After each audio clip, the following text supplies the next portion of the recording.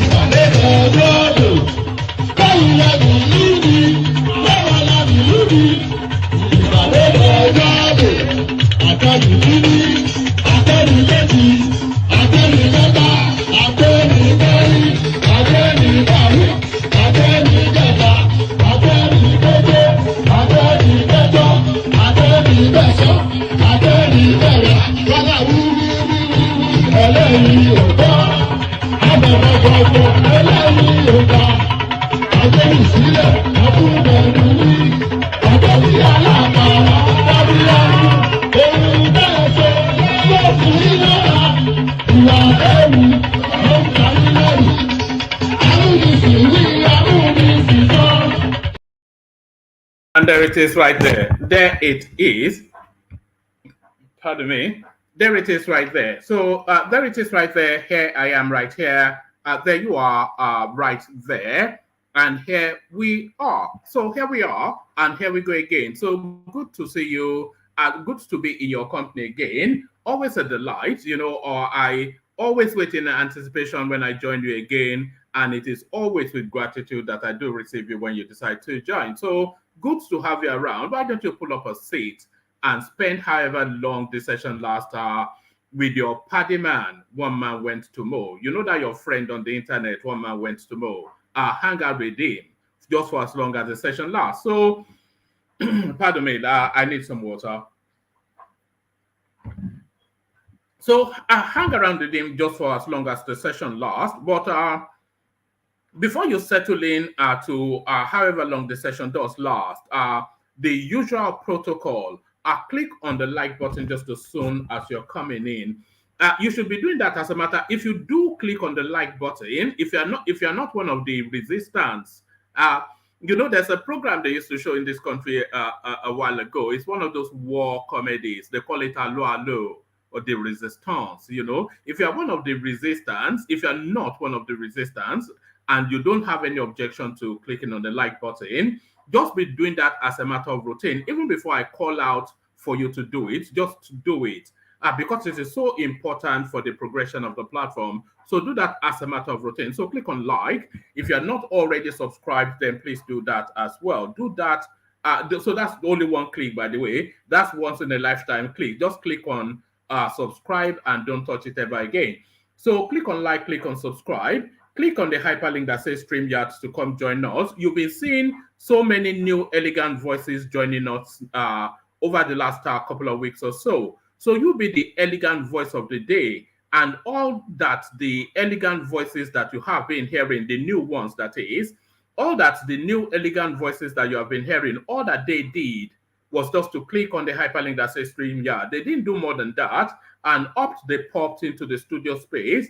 And as soon as I finish reading out the body of the talking points, I'll let them onto the screen and the conversation ensues. There's nothing complicated about it. It's an open microphone session, and the open microphone, the hyperlink that says StreamYard. So if you have never been before, because we're on a drive for new talents, you know, just to freshen up the conversation and to expand it. So we're on a drive for new talents, and we've been making some quite crisp, you know, gem discoveries over the last few days. So you'll be the gem of the day. You'll be the voice of the day. If you've not been before, then come join us. So click on like, click on subscribe, click on the hyperlink that says StreamYard to come join. Then the invitation to buy your host cups of coffee, that is always ever ready. So that's ready to hand.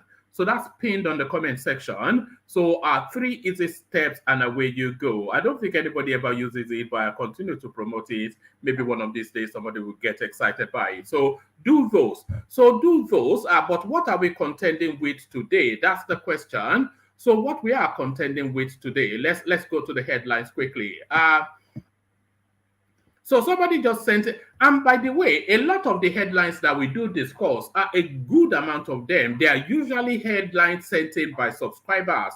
So you'll see my Instagram link in the comment section somewhere. So if you want us to discuss anything, if you come across a news cycle, a news article rather, or a clip or anything that piqued your interest and you'd like us to discuss it, just pop it to me on Instagram. I'll have a look. You don't know, it may well you don't know, it may well make it onto the screen. That's what I was intending to say. So you don't know, it may well make it onto the screen. This was sent in, like I said, by a subscriber.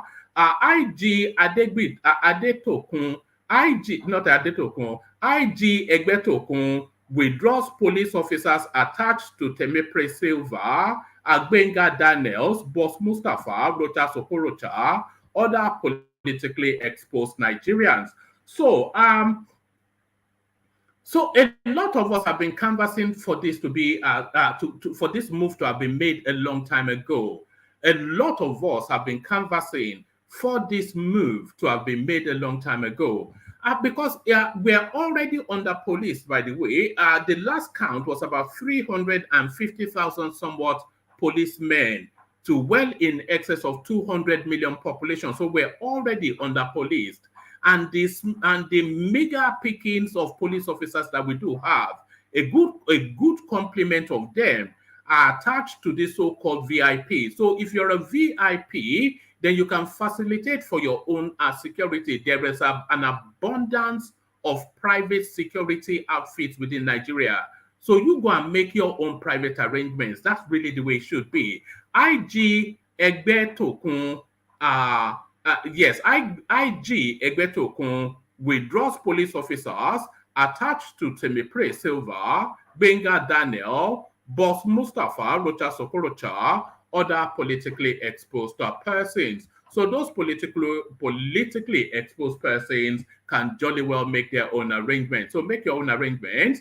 Now, we're back there again. So hopefully one of these days we'll escape this sit-at-home narrative. It's turning it into a bit of a chore, but it's still in the news cycle. But it is still in the news cycle. Sit at home, declare state of emergency in Southeast, Ohaneze to Tinubu. So yes, declare state of emergency, and there is Ayo doing as Ayo always does. The eagle lands with a handsome super chat. So thank you Ayo for that. So you know, it's just an abdication of responsibility, isn't it, really? And this is one of the things that rankles about the Southeast.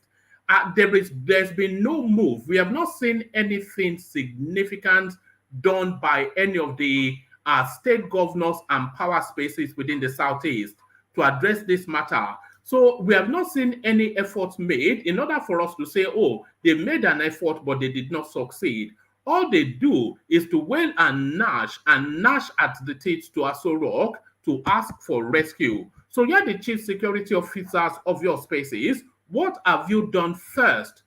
Before then, you are asking for federal intervention, but then, of course, cap in hand. Sit-at-home order, declare state of emergency in Southeast, Ohaneze to Tinubu. So once they had that state of emergency on our food security, everybody now will be clamoring and hollering for states of emergency. So state of emergency, ministerial list, security report, graft allegation may knock out heavyweight. So that tells us then that it might not necessarily be as you were. Because a lot of people thought it would be an as you were sort of administration, the usual criminals recycled. But what Tinubu is telling us is that if you have any stain on your CV, then you can go sit this administration out. Ministerial list, security reports, graft allegations may knock out heavyweight. So let's go through this quickly because this looks labored somewhat. So let me quickly speed through this. Some politicians who think their closeness to President Bola Tinubu will fetch them ministerial position are in for a shock. An investigation by correspondents has revealed. It was gathered that the president might rely on security reports on individuals whose names were already sent to security agencies for screening ahead of submission of ministerial list to the Senate before Thursday, July the 27th. Lawmakers in the red chambers were scheduled to proceed on long recess on July the 27th, but the non-submission of the ministerial nominees may delay their vacation.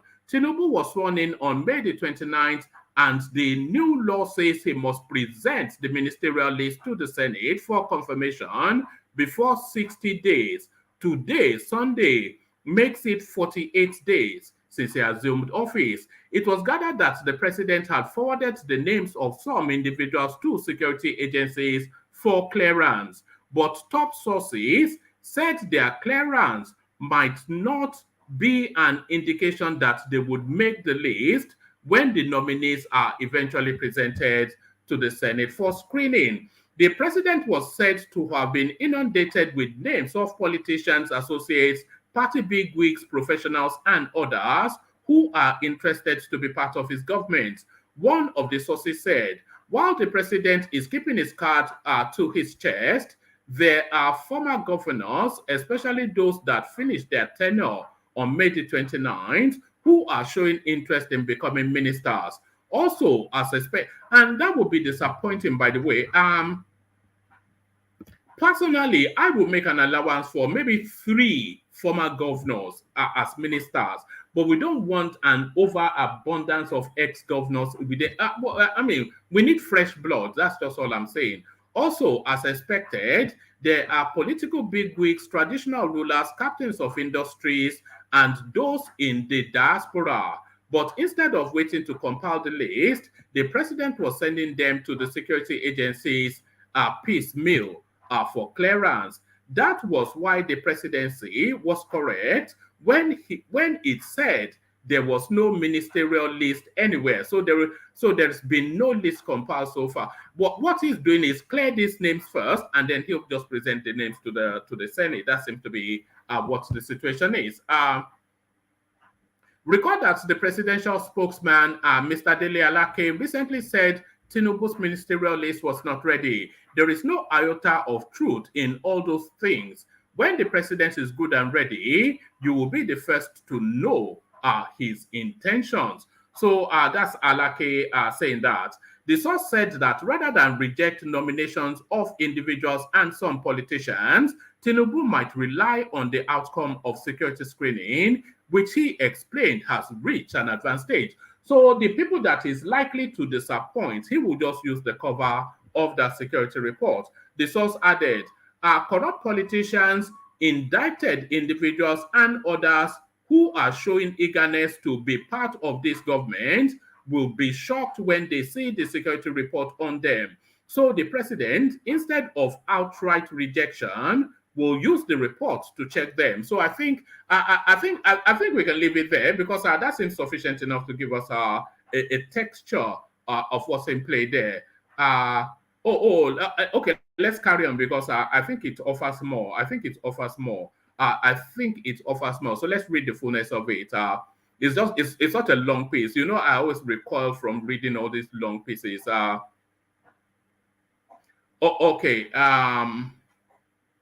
So the president, instead of outright rejection, will use the report to check them. And if they are adamant on serving, I think there are senators from such individual states that will raise objection to their clearance on the floor of the Senate. Another source specifically mentions 2 former governors accused of corruption as amongst those that might be shocked that they would not make the list. So we can already speculate to those 2 governors. I think already all of you, they thought Abdullahi Ganduje are one of the first names there. Another source specifically mentions 2 former governors accused of corruption as amongst those that might be shocked that they would not make the list, despite their perceived contribution to the electoral victory of Tinubu. So that paragraph right there tells you that Ganduje is not getting a portfolio. So I don't think you need to think too hard to reach that conclusion.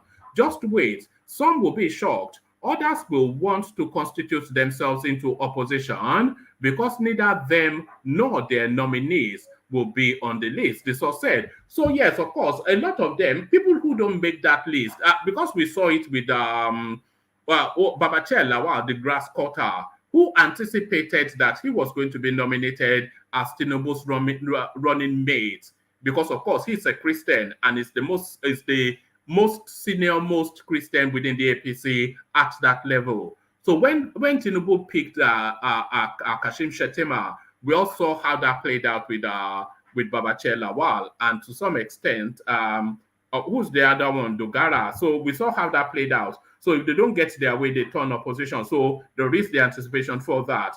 Just wait. Some will be shocked. Others will want to constitute themselves into opposition because neither them nor their nominee will be on the list. This was said. It was also gathered that the president was also considering rehabilitating a former governor of Lagos State, Akinwumi Ambode, to return him to political relevance in the state. So to return him to political relevance in the state, that's not speaking at a federal level. And there is this speculation actually that what they are trying to arrange for Ambode is a senatorial position, because there is a senator, I cannot recall his name now, that they are anticipating will be on the ministerial list.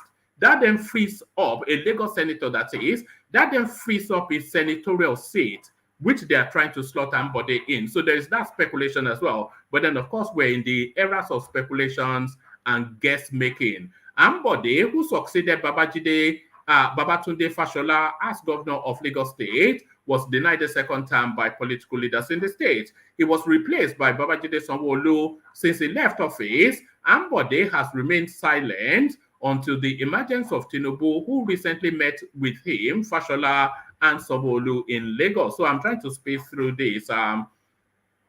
Ambode also visited the president in Abuja on Thursday. A source privy to the political calculations in the state and the villa said there are possibilities that the former governor will get a position either in the presidency or in the state if permutations work well in his favor. So there is no position that Ambode can get in Lagos State outside of, maybe he can't even be a rep because that would be too low for him. So outside of getting, just becoming a senator, there is nothing else for him in Lagos State. What will he, he's been the governor. So what else can he be outside of that? Part of the permutation, it was gathered, was the possibility of making the senator, so this is the storyline that I picked earlier on. Part of the permutation, it was gathered, was the possibility of making the senator representing Lagos East Senatorial District, Tokunbo Abiru, a minister, whilst Ambode would replace him in the Senate. It was also learned that Wale Edun, who has been named as the special advisor to the president on monetary matters, might become a minister representing Ogun State. So if he becomes a minister, then naturally, because they're saying they want to skill match portfolio. So if he becomes a minister, then with certainty, the Minister of Finance. It was also learned that Wale Edun, who has been named as a special advisor to the president on monetary matters, might become a minister representing Ogun State. Edun's case was one of the issues the president discussed with Ogun State traditional rulers when he visited them a few weeks ago. Another source confided. Edun was said to be the preferred candidate of Tinubu as minister under the administration of President Muhammadu Buhari, but he was denied the ticket. So now, the reason why I continue to read it on is now this sub-headline: ABGA NNPP ready to serve. So ABGA now, they want to be part of this. Is it a coalition government that Tinubu promised? It looks as though that's taking shape. Following the recent approach to the 36 state governors by President Tinubu to nominate competent persons from their fold to serve on boards of federal parastatals, the All Progressive Grand Alliance and the new Nigeria People's Party have indicated their readiness to release their members if they are approached to do so. So it looks as though they are going to isolate Labour Party. This is it. Or there'll be that lonely voice in the ethers, that mad voice that does down the street. This is even as the opposition parties also pledge their readiness to bless any of their members who may be nominated by the president to serve as ministers. Speaking exclusively to correspondents, and APGA chieftain and representative of Abia South Senatorial District, Enyenaya Abaribe, said the party was ready to serve in a government of national unity should the proposal come to fruition. If the government constitutes a national unity cabinet and invites APGA, we will probably accept, he said. Oh, you see now, all these things now, you see, power is an elixir. Nobody turns down power. Power is an intoxicant, it's an elixir. Look now how they are just salivating at the tongue, like a dog that is about to be given a bone. Also speaking, the immediate past national chairman of APGA, Victor Oye, told one of our correspondents that since Nigeria belongs to all, the party is ready to work with Tinubu government, adding, however, that it was the governors that often do nominations on behalf of the party. Asked if APGA was open to allowing its members to serve on boards of government parastatals as well as ministers, Oye responded in the affirmative, saying, why not? Does Nigeria not belong to all of us? Usually, it is the prerogative of the governors to do these nominations. On his part, the National Publicity Secretary of NNPP, Agbo Major, argued that the elections argued that with the elections over, the party was ready to team up with Tinubu to move the nation forward. So I think a lot of this still wraps around what is going on I think a lot of this still wraps around what is going on in the courts. He said, elections are over, but we have a country to guard jealously. We need to move on. We have no problem serving in this government because we must work in the overall interest of Nigeria. The country must flourish. The courts are handling the cases arising from the elections, but there is a government in place, rightly or wrongly. So that's So that's the gist of that. So you see how so I'm not going to go through all of this. So that gives you a good texture of it then. But no, it's going to use the security report to get rid of a few of the names that is not 100% of fair with. On to the next headline. So this now is the headline of the session. President yet to move into Aso Rock, into Villa, 6 weeks after inauguration. So you know, when I saw this headline, I only had one thought, 2 syllables, voodoo. You know, I think this guy they're still, I just had the thought that they're still spiritually cleansing the Aso Rock Villa before he moves in, because of course, at high level voodoo, at that high level of governance. So maybe he's waiting for the signal from the Owner of Ife to tell him when he's able to move into the villa. So there it is. So we'll have a look at that. See just what's in play there and what's led to that. So we have a look at that. See what's in play there. See what's led to that. And then from there we go back to our favorite watering hole. Back to P to B. So back to P to B. I look forward to Nigeria, where leaders' classmates have school certificates. So this is Peter Obi, still very much in the campaign mode. They did tell us that they did tell us, according to the chairman of their party, they did tell us that there was going to be a rerun. So maybe that is him gathering his loins for the rerun. So he's back with the president cannot present his school certificate sort of thing.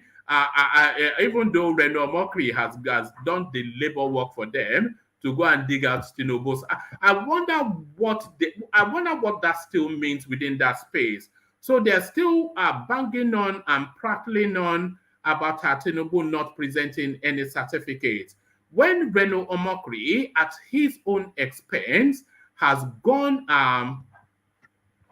when Reno Mokri, at his own expense, has gone to Chicago State University to establish that not only did this guy graduate from there, he graduated with distinction. And there is Peter, I think he must have like a mental tick, you know, waraka of the mind, you know, some waraka of the mind. It must be a mental, it must be a mental malaise, it's a mental, you know, mental tick. When somebody has gone, an opposition person has gone to the school that this guy went to, and they told him that not only did he graduate, he was the best in his class, and you're still doing all this nonsense. I look forward to Nigeria, where leaders know classmates and have school cert. So yes, he has a school cert, but more to it, he has a degree and a more superior one than yours.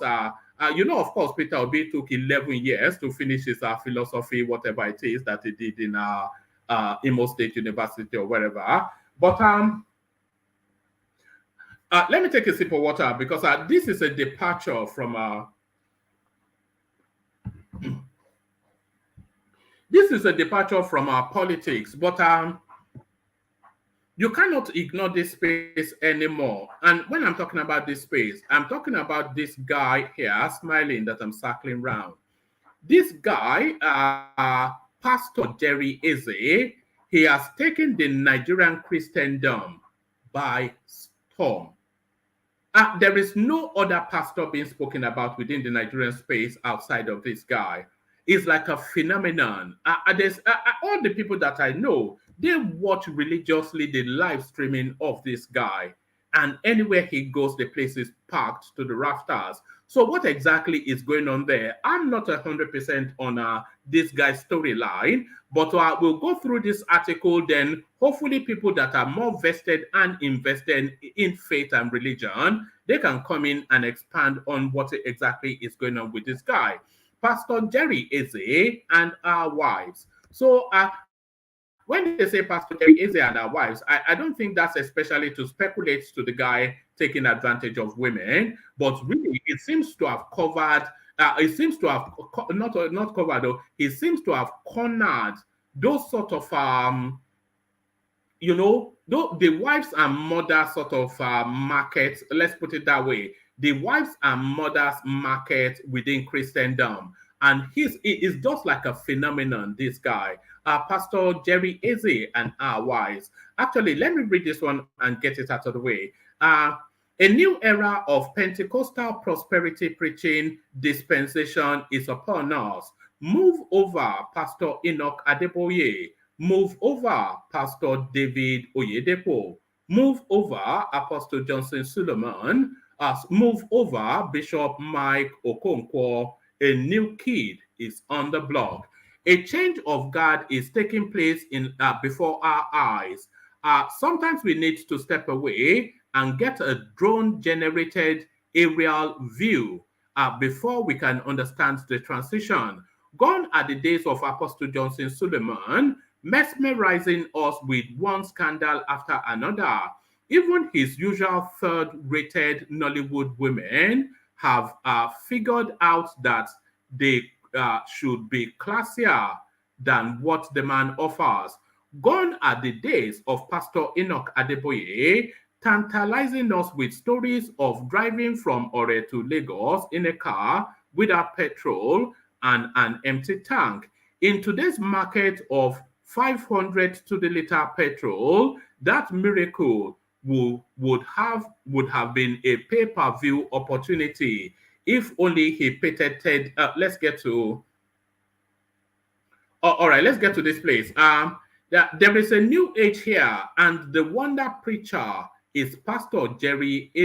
There is a new age here, and the wonder preacher, Pastor Jerry Eze, owns it. He emerges with one simple, scintillating line: what God cannot do does not exist. What God cannot do does not exist is the most honest one-line description of God ever conceived. And that is why it is very effective. It attracts wives, our wives, a friend told me. He said, our wives' ability to compartmentalize makes it easy for them to avoid looking at the other side of the coin. That God can do anything, does not do only good things. So that's it really. I think I'll leave it there. But the guy, because this is an opinion piece. Okay, let's take his biography. Pastor Eze's biography is another draw for his followers. He was born in poverty and only went to Abia State University because a couple took him in and paid for his education. I came from a family where poor people would describe my family as poor, he told CNN. There were days my mom and I had no food to eat, and my mom would hold my hand and pray and give thanks to God. My mom was a single parent and a petty trader who sold groundnut in the market. There were days she would come home crying, having not made any sales, so unable to buy us what to eat. Despite the poverty, he quit the promising job as communication specialist with the World Bank Project for HIV and United Nations Population something or the other to pursue full-time ministry. In 2011, Pastor Jerry Eze started live stream of Joy International as a regular church when COVID-19 hit. He found the new season prophetic prayers and declaration an online digital prayer meeting. Though he is known for his live-streamed morning prayers worldwide, his church is growing from Nigeria to the United States, United Kingdom, and Canada, etc. So that's Pastor Jerry Eze. So I think I'll leave it there. But if you know anything about all of those, then please come share thoughts about that. So let me take you on to this next headline. Sit-at-home order. Declare state of emergency in Southeast. Ohaneze to Tinubu. So we find out what is in play there. Tinubu, why petition by Atiku Obi should be dismissed. So we find out what is in play there. And then we go on to this one. Tinubu to unveil solution to banditry in the Northeast. So we find out what is in play there. So plenty to chew over, plenty to mull over, plenty to digest, and all of that. So lean back, kick back, take it easy, relax into it. The usual protocol, click on like, click on subscribe, hyperlink that says StreamYard, and all of those. Buy your host cups of coffee, all of that. So do all those. Let me take a micro musical intermission, and then we'll get into the throes of it just as soon as we come back. Only water, where they see my water.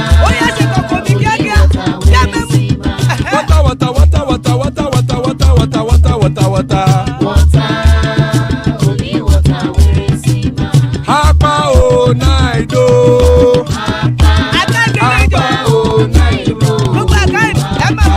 Hapa you don't come o.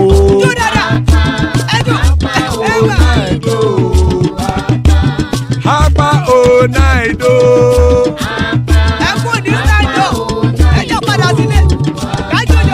Oro kẹ̀kẹ́ ẹlẹ́mù yé o. Ilé sọ́dí àkẹ́kẹ́ rẹ̀ ẹlẹ́mù rẹ̀ o. Bobby master kẹ̀kẹ́ rẹ̀ ẹlẹ́mù rẹ̀ o. Chifu wẹ́lá tí kẹ̀kẹ́ rẹ̀ ẹlẹ́mù rẹ̀ o. Eruku lẹ̀lẹ̀ ẹlẹ́mù dé. Eruku lẹ̀lẹ̀ ẹgbẹ́ ẹlẹ́mù dòde ojàre o. Eruku lẹ̀lẹ̀ Ghana ti dé ẹgbẹ́ bọ́ọ̀dì o. Ọmọ ẹlẹ́yẹ ẹyẹ o ó dìlé o. Odúyẹ̀lá ẹyẹ o ó dìlé o. Petrosonama ẹyẹ o ó dìlé o. Petrosodúnkẹ́ ẹyẹ rẹ̀ ó dìlé o. Ẹlẹ́kọ̀ ọ̀run mú ìní o.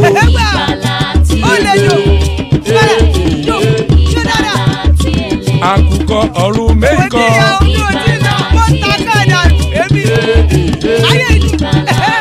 Ikú kò ní ríwà gbéṣe o.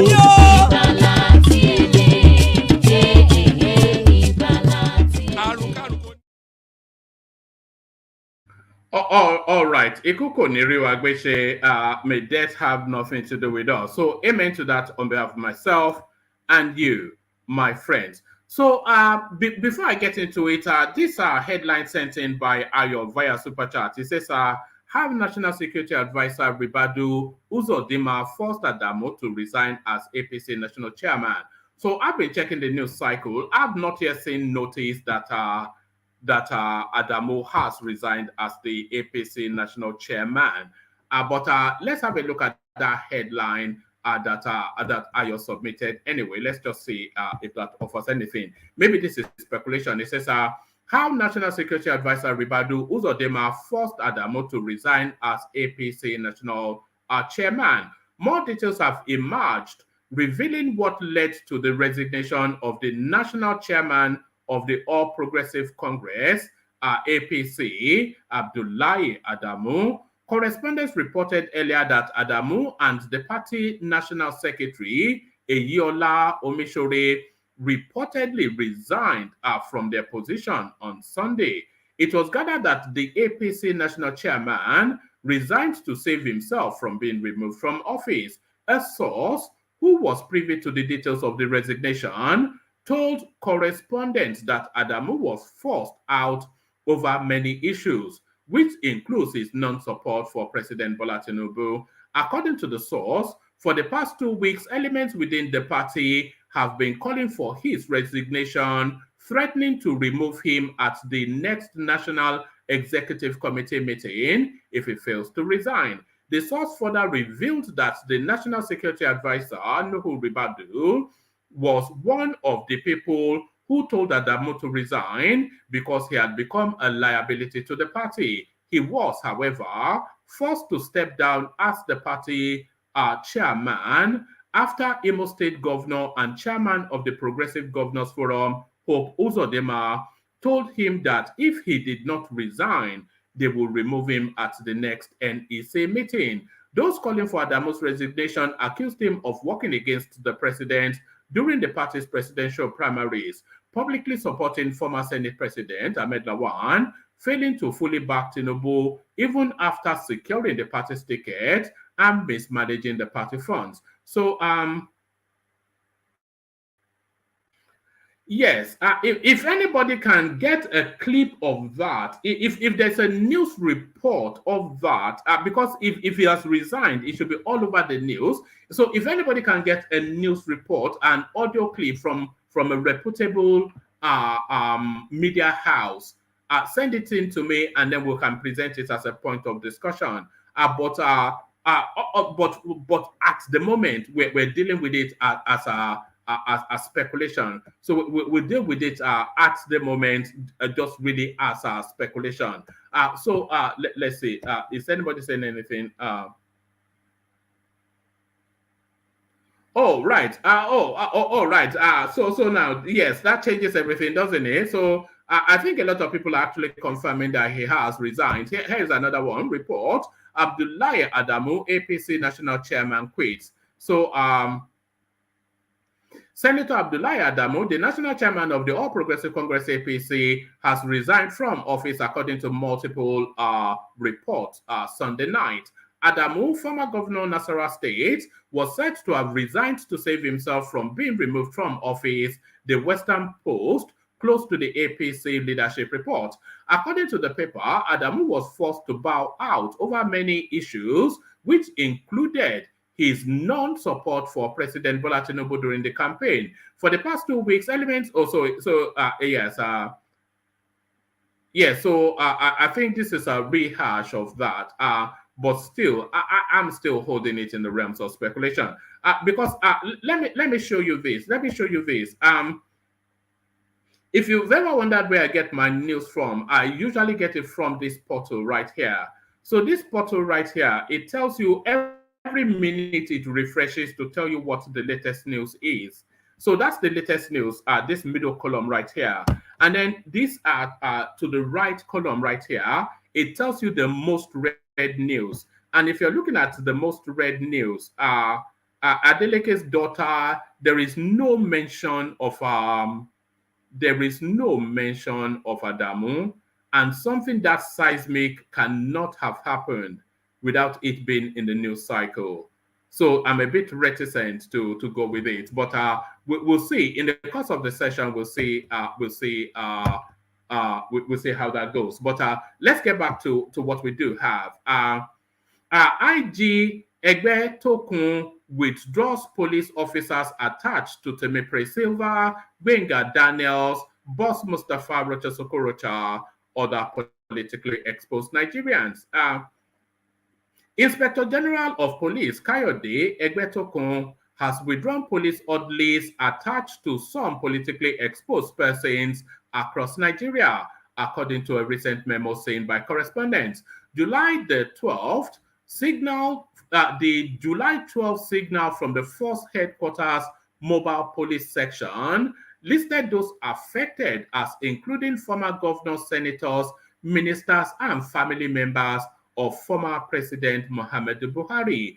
Those on the list sent by correspondents include our former Imo State Governor, Ikedi Ohakim, former Cabinet Secretary to President Muhammadu Buhari, Boss Mustafa, Adamu Muazu, Rocha Sokorocha, Danjuma Goje, Gwenga Daniels, and Bello Matawale. Correspondents also noticed former police affairs minister Megari Dingwadi, former petroleum minister Temipre Silva, former senator Hilaru Jika, former budget minister Clem Agba, former PDP Iyocha Ayu,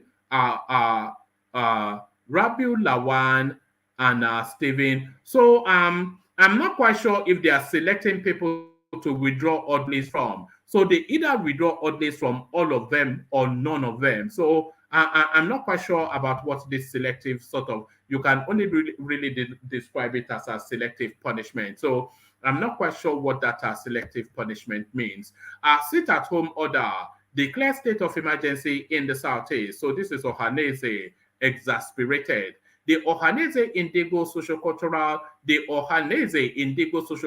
Organization has urged President Bola Tinubu to declare a state of emergency over the sit-at-home order in the Southeast. Ohaneze said declaring a state of emergency will send a strong signal to the Southeast governors, who would now be compelled to find a lasting solution to the order. Correspondents recall Biafra agitator Simon Ekpa had this guy now, he has managed to make a name for himself. We just used to laugh at him before, but now they are even discussing him in Aso Rock. Can you imagine that, Simon Ekpa? Recall that a Biafra agitator, Simon Ekpa, had severally declared sit at home in the Southeast. The order by Ekpa had aggravated the crisis in the Southeast, a situation that had led to an attempt to cripple the economic activities of the region. Reacting, Ohanese Secretary General Okechukwu Isegozoro said the body would not allow Ekpa to destroy the economic activities of the Southeast. Speaking with correspondents, Isegozoro said, "A desperate moment needs desperate action. We want to warn again that Ohanese will not fold its arms and allow miscreants to destroy economic activities in the Southeast. If possible, where this sit-at-home is happening should be declared a state of emergency. This is what Tinubu would do that will make the Southeast governors sit up and find a lasting solution to the problem." So I wonder what that state of, let me read it today and first. Iba has declared a second Biafra war, which Igbos are not ready to fight. Igbos are supporting Tinubu and would assist in ensuring that this rebellion is quashed. Igbo's action is an attempt to divide Igbos, and we wonder why Peter Obi and the rest are not talking. We hope this is not a conspiracy against the president. So yes, I wonder what that state of emergency would be. And if Tinubu declares a state of emergency, then within that state of emergency, he can step down the state governors and appoint military administrators to that space. Give me one micro moment. Let me attend to something. Give me one micro moment. Thomas, are you there? Thomas? All right, don't go anywhere. Let me play you a little bit of music. I just need I need a minute to attend to something. Just give me 1 minute. Listen to the K guys. Only water, where they see ma. Water,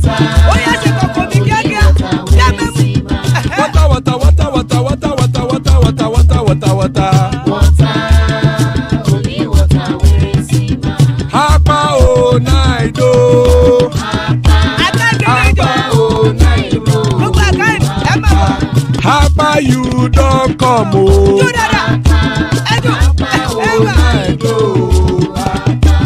Hapa oh night oh.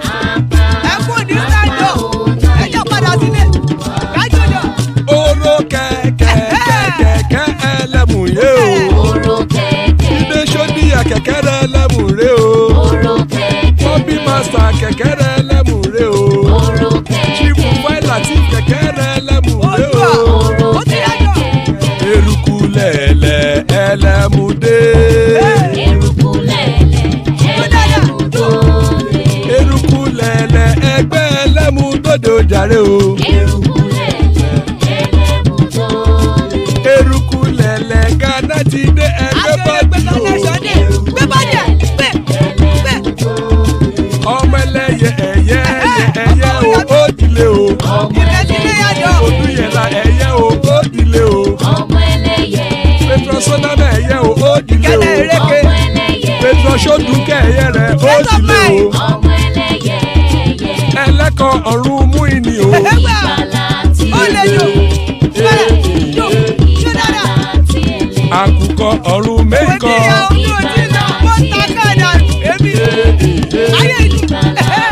Ikú kò ní ríwà gbéṣe o.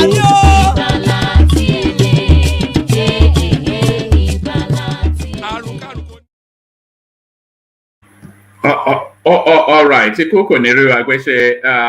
May death have nothing to do with us. So I'll give you a couple more readouts and then we get into the conversation. I think we have a couple of panelists. So a couple more readouts, and by the way, there's still plenty of space in the room. So if you want to come and join, then please come and join, especially if you're a new voice.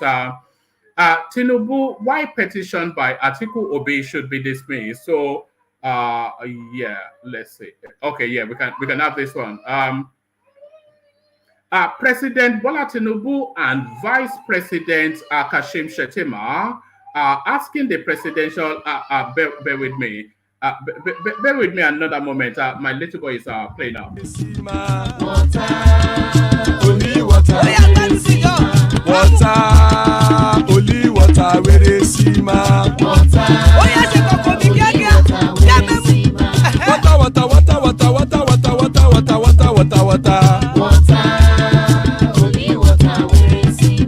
Hapa o naido.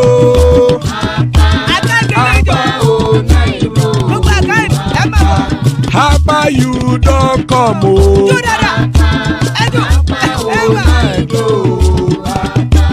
Hapa o naido.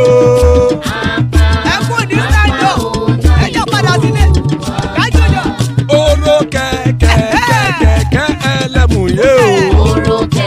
Ilé sọ́dí àkẹ́kẹ́ rẹ̀ ẹlẹ́mù rẹ̀ o. Bobby Master kẹ̀kẹ́ rẹ̀ ẹlẹ́mù rẹ̀ o. Chief Wẹ́lá tí kẹ̀kẹ́ rẹ̀ ẹlẹ́mù rẹ̀ o. Eruku lẹ̀lẹ̀ ẹlẹ́mùdé. Eruku lẹ̀lẹ̀ ẹgbẹ́ ẹlẹ́mùdóde ó jàre o. Eruku lẹ̀lẹ̀ Ghana ti dé ẹgbẹ́ bọ́ọ̀dì o. Ọmọ ẹlẹ́yẹ ẹ̀yẹ ẹ̀yẹ o ó dilé o. So sorry about that. You know, I do have a life outside of this, but I think matters in hand now. President Bola Tinubu and Vice President Kashim Shettima are asking the presidential petition election court to disregard claims by the People's Democratic Party (PDP) and Labour Party and their presidential candidate Atiku Abubakar and Peter Obi that it is mandatory for a candidate to score 25% of the vote in the Federal Capital Territory to be declared president. So I think that is where the only worry seems to be for the Tinubu team. So I think it is that 25% in Abuja that seems to really rankle them. So that seems to be the space that agitates them the most. So we carry on. Tinubu and Shettima insist that such claims could have been as a result of either their misreading of the Constitution or their miscomprehension of the relevant provisions of the nation's ground norm. The nation's ground norm, as Ogbeni explains to us severally, the Constitution. This is part of our argument in two sets of final written addresses filed on the petition by Atiku and Obi against the outcome of the elections. The correspondence learned that the two final addresses were filed on Friday by Tinubu Shettima legal team. Describing both petitions as strange and hollow, Tinubu and Shettima argued that neither of the two sets of petitions provided relevant evidence to support claims of the plaintiff that the election was not held in compliance with relevant laws or that the presidential and vice presidential candidates of the APC were not qualified to contest. The defendant said the suit could not even be considered as petitions within the context of the nation's electoral law, as they were strangely not complaining about election rigging, ballots. And by the way, this is something that we have discussed endlessly on this platform, that the body of the petition, it doesn't really go to the actual exercise of the elections, but really just auxiliary fripperies like Tinubu being a Guinean and all that. The defendant said the suit could not even be considered. Actually, let me bring the panelists on and let the conversation take place. I might well still need to. Thomas, I'll bring you on. Ogwene, I'll bring you on. I'll bring Jide on, and then I'll bring Kumi on. So let me bring the panelists on because I might have to step off the screen in a moment. But the defendant said the suit could not be considered as petitions within the context of the. Hold on. All right. I'll let Thomas take charge if he's there, but if it's not there, then when he just go to conversations. I need to come off the screen for a moment, but Thomas, take charge if you're there. Yeah, yes, I'm here. How are you, everyone? I know, Mr. Thomas. Yeah, yes. How you doing, my brother? I did. But body day inside cloth. Happy Sunday. Yeah. We are in Monday. Are you guys still in Sunday? We're about to enter Monday now. This is Monday. 10 yes, minutes yes. to 12 in Scotland. Yeah. 10 minutes to 12. Oh yeah. Yes, can you go to the nitty-gritty of the news? Yeah. Obi with their Palongo petition. This Obi thing, I won't waste my time again for our audience, particularly the ardent one, the devoted ones to our platform. They won't be surprised to see what Walola Nipetun filed on behalf of Tinubu. They won't be surprised to see all those points. There are points that we have been making here over and over and over and over again, and we have been, trying to justify and let them see the reason why we're making that point, that Obi is just in the tribunal to waste his own time, which, he's a billionaire. He's not wasting time, just enjoying himself, but also wasting time and giving hope to some people who still believe that there's a case in court. It's just a sheer waste of time. Okay, look at, I won't really go deep into it because we've discussed it severally, and there are points that we have made here. Look at their issues raised on objection. We've said it here before. You either swim or sink with your petition. You can't add anything to it the moment you file it, and you can only subtract from it, but you can't add any. Your petition is only specific on 2 states, Benue and Rivers. Your petition is not specific on other states, and that's why you see them. They are just objecting all those documents. Should just discontinue those documents. Kano, Lagos, all those states they are mentioning there. There is no complaint against the elections of those states. So why are you bringing? What do you want to establish? You want to establish the fact that there are issues in those states. If you are able to establish the fact that there are issues in those states, and so what? If there is issue in Rivers State, so they should use Rivers experience to cancel my state in Ekiti, where I traveled home to go and vote. So I don't know who the bagger is in Rivers that is voting and they are not doing their own result well. So you should now use that to cancel my own, that I took my time, paid my flight, and flew down to the country to go and vote. So the point, And that's why, see the point they made, you must prove the non-compliance polling unit by polling unit, because each polling unit stands on its own. Even when you have two polling units in the same compound, you must not use the experience of what happened in polling unit 1 to decide that, oh, since there is no compliance in polling unit 1, then there must be non-compliance in polling unit. No, it doesn't work that way. So I don't know. There are so many points they made in their final. Can you wait for this petition just go?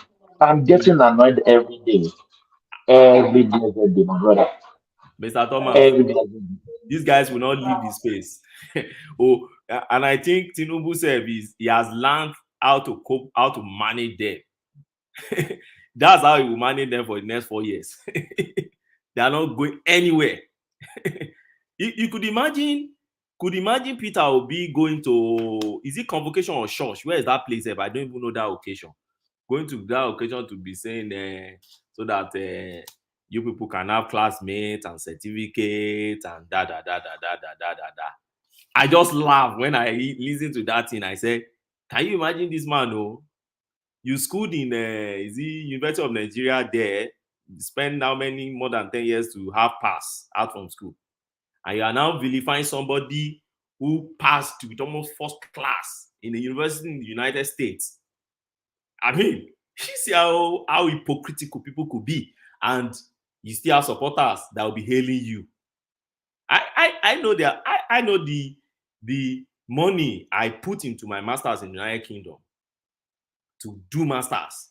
That money alone can fetch people 30 degrees in Nigeria. So tomorrow now, if somebody now wakes up, you are now criticizing and vilifying my own certificates. I mean, right? That's the way it is. And you have supporters who will blindly follow you, who will hail you, even if today Obi cough, they will hail Obi. So they said, it's because Obi has many classmates, Why did he continue to give people false hope that something is going to happen? It's just annoying. But you won't blame him. Hello? Yeah, I can hear you. You see, you won't blame him. People give people's false hope for different reasons. Okay? Desire to, comfort. Sometimes they see, okay, I've let these people down. In actual fact, probably because I know what will be going on in Obi's mind. Okay, maybe if I had stayed back in PDP, maybe by now I would have been the vice president. Or okay, maybe if I had declared on time and I had probably traveled down to those northern states to convince them more, maybe I would have garnered more votes there. Or maybe if I had stayed more with Southwest, I would have gathered. Or maybe if I had attended to the crisis within Labour Party, maybe I would have, Or maybe if I had not denied my gubernatorial candidate in about almost 6-7 states, maybe that would have. Or, the time of regret will come, the time of assessment.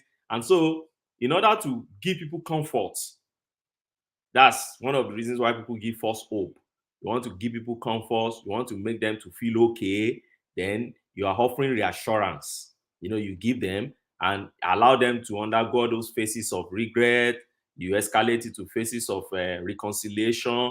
You are now reconciling with yourself, not with anybody. Okay, it has happened. What do we do? And then another hope for the next one.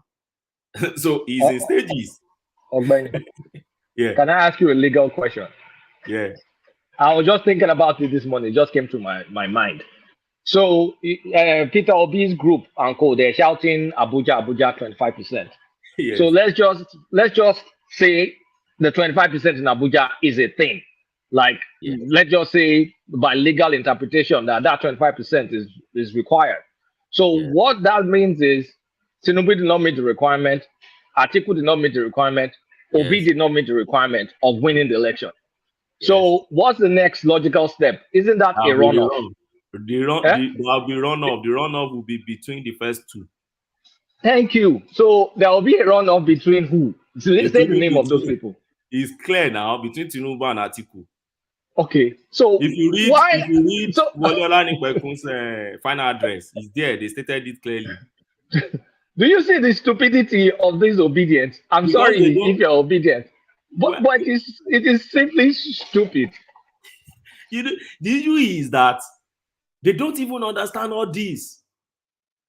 They don't, and Obi will never enlighten them. He would rather go somewhere to be speaking about a certificate that you didn't even establish in court.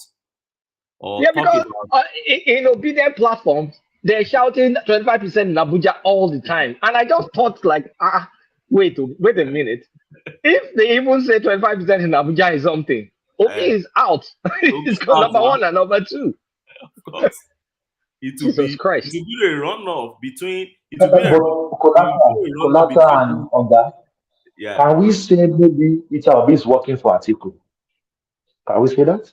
It could be a reconsider, because if you see what happened immediately after that when they announced results, you understand that the Obi have sympathy for Atiku, Atiku has sympathy for Obi, and Tinubu happen to be on the extreme end, and they are a major enemy.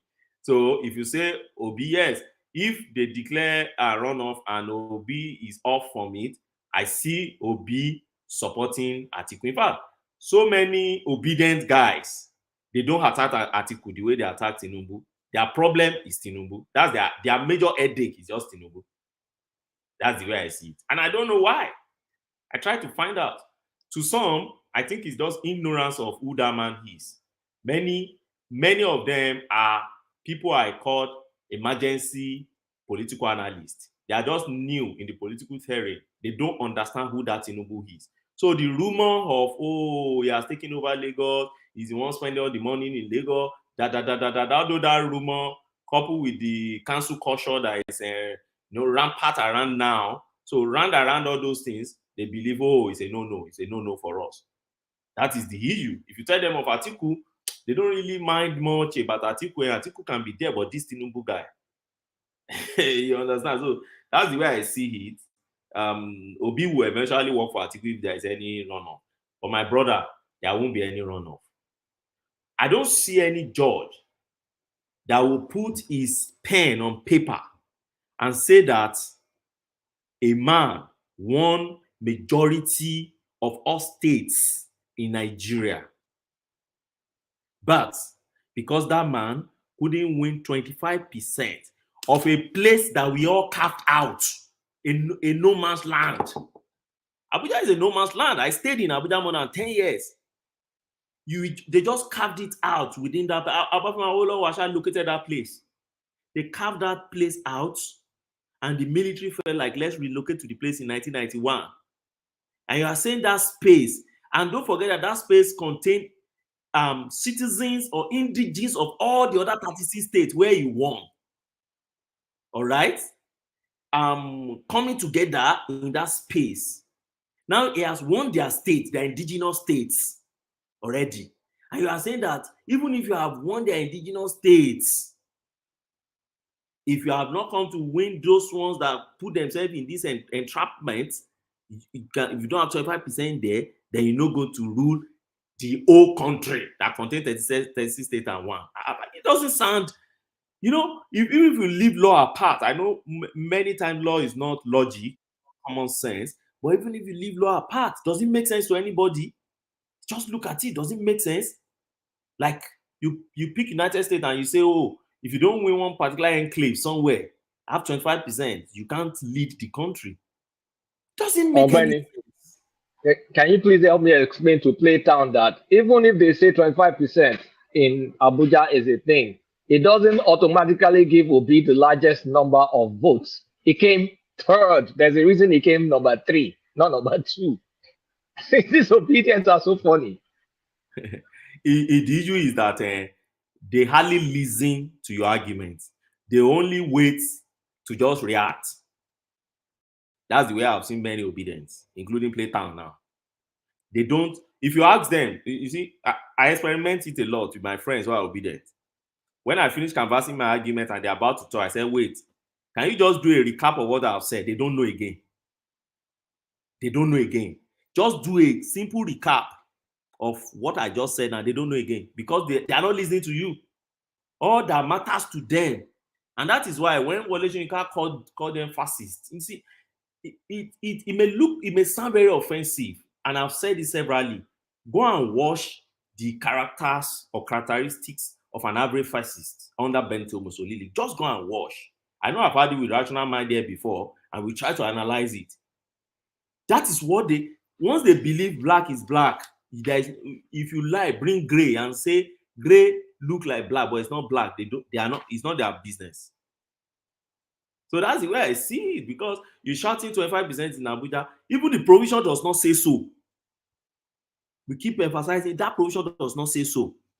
That provision is simply saying just have 25% in the space, in Nigerian space that contains 36 states and FCT. Have 25% in the country that contains 36 states and FCT. It doesn't say have 25% in the 36 states, then have 25% in FCT. If the drafters wanted it to be so, they would draft it that way. There are professional drafters. They would draft men. They would draft it that way. But they simply draft it, have 25% in 36 states and FCT. That is Nigeria. If you want to describe Nigeria and you want to design Nigeria with its sub-regional, you won't say Nigeria has 36 states and leave it so. You will say Nigeria has 36 states and FCT. And that thing is saying have 25% in Nigeria 36 states and FCT. So now you have not translated it to me, have 25% in Nigeria 36 states, then have 25% in FCT. It sounds, I don't know. When the judgment comes out, maybe, I know they're not going to rest. They are, because I've said it.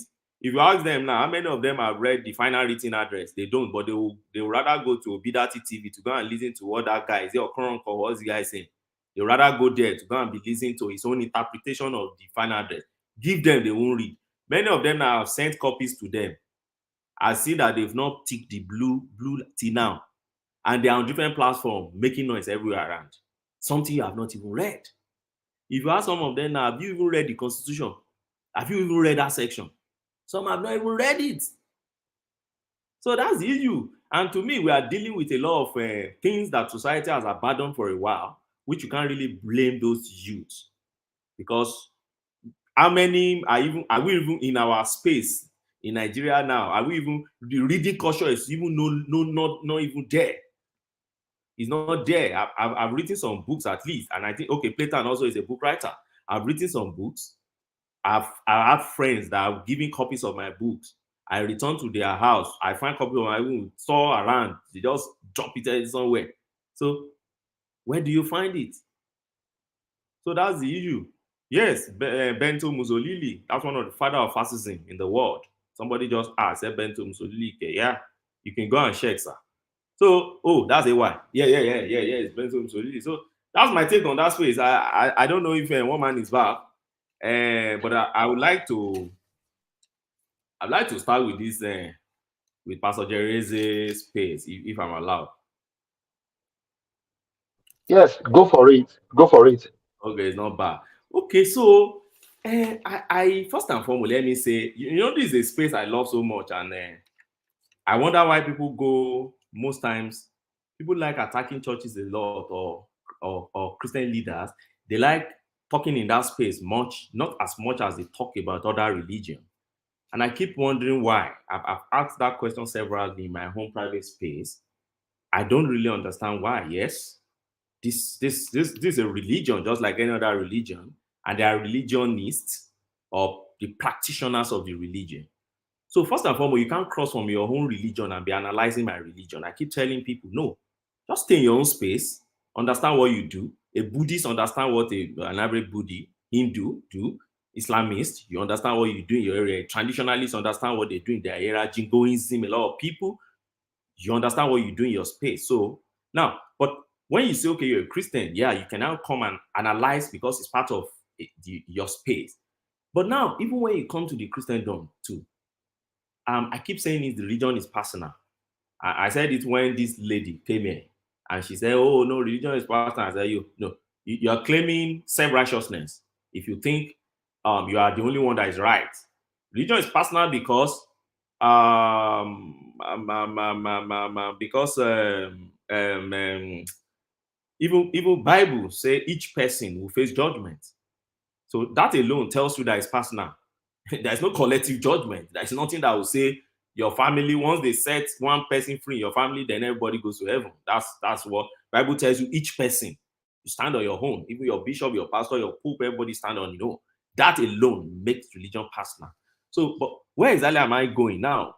Yes, this man is a religion leader. He has emerged. Yes, he's using social media to do this, and somebody decided to just put pen on paper and wrote what he call Pastor Jerry and our wives, mention Pastor Suleiman, Adeboye, and others, and try to paint them like the wonder stars of those days that have gone now under, and he couldn't see anything good in there. The only area he could really paint, if you read that article, is the area of some of the miracles that happened to them that they shared. And he tried to paint it as though it never happened. They were just all this make-believe thing, and and things like that. And then I asked myself questions. Yeah, you said Pastor Jerry and our wives. Let's start with that. What do you mean by our wife? Are you objectifying women? Who are your wife? How many do you have among them that give you the moral rights to be saying our wife? Who are you protecting here? Who are you defending here? So okay, these women, like the article she wrote, she said a woman used to wake up 2:00 in order to catch up with Pastor Jerry's program, and then if you catch up with that program since then she told the husband that no intimacy for that period because she's going to sanctify herself and pray and and then start criticizing that relationship. That why would Pastor? Ogbeni, are you Pastor Jerry's followership? No, I'm yeah. I when I have time, I listen to Pastor Jerry. I join prayer. Don't you think they are just scamming you guys? Just the same way I will listen to Baba Adeboye. I will listen to any Christian leader that is teaching Bible. And the day you don't teach Bible, I will leave your space. So as a Christian, I listen to any Christian leaders that teaches. But my own is this. See, people have things that occupy their times. People have things they fancy. We don't fancy the same thing. We don't have the same thing to occupy our time. So don't lord yours over me. Don't vilify my own. I won't vilify yours. That's where I see it. For instance, that is religion. You're talking about religion. Some people is career. I've met people that give up their marriage because of career.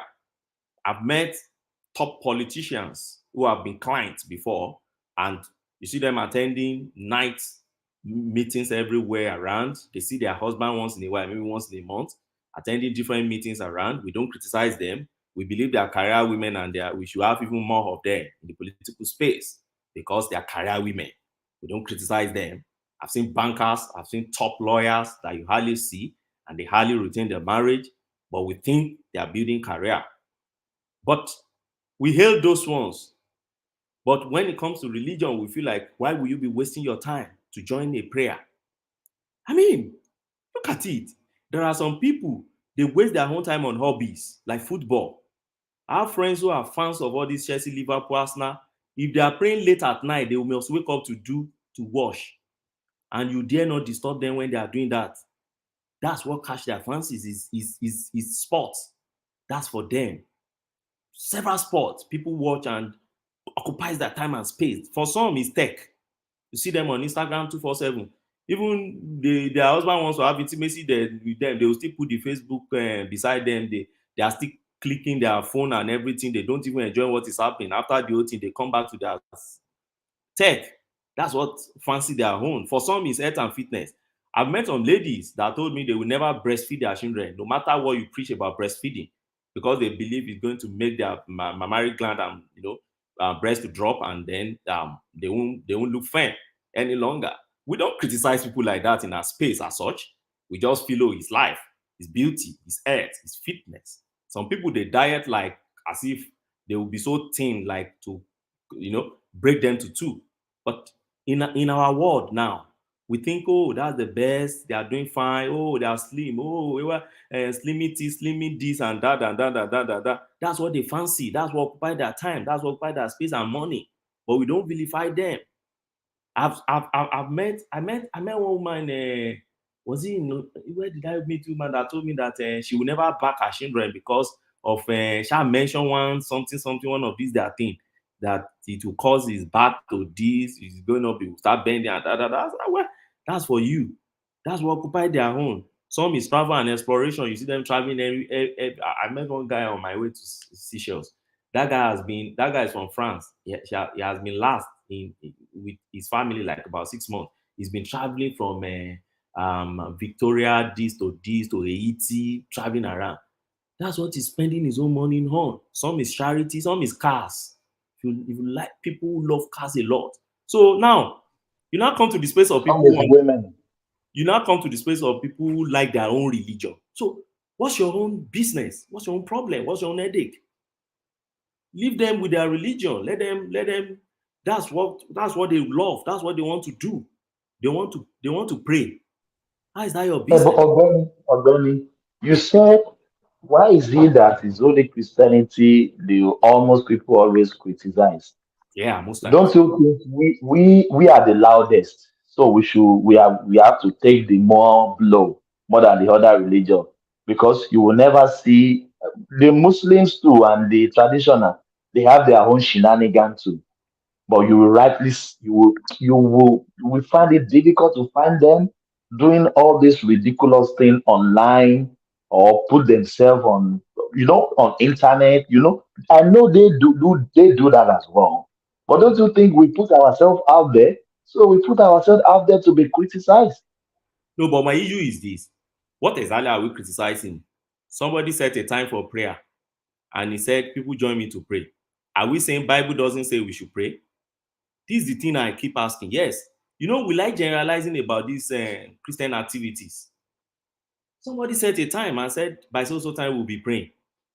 Then somebody pick his pen on paper and start vilifying. Oh, somebody came with what God cannot do does not. When I was growing up, we used to go to many crusades. Benny, that was in my space back then was Baba Biara and Obadari. That word cannot do does not exist. Don't you see me this scam word? Why? There are some things God will not. Let me finish, my brother. I'm a Christian too. You are a Christian. You know what I'm saying. There are some things God will not do. Do you know that? It depends on the context. You see, the issue is this. That is a scam word right there.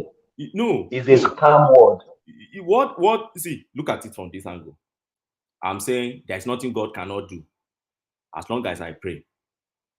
When that man in the Bible, they told the guy that he would die. Everybody knows that once God said you will die, you must die. But he felt, no, I don't want to die now. He was the first person Bible recorded that prayed himself to elongate his life. He prayed. Bible said it clearly. Say, Lord, please give me more time. Lord, please give me. He insisted because he believed that there is nothing I ask him he will not do for me. And he got it. So in the context of that man, if that man said there is nothing, see, just keep praying. There is nothing God cannot do. That's the context in which he's speaking. So, but my own is this. So I will not pick that and say, because somebody said what God what God cannot do does not exist. Therefore, it nullifies that man's program. Therefore, it makes that man's program a scam. Why? It's there to pray. Are we saying Bible does not encourage us to pray? Are we saying because he's using social media, then it's anti-biblical or what? So sometimes I try to understand what exactly is being criticized here. And that's where I see the hypocrisy there. I know that article was written by Rudolph. I know Rudolph over time. I've watched him and it's what he does. He wrote one book called People of the Retired God or something like that. And I felt, what? And the whole thing, when you look at it, is about Christianity. How can you say God has retired? What are you saying? Can you go and say that about other religion? They won't debate with you. They will declare fire on your head and they'll be chasing you around. But they won't go to that space because they understand But so don't take, you see, Christians are people who not, they have this way of being liberal to react, but don't take it now for anything goes, and you want to pull crowd into your article, or you just want to feel like you're talking and have audience or readers, then you just pick things and just write.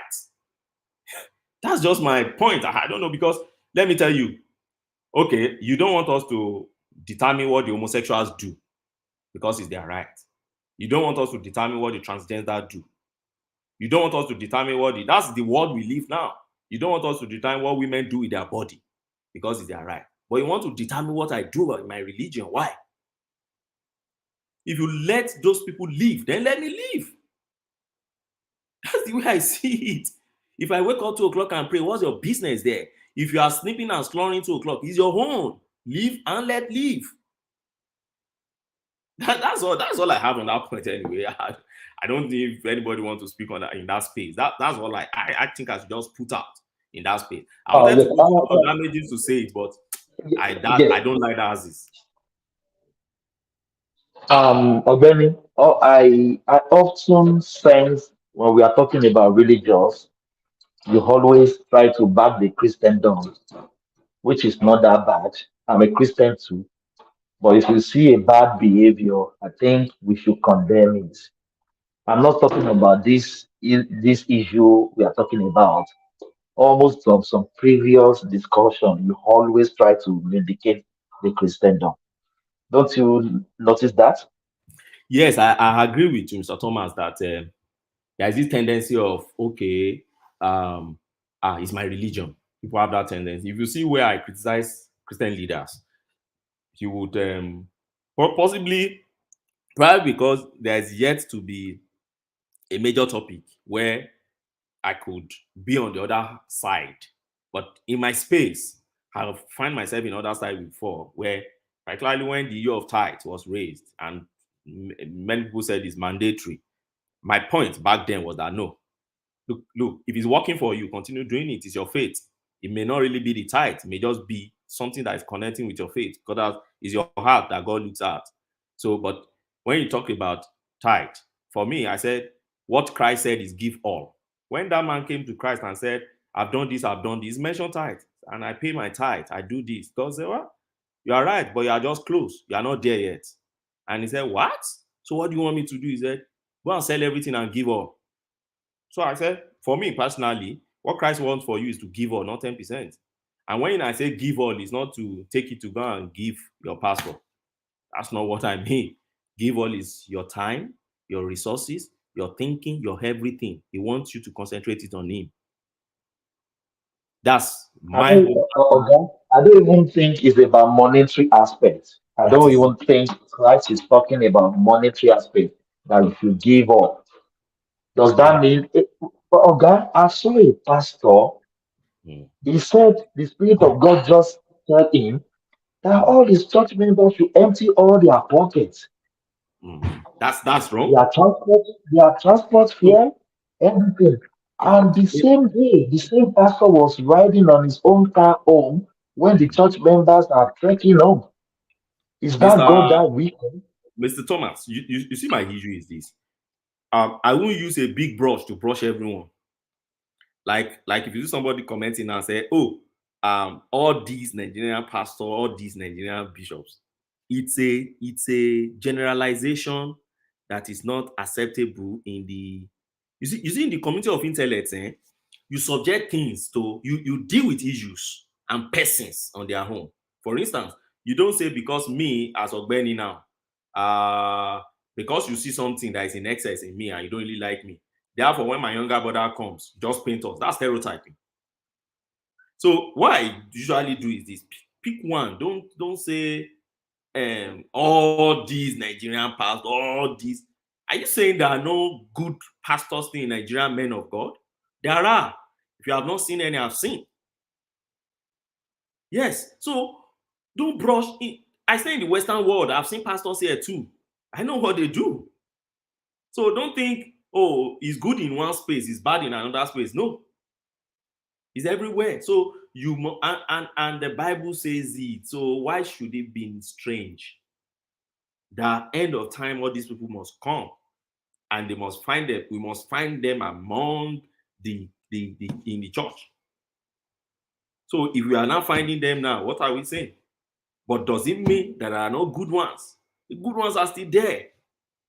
So that's my own. So we don't just brush everyone and say, oh, no. Once somebody mentioned the pastor, I don't mind them. All these people, they just collect that. They just I just set an example now. What do you think about that pastor that said everybody should empty their pockets?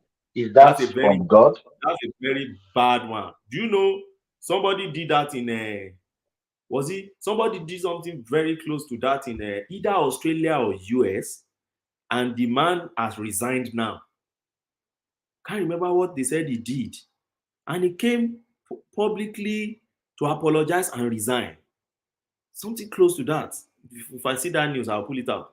He just resigned. But you see, in our space, that's the problem. Some people will still be hailing that pastor now. Some people will try to justify what he did. Some people must try to find explanation, to whatever that man has done, instead of saying, no, I don't believe in what this man has done. But my own, don't see me as defending all pastors. My own is, I deal with it as it comes. What we are dealing with here is Pastor Jereze. My answer is that, what has he done? Pastor Jereze simply created a platform. On that platform, he's praying, and he's saying, join me to pray. So what has he done that is unbiblical? Now somebody put a pen on paper and said, Jereze and our wives. Which of his wives? How many is his wives among those women? And okay, what has the person done? The person said he wants to be praying, she wants to be praying 2 o'clock. Therefore, don't disturb me, my husband. Don't have intimacy with me and co. Do you know if that woman is even used as an escape route? Do you know what they are facing in their family?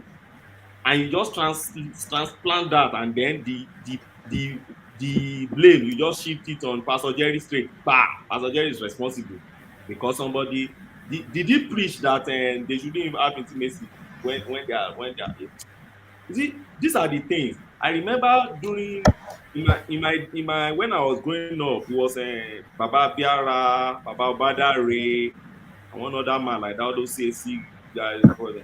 I knew how people used to condemn them and I remember one guy in my street back then used to condemn Baba Badare. You just go every Saturday. Why do you like going to that? We used to travel from Ado to Akure. Why do you go? They call that place Kosheunti Grand. We go there, have a nice time, pray, then you return home weekend. This guy, when HIV came, I remember his own younger sister got her HIV use settled in that Kosheunti. And we saw them in one of the Saturdays giving testimonies. I just shook my head. Because people are just hypocrites. You come out to criticize, but when you have issues, you look up to all these people to give you comfort. You just might take on each pastor. Don't let us use big brush to just brush all of them as if they are all bad. All right, brilliant. Thank you again. So apologies. My little boy was throwing tantrums, so I had to go and settle him.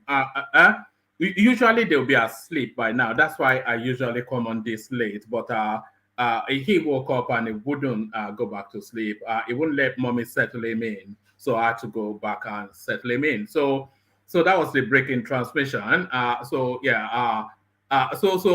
You were on that Pastor Eze space, but let me just give you a couple more headlines, and then we get back to the conversation, because let me give you this one. Hold on. Let me give you this one. Tinubu to unveil solution to banditry in the Northwest. It looks as though the carrot and stick approach seems to be the adopted approach of the Tinubu administration. President Bola Tinubu will soon unveil a new method of resolving banditry and killing in the Northwest in the next few weeks that will involve both military and non-military solution to the crisis in the region. This was announced by the Vice President, Kashim Shettima, whilst addressing newsmen after a condolence visit. And by the way, that condolence visit is already a marked departure from the Buhari administration, of course, because Buhari administration, you can correct me if I'm mistaken, but I never at any time heard of any condolence visit to anybody. It's usually the country hemorrhaging and Buhari flying to North Korea or something. That was what we had under that space. It says, he explained that the crisis in the region is associated with poverty and social exclusion, which President Tinubu will also render solution to. He further stated that that President Tinubu is addressing the root cause of all the banditry and insurgency in the region, to which a solution will be unveiled soon. The president is determined to redefine the meaning and concept of modern governance, and the crisis we have in the Northwest, further associated with poverty and social exclusion, is something that the president is determined to confront. So necessarily he has to confront this, otherwise he will not be able to govern. In the coming weeks, he's coming up and is going to unveil the Fulaka solution. So they've coined an acronym. I wonder, you know that Fulaka, you only needed the last two letters to be NI to be a Fulani solution. So I wonder what they mean by Fulaka. If anybody understands that language, they might want to explain it to us. Jafar, you are there. What does Fulaka mean? In the coming weeks, is coming up and going to unveil the Fulaka solution. Unless we want to engage in an endless war of attrition, there cannot be a military solution to the crisis in the Northwest. There has to be a kinetic and non-kinetic solution. President Tinubu, in the next couple of weeks, will unveil the Fulaka solution, which will address the grievances and social exclusion of our Fulani cousins in the Northwest. And by the way, this tallies with what Sheikh Gumi was saying just as earlier yesterday. He was addressing the root causes of all banditries. He was addressing the root causes of all banditries and insurgency in the region, the vice president stated. So that is for Tinubu to be able to do anything, he has to address that insurgency, especially in the northern parts. So let me give you this final readout, because this was the headline storyline, and then the conversation can continue. President Tinubu yet to move into Aso Rock Villa after 6 weeks after inauguration. Over 6 weeks after assuming office, President Bola Tinubu has yet to occupy his official residence at the Aso Rock Presidential Villa, Abuja, while the president has been actively using his private conference room, office space, and Aso chambers for crucial meetings with local and international guests. His official residence east of the office remains unoccupied. In the afternoon of May the 29th, hours after his inauguration, Tinubu arrived at the State Banquet Hall for lunch with fellow heads of state and country representatives who witnessed the ceremony at Eagle Square. However, it is normal to see the president's convoy leaving the premises at the close of his workday, bypassing his official residence, exiting the villa, and heading for his Maitama private mansion. The same applies to his daily resumption. Correspondents learned that the reason could be the ongoing renovation that began in late April, when former President Buhari vacated the 32-year-old structure for a temporary residence called the Glass House. On May 6, 2023, weeks after Tinubu's inauguration, maintenance work began around the villa. It encompassed recoating worn portions with white and a change of furniture in the green room of the council chambers, amongst others. A spokesman for Buhari, Garba Shehu, had tweeted under a picture, "Painter at work, Villa wearing a new look for incoming president. A senior source in the State House had told correspondents that Tinubu, like his predecessor, was expected to decide what kind of furniture would be installed in his official residence. Although Buhari moved into his new residence almost 3 weeks after his inauguration, presidency sources confirmed the delay to our correspondence and said the same could not be expected of the new commander-in-chief, who is moving in 8 years after the previous occupier. So that's Tinubu then refusing to go into Aso Villa for reasons of voodoo. But is it for reasons of voodoo? Rational Mind, good to see you. Is anyone there? Hello? I can hear you. I can hear you, one man. I can hear you, but I stepped away from my computer. Yeah, I can hear you. All right. Who wants to take that on? Who wants to come in? I don't know where the conversation is a bit shaky because I had to break away to go and settle my son back to bed. But carry on. Can you hear me? Yeah, I can hear you. Yeah, I mean, I heard what you read. I was just I stepped away trying to read the fridge here. I want to. I'm trying to eat more watermelon. That was why.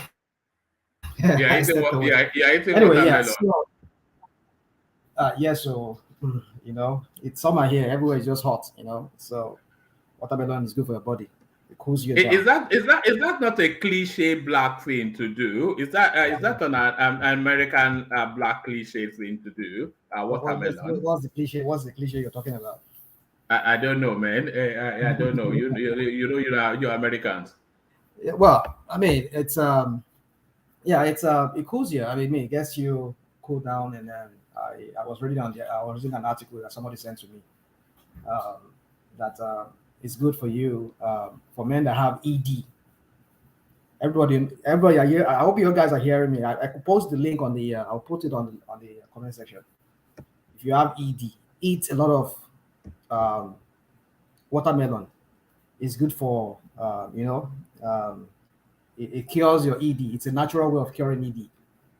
So it contains some kind of I think substance in it that relaxes because that's one of the things that people who have ED they need something to relax those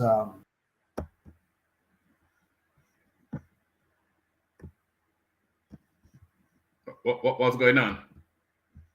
All right, and there it is. Let's go to Olajide, who hopefully is there. Is turning into a funky session. Olajide, are you there? On mute, Olajide. Yes, one man. Good evening. Good evening. Good to have you. Is this your first time here? I think we've heard from you before. Yes, one man. Yes. You've heard from me before. All right, brilliant. Let me take you through the headlines then.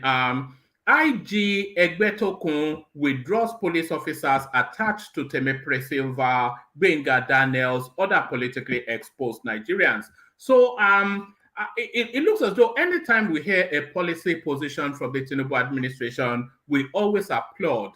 Because this has been something that has been vexatious to Nigerians for a very long time. We're already overly under-policed. And then the little smatterings of policing that we do have, all the so-called VIPs get them. So go and fend for yourself, says the new IDP. What says you? Yes, the new IDP said it in his inaugural statement that all police assigned for this kind of purposes will be withdrawn. So for me, it's a good one. And I believe these politicians get security allowance and all of these allowance. So it should be spent. They should spend it to get themselves bodyguards and capable people that can ensure their security. For them to starve the workforce of the Nigerian police of resources, labor, skill, brains, that would have been useful in tackling the general security issues we have in Nigeria. I feel it's not okay. And for me, it's a good thing that the IG thought in this direction, and he has actually actualized it with this pronouncement and also effecting it. I feel it's the best move, and now these politicians will also understand that it's not business as usual. But I feel this reporter, the person reporting this news, was trying to make a meal of it by mentioning names. The IG said all.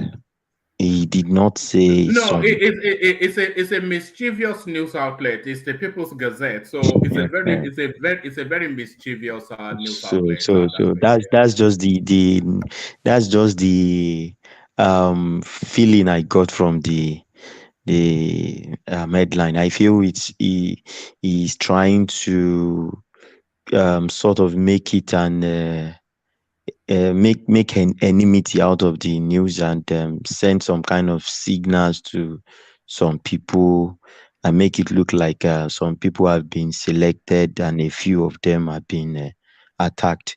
That's not the case. The IG said it in his inaugural speech that he is no longer going to have those people um, being safeguarded by the police anymore, because the police needs all the workforce they need.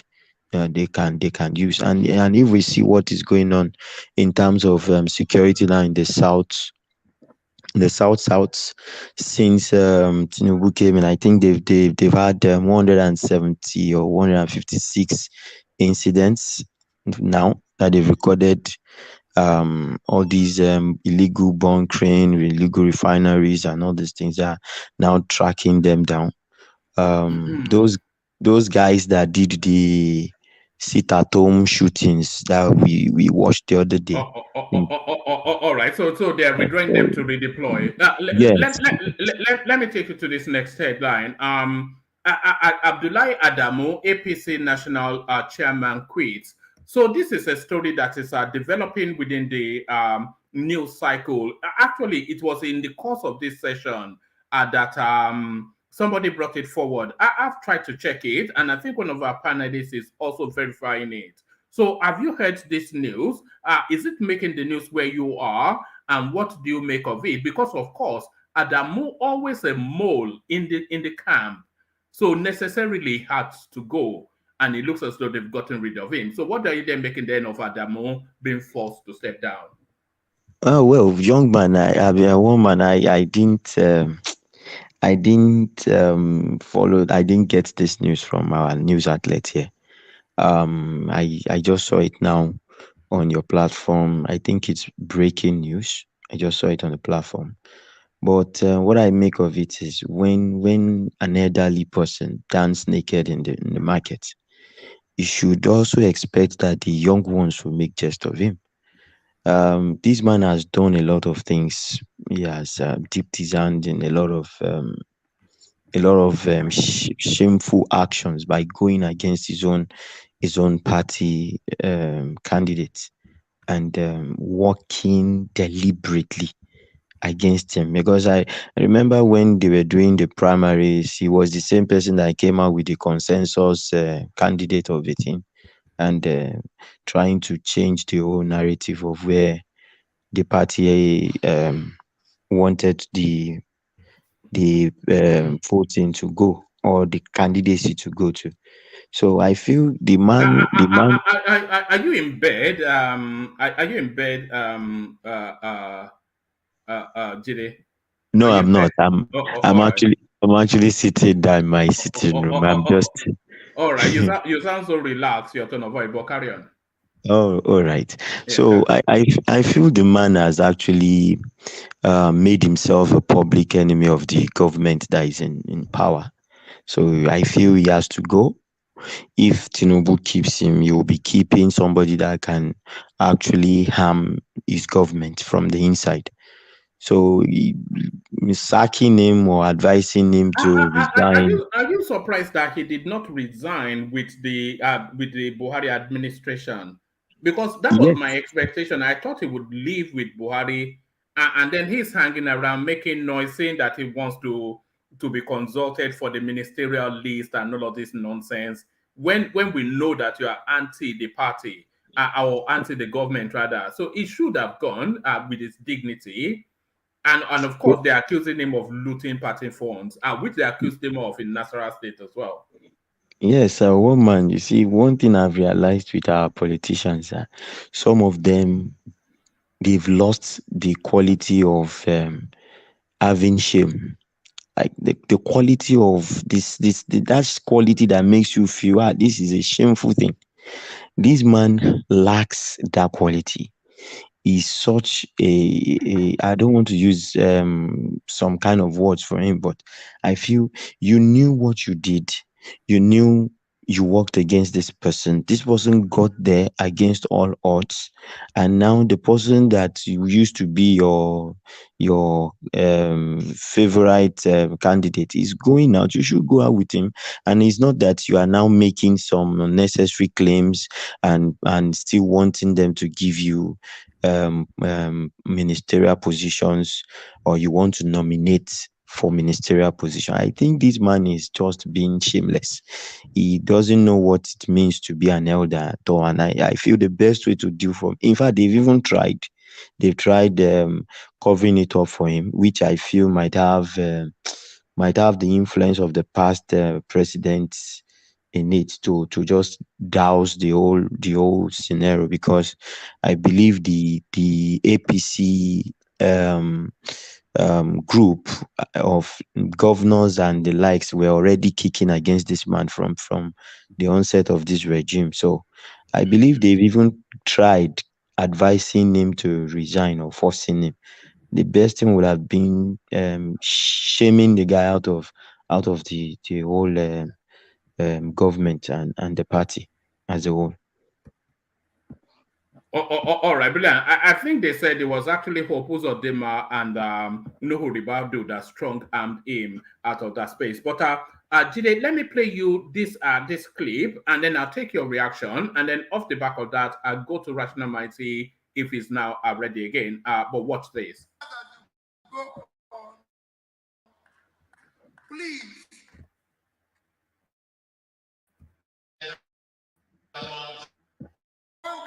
As you go on, know that the only thing you need is good education, which will mold a good character, remain a good person, remain a disciplined person, remain truthful, always do the right things.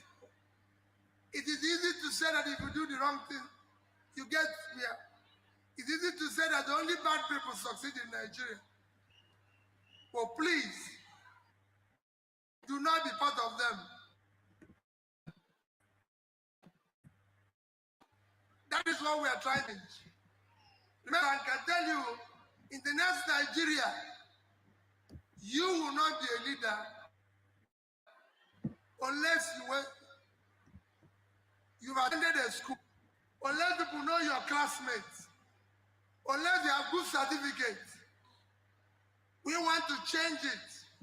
So people will say, I want to pay SETA, and they will say, yes, he was in class with this person, this person, this person, and he will be celebrated. And you will bring your certificate, nobody will doubt it. Because you want to pay SETA. We want you to go to universities. And parents, thank you for sending your children to this school. Thank you for being there. It is not easy to educate. Oh, so Jide, that's Peter Obi, of course, still very much in the campaign mode. He's still talking now this narrative of Tinubu's certificate, even though Reno Omokri has made the effort to go and establish just how qualified Tinubu is. When is this guy from Anambra going to drop the dead donkey? One man, this man made me laugh. Seriously, I just keep laughing. I think somebody should sign this man up for Light of 1,000 Laughs. He should be a comedian. This man is funny, extremely funny. I think his talent is not even what he thinks it is. He's making people laugh. He's a comedian. He's just making himself a clown. Because now you are saying somebody does not know his classmate. For instance, if we are to look at it, this man didn't study in Nigeria. Okay. How many Nigerians were in his class as at the time he was there? Majority of most of those people that he might even say they are his classmates for his age, it's not every one of them that lives. Everybody that lives hold to see the age of Tinubu as it were. So most of them are even dead. And is that even the point? This man has served in several capacity. He has worked with Chevron. Do you know what it means to work with Chevron?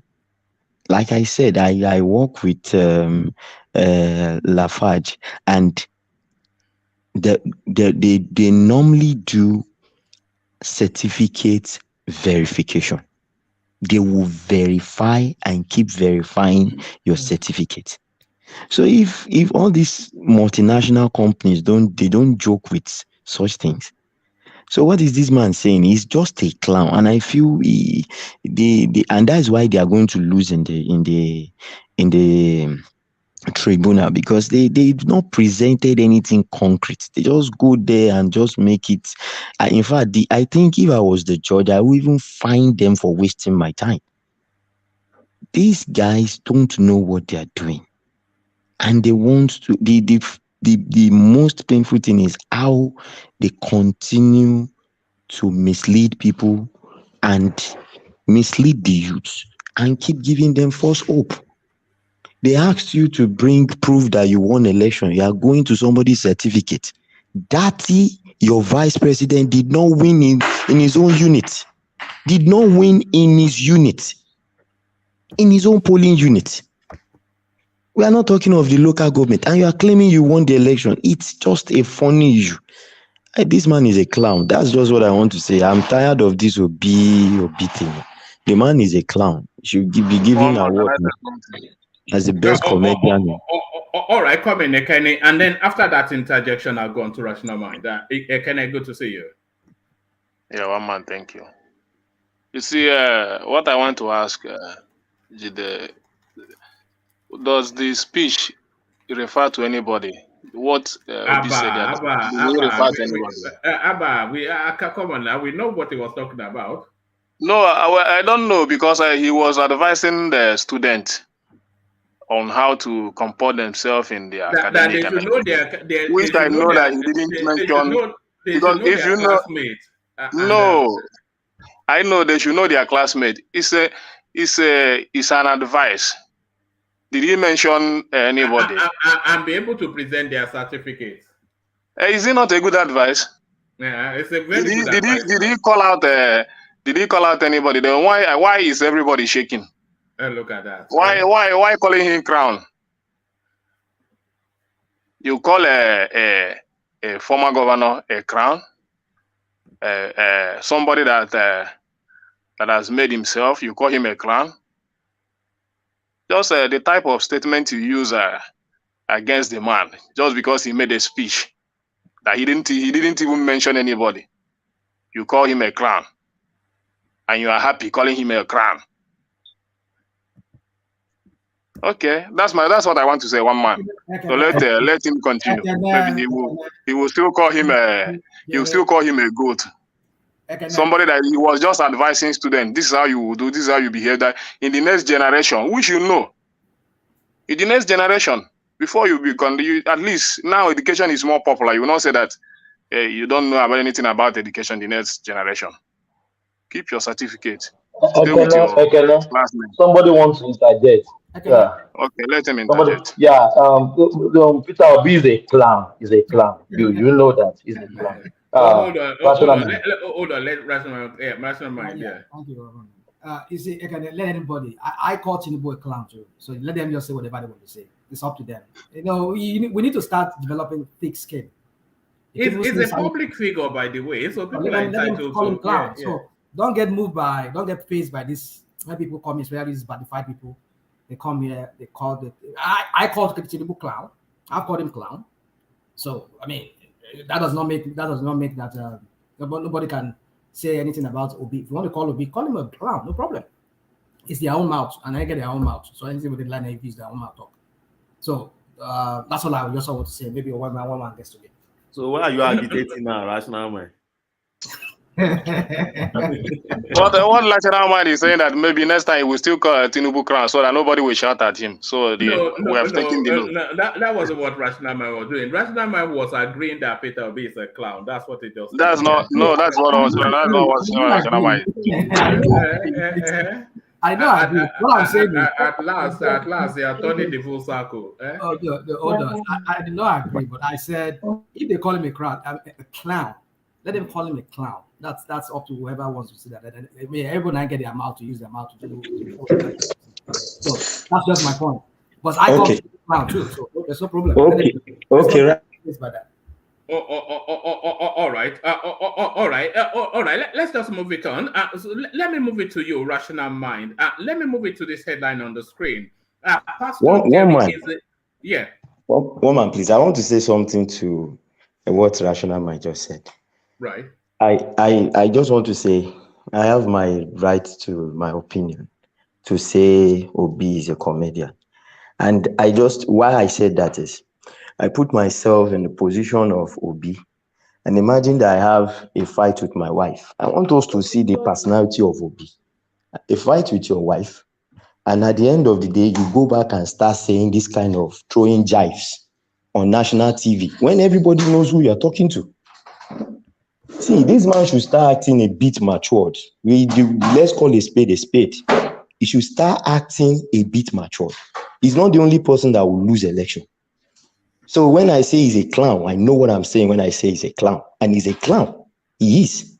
Because even I believe if it's his wife that had an issue with him, you don't go out and start throwing such tantrums and start looking for how to instigate people against the other person. You said you won the election. Prove you won the election. Keep quiet. After proving, keep quiet. But you cannot prove. You go out and start saying somebody does not know his classmate. You too, you came out with a pass from school. So what's the big deal? Let's just forget this thing. This man does not know what it means to be a matured person. That is it. Jide, the one thing that I am looking forward to, and hopefully that happens within the next 2 months, is for this whole Peter Obi, and I will go with your word. This old Peter Obi clownery, I just want it to go away.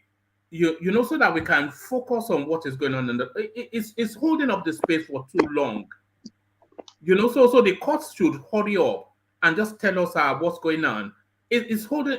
We don't want to. The elections have been in February, and this guy is still looking for Tinubu school start.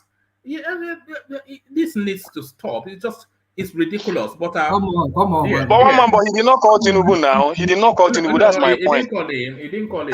Clear conscience bears no accusation. So anybody that is complaining here, why are you complaining? If the conscience is clear, if your candidate had the first class and all that, then don't complain. That is my point. If I say I got an advice from a madman now, who am I talking to?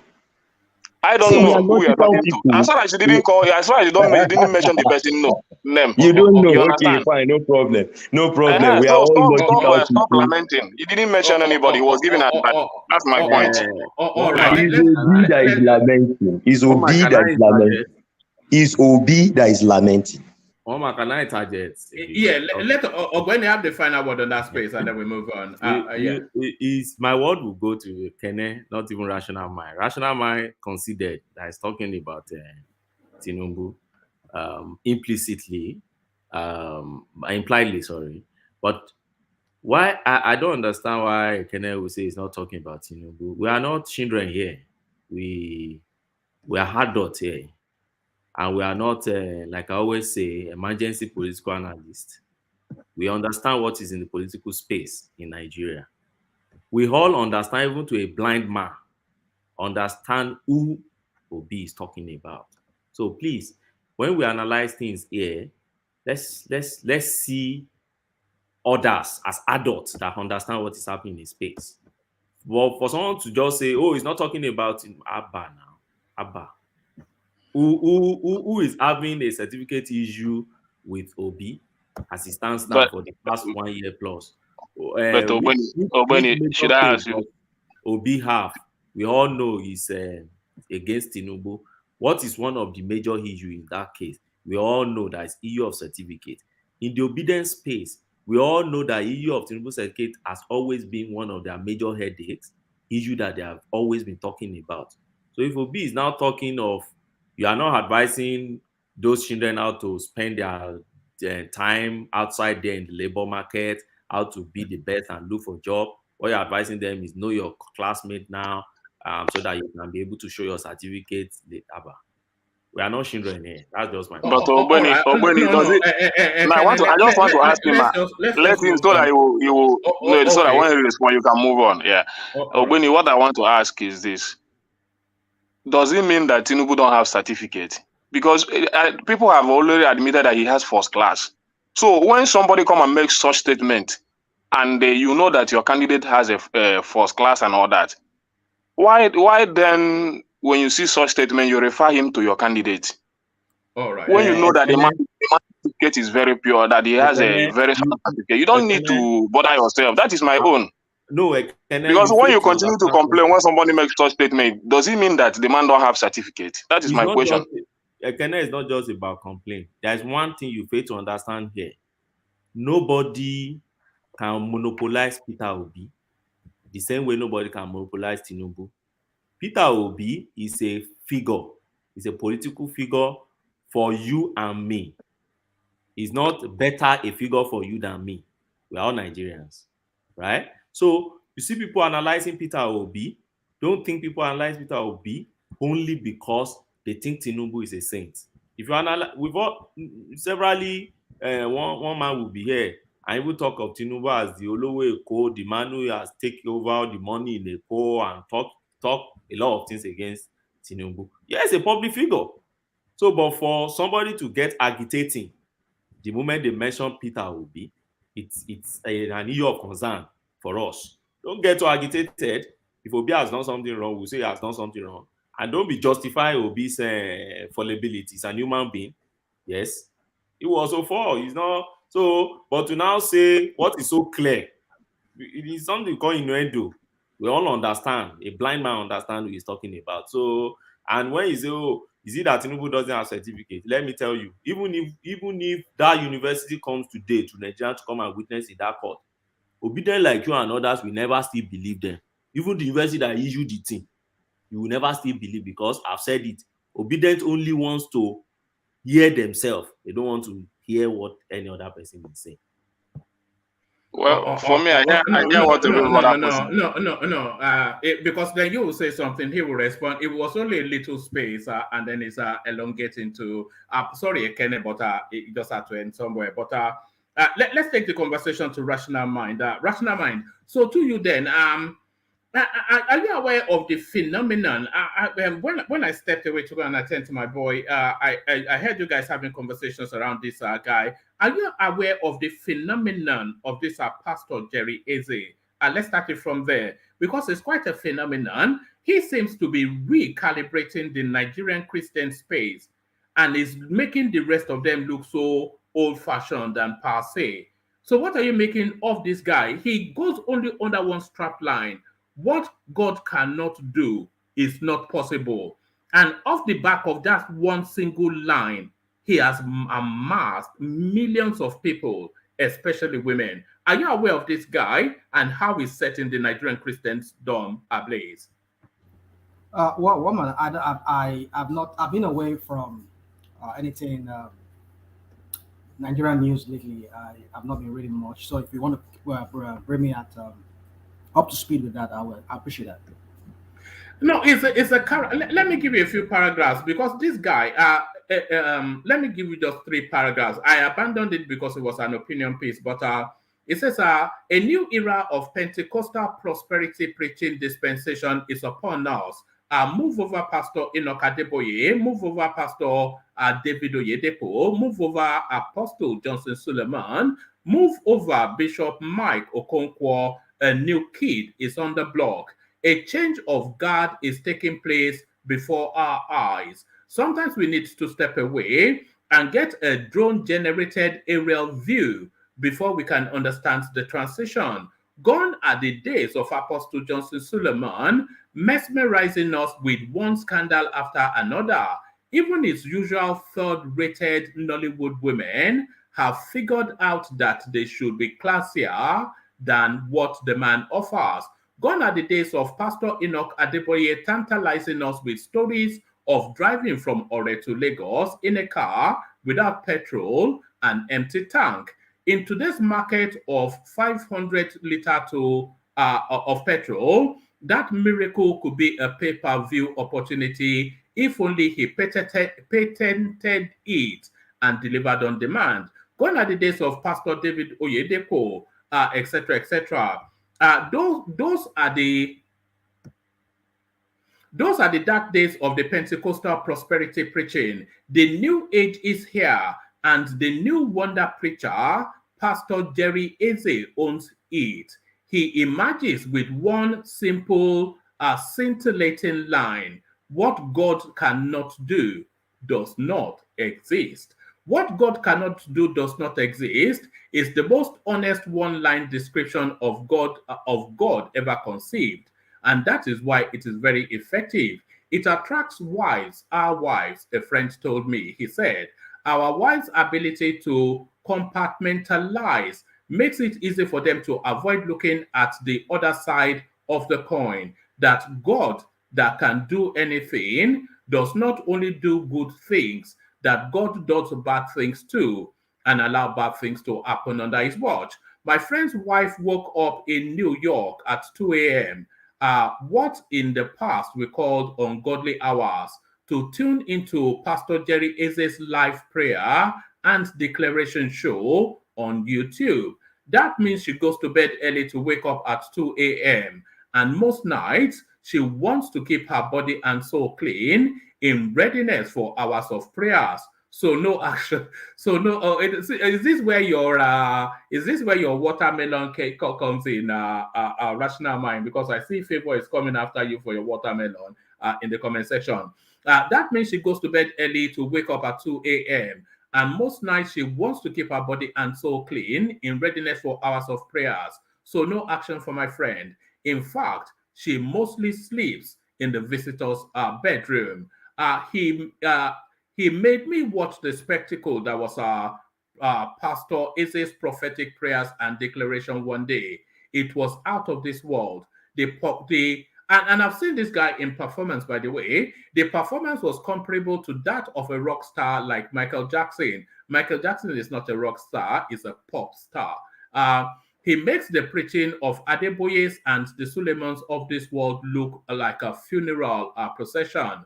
The 40-year-old Pastor Eze shot into the limelight during the C-19 pandemic, whilst Pastor Chris Oyakilome was busy scaring people and sowing conspiracy theories. Pastor Eze told CNN he went online to give people hope. It wasn't a goal to reach the world, Eze said. During the peak of it, the pandemic, there was a palpable fear everywhere. And I noticed that a lot of my church people were very scared of coming around the church. So every morning, my wife and I will come online, spreading encouragement to people. 3 years after, he has the most popular online gospel channel on YouTube, beating Brazilian preacher Bruno Leonardo. The figures of his online ministry daily reach out. The figures of his online ministry's daily reach are out of this world.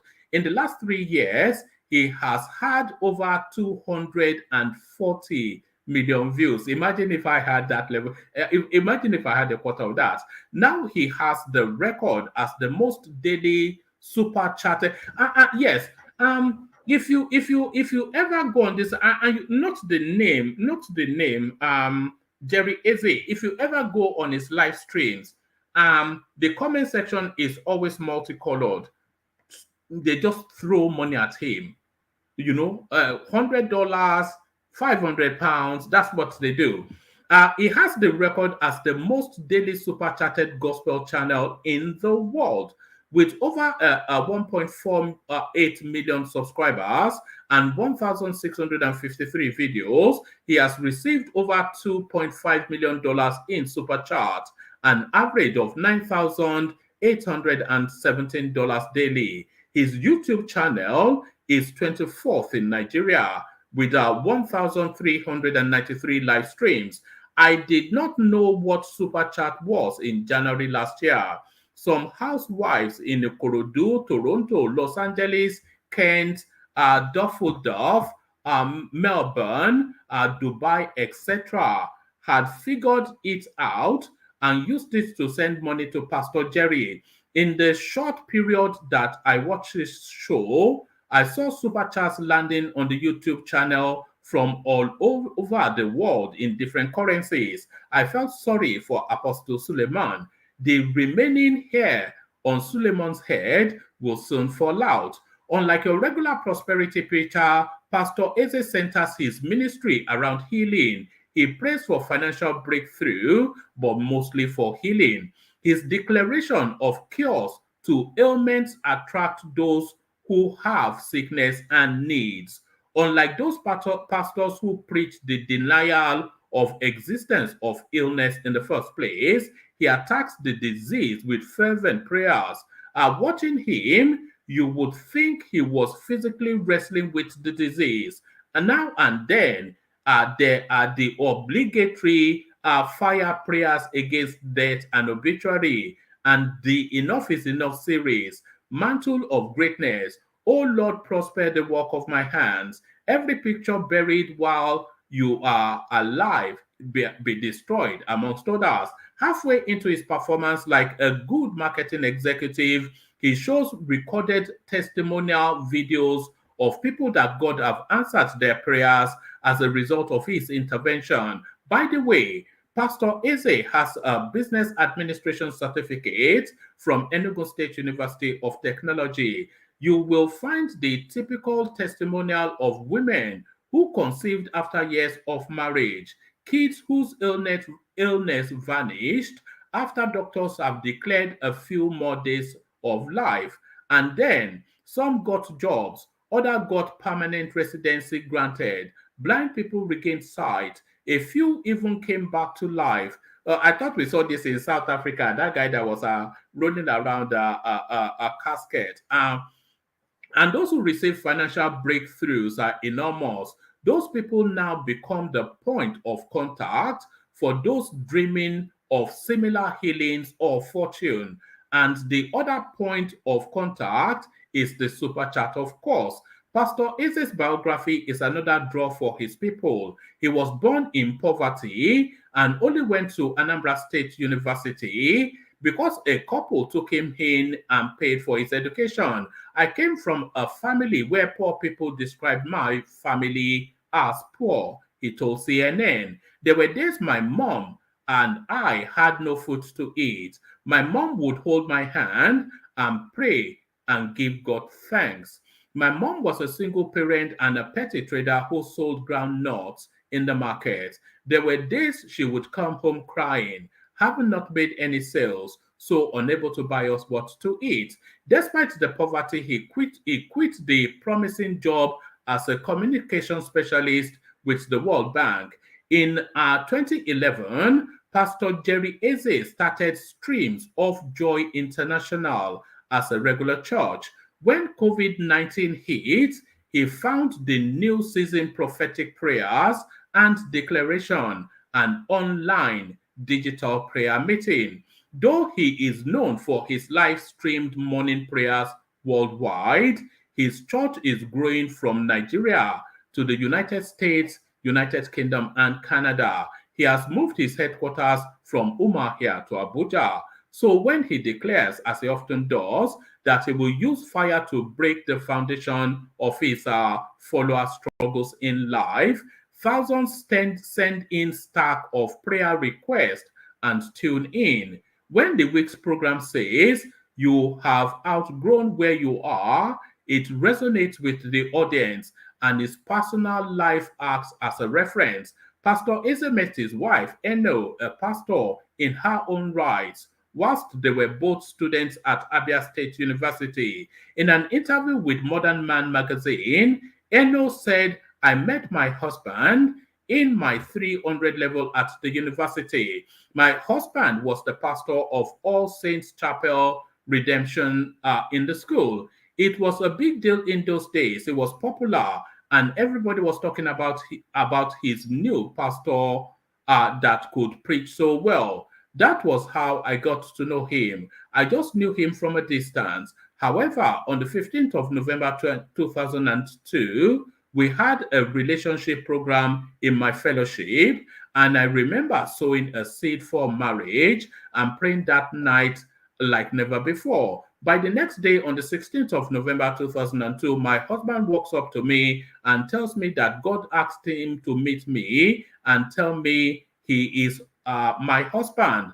You can imagine, it took me a while to agree, finally. So ours started from the onset with marriage in view. So on and on it goes, but that is the phenomenon that is Pastor Eze. Everybody tunes into this guy. The super charts, even the Sultan of Brunei would agree with envy. So you're not aware of this guy then, Rational Mind? Well, what you just said now, what you just read, I remember hearing about him during the COVID. He was giving people some kind of support. I don't know. He friended during that COVID time. That was, I think, that's the only time I heard about it. I never heard about it. I mean, I didn't really pay attention to his channel. I mean, I never been to his channel. Don't get me wrong. I've not really heard about him. I don't really. You see, for me, woman, I don't know, for some of us who might know where I stand on this kind of matter. I think what you just read now, I think somebody who just trying to like promote him. It sounds to me like somebody who is just an admirer, who kind of like who is another. No. I don't think so. I don't think so. A Rational Mind, the guy is a phenomenon. I wonder is anybody aware of this guy on the platform? Somebody must be aware of him. I am aware. I mean, when you just I am aware of him. But not all these little things that he did. But like I said, during that COVID, I know of what he did during that COVID. But you see, woman, in the first instance, for me, the only thing I can say about him during that COVID was I was helping people. I think they said he was sending money to people who needed help or something like that. That's about the only thing I say about him. Anything he did or he's doing. All right. If you don't know the guy, let me move you on. Yeah. No. Let me make a comment on that. Woman. I know you, from what you've just even read, I can pick out stuff that I can use in, like, maybe you don't want to hear me try to like kind of like put him in a way whereby people will see him for what he is. For me, that's my own opinion. No. I see him as a chancer too. You know, I see all of them as chancers, but I'm aware of him. Yeah. So you know, being that he's a chancer, everybody's trying to carve a niche for themselves. Trying to, like, you know, saying that this other guy, this guy that was sleeping with different Nigerian model and Nigerian artist, and this other Enoch Adeboye, you know, all this kind of things. So it's part of the game, you know, just to beat down the other people and make them come to him. Well, but then for me, the issue of healing that he's talking about, Christianity is not about healing. It's still the same prosperity doctrine that this new Christianity that they I mean, back in the 70s, when I was growing up, in the 80s, early 80s, as far as I can remember, even up to like mid 80s, if you go to many Pentecostal churches, all they preach about is how to make into God's kingdom. Any other thing comes secondary, like praying or whatever, healing, it's secondary. But they know where they know where the people's attention is today. They know everybody is just they know the kind of the level of poverty, the misery, the suffering that a lot of people are going through. and they see that as an avenue for themselves, and they preach about this more, even not now relegating the main thing, the main doctrinal matter or doctrinal issue of Christianity, what Christianity is all about. They relegate it to the background because that's what people want to hear. You know, that's what even the Bible says. You know, when Paul was writing to when he wrote to Timothy, he told him that it says in the latter times, some people will have their ears like they'll be ringing, and they have their ears tickled, according to some translation we put it. So people want to hear what they want to hear today. They want to hear what they want to hear. So as soon as it's something that it's okay for them. I mean, I know people today where you go to them, you talk about God's kingdom. They'll tell you that you know, they'll tell you, I want to eat my own here before I go to heaven. You see, that's to tell you that people do not want to hear, they don't have the patience anymore to run that race of a true Christianity, to run that race for life, to run that race that a Christian should run, which is the kingdom of God. But today is about, I want to eat it. That is why I remember some years ago, I remember when Adeboye had this, whatever they call it, was it Adeboye, one of these big pastors in Nigeria? He says heaven on earth. I'm like, I don't know. I mean, there was one of their program they had back then. They say something heaven on earth. I was like, heaven on earth? How can heaven be on earth? So hey, that's a metaphor, surely. It's not literal. We understand. We know what they are going with all this, their prosperity doctrine and all this, their doctrine of whatever. So one, just a conclusion for me. It's a good thing if it helps people. Yeah, it's a good people. I mean, it's a good thing if you help them monetarily, you help them. But the main focus of your doctrine should be about God's kingdom, how to help them to make it into God's kingdom. Not all this crap that they teach today, because that's what people want to hear. That's what Paul said. They want to have their ears tickled. So it's just like when you have a feather, you want to take dirt from your ear, you know. As they use that feather, they turn your ear because they nod head, like say, like Agama is because they switch you. That's how it is. Rational mind, sorry. I need just interject briefly. I remember attending my first and last crusade in the 80s by Idausa. And there's nothing the man was saying then that is different from what is being said today. I frankly remember, because I was young, the man was asking us to pay for his private jet. And I stuck my hand into my pocket. He said the first thing that gets into your hand, that you should give him that money. It was in a sports center, a stadium. I put my hand in my pocket. It was 50 kobo. 50 kobo back then was a big deal. Okay. I looked at that 50 kobo and I put my money back that I'm not giving this guy, this flamboyant guy. And he was living in the guest house beside my house. The guy had a Mercedes-Benz 560 SEL. I mean, just to show how old school I am. Are you saying this is in the 80s? Yeah, this is in the 80s. Hold on. I see. Wait, let me finish my story. Okay, because that is what, I mean, as a kid, I've always like distrusted people generally by default. So that kind of like just soured me towards the whole thing, because I knew about the Bible then, and I knew what this guy was saying did not make any sense. And it's the exact same thing that they're still doing now, because he went up there telling us to give him money for his private jet. Why will a kid give him money for a private jet? So it's not any different. It's still the same story. As long as it's this Pentecostal version of Christianity that they're practicing, it's been like that for a while. No. I mean, I don't. You see, Idausa and some few other evangelists. I think NTA is still alive. I mean, NTA channel 10 and NTA channel 5. I think they're still alive. You can go there and dig those archives they have. You see, I don't know. Some of you who grew up maybe in the late 70s and early 80s, you might see that. You might remember that on NTA channel 10 then, or channel 5 then, we used to have the Way of the Cross. I don't know if you people remember that program. We have these televangelists back then. They will come. What they were talking about was about God's kingdom. This is on channel 10. I'm citing an instance now. We know Idausa and a few of them who were like gradually turning Christianity back then into more of a cult-like kind of. It wasn't gradual. It was frontal. It wasn't gradual. It was frontal. And this Jericho wearing guy too. What's his name? Ayo Risi Jaffo. Jeffo, all of them, they were all. And Chris Okotie, when you said Jericho, household of God. Those ones, they were latter televangelists or evangelists that came maybe in the 90s. You're talking about. I don't know where you're talking about in the 80s. I tell you. The Hausa zone was 1988 to be precise. Okay, 1988. That was almost latter part of 1988 and the 80s. That was almost what the end of. It was 1988. Yes. So that was when these old crap in Christianity began. All this their crap of prosperity doctrine of how to make money, how to be prosperous, you serve God, you should not be poor. All those crap that they were bringing into Christianity. It started towards those latter part of 80s. I'm talking about 70s, late 70s, up to mid 80s.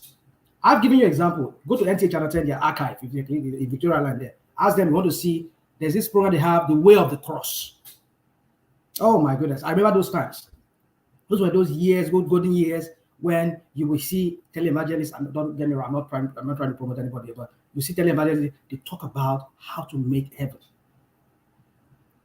That's you sit down and read the Bible, you will see that the bulk of the thing that the apostles did, the disciple of Jesus Christ did, it was all about preaching and telling them how to make God's kingdom, not the crap that they teach you. So it's one man. I don't want to turn your show today into religion or something, but I'm just trying to comment on this guy. This is how they begin. They will try to make themselves look like, oh, they are the next thing after sliced bread. Then they become worse. Same Bible, we read the Bible, says these people, they will advance from the worst of the worst to the worst. They will advance from bad to worse. So that is what they are. They will begin like they will come in sheep clothing, like what Jesus Christ said. They will come like in sheep clothing, but they are ravenous wolves. So they will come and they will pretend to be this. Oh, forget Adeboye, forget this one. They are all this. We are the Latter-day Saints, or we are whatever they call themselves. But then as time goes on, we see their true color. He wants to make a name for himself. He wants to become the biggest church online. He wants. It's all about cult following. He already is the biggest church online. So he wants another cult following where people will recognize him as another televangelist that is so popular. Goodness, that's not what Christianity is all about. Rational mind, can I just make a comment? One man, you know this is my own territory. One man, let me tell you for a fact, all those online numbers you are saying, they are buying those numbers. I can say that to you categorically. Do you know you can buy viewers online? One man, do you know that? Those people, I know that a lot of people buy subscribers, but carry on. These people are fake. One man, any pastor that is preaching prosperity, miracle, they are just nonsense. But one man, you know, I'm a Christian. Most of them, they are just scammers. They are just scammers. One man, don't believe all this online. You see this Pastor Jerry. We know these people. One man, don't let them cajole you. Please, can I interject? Go. In all what you have said now, can you narrow what this man has done that is wrong? Just narrow it to one sentence. Because you see, I don't like generalization, and we do it a lot, particularly when it comes to analyzing religious leader, particularly Christianity. And I think it's a wrong approach to an issue. If you want to analyze it, you narrow it down. Pastor Jerry has a platform which he has people to join him to pray early in the morning. Everybody, we all pray. I don't know if you do, but as a Christian, Jesus taught us that we should be praying early in the morning. He will wake up very early in the morning, the Bible said, and he will go and pray early in the morning. And in the Bible, we all know he did 37 miracles that we recorded about Jesus. Although I know that if some of us here were alive during Jesus, we wouldn't even believe him too. We would be, how can a man be walking on water? Don't mind that guy. So my point is this. What exactly is this man's problem that we're analyzing here, that we're vilifying him for? Can we narrow it to one and let's analyze it? Is it because he set up a platform, people pray, or because he has that level of followership? Or is it because he said what God cannot do does not exist? Or because people know his background, that is from a poor background?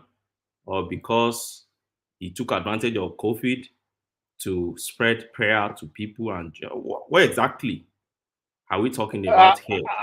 Let me attempt. I don't know the guy because I don't follow Christian space. I've not followed Christian space in a long time, so I'm not really interested. But according to what I've heard, one man read, a lot of what he's doing is not doctrinal. Okay, like what? Like all these false promises, like what giving people false hope, what God cannot do cannot exist. Jesus did not really teach that way. Even Paul, that did not even meet Jesus, did not teach that way. They said, "Give us our daily bread."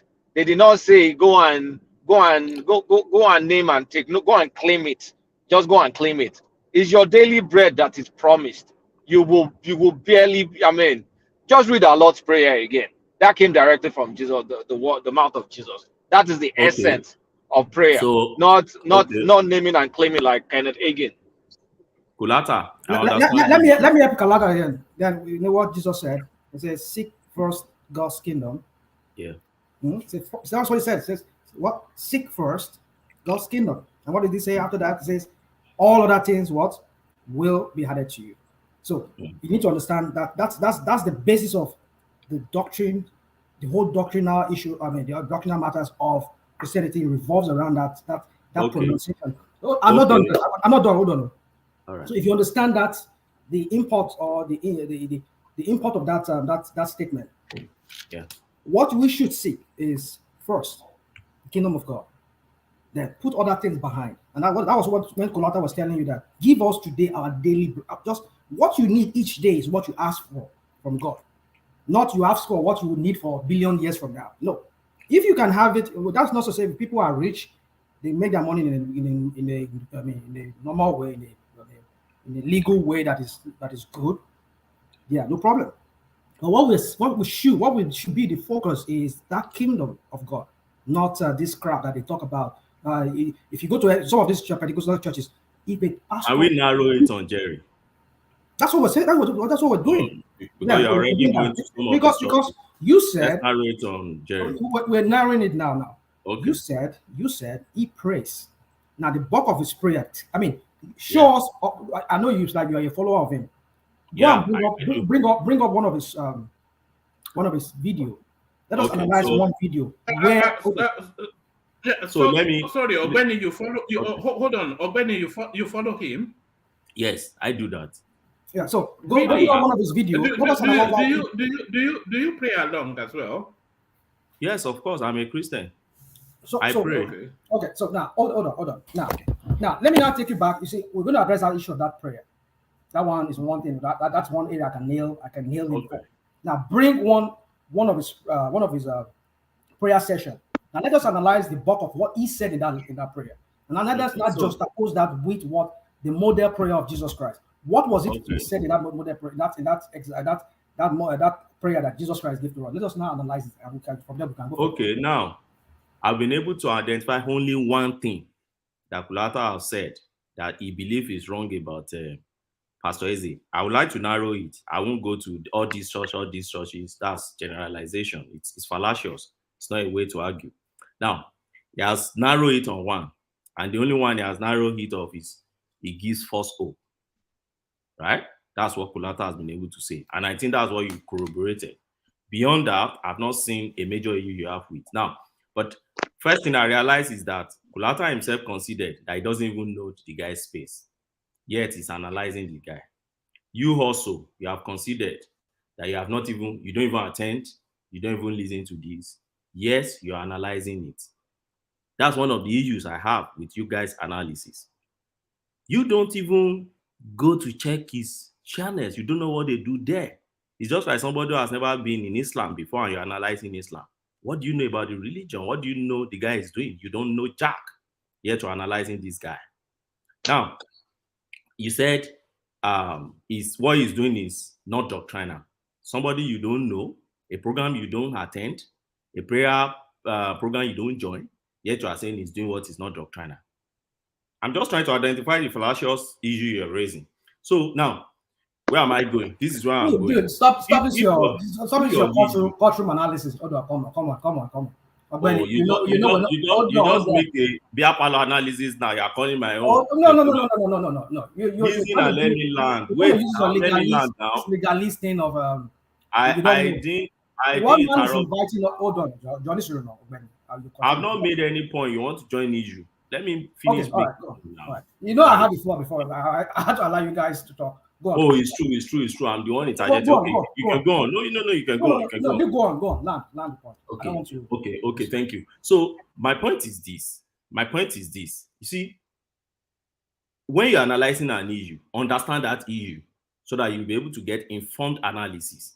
What you are doing is not informed analysis. What does that man do? I join his program once in a while. Why? Because Ogbeni, please, can I add to what Rational Mind is saying? Okay. Yeah. Because I've watched this guy's series several times, and then you want us to be specific about what he's doing, right? I want you to be specific on what he's doing wrong. Okay, one of them is he's not teaching the word of God. The most important thing for us to be saved is the word. How much word is he preaching to the people? All he's preaching is miracle. That's not what is going to take us to heaven. That's not what is going to get us ready for God. It's the word of God, the fear of God. When you preach this into the heart of people, then, like the Bible said, they seek first the kingdom of God and its righteousness and every other thing. It did not say run around and look for every other thing before you seek first the kingdom of God. But what he's doing is taking people's heart away from the word of God. But people's faith is based on miracles. And the Bible said also that, look, a time will come that they will say there is this here, go there. The storm is coming down. Fire is running down. He said, do not go. You wait on the Lord. You read the word of God. And the Bible said the way of the Lord is narrow. It's narrow and straight. It is not all these people raising people's hope and faith in miracles. And then most of them, they don't even know the word of God. They are running for miracles. Oh, fire, your altar of fire. Oh, blah, blah, blah, blah, blah. And they are dancing and jumping around. That's not the foundation that the Lord laid down for us. So that's one of the issues. He's not teaching them the sound word of God. He's just making money out of people. Yeah. I love the way you narrow your own point. Your own point now is that he only prays, he doesn't teach the word of God. But you are wrong. Let me tell you why you are wrong. What he does in the morning is what you listen to or what you have seen, not his church. He has a church. In his church, they have full. It's just like if you are a member of Dunamis. If you are a member of Dunamis, you go to full-fledged service. You see time they preach, you see time they pray. All right? And you see different things they do. Time they do a lot of things. But if you narrow your joining Dunamis only to what they do in the morning, which is early will I seek thee, it's only prayer they do. So the only one you've been joining this man or you know about this man is just that is 2 hours prayer in the morning. It's just like your normal devotion at home. Let me land. Okay. That is the area you have been joining. That is his prayer. He set aside 2 hours, not for teaching, for prayer. The Bible told us that Jesus didn't preach that early in the morning. Bible told us that he will wake up very early before anybody woke up. He will go and pray.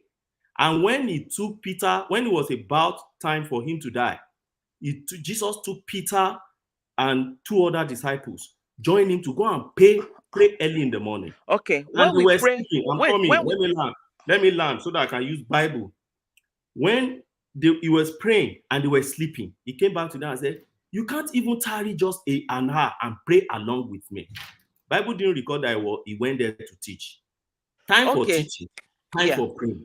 He set up that time for prayer. You see? Okay, please let me before you continue. Before you continue, let me say this. All right. Okay, does it mean that you have to join thousands of people to pray? Can't you pray on your own? That's self-righteousness. So yes, not self-righteousness. You have to have a personal his problem is because he joined he joined thousands of people to pray. What I'm saying That's is that the issue. why is he not focusing? The time he's coming online for prayer. Why is he not bringing the word to preach to everybody? Why 2 does he hours. have to be? So, Why does he have to say those miracles and be saying this and Oh, this? It's all Ogbeni, staged. sorry, It's can, all guys, staged can miracles. I just quickly say something? Can I quickly say one thing? Just give me 5 seconds. 5 seconds. Ogbeni, what you did was to create. What you did was to create a straw man. That's your own fallacy. You just picked some 2-hour program. You did not focus on the main doctrine that this man stands for. It What's stands his main for doctrine? name it and claim it doctrine. That's the Prosperity. prayer now. Wait, you know, is the prosperity gospel that is unrecognized on what Jesus Christ preached while he was on earth, and even his disciples did not preach any sort of you're a mini Superman, your assistant Jesus gospel. Just go and name it and claim it. You have no problem in the world as long as you do this. It's false doctrine. You're just giving people false hope. It's not different than this guy in Houston. What's it called? Joel Osteen. Yeah, that's They just feel good. They just feel good motivational speakers in the guise of Christianity. And I don't practice anymore like that. So, but I still recognize a sham when I see one. So while you are calling us fallacious, I would like to understand the fallacies in our own argument when we're comparing the work he did. I mean, the work he does compared to the example set by Jesus Christ. I mean, Yeshua himself. He said because we don't know anything about him. I don't have to spend time to learn about him. What one man read about his message is enough for me. So that was what I was trying to tell him too. That we were on what. Let me ask you a question. Did Jesus perform miracle in the Bible? One voice. Yeah. Okay, wait. One man, you are please. I have talking a about the word, submission. please. When Jesus healed the blind man at Bethesda, can you narrate what happened there? Jesus performed many miracles, many uncountable miracles. Thank you. So, please, can I make a but submission? Jesus did not base his ministry. Can everybody hold on? Let the conversation take place between Ogbeni and Rosie, and then when the window opens, you come in and have your insertion. One man, I want to make a statement. Ogbeni, when Christ you heard what I said, Maybe Kenneth should also. Ogbeni, when Christ started his ministry, he took them. You would take them to places, and he was preaching. He was preaching the word. His ministry was mostly on the word of God. It wasn't Can mostly. We be specific? When did Jesus look start at when he ministry? took the multitudes to the desert. Yeah. Did the Bible say he was performing miracles continuously? Before that incident. No, listen. He took them to the desert for 3 days. That was before then. He has turned water to wine. That was the beginning of his. The mother Mary was the one that said, you know what, go and do something about the wedding, the marriage. He performed a miracle there. But his ministry wasn't based on miracles. When Christ took hold on. Let me help you out real quick. You could even see the reluctance there when his mother asked him. Yeah, he didn't want to do it because he said his time has not come. Oh, yes. What is the meaning of that? His time? Jesus Christ took people to the desert for 3 days. He was teaching them the word continuously on the word. It was after 3 days. That was when he fed men. That was when he asked his disciples. Jesus was alone in the wilderness. No, before he went alone in the wilderness. No. They went with him, and then he taught them for 3 days. Which of the book of the Bible? Did you know when he turned he fed thousands of people, and the leftover was like 12 baskets of bread and fishes?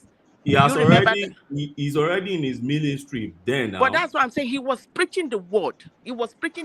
And this man says slogan: "What God does not do does not exist." That's a big lie. God does not lie. Can we pick it one by one? You're jumping from. You know.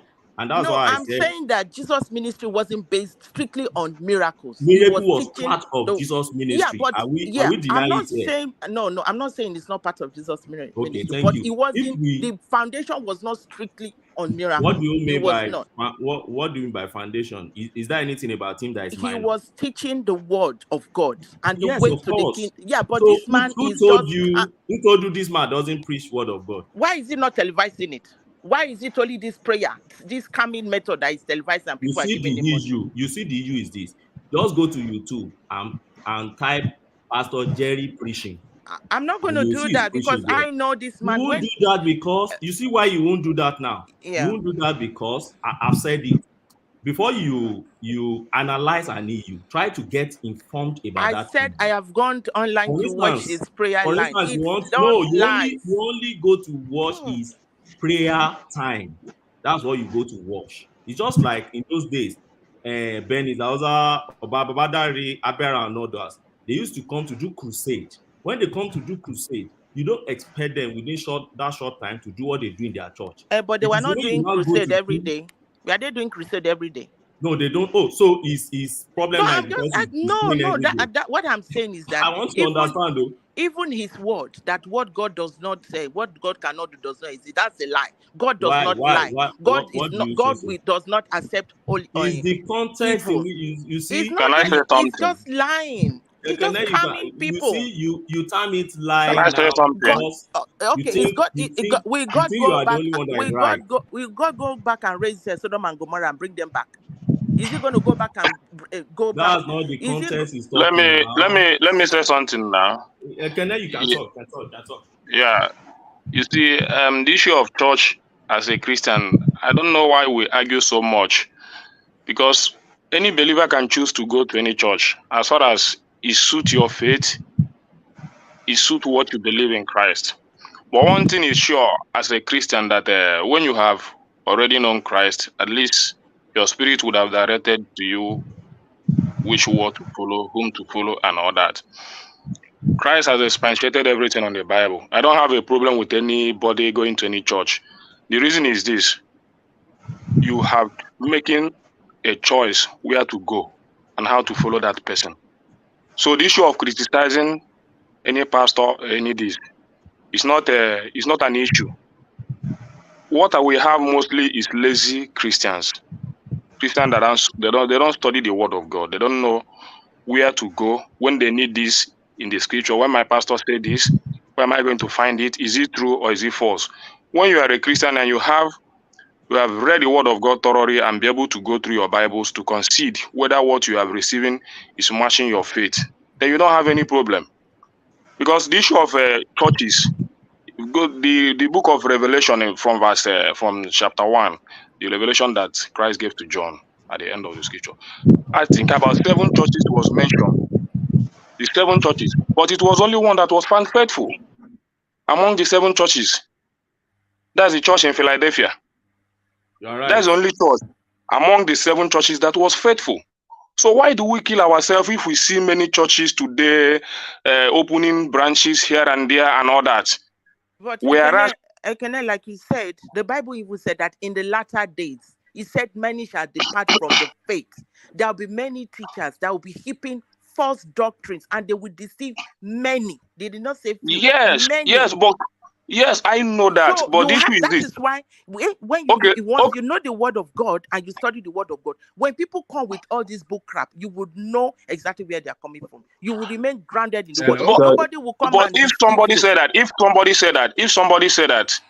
this is where I received the word of God and it suit me, because not necessarily because they have ears. They don't know the word of God. No, it's not because of that. He are choosing. They are running after miracles.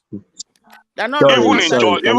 Let me finish what I want to say. Even among those 7 churches, I want to give you something, Mr. Rosie, Miss Rosie. In that 7 churches, in the church in whether in Laodicea or what, for you to know that what is happening today, Christ has already put those things out there. He said that these things said them, Amen, the faithful and true witness, the beginning of the creation. He said, I know thy works. Christ know your work, that thou art not neither dear, you are not cold, you are not hot. So then, because thou art lukewarm, and neither cold nor hot, I will spew thee out of my mouth. Because thou sayest, I am rich. Right. I increase with goods. I have need of nothing. Hold on. Sorry, I want to say something. And that's what is happening now, because with the No, let me finish so that you conclude. You said I have need of nothing. Hold on. And you know. you are going on a long. You are going on a long. No, it's not a long. It's not a long for you to know that. So what's the What point? is What's the point? the point there is this: Christ has already established the fact that He knows all your work. Mm-hmm. In our churches, He knows your work. So He knows. He knows the work of our preachers. Hold on. He knows. Yeah. How about those people who are followers of His? That He was that He was warning against that. Beware. That is what I said. That what we have is lazy followers that don't care to so what are we doing go here now? and study their word. What are we doing here? Do you understand? That's what we are saying So now. if anybody studies the word of God, righteousness. That's the only thing. Yeah, if anybody studies the word of God and is convinced that what I'm getting from my pastor is okay for me, then let it be. Because you cannot see in terms of let Rational might come in. When somebody wants to come in, just give them that little window. I don't know. Okay. Sorry, excuse me. I don't know if sometimes I can hear us when we talk, maybe because his voice too loud. Me, I don't have a very, very loud voice. So Ekene, please, let me just interject you. Now, from what all you just said now, it's like you're telling the listeners and other people listening to us who are Christians or who wants to go into the Christian faith, that we should just embrace whoever and ignore what the Lord said, which is Jesus Christ, what He said, that beware. Look at that word. Say, beware of those who come to you in sheep clothing, but then they are ravenous wolves. So, are you telling us that we should just ignore that thing and just anywhere I find any feel good pastor that makes me feel good, it tickles my ear with what I want to hear, I should be content with that? And then, mind you, and again, it talks about there are only just one way that will lead you to life. And so, if you don't go through that, there are no several roads that leads you to life. It says there's only one narrow road. So, if you don't pass that narrow road and you go the other road, then and you're telling me that let me respond to you. Rational man. No, hold on. Let's Princess come in. Rational man. He also said that way is narrow, is straight. He said few find it, few. Because where you have the truth, you don't have people gallivanting and jumping around. The word is enough to keep you. You study your Bible. You don't run after miracles. What a lot of these people are doing, they are running after miracles. Study the word. That is where you find Christ. And once you know the word of God, when you see things happening, it will lead you. It will guide you. But people are too lazy, like Ekene said. They don't want to read their Bible. They'll say, well, my pastor said, my pastor said, my pastor said, my pastor said. Instead of people to go to work, they will go to one place and be doing prayer 10 hours. And they want God to bless them. And yet you are not going to go work. And yet you want God. You think miracles, manna will fall down from heaven. Well, you people has gone outside the Pastor Jerry issue again. Pastor Jerry is just scamming people. I'm telling you. No, see what I'm saying. Hold on, Ekene. Hold on, everybody. But can you hold on, please, Jide? Hold on. Mute yourself for a moment. The conversation is about Pastor Jerry, not the wider Christendom. Because it's a phenomenon that's just happened. So I was just inviting if anybody knew him or had experienced him. So because Christendom is a big topic, I don't think we can handle it in this session. But yes, I can to you. One man, I don't know this man, I don't follow him. And that is why I will not criticize him. That's my point. You understand? So anybody that follows him knows the reason why he follows him. I follow my own pastor, I know the reason. At least I know what my pastor stands for. Holiness and righteousness, without which no man shall see the Lord. Okay. And that I'm comfortable with that. That's the thing. So that's my you see this Jerry Eze is just a phenomenon. After somebody else will come again, will pass him. There was one man like that started in Lagos. They call him Awunzia. That was how he was running around, shaking Lagos. Hey, Awunzia. He was running around, carrying people to the villages, going to throw down idols and doing all sorts of things. Scammed a lot of people. After a while, he went down. This one has just come. Another one, even Ebuka, there's one that is running again, Ebuka. People are living here in the US. They're going to Ebuka to go and buy miracle water. They are buying in $1,000, $2,000 miracle water. That's another one that is raining again. So these people come and go, but because people don't want to listen to the true word of God, it's no longer Jerry now. That's what I'm telling you now. I'm saying they have itchy ears. They don't want the true word of God. So that's why they run around. This Jereze is just scamming people. He just using the word to scam people. And those people that is scamming, I just feel bad because the thing is that they said is the blind leading the blind, and what will happen? The boy shall fall. Are you being a bit unfair? Hold on a bit. But Madam Rosie, Hold on a bit. Okay, go on. I was just going to ask if Rosie was being a bit unfair because you've not experienced him yourself. So I have a lot of family members. Look, I have a lot of family members. When I went to Nigeria like a couple of months ago, all my family members, hey, Eze, Jerry Eze, Jerry Eze. I said, what is this, Jerry Eze? So I went several times. I'm like, there's nothing there. It's just a bunch of people screaming and dancing on the stage like rock stars and sending money to him. Then they will be bringing recorded testimonies. Somebody that died and rose up. Somebody that had no womb and gave birth. I mean, just fallacies. The stage miracles. Stage miracles. Can I speak? Because I'm about to... Look, don't get me wrong that... Don't misunderstand me that there are no miracles. Miracles do exist. No, I don't misunderstand you. Yeah, I'm a Christian. I'm a Christian. I believe in God. I believe in Madam miracles. Rosie, do you see? You know my issue. My issue is this. I know there were some people that if they live during the time of Jesus, they won't believe in all those miracles. So are you comparing Jerry Eze to Jesus? I'm coming. I'm not comparing him. Okay, so don't even bring that matter. Hold on. Jesus came as a man. Jesus performed miracles. And Jesus told us that people that will come after him will perform even more than what he did. So I'm not comparing him. I'm just telling you scripture. So my point is this. People that lived, if some people that live now, live during the time of Jesus, they won't believe in all those things. They will call him crab the same way you call Jerry crab. Well, please don't compare Jerry. Hold on, Rosie. Let him land. They will call him new phenomenon that will soon go. In fact, the Sadducees and Pharisees called Jesus a phenomenon that will go. Some say leave him, he will go, the thing will freeze away. But today has not freeze away. So my point is this. Let us criticize someone we know very well. Except you are saying that all those your people that follow Jerry, they are sin and you are righteous. I am not righteous, so don't get me wrong. I am not righteous. What I'm saying is that they are on the wrong path. You are on the right path. I'm not on the right path. I'm not righteous. But what I'm telling you that don't compare Jerry Eze with Jesus Christ at all. Let me quickly land now.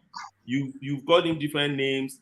Somebody like us that do join. I'm not righteous. Hold on, Rosie. Now let him land. Let me land now. Yeah. Somebody like me that do join once in a while.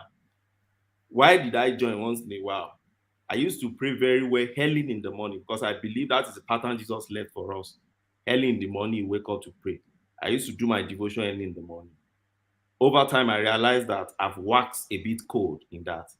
And I realized there is this program that I usually wake in the morning and pray. I don't forbid prayer. I join prayers.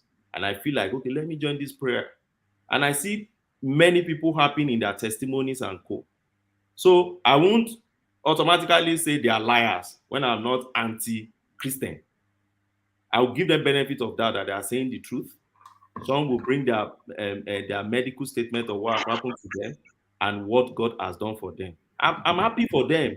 I won't vilify them because I've been in a position of a challenge before and I got my healing, not on Pastor Jerry. So I understand when people have head challenges, when people have challenges and you just need to find miracle from God, how people seek the face of God. I understand it. People that have never been in that situation before may not understand. They may just be sermonizing. But I understand what it means by having head challenges and praying to get miracle and getting your healing. I understand it. So if I wake up in the morning, I'm coming. If I wake up in the morning, I join this guy. Don't think people that wake up in the morning, I join guy on the wrong path. Many people, if not for this program, they wake up in the morning and pray. They don't even pray at all. So that has even solved one of their problem that there's a platform from which they pray. Okay, so, Ogbeni, can I ask you a question? Can I ask you a question? Okay, Ogbeni, can I ask you a question? Do you mean when you were praying alone, God was not answering your prayers? No, but you see, you didn't. No, the Bible said that iron sharpeneth iron now. Yeah, I'm just asking questions now. See, you didn't listen to me. I told you that has always been. See, I journeyed from Catholic into CSC into deeper life to where I am now. So I have a little understanding of my background, right? So over time, I've understand in the Kali days, devotees, you must go up and go to mass in the morning. So I'm already used, and it says you wake up to pray. I'm already too used to wake up and pray. But in Europe, here, we work night and day, you work, you're tired and others. So I realized that on the prayer altar, for me, that early morning prayer altar, I've waxed cold to an extent. But when I realized this program early in the morning, some people will send it to me. How is this person? I started joining and I realized that helped my prayer life for that time. That it revived that my early morning prayer. So why won't I join? It revives it. And I've never seen anything I has done bad. Jesus performed miracle. He prays for miracle. People get their healings. So is there anything bad in that? It's not unscriptural for me. I've tried to look for this thing before I realized that he was president of a fellowship during his university day. I was also a president of a fellowship during my own day. The Nigerian Christian Corpus Fellowship. I was the uncle at Adamawa State in my own time. So I understand all this. It grew from somewhere. It didn't just wake up one day. Benny, can we please talk to you? So hold on. Let Ogbeni land. Yeah. Why will we now see? That's enough, one man now. Sorry, I will land in 2 seconds. Yeah. Why don't see people having their prayer life revived back as being on a wrong track, particularly when you don't even join to see what they are gaining. That's just my point. All right, everybody hold. We'll do it in this order. Rosie, you respond, and then Jide come in, and then if you want to have a final word, Ogbeni, and then you wrap it up, Rational Mind. But let's have it in an order. No, one man, I haven't talked. One man, I haven't talked. Okay, Ogbeni. Okay, you can come in as well, but let's just have it in an orderly fashion. Okay, Ogbeni, I'm not disputing the fact that he has helped your prayer life. But my own is that you don't have to join a prayer group before God would answer your prayer. And then one thing I know, I believe in miracle. I myself, I have sought the face of God for certain things. I had delay. When I got married, I had delay in getting pregnant. So I seek medical help, and I also sought spiritual help. So I believe in prayer. But what I'm saying is that I don't believe the one that this one is based on scamming people. Christianity is a personal journey. It's a personal. It's a personal relationship with Christ. Are you explaining that scamming? How? Because when you come online and you are bringing all these stage miracles, that's me. My own is staged. Why do you say it's stage miracle? If somebody like you come out and say, I went to Jerusalem, and you come out with your testimony, maybe I'll believe, because it's it's you. But all the people that have been going, because you don't know those people. Hold on, Ogbeni. Let her land. We are not in court now. You can take the lawyer out of court, but you can't take the court out of the lawyer. No. But one man is simple now. Because you don't know them, then it is scam. What I'm telling you that these guys. Ogbeni, you were speaking. You don't let Rosie interject. So let him speak without interjection, please. Okay. Thank you. So what I'm saying is this: our faith, we have to have a personal relationship with God. We don't have to depend on any person coming up front out of nowhere and joining people together. This is you. I mean, you can. The Bible said you can call upon. He said, "Call upon me, and I will answer you." You don't have to join any prayer line before God will answer you. If your prayer life is getting weak, I mean, you can do night vigil on your own. You can call 2 or 3 people and you can pray. But my own concern is that what he is doing is just raising false hope, just giving people false hope. The time people will spend to go to their daily bread, they are running around, Jereze, and then they are not focusing on the works of their hands. They come or they believe on all these stage miracles. And I mean, if you want to say about his doctrine, most of it, his own doctrine was strictly in the word of God. Strictly. Then when you believe God and you pray to God, God will answer you. You don't have to run around, be looking for, hey, there's miracle here, you run down there. There's miracle there, you run down there. Study the word of God. Have a personal relationship with God. And whatever you ask, he said, ask, and it shall be given. He did not say you should go and join a platform of 10,000 people before he will give you. He said, call upon me and I will answer you. Yeah, I mean, these are the words. So if you are, you are a lawyer, you believe in fact, you believe in something object. If you come out today and say, this is what I had you had one else, maybe the doctors, it's not your portion. Say, I was diagnosed with a touch stage, blah blah blah, like you come out with say a life threatening something, and then there is I went on the prayer line. Yeah, I'll believe that.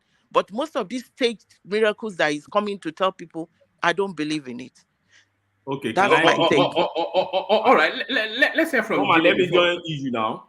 Don't join the issue, because then she will have to respond, and then it will be back in the just to loop answer again. the question she put to me now. Just 1 second. Okay, go on. True. Yes, because she said something that you don't need to join people to pray. You just pray on your own. God will answer you.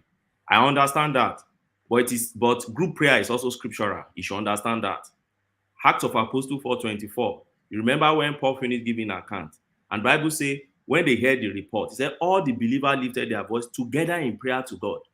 And he said after that prayer, that's 31 now, said the meeting place shook.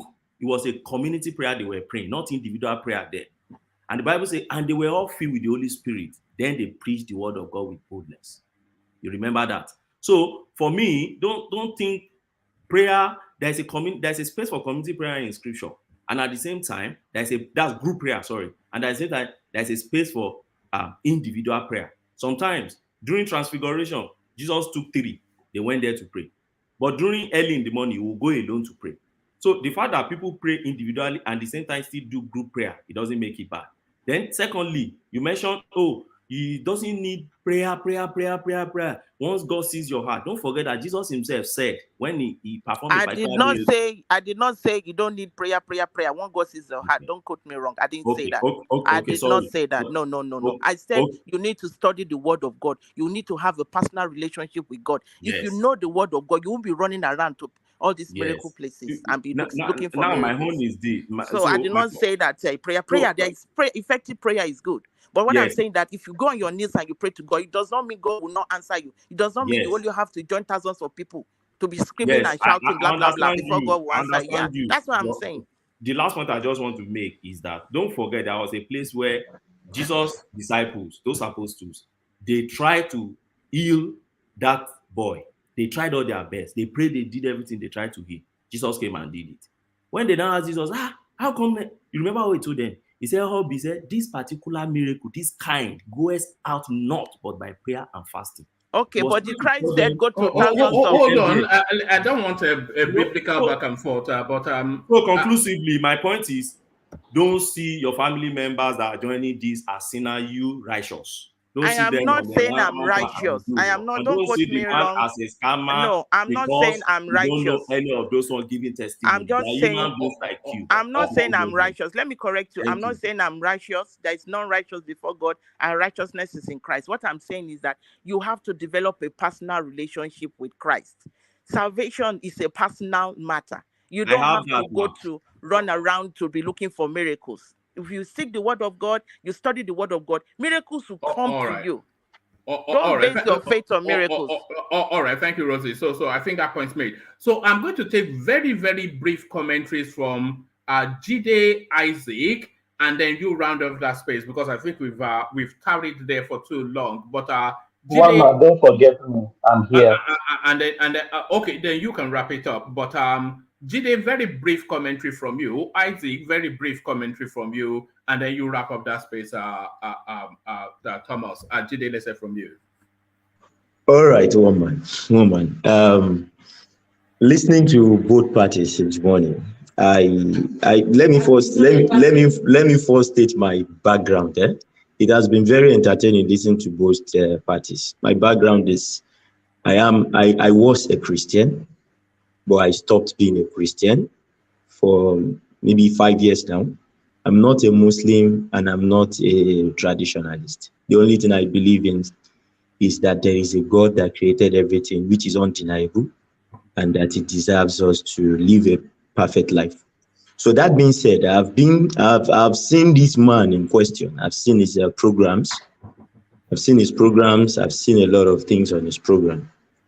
those that said the man is fake, they have the right to choose the man as fake because of some of the attributes the man portrays on his program. And I think the program is more geared towards gingering people to keep paying. It's more or less a fundraising stuff when you look at it the way it is. And this thing is becoming rampant in the Christendom. Just some times ago, a pastor, a very well-known pastor, demanded for ₦1 billion in his church. That if we have anybody that can give me ₦1 billion, let him see my secretary. See, the way we take this religion thing is dividing everybody. Because I can see two people that would normally argue or discuss on how Nigeria would go in the right direction, now being torn apart by just a pastor. The truth of the matter is, religion, we must first understand that it was brought to us. Everything we are quoting was written. And when it was brought to us, it was read to us as slaves. And it was read to us to keep us in slavery. After slavery, now some of them now started turning it to money-making business. I'm not saying they are not true pastors, but when you see their fruit, you know them as the Bible says. This man would make you believe that a dead man from a year ago will rise up when you watch his program. Is that bad, as in terms of motivation? Is that good in terms of motivation? It will motivate you that even if you are penniless, if you go out today, God can make you a billionaire automatically. I've seen his shorts on TikTok. So the truth of the matter is, we don't need to keep deceiving ourselves because it satisfies our probably. Hold on. I don't think you should be using words like deceive or if the man if he's motivating people to have belief and is guiding them towards a path out of whatever afflicts them, that in itself is sufficient enough of a service. But one man, please. We speak about corruption in our society. Let me state an example. Some years back. But make it brief. I want to leave this very brief. I want to leave this space fairly quickly. Very brief, please, one man. Very brief. Sometimes ago, I visited the Redemption Car. I didn't want to name names now, but I'm saying it now. And this woman, what's her name? This woman, Oceanic Bank woman. Oceanic Bank. Her name. Can anybody remind me again? That woman. Cecilia Ibru, yes, donated that particular day 4 big generators, very big, mighty generators to the church. And it was announced and everybody was saying that. Later on, this woman was caught for whatever she did. See, when we say corruption in our society, it even starts from the church. How will you tell somebody that has no cover when he's leaving his house that God can make him a billionaire overnight? If that person goes out and sees where somebody introduces him to stealing money and he sees that he's free, nobody will catch him. He will see it as the miracle. And we are talking about people that don't read their Bibles. They don't even know what the Bible says. And somebody is twisting their head here, back and forth. So the truth of the matter is, when I said what I said about them, I'm not saying it from the context of what I'm saying. If we want to trash the issues of our country, we even need to go back to the church.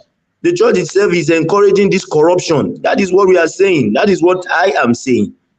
So you cannot tell me that somebody that has no kobo in his account will become a billionaire before. Which business is he doing? Which miracle is going to happen? And you tell me that not what God can do does not exist. It's the lie. We need to tell ourselves the truth. Woman, that's my point. Oh, all right. What God cannot do does not exist, and that is not a lie. But Isaac, let's hear from you. God cannot forgive Satan. All right. Isaac, let's hear from you. So, one man, thank you very much. Good evening, all. If you have not subscribed, please subscribe and then click on the like. One man, all I need is just 10 minutes to listen to anybody. No, not you. Anybody who claims to be a man of God or whatever, I only need 10 minutes to listen to that person, then I will tell you if he is or not. Since you guys started this discussion, I went to the man's activities. I went through all. And my conclusion is that this man is also one of these people we are talking about that are making our people so lazy, giving them false hopes.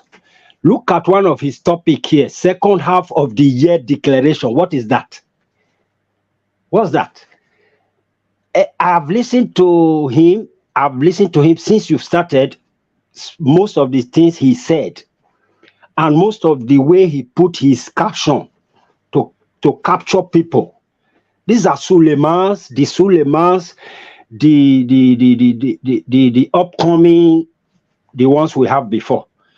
You see, the church, these people, they so battered the church to an extent that when a real gospel preacher is preaching, they've so impart this thing on the people that the people will not even welcome a real preacher of the gospel.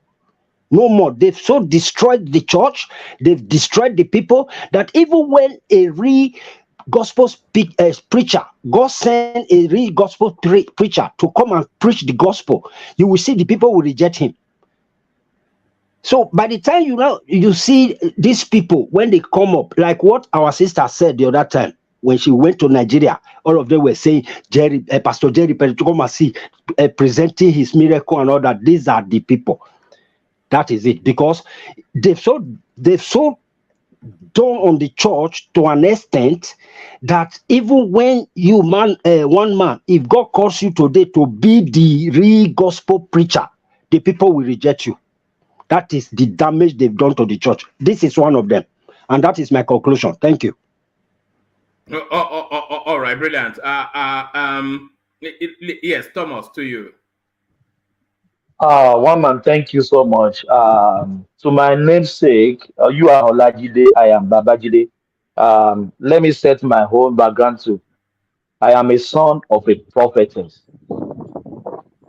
So I'm in the Christendom. I grew up in the Christendom. I'm still in the Christendom. I'm a Christian. I'm a born again. I worship Jesus. I worship Christ. But all these people, what God cannot do does not exist, is a scam. Is a scam from the pit of hell. There is nothing God cannot do, but there are some things God will not do. I will say that again. There is nothing God cannot do, but there are some things God will never do, will not do. So all this euphoria, all this internet sensation, it doesn't caught me unaware. One man, I've seen many. I grew up, my mom is still a prophetess. He holds a church in Ibadan. So I am not antichrist. I am a Christian. I'm a born again. But any pastor that tell you that bring money next week or the next day, expect miracle, they are false prophet from the pit of hell. One man. The gospel of Jesus Christ is about salvation.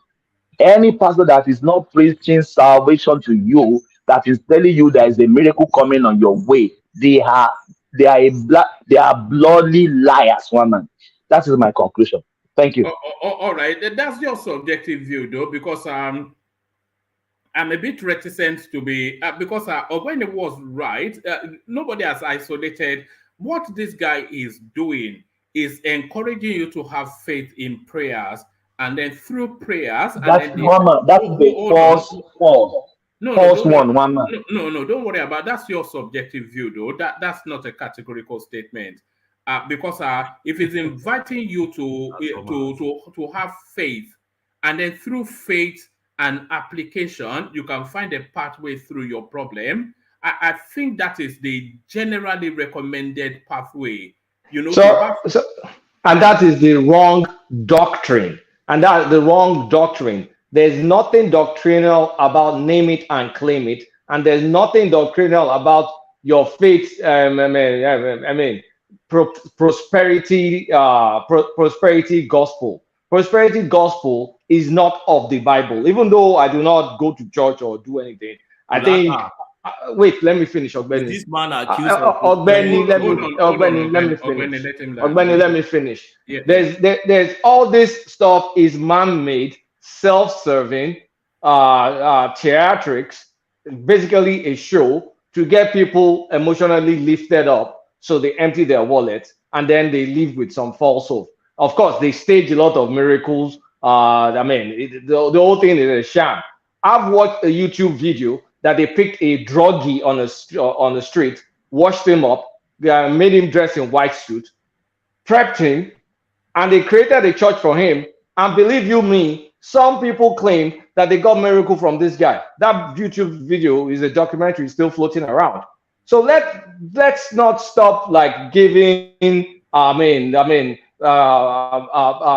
peddling all these shysters that they're all about it to make a buck. Nothing about this guy is wait one man, let me finish. Nothing about this guy for people that are Christians, because I understand that space. Nothing about this guy is saying salvation, salvation, salvation. Nothing about him is saying justice. Nothing about him is saying righteousness. Everything about him is saying you're a mini God, name and claim, name and claim. That is false gospel. And if it's a false gospel, that's the fundamental thing about faith in itself. Because what's the purpose of all this Christendom, Christian no? Is the love you have for one another, showing love. Deceiving people is not showing love. Deceiving people is not going to make, for the people that feel they're going to go to heaven, deceiving people is not going to make them go to heaven. Like saying you can get everything, all you have to do is just pray and all that stuff. You're leading them in the wrong direction. Then you have to now look at the reality and look at Sai Baba, look at people that practice no faith or any faith, and they do well, they do better than you. But you are telling them that Christ or Christianity is their way to prosperity, not even salvation, nothing to do with their own life. Maybe salvation comes as a second, a secondary. So why are we pretending? Why are we pretending and acting like we shouldn't call it what it is? It's a fraud. It's prosperity, not salvation. Prosperity is not salvation. Prosperity deals with the earth. As a Christian, Ogbeni, you let me finish. You let me finish. After you finish now. No, you will let me finish. Let him land. I never finish. Everybody mute. Let Kulata land. Let me ramble. Yeah. So and then Ogbeni can slaughter him after. Yes. You're not supposed to. You as a Christian, your business is not inheriting. Your business is not amassing on earth. Why will you be amassing on earth? Why will God tell you it's difficult for a needle to pass through? For a thread to pass through the eye of the needle. Before a camel. I never read Bible a long time. Should you even be speaking of Christianity? You don't even know the most. But I get the general idea. Wait. Let me. I will land let me first. help you with that. It said it is easier. It is easier for camel to pass through the eye of a needle than a rich man. And look at Lazarus and the rich man. So this guy is not trying to save people's lives. He's trying to give them false hope, false promises of riches on earth. That is not what happened in the Great Commission. Remember in the Great Commission where Christ resurrected, what did he tell them to do? Anybody familiar with the Great Go out and preach the word and preach to all nations, baptizing them unto salvation. There's nothing like more. Thank you. In the book of Acts, that's one of my favorite books in the Bible. In the book of Acts, that is where you see the example of people that got anointing, as it was written in the Bible, how they lived.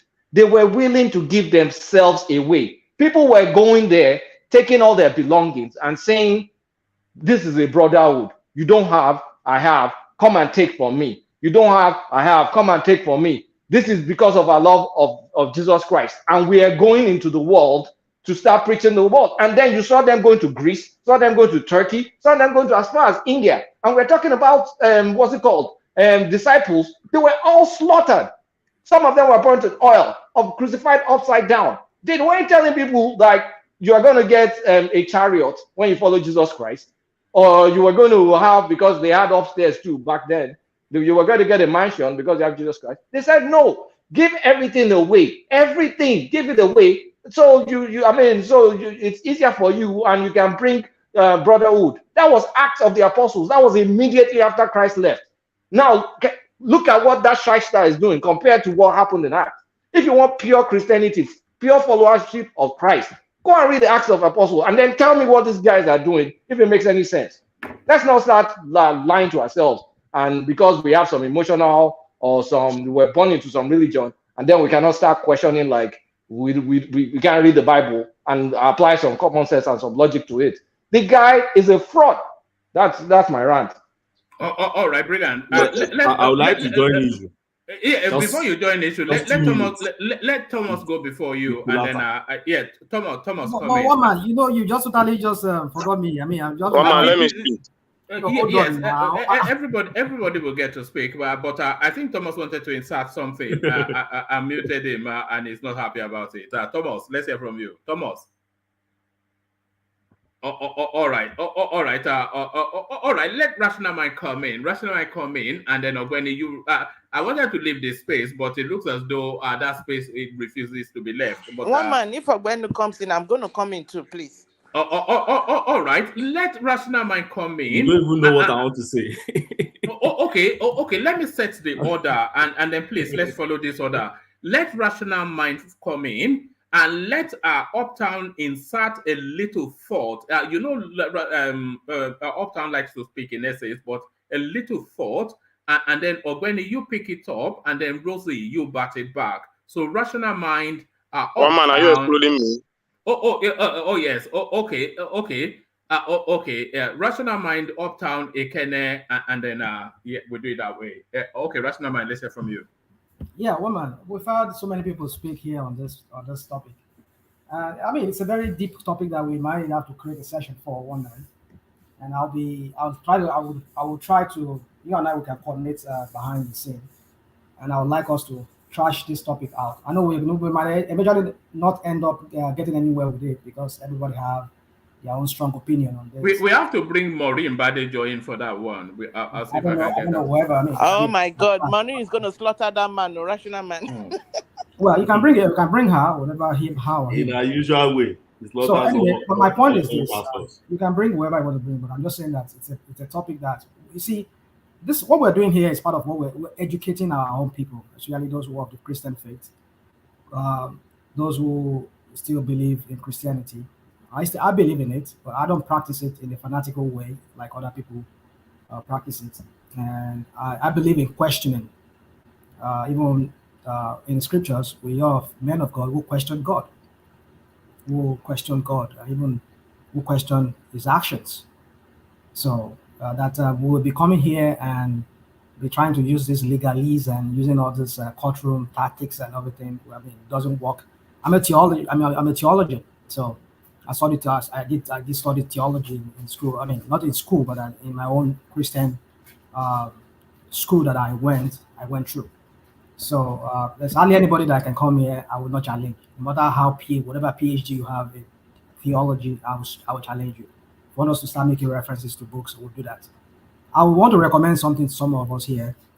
It's not a film that you can kind of like quickly get it, but you might need to rewatch and watch it again. And it's set in the medieval time. Go and watch The Kingdom of Heavens. The morals of that film, you might understand what is really behind religion in most instances. But what is the very thing around the so-called Christianity that was once practiced in the medieval times? You understand what we're talking about when we're talking about this pastor. For the most part, it's about fame, it's about domination, it's about recognition, it's about whatever you want to call it. But the real Christian faith, if you watch that film, you understand that it was a total departure from those people who said they were the Crusaders in the first place. But even the Crusade, it's not even of Christian origin, but you understand it's all about fame, it's all about conquest, it's about domination, it's about wealth. If you read that, if you watch that film, that movie, you understand what I'm trying to say. The Kingdom of Heavens. It's a very nice. I mean, for me, it's a classic. It's a classic of some sort of movie. So anyway, so now let me just go back to what we've been saying. I know so many people are waiting to speak. You see, we wonder why a decline in morals in our society today, when all we hear from those who are we looked upon that are looked upon as custodians of the Christian values. I'm not say Christian morals, because some people when they use that word morals, it triggers them like morals. I mean, say morals changes with time. I don't believe it changes with time. I believe the Christian values remains what it is according to what is found in the scriptures. You cannot tweak it. No, that doesn't mean that. Well, let me say basically there are some certain principles in the Bible you cannot tweak. It's just what it is. So it's either you understand it that way or you don't you do the contrary of it, opposite of it. So what I'm trying to say is we wonder the decline, why the decline in Christian values in our society today. Why some of us could come here and promote one certain Sinai looking man who we know him to be, I've often said here on this platform that is an immoral person trying to lead the country and trying to sell us morality. Are we back on Tinubu? No, woman, you know me now. I can never speak without dicing this man. I will always speak. Let me talk Please, now. let's focus on this Jerezi. Some of us. Oh my goodness! We have short time. We don't have all the time. Now.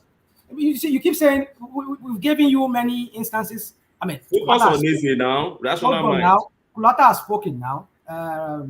What's his name? What's her name? Our lady here. Focus now. Everybody has spoken. Our Lady of Apostle. Yes. Yeah, so Our Lady of Fatima. Yeah, Lady of Fatima. So anyway, so yeah. Please stay focused. We've had our guy from Australia. What's his name? All right, carry on. Yeah, carry on with your thoughts. Yeah. We've had everybody spoken. They've given you points, but I don't know what you're looking for. I don't know what else you're looking for. What you talking to when. I can debate you when it's just. No, I'm not the antagonist here. We are all conversing. Don't see it as a debate. It's not a debate. Use word like this. I'm not antagonist. We are having a conversation. So don't see it as a debate. Don't take it to that realm. Well, it's a debate of some sort. Yeah, it's a debate. It's not. It's a conversation. It shouldn't be a debate. If you call it conversation, whatever. Don't do this. Your English. I don't appreciate this English you're always throwing around. It's a debate. We're having a debate here. Either I don't see it as a debate. Well, okay, fine. Well, I didn't want it. So my point is this. You see, we've given you instances like somebody came here within 10 minutes. Just listen to somebody, you know where they are going. One man read to us here all the things we need to know. I mean, let me say all the things we need to know. At least some of the things we need to know about this guy. Somebody gave a detail. It was a lengthy one that one man read to us here about this guy.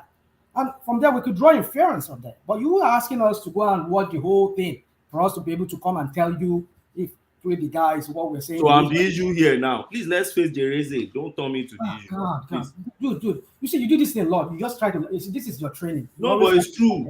You turn me to the issue now. Why did I become the issue? Judge, one man, can you please overrule this objection from this guy?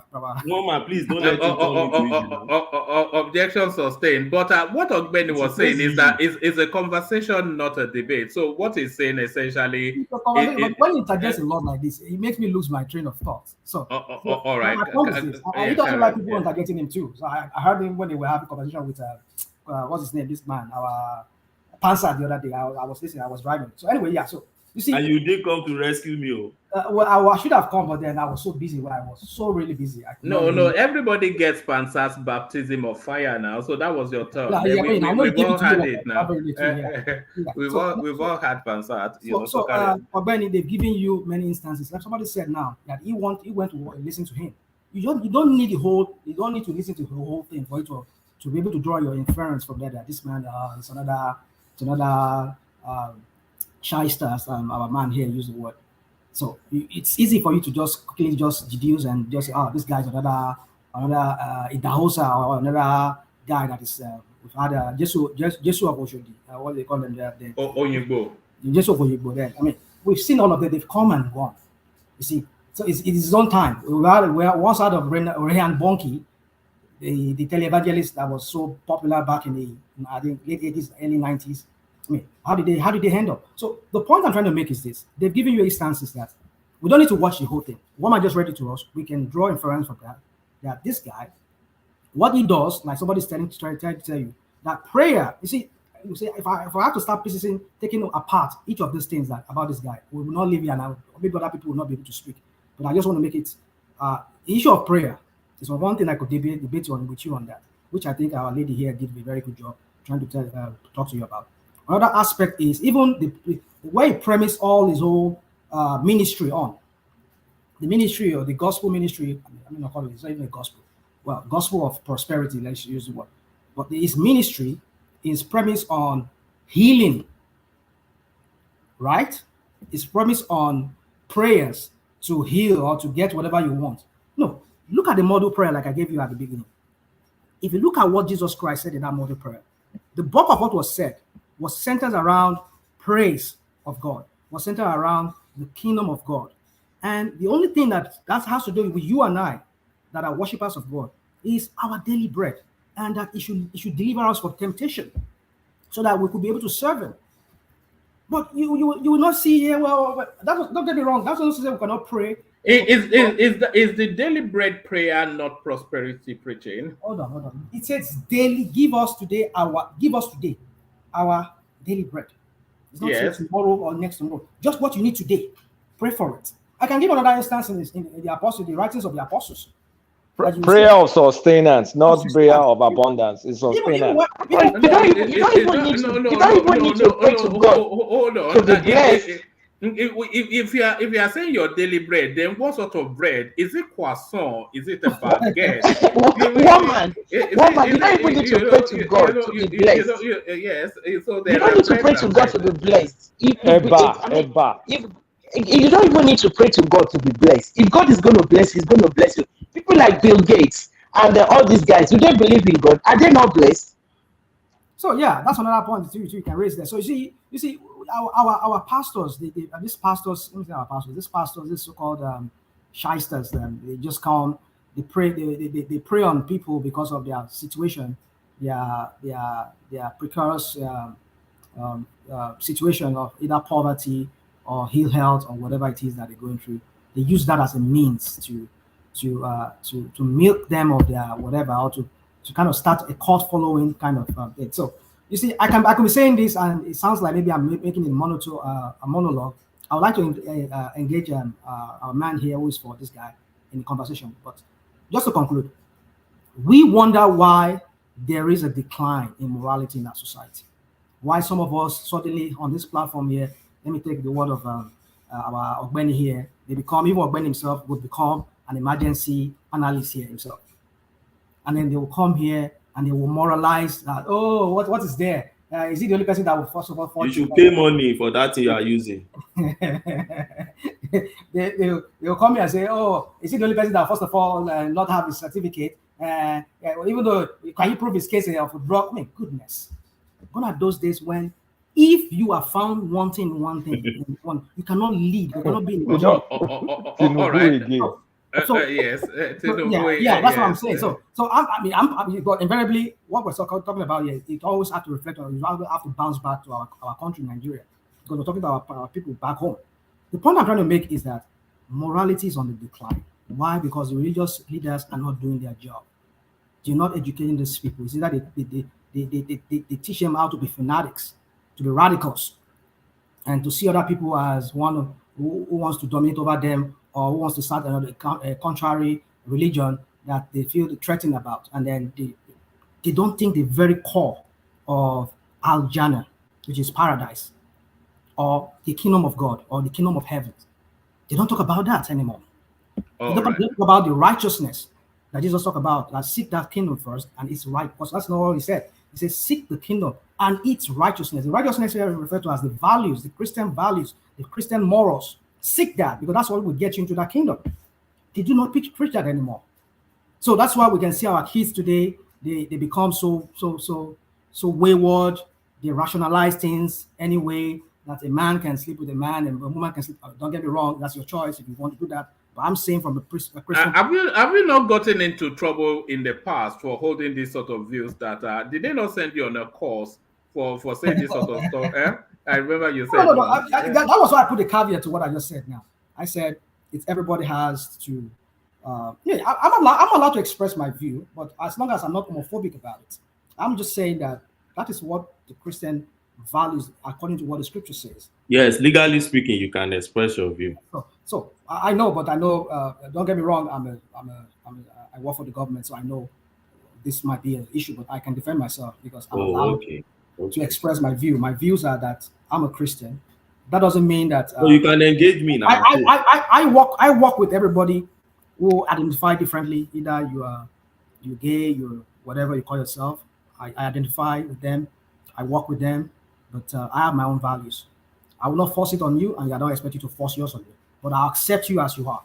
So that's just that. So, would you let one of them peck you on the cheek? If it's just I can hug. I can hug. Why not? But if it's anything beyond that, I would not accept that. It's not acceptable. It's unacceptable to me. So, you said you work for the government. There was a time that I used to be work for the government as well, and there was an overabundance of the sort of people we're talking about in the civil service. In fact, they rule the place. All of the they are slotted. They are very powerful. Exactly, very powerful. And then when that French case, when they come into the office, they like to, whether you are one of them or not. That's how they want to greet you. Well, and then you have to make that career decision if you're going to recall from it. If you're going to recall from it or not, and if you recall from it, then you get labeled an homophobe. Yeah. So the city where I work here, it's in fact they carry and put for head like gala here. I mean, it's like they are the champion here. When you look at, I don't want to mention the city, but if you Google it, the city that has this LGBTQ issue. That promotes it like something else. It's this city where I live right now. So anyway, so my point I'm trying to make is that everybody has their choice to make on this. If you want to identify differently, I know. I told you because I was having an issue with my daughter then on the issue of this issue of trying to identify differently, and I almost they said I was going to lose my teaching license if I decide to want to go to the classroom here. And so anyway, let me so my point is this. You see, we wonder why there's decline, and let me not go to the issue. All right, bring it up in a couple of minutes. So my point is that we wonder why there's a decline. When these religious leaders, while I was growing up, they instilled that fear in us. Don't mean when I say fear, it doesn't mean the kind of fear of like a fear, reverential fear of God. That this is who He is. This is what He wants us to do to make into His kingdom. That's what it's all about back then. Not the kind of what we see, the crap we see today, whereby they totally deviate from that, and people think about how to ride the next car because my pastor said I must make it this year. This year is my year to shine. I will. Why would they not? How is that a bad thing, though? How is that a bad thing? When you say how is it a bad thing?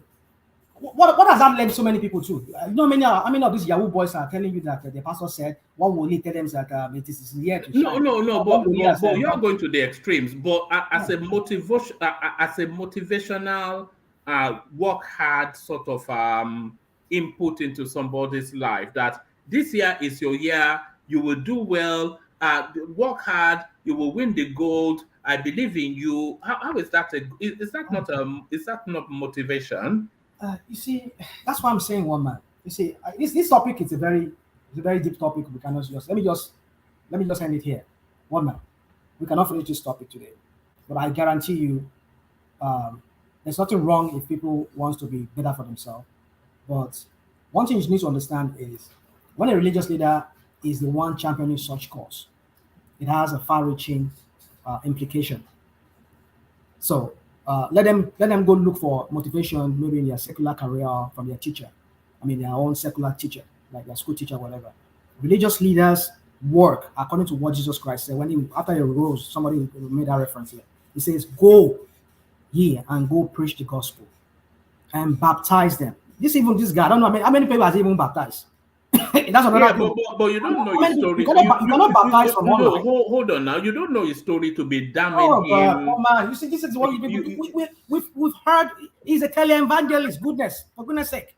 He has a church now. He's heading a church. How many baptisms has he done? Yeah, Yes, but he you got don't preach and know baptize. by your own What you don't admission. know. By your own admission, you don't know anything about him. Oh God, By your stop own this! admission. Stop this! I don't know. I don't know. I've already given you so many instances that where we can tell you that this guy is entirely deviated from what the core of the Christian values, of the Christian teaching. Let me also values the Christian teaching, because all his teaching is all about healing and all of that. The main thing about preaching the gospel and baptizing people, making them not his own disciples, but Christ's disciples. Because that's one another thing. That's another How thing. do you know he's not doing that? Oh, okay. Well, man, let me allow other people talk. I just want to say one man. Thank you. All right. Let's bring Uptown in. Uptown. So, touch. Hold on. I'll come to you. Uptown. Touch not my anointed. What says you? Touch not my anointed. 1 month. Funny enough, he got Do you into know my head. do you know the man? Do you know the pastor in question? Yes, I do. I know him. Okay, carry on. You got into my head because I wanted to begin with touch not my anointed. But in the event that you said that for me already, I know it will be a little bit shocking to people like Eze, my brother, to find out that that I even go to church at all. But the truth is that my mom is a charismatic woman. Anybody that is a Catholic here knows what it means to belong to charismatic renewal. So my younger years, I partook fully on that with her because I was her closest child. So that's allowed me to learn a couple of things in that. Sorry, are you the last born? Everybody asks me if I'm the last born every time they realize I'm the closest to my mom, but I'm not. But I was her last born for a long time. All right, carry on. Carry on. Yeah, so she lost a couple of kids before I survived, before giving birth to me. So maybe that's also the source of connection. But yeah, so in the Christian doctrine, yeah, that's evangelism. But first of all, let me even say that, like one man said, touch not my anointed and do my prophet no harm. The moment we are not able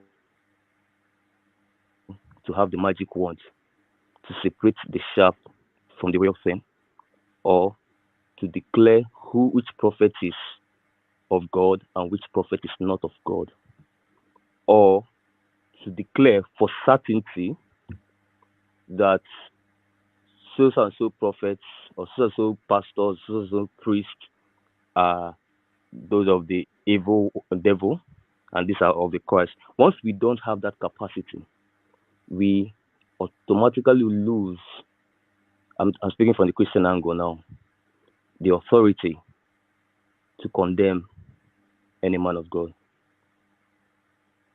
So, like I was saying, in the Christian doctrine, evangelism, that's what we're talking about. Because we're not talking about men and women of God. So we're talking about evangelism. So evangelism has two aspects.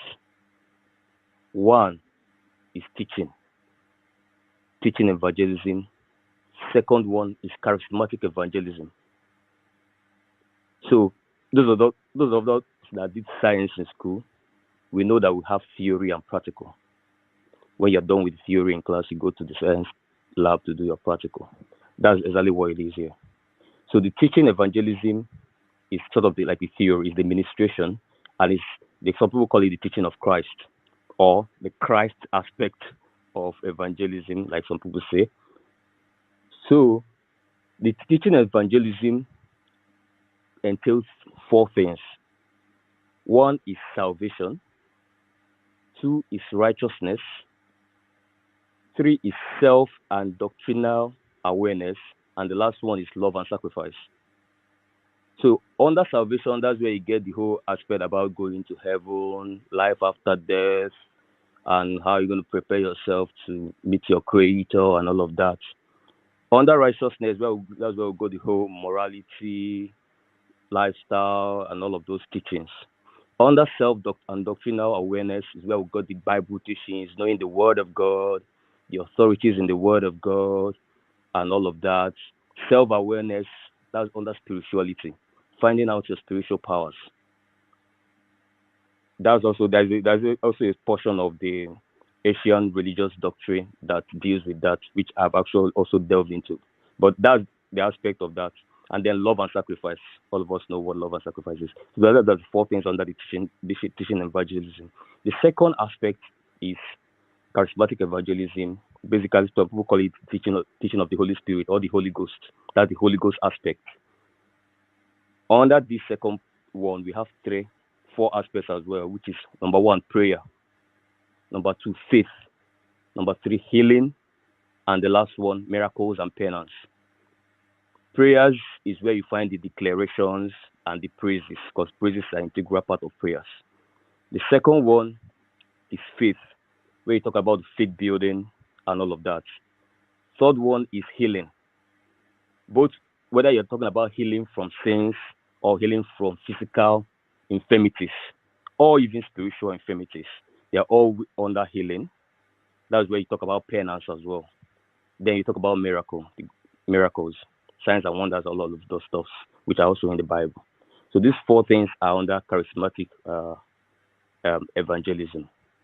Now, if you look at the second one I talked about, which is charismatic evangelism, you find that it's almost like just the practical application of everything under the teaching evangelism. So that's just the practical. Now, it's time to practicalize everything you learn under the teaching evangelism. Now, if you meet evangelists, whether you're talking about Protestant churches, you're talking about the Catholic Church. Let me probably talk about the Catholic Church. Anybody that is a Catholic here will know that there are Reverend Fathers in Catholic Church. But again, there are Reverend Fathers called Holy Ghost Fathers. Yeah. So, Holy Ghost Fathers, so in evangelism here, people are gifted differently. Men of God are gifted differently. So, because it's a gift. Some people have the gift of teaching evangelism, and some people have the gift of Holy Spirit or charismatic evangelism. Now, some priests are believed to possess special gifts of charismatic evangelism. Hence, they're called Holy Ghost. Hold on, Catholic Church is not a good example of what you're talking about when you're talking about Christian. I can make several examples for you. I just said to use Catholic Church. You're okay with that? Okay, go on. Just go on. I can use whatever it is. I'm just talking about Christianity. But like I was saying, yeah, but the thing is that please don't go straight to the point now. You're just going on and on. Go straight to the point, please. Okay. Allow me when I go to your favorite point. Well, people have been saying it in the comment section that you need to go straight to the point. I think that's what she's trying to do. No, that's the point I'm making now. So what I'm talking about, Holy Ghost Fathers are specialties in charismatic evangelism. That's Holy Ghost. Now, with a case of Pastor Jerry Eze, clearly with what I have laid down, you find out that this guy is clearly gifted in charismatic evangelism. And that is what he has tailored his ministration under. And you find out that the entire 4 aspects of charismatic evangelism is what he dwells on. Prayers, all those fire prayers in the morning, declarations and praises, basically, which is what he dwells on. Second one, faith building. That's where you make all those invocations of the Holy Spirit. I declare this unto my life and whatever. Third one, healing, which is what he does. And miracle. That is the essence of charismatic evangelism. And that's what this guy is doing. So for somebody to bring up the argument of saying that because this guy is focusing on charismatic evangelism and he's not preaching salvation, which is under teaching evangelism, or he's not preaching righteousness and morality, which is also under teaching evangelism, or he's not preaching the doctrine like Bible or love, and like I heard somebody say on the platform, therefore he's a fake prophet. That's a very wrong assumption. That's a very wrong. That means that you probably don't know everything Christianity entails, so you just cherry pick some, and then whoever doesn't meet the boxes, those boxes, then the person is dismissed as a fake prophet. So my point is, I'm not saying whether Jerez is man of God or man of devil or whatever it is. I don't have the powers to declare that. But what I'm saying is that if the premise of which you're going to declare that he is not a good prophet, or is not a good man of God, is that he is not preaching salvation, or is not preaching righteousness, or self awareness, or love, sacrifice, and all of those stuff, is not true. Some other teachers might be gifted with both, and they focus on both. In fact, some people, some ministers are almost like tailor-made gifted in basically only healing. And when you come to those ministries, when you are teaching, you are doing another thing, they are quiet. When it comes to healing, they say, go and call Sister so and so, Sister Rosemary. Go and call Sister, because they have the specific talent for that.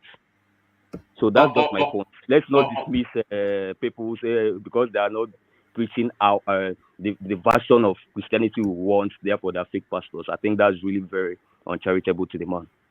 All right, Please, I have a question. Please, before you go, I have a question. Yeah, my question is this. So when it's specific on this area, is that what's going to take you to heaven? Would that take you to heaven? What do you mean if we take you to heaven? No, we are talking about Christ. We are talking about the foundation. What's the main purpose? Is it not to make our way back to heaven? So this aspect that he's focusing on, would that take you to heaven? Without faith, are you going to heaven? No. Hold on, Rosie. The question Rosie is asking is, you are talking about this charismatic doctrinal strapline that yes. Pastor Jerry is focusing on. But what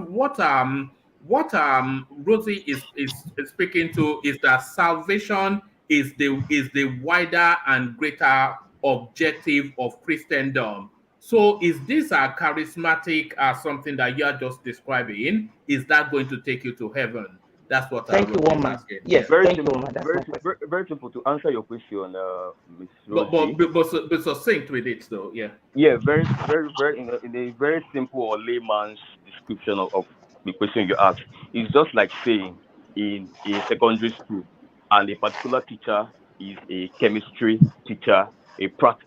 Some chemistry teachers are just practical. They just go around teaching practical. Please don't bring spiritual things. Don't bring spiritual things to mundane things. They are comparison. To me, that's not. You can't compare spiritual matters with mundane matters.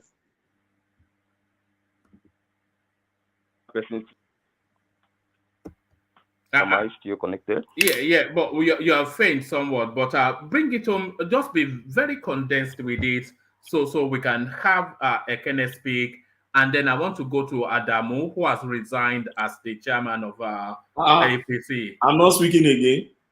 No. Okay, I'll go to Adamu. Hold on, I'll go to Adamu, but then you will hold on. Let's do it this way. Respond to Rosie. Ekene speaks, then I'll come to you. So you have the final word on that space, and then you open up the Adamu space, Ogbeni. So let's do it like that. But don't give Ogbeni the final word though, because I'll push back. Oh God! You don't even know what I want to say. I'm messing with you. One man, I have a suggestion. One man, I have a suggestion. Let's just move on, please. Let's move on. Mr. Thomas, we have it now. That one are military suggestion. Let's move on. Yeah. Let's move on, please. Okay, I agree. Because Uptown has even said... Please, I'm sorry. Before we move on, one man, please, pardon me. I'm very sorry. Before we move on, please. Okay, when one man brought this topic, he brought the complaint of the men saying Jeresians taking their wives away from them. The time they are supposed to be jolling. The woman is going to hide in one room and do this and do this. I mean, is that scriptural? Sorry, maybe they should have taken the watermelon cure over rational minds watermelon. Yes. That's a topic for a whole day. Don't go there.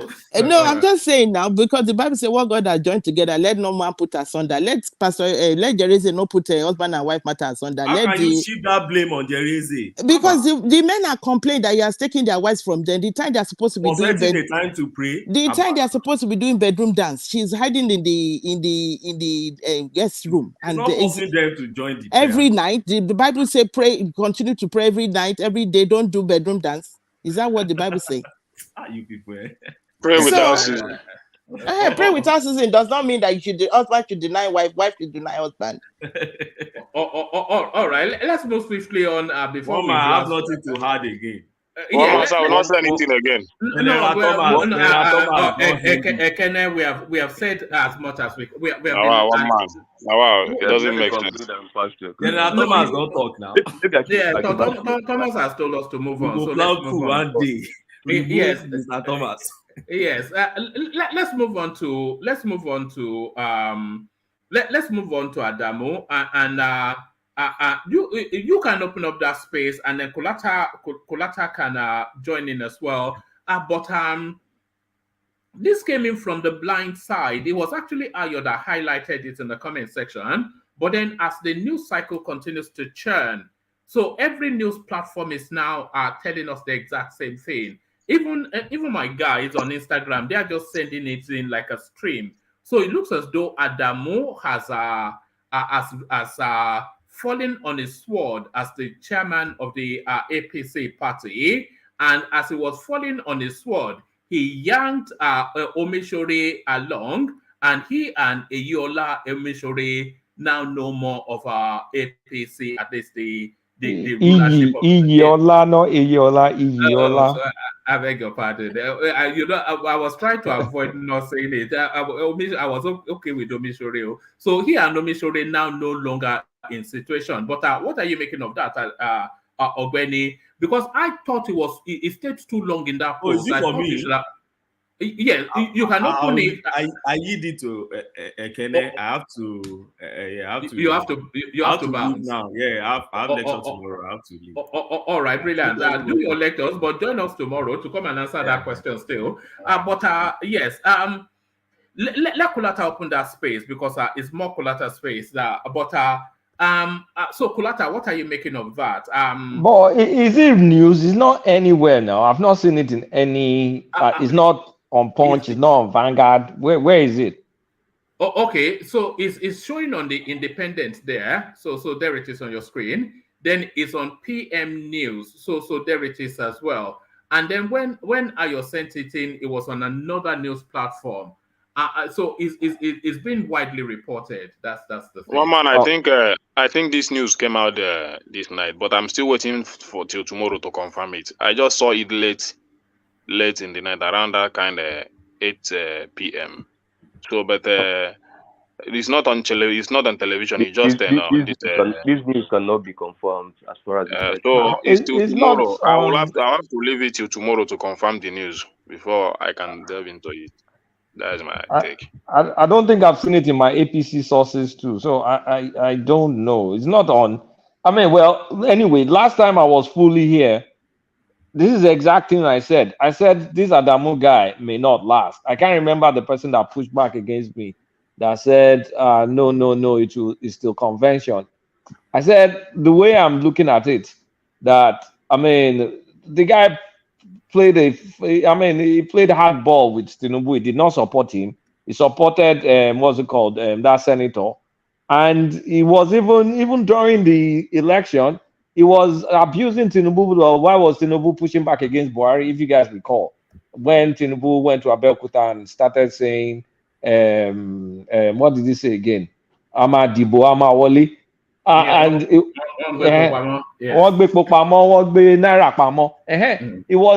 was saying he tongue lashed Tinubu. I mean, there's no love lost between both of them.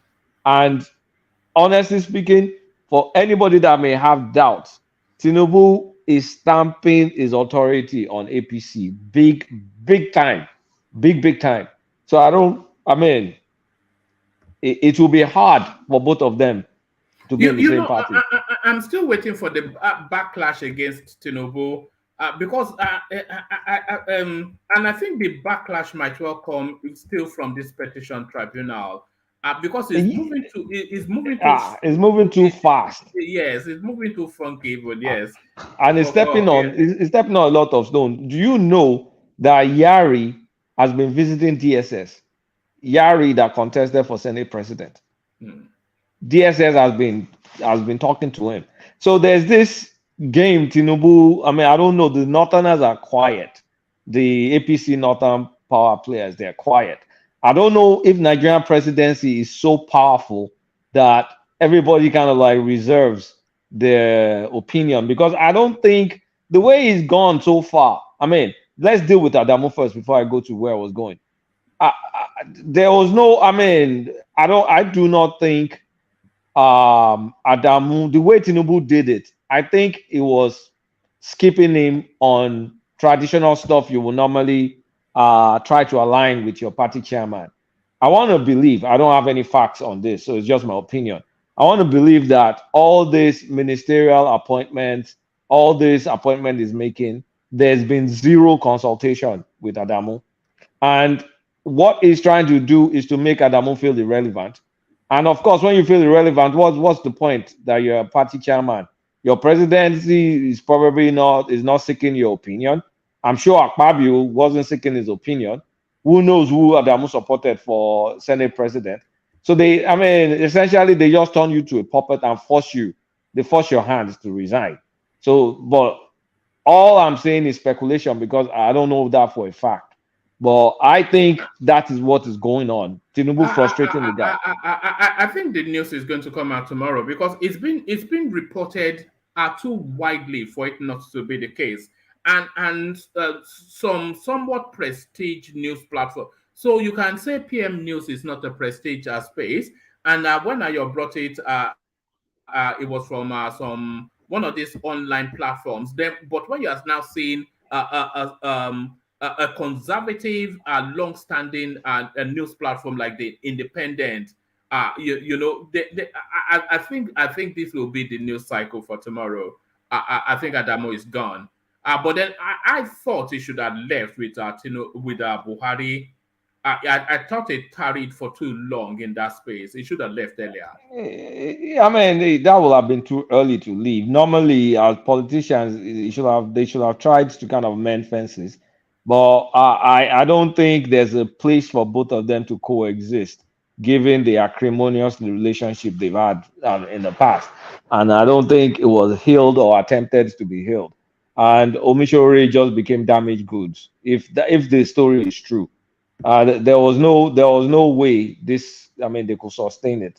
And I think Tinubu perhaps may have made him irrelevant. Like I said, I don't think he consulted him for anything post-presidency. And when we look at this Tinubu's presidency, it's been shocking to me. And the aspect that's been shocking to me is the blatant, one-sided, lopsided appointments coming from the Southwest. I've been shocked. I'm not even going to lie. It's been in your face, skewed appointment towards the Southwest so far. As in, I can't even believe it. So it just means it's only maybe the constitutional mandated appointment that is going to be that is going to be based on the whatever we call it again. Is it fairness and equity or fair representation? So did he not tell you that Yoruba will come? He told you now. I did not take him literally. This is literal Yoruba local. I mean, I'm worried. I'm worried at the state of one-sidedness in his appointment. I'm not even going to lie. And I don't think, I think some people are just keeping quiet, seeing where this is going. But one thing that is not mistaken, he is fast consolidating power. Unbelievably fast. I mean, this guy hasn't spent 2 months. Is consolidating power at a rapid pace. Rapid pace.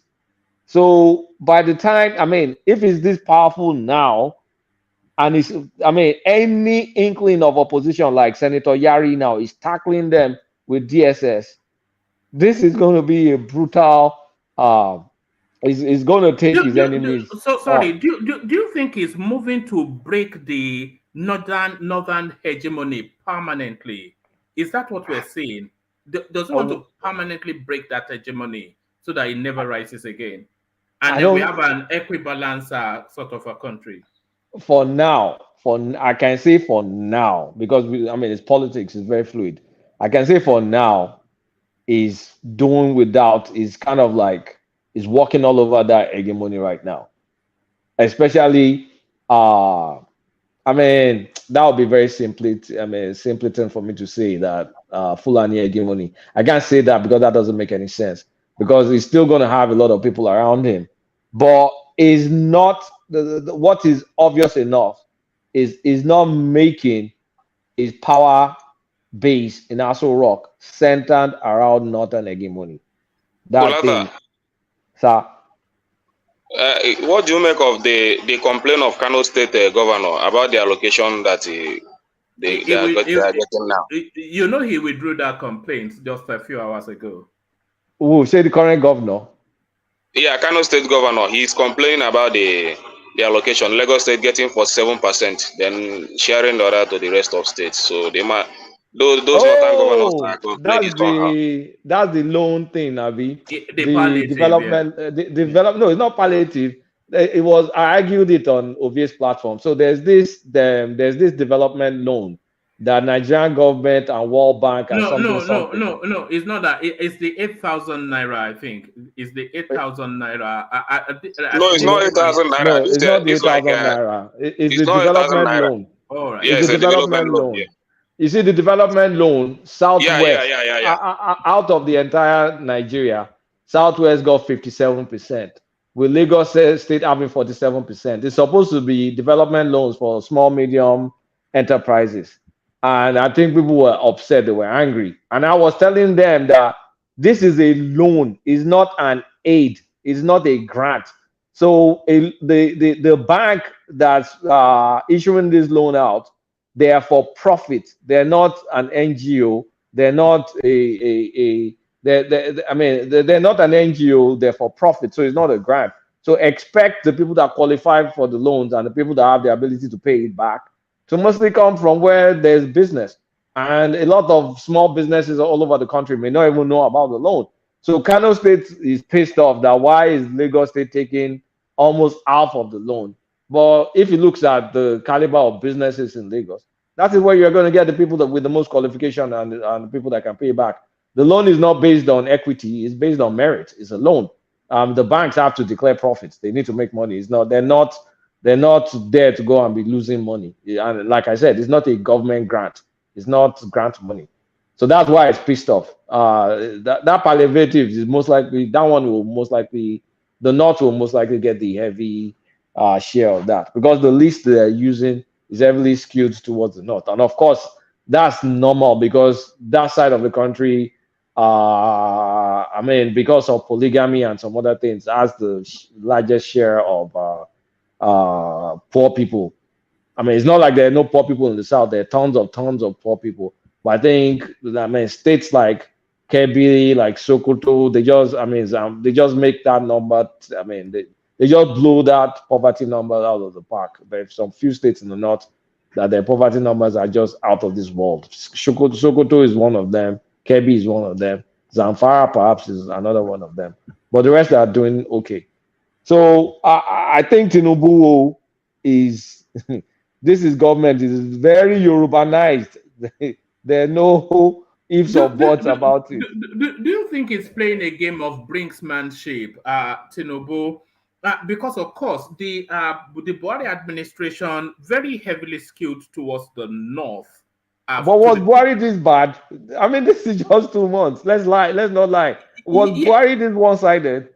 Yes, but who can argue? Why I'm asking if it's playing a game of brinksmanship is who is going to say he's having too many Yorubas when the whole of the 8 years of Buhari was all Fulani, northern.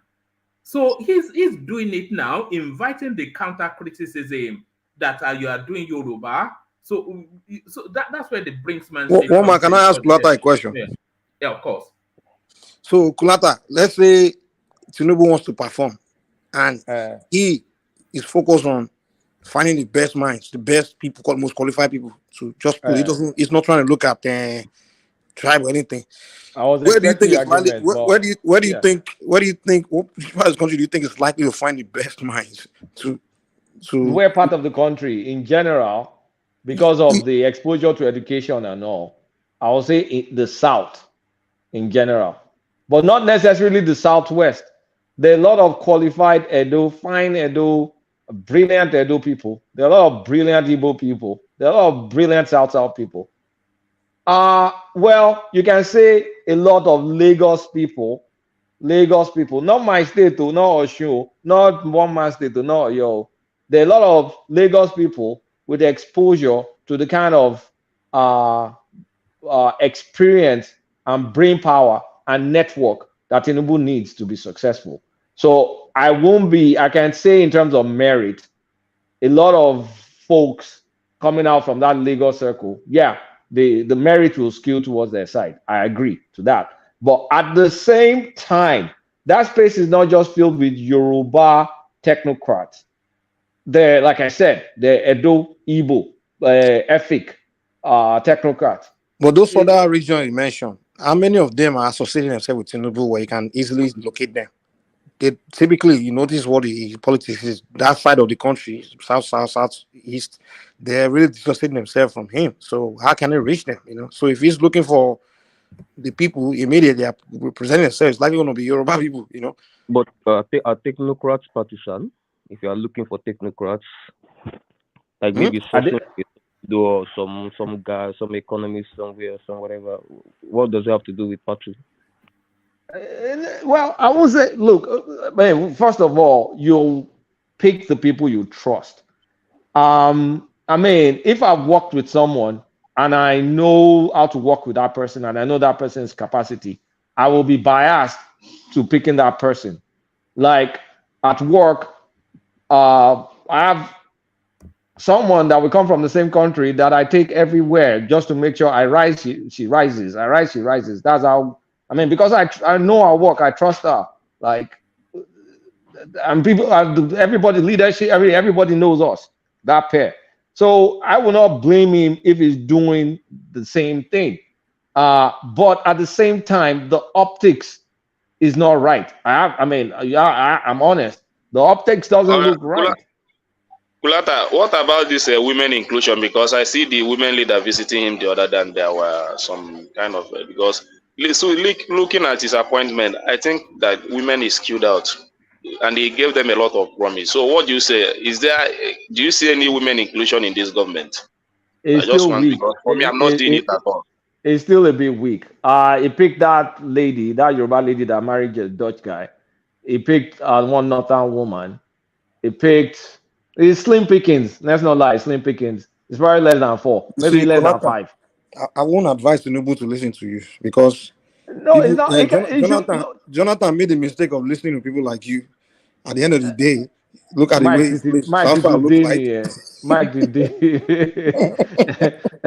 No, here's what I have to say about it. Look, he shouldn't listen to me. He should do. I mean, like I said, if I were in his shoes, I will also pick the people I'm comfortable with. Number one, if I want to perform, I'm going to pick the people I know will perform.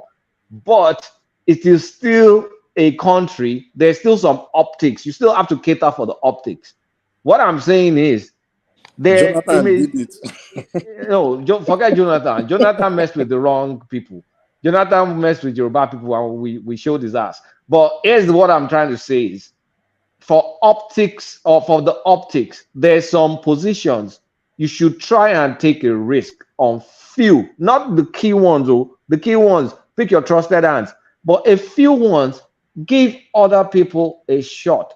There are many people that are not, northerners.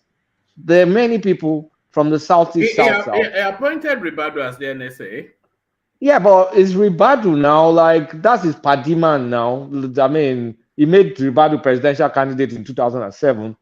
They've gone a long way. That's appointing. Yoruba. That's the point I'm making. Yeah, it's not Yoruba, but in an appointment, he has to try and find strangers. Wait, Mike. And that's one of the most sensitive positions in government. When you look at an appointment of the average that Tinubu is batting now, when you look at an appointment of 10 people, I swear to God, like 7 of them will be Yoruba. He kept Yusuf Bichi at DSS. One man, that guy will go at some point. He's still using him. But just look at the new appointments. out of, I mean, a rough average is like out of 10, 7 are from this Yoruba. Maybe he will pick some Yoruba from the Northwest, but it's still freaking Yoruba. I have nothing What's against. bad? What's bad about it? I'm Just not tell me. saying it's bad. Listen to what I'm saying. It is the optics. Just switch Tinubu with Peter Obi, and you get Nwaka, This platform will be Nwabuno, on fire. Uchena. That's You what I have want. Uchena. You have Nwabudike. You have I mean, I putting won't on mind. So if you fail, we can all say the Kenneth yes. look, Okonkwo. let's be fair. Let's be intellectually honest with ourselves. We will criticize. We will criticize. But Kulata, the point we are making is, if, like Obasanjo, for example, he did all the picking from all over the place. He's trying to please everybody. And it worked His for failure, him. wait now, I remember that time when he was failing. He still has People were one of the saying, best cabinets in the Yoruba world. failed. Listen, at the end of the day, they will still blame you. If he failed, they will still blame Yoruba people, even if you pick people from all over. No, Obasanjo literally ignored Yorubas, and they Okay, still blame Yoruba Mike, people for his failure. Has it occurred to So you I'd that if rather have Tinubu, Tinubu pick. wait, Mike, listen, wait. Has it occurred to you that if Tinubu fails, then won't they blame Yoruba people? Whether you pick Please, Yorubas or not, they will blame Yoruba people if you fail. Can I say something? I think what Kulata is trying to say is that, like Buhari now, we were all complaining during his own time that he brought in too many Fulanis. So it's like, it's similar to what Tinubu is doing now, right? Bringing so many Yorubas. I think that's what, That's what I'm saying. I mean, it doesn't look too good. I get the point. I get the point. It doesn't look good, but we are now what I'm saying saying that is, guys, who is comfortable with, but nobody gave Buhari that chance. Nobody said no. It's people Buhari loves, people he's comfortable with. No, we all called him a nepotistic president. We called him nepotistic. I mean, what did we not call Buhari? Let's not lie. What did we not call Buhari? Kulata, see, you know what's more important to me? When Tinubu is leaving that office, we can say, he performed, he gave electricity, he performed, where people can say, this Yoruba people perform. That's what's more important to me than people saying, it's only appointing Yoruba. Criticize me for the 8 years for only appointing Yoruba. I can rather take that criticism for the 4 years he will be in office. That Yoruba is running Nigeria, than him doing all this. I don't want to please people, appointing everybody, and then he failed after 4 years, because they will still say the Yoruba man failed. That's what they will say. And if he doesn't perform, then fine. Either way, they will say Yoruba failed. So I'd rather have him do what he in needs terms to of do. performance, can we analyze this 8,000 naira, this palliative that is rolling out now? Can we analyze it to see the vision here? No, we've done a whole session on that. So we've done a whole session on that 8,000 naira. But, because the reason I said that to one man, he's already receiving a lot of criticism, a lot. You're gonna receive criticism no matter what you do. Even Buhari was receiving criticism when he was building second Niger bridge by the Southeasterners. So you're gonna get it no matter what.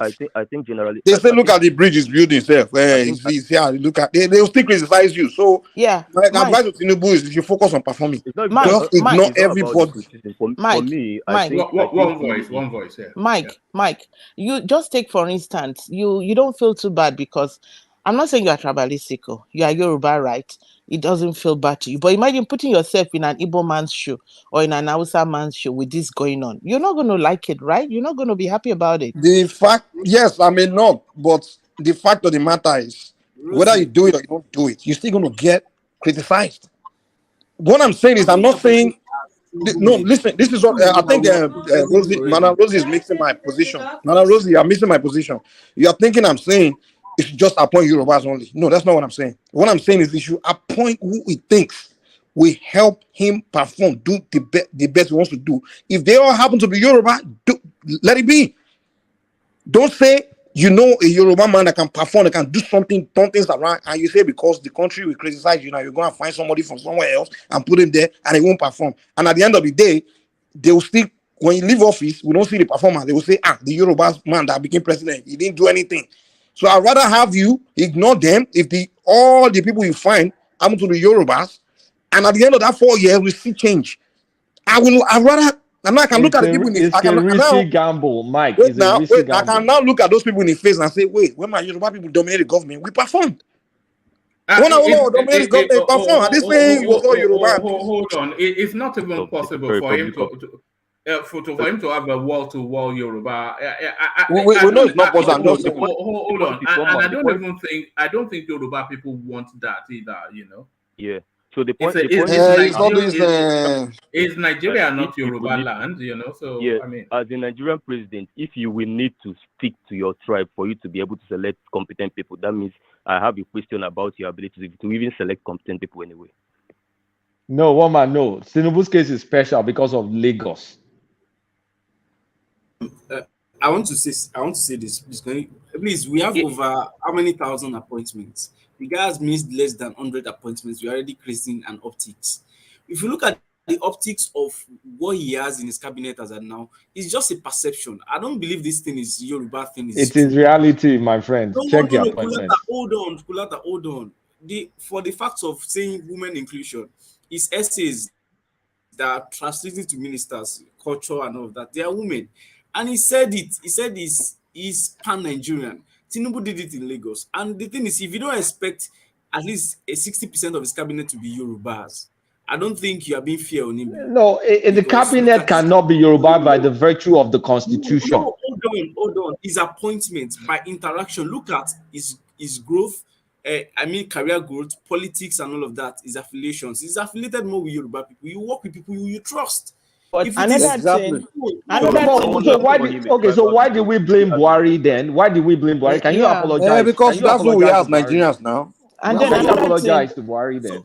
So even if we are saying Buhari, the problem we had with Buhari was he was appointing his people, and the people he was appointing were not necessarily criticized because they were full and nigger. That was the second level criticism. No, let's be from day one. Because they were ineffective. I disagree. We have to No, hold on. I think AY might be right because the first level criticism they faced was because the lack of competence. They were just they were brainless people. One man, and no, you guys are not being honest because you have to give people time before you make a judgment that they're competent or not. As soon as Buhari started those appointments, people started criticizing.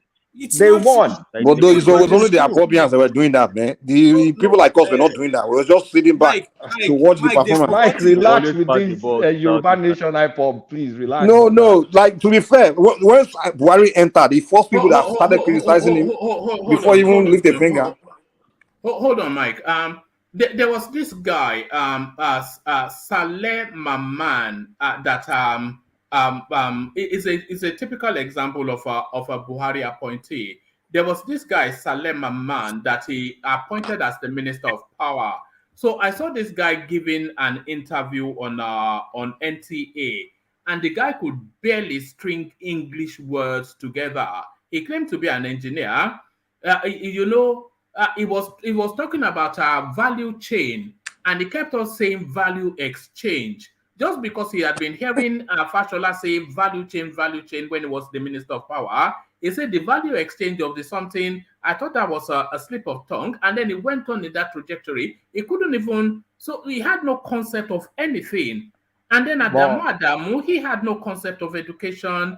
And then you had Tanko Mohammed, specialism, Sharia law, Chief Justice of Yeah, but one man, that was after. Look, when Buhari first started in 2015, go back to that time period. We did not give them time to even perform before we started criticizing them. You forget a lot of things. Hold on. Let me wait. Let me just make a quick point. And this example you gave about someone calling value chain. Wait. When you say someone calling value chain, wait now. When you say someone saying value chain, value exchange, how is that different from Peter Obi's market to market something? And people are going gaga over Peter Obi. Consumption to production. You can't tell that because that guy made a flop that is not competent as soon as he was appointed. People were already freaking. I exalted Peter Obi, no Ipobians. People were already freaking out that the Fulani before they could even perform. So I don't agree. Kulata, your facts are not right. Let me remind you, when Buhari came in, although he was sick, he took about 8 months before he even started. Before he's still a cabinet, yeah, I know. No. So you can't say immediately Buhari entered, they started saying he was fulanizing Nigeria. Now, the truth is, of all the presidents, he had that special came advisors like Tinubu too now. Let's say why. Let's do it one at a time. Of all the presidents that enjoyed goodwill, Buhari enjoyed a very lengthy goodwill before we started criticizing him on things that matter. Because when Buhari came in 2015, he came in with the hype. Everybody supported him, expecting him to de-escalate a lot of all these insecurities and all of that. Everybody That's true. Change. Yes, everybody was excited. Princess, please now. Let's everybody expected him to perform magic. That everybody, the whole country was comfortable for him for 6 to 8 months before he nominated his cabinet. His ministerial cabinet. Everybody was okay. Baba is doing well. Baba go slow. You remember all those times now. So before, when we now saw his appointees, everybody was expecting they would come up with proactive solutions and all of that, and it was not forthcoming. Then everybody started criticizing them. Then everybody started criticizing the second leg, like the guys that you are putting it, who are your king brothers, are not doing well enough. So that's it. Buhari enjoyed a lot of goodwill.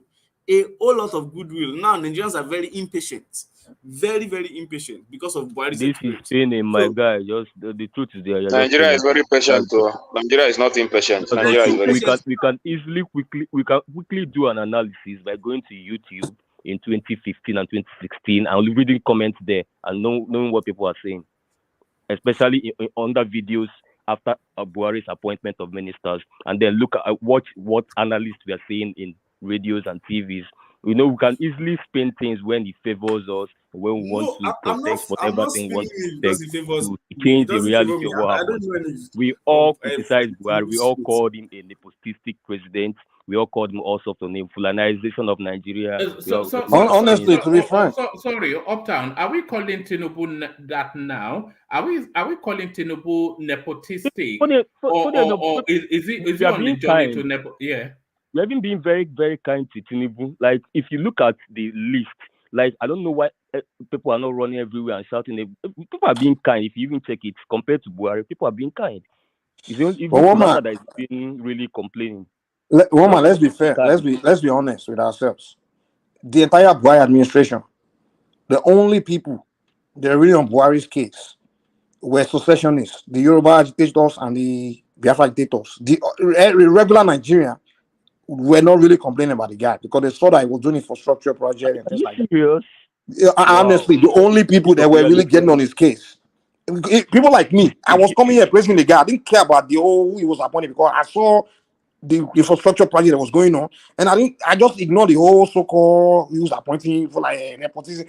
It was all Buhari's attackers with secessionists, the Yoruba agitators and the Biafra agitators. That's what I know. So a regular person like me and others I know, they were not really complaining about, it's appointment, or something like that. We just focus on performance. That's all, to be honest. To be fair, just to be fair to Mike, throughout the Buhari administration, he's always said, let him appoint whoever, so long as they're delivering. Mike even sent us some rather fake video of Buhari's infrastructure, where he was pretending to be driving on.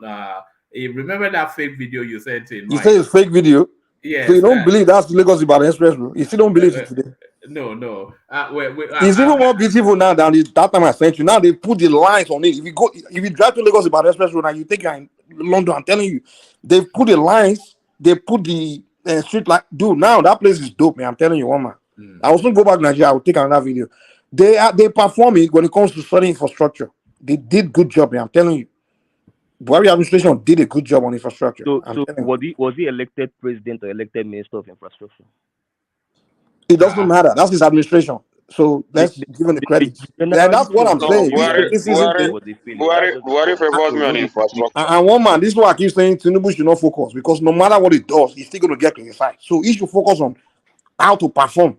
And if all he can find, the best he can find is Yoruba, just use them, because you're going to get at you regardless whether you're trying to please people or not. We should learn from history. Jonathan made that mistake. He forget his people. He was trying to go help others, so they won't call him anything. At the end of the day, they still kick him out, they call him names.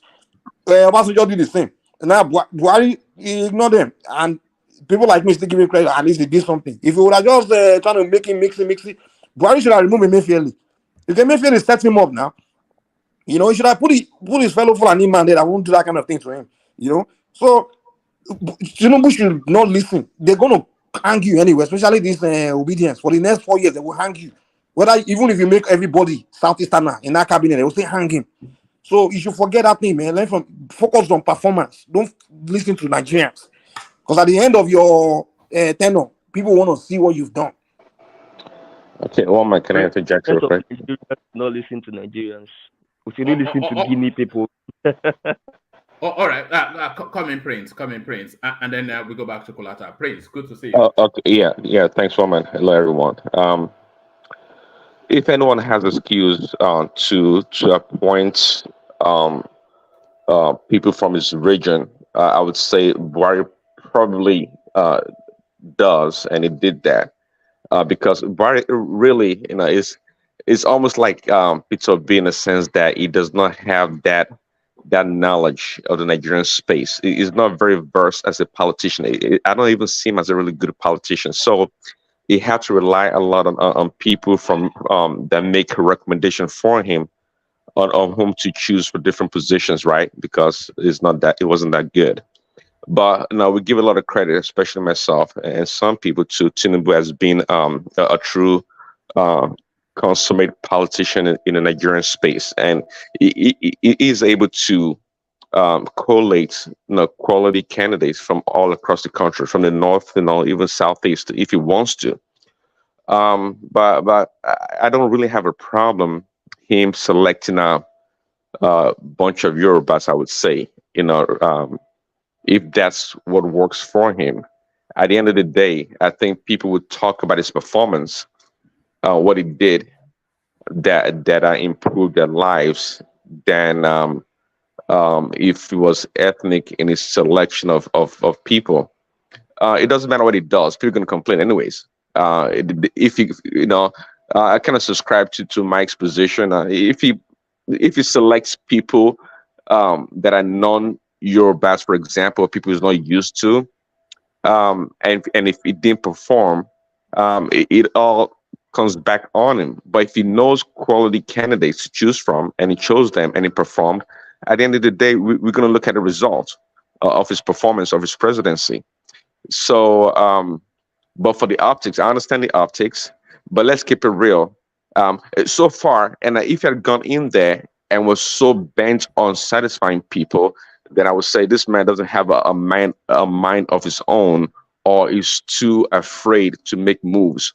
But now he's been making bold moves from day one. And for that reason, I give him a lot of respect. Okay. And he is not, he understands the politics in Nigeria. At the end of the day, he cannot sideline or overlook the northerners, especially people from the northwestern part of Nigeria, in his administration. So far, so good. I understand the optics, but all across the country, for example, in the United States, right? You don't see a Democratic president come to power and go select a bunch of Republicans. It doesn't make any sense. It's almost a given, and people understand that. Okay, you're gonna select people that you work with, people that helped you get to the point that you are. So I expect the same thing from him.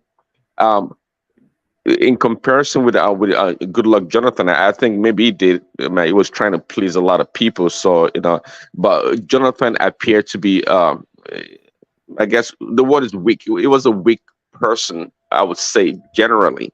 Okay, it was too afraid, and the opposition and maybe rightfully so, the opposition he had in his presidency when Yar'Adua died may have played a part in his decision making a lot. But Tinubu is an independent thinker, is a man of his own so far, and he's going to choose quality over quantity. So I mean, I don't have a problem, regardless of the optics, if he chooses more, if it's more Southwest bent in his appointments. But you had issues with that with Buhari though, Prince. No, he didn't know my position then. Back then, woman, you were too concerned when you and I used to go back and forth on the chat. You were too concerned calling Tinubu the looter of Lagos and all this other stuff. But I'm glad they came around though. They came around to his side so far. Boris' situation. One month, did you come around? No, I didn't come anywhere. I'm still where I am. Is that right? Okay. It's the looter of Lagos. So But your commentary is being quite favorable and I mean it's not as bad as it used to be. Pushed him to that position, trust me.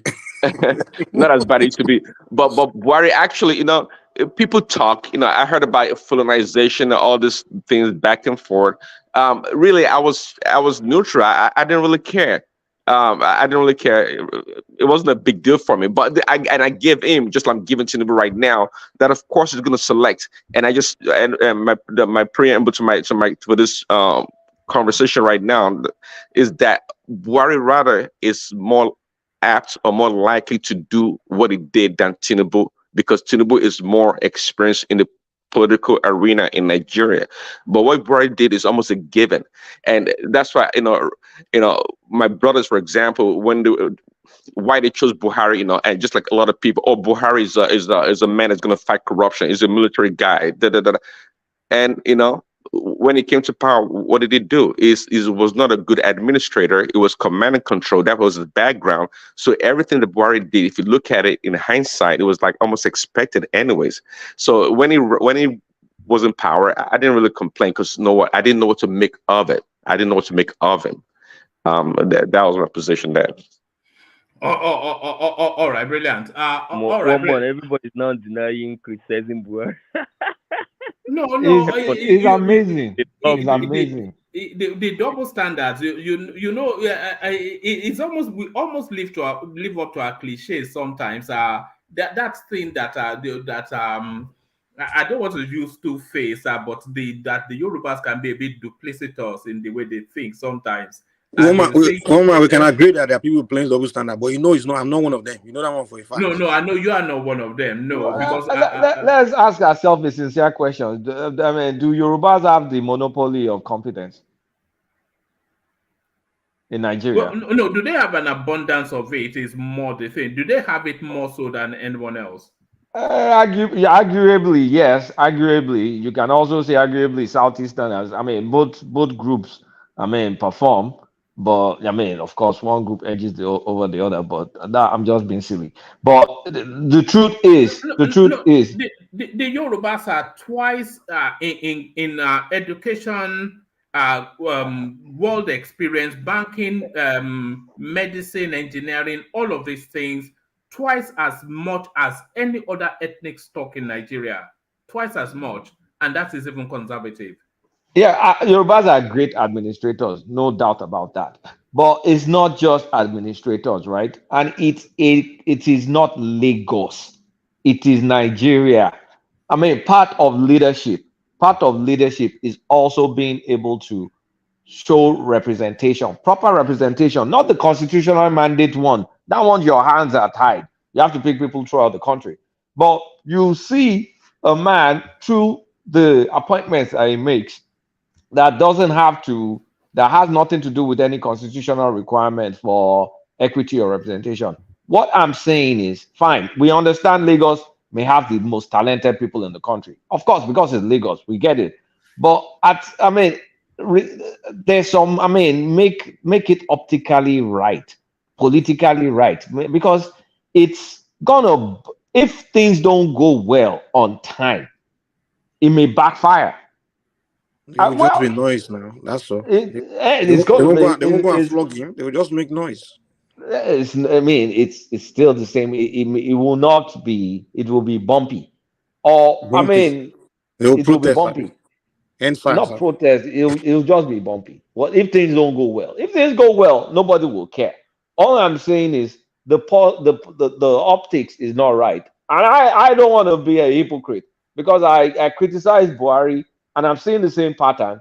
So I'm not going to close my eyes and say I'm not seeing the same pattern and say, oh no, because somehow Yorubas are competent, then I should keep my mouth shut. I still say this kind of comes across as, I mean, nepotistic.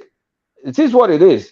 But I mean, so nobody, if Peter Obi gets there and does the same thing, Mike doesn't have to lose his shit. I mean, pardon my French.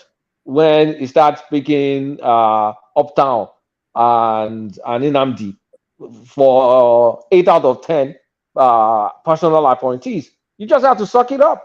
They won't accept it, you know. If this was like who was saying, it was a Princess Rosie, that if we had substituted Tinubu with Peter Obi, and then it's okay, Chuku. People will blow. They will blow their gasket on this platform. You guys are not being fair with Yoruba people at all. I'll give you two instances. Okay. Bombs in Wait now. Wait. During two instances. One was during Jonathan's time. He didn't appoint Yorubas. Now we didn't go out crying and shouting. I didn't even notice it until he was leaving office. I'm like, this guy didn't appoint anybody. Another time was during Azikwe. That one was the worst nepotism. That was so nepotistic. But we didn't cry in the Southwest. Now it was we are not that kind of people that cry that much, you know. The only people I saw that was crying during Buhari time was the agitators. The Yoruba Nation agitators were the only ones doing their crying. You should try to spread propaganda. But the regular Yoruba person didn't care. We're just focusing on, is he going to perform? I mean, but those Yoruba Nation agitators are filled in Tinubu's camp now. So if it was Peter Obi, they would just pounce on him. They are filled. I mean, name them. Go to Twitter now and see that they're sleeping on Peter Obi. Cool now. The Ipobi has joined obedience now. Didn't Ipobi has joined obedience? Let them know if his post is too Igbo. Well, wait till your turn now. we know when it's time to come there, we'll be very nepotistic. I mean, history proves to us that, you know, that was the case. The unfortunate sad thing about Nigeria, if a Southeasterner gets there and he starts appointing people like Tinubu's appointing him, you know that, let's not lie, people will start getting who did her when Azikwe did it? Who did her? Anybody did her? People did her. Nobody did any harm, man. They did so because that's when the Igbo domination narrative started. No, it didn't start. That's a lie. It was whether by intention or by omission. When that happened, it was only when they got to agree and started killing people. They started doing cool stuff. That's when people were like, we're not satisfied with the. Oh, okay. Let's not put that. That seems to be your favorite space. Mike, let's not give Mike his bread. It will turn it into There is no need criticizing Tinubu for his appointment. He can appoint whoever he wants to appoint. If he performs, the only thing I know is that if he performs, we'll praise him. It's for the good of the Yorubas as a people that your person has performed. But if he didn't perform, I'll come here and say that Yoruba people didn't do well. So that's how I see it. So there is no two ways about that. For me, I don't care. I care about his performance. People didn't do well because how? I don't understand. I will place it on Yoruba people. Now it's Yoruba people government now. So Kene, you want to tell me if they give you some level of responsibility now, and you're a Nigerian? I know you are a proper Nigerian. There's no doubt about that. You don't have like, if you had to pick 10 people, you don't have like 5 friends outside of the Southeast that at least you can show the world that you trust. No, I have now. That should be proper. But you know, all these politics, there's a way they do their politics, and I've noticed that. So since I've noticed that, I don't really care much about that those appointments, because you know, politics is all about interest. All these things they are doing now, just look at the problem he's having with some APC members. It's just that the people didn't work for his interest, so that's why they are falling out with him. So what do you expect him to do? You must align with the people that work with his interests, is that who have his interests in mind, because he has to work for the next election. You understand? Wait. His most votes came from Northwest and North Central. So what about the people of the North Central, the non-Yoruba North Central people? I don't know. For me now, I don't know what is happening with the. I don't have anything to say about Tinubu appointment for me personally, because it has been going on. Buhari has made it to be in Buhari's time. He has made it to be a policy. Even all this allocation, all this allocation I thought about, this giving Lagos State for 7%. Me self, when this Northerners were complaining, my mind was, so you people can complain. You understand? So, but my prayer is one day it will get to our turn, so that if we can have this national cake also. That is my They own will not prayer. let you guys do it. That's just the truth. That's just the blunt truth. That's the truth. Nobody's gonna let you do it. Nobody's If that time they don't want us to, then I will know how much. That is when I will know how they love Igbo people, how they want them to. I don't know what. So let everybody have focus their on your share. At least. governors, man. That's the most you get. Trust me. Just focus on your governors. So no, let everybody have their share. Buhari have the share. The Northerners, the Fulanis, everybody.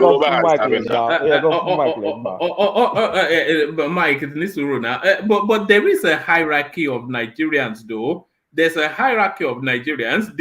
At the top end, you see the Southwest and the Northerners jostling power between each other, and that's the Nigerian dynamism, isn't it? Really. No, quickly, you have to make distinction about the North, not just Northern, Southwest, and Northerners. You can say Northwest because there's also agitation in the North, the Central, the Northeast. The Northeast has never been president, by the way.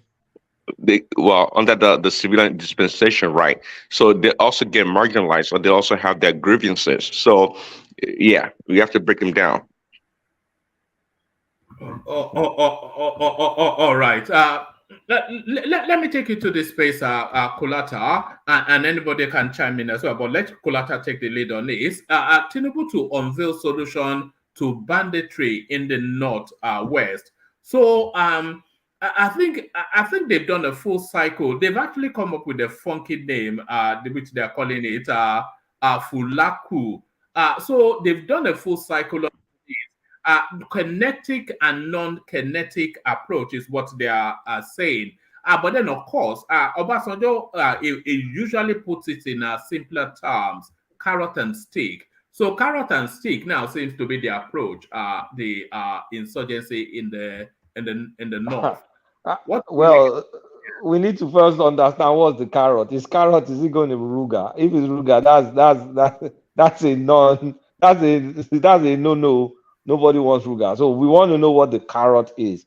Of course, we know the stick is chasing them with bombs, with Tucano jet and that fighter helicopter they just bought from Turkey.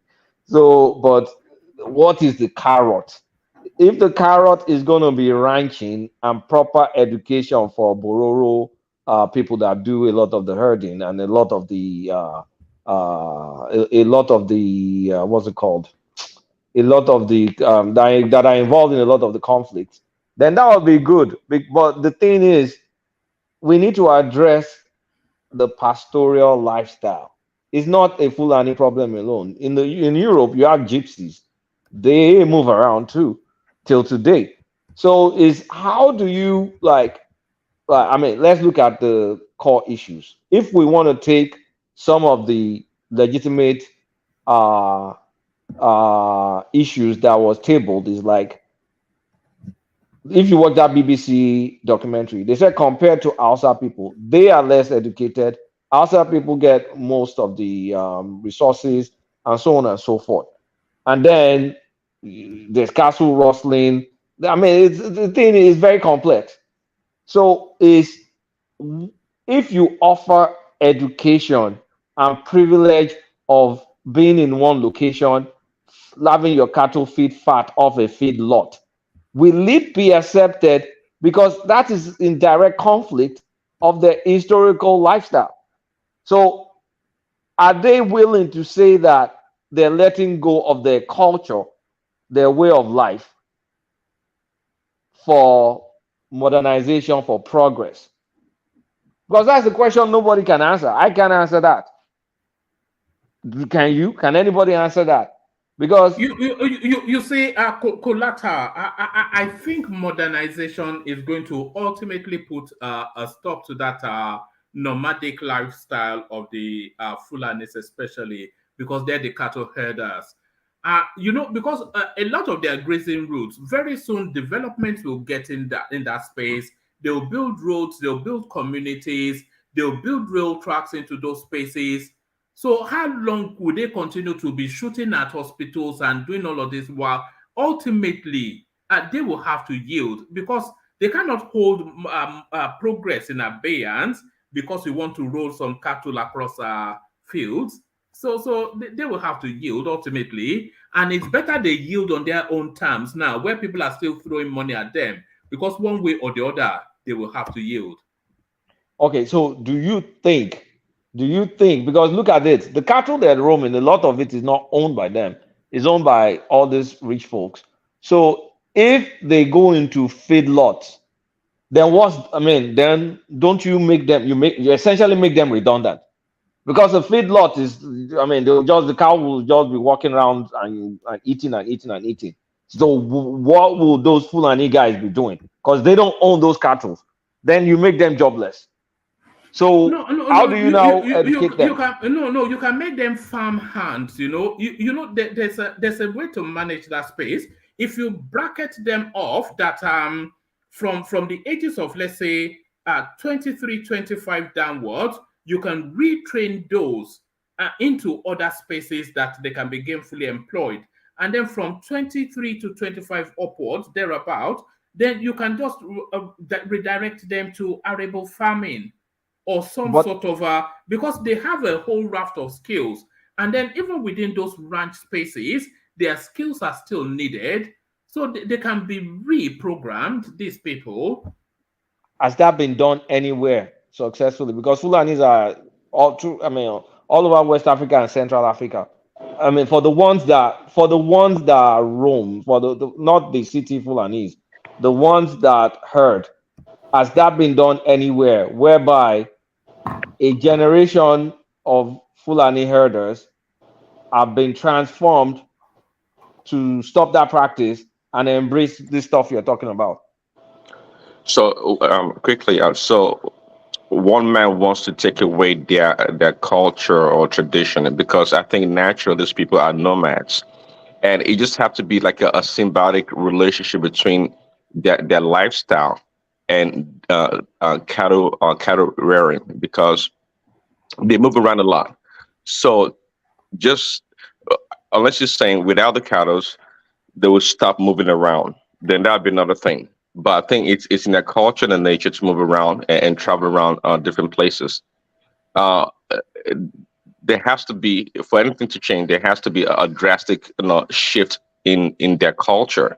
I'm not saying it's not doable, but that's what we have to start thinking about, because if we start taking away their grazing routes, eventually that in itself, without proper transition, will cause trouble. It's going to cause a lot of trouble in the Nigerian space. And just like Coletta is saying, yeah, and has it ever been done before in West Africa or wherever the Fulanis people live? I can see, I guess some of them, they're becoming, we call them the Al-Qaeda riders.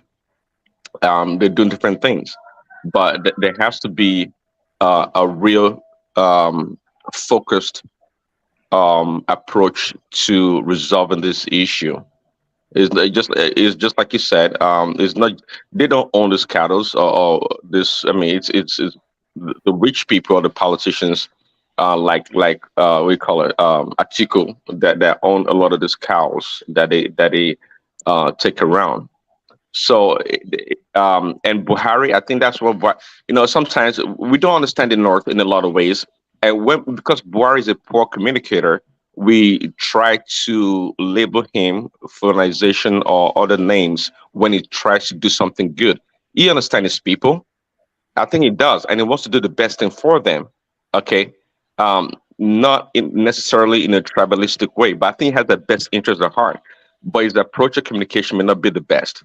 So we have to consult with these people and see how we can help them, and not just dictate to them and restrict them. Prince, the first thing we need is actually data. Do you understand? Because of course we say the Fulanis, and it's a catch-all. The Fulanis population is about 30 million thereabout, roughly. And then who constitutes these herders? I'll be surprised if they are up to 500,000. So let's identify who these people are and then we can audit them, we can profile them, and then we can redirect them.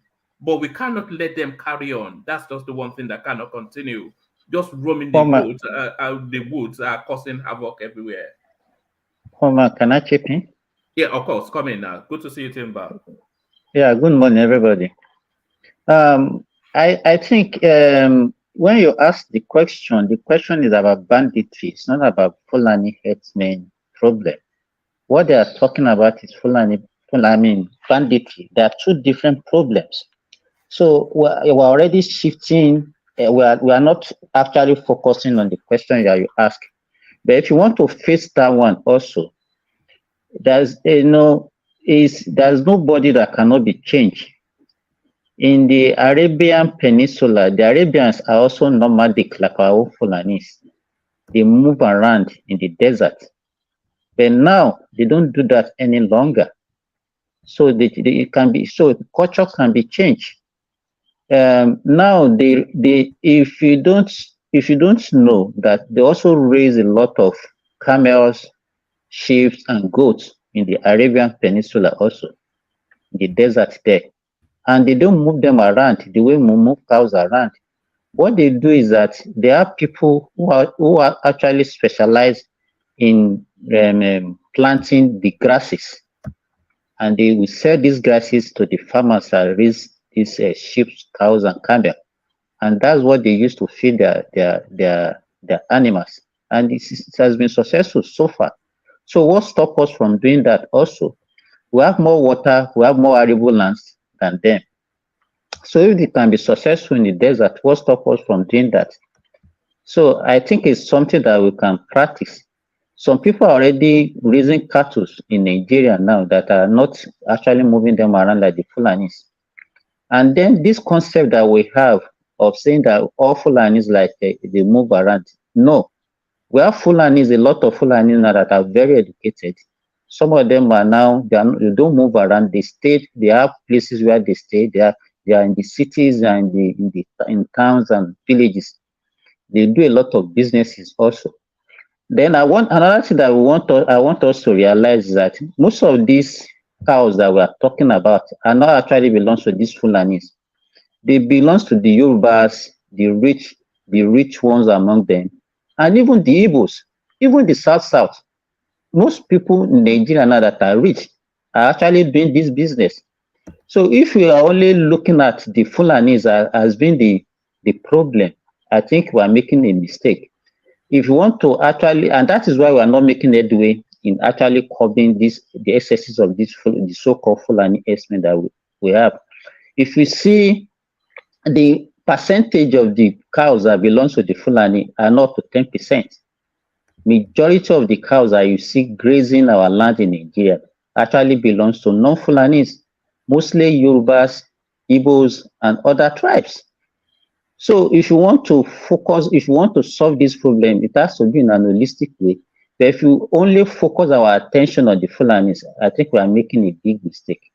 I think that's what I want to say for now. Yes. Simba, this is Kulata. The reason it turned to herding is, if you watch one British documentary about the bandits, they said some of what they called the source of the problem is castle rustling and stealing cows, all that stuff.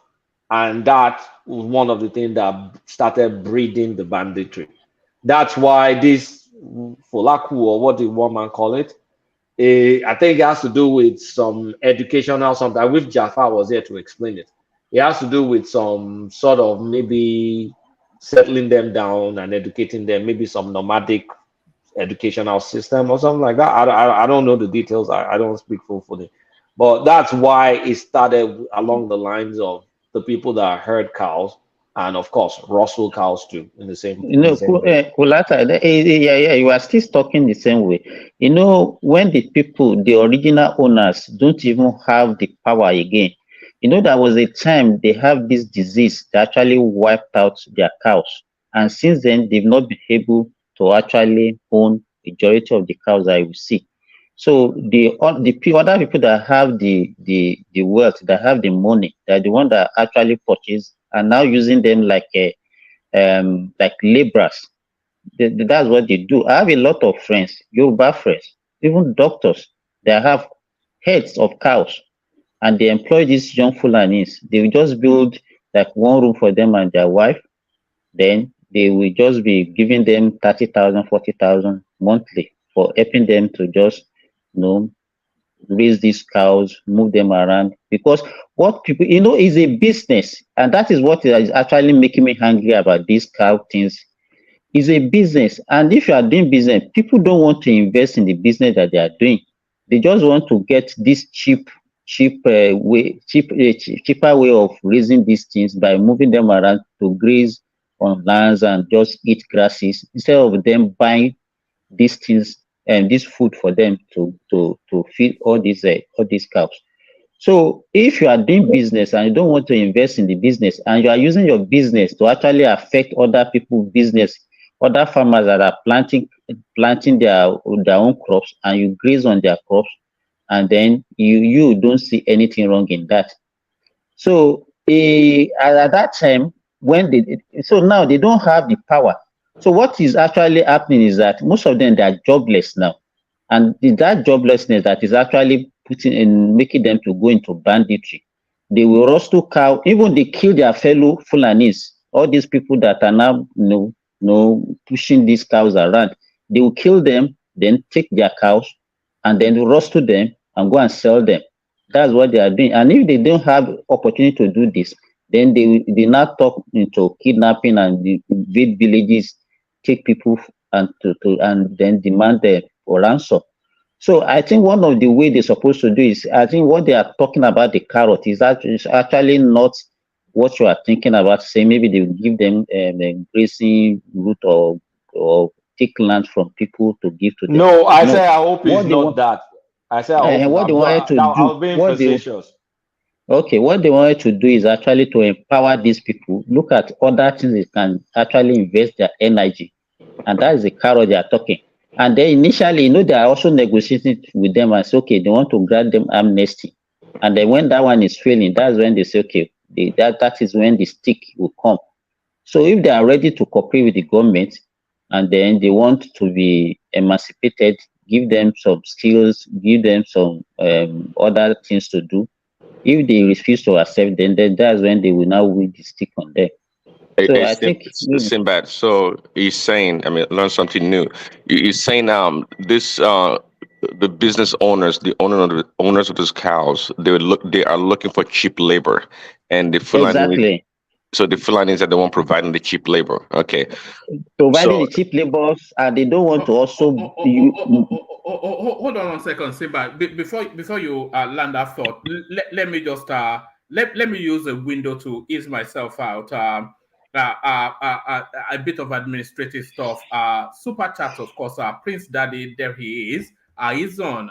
Announces some of the traditional names of the space. So that's his zone right there. It says a warning. I think it's Joshua with Kulata, but it's out of sequence now with wherever I was pointing it to. But thank you, Aizon. And then this is a new entrant into the super space, Benjamin Olabode. So thank you, Benjamin. He's your super sticker. And then Ayo, he announced that that story of Adamu stepping down via a super chart. And then that is Ayo, of course. As the session starts, he kicks it off with a nice little super chart. And as I said, the traditional names they're showing up. So that's engineer. And by the way, a lot of people have been asking about engineer. Engineer is just snowed under. I speak to him regularly. But he's just juggling too many things. He's always saying, "Oh, tell the boys I'll be around. Tell the boys I'll be around." So there he is showing face in the super space, and as he shows face rather in the super space, he also shows face in the buy the coffee thing, which I said had died a natural death, but engineer resuscitates it by going there. So thank you for all that. So thank you for all that. Of course, when you know that, when I start to do the administrative stuff, you know what is coming next. So as soon as I finish doing the administrative stuff, you hear military music. And after you hear military music, you know what is coming next. To attention, here it comes, the general.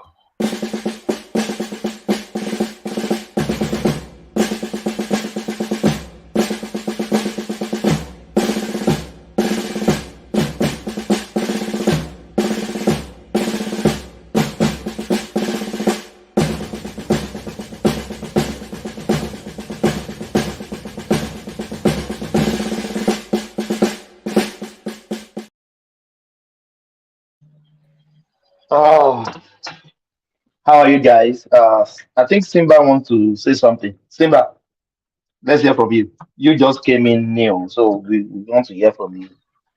Do we have Okay, Simba? so yes, Yes, yes. what I'm saying in essence is that, let me give you, for example, during this Salah that went just about 2 or 3 weeks ago, when I bought my own rams, and just for like that would be like for like 4 or 5 days to the Salah, and I have to buy feed for them. I have to buy just for two rams. The feed that I bought within that 5 days was around 5,000 naira. So you can imagine if they are buying feed for all these cattle, how much feed they will use to feed them. Then at the end of the day, how much a cattle will cost in Nigeria.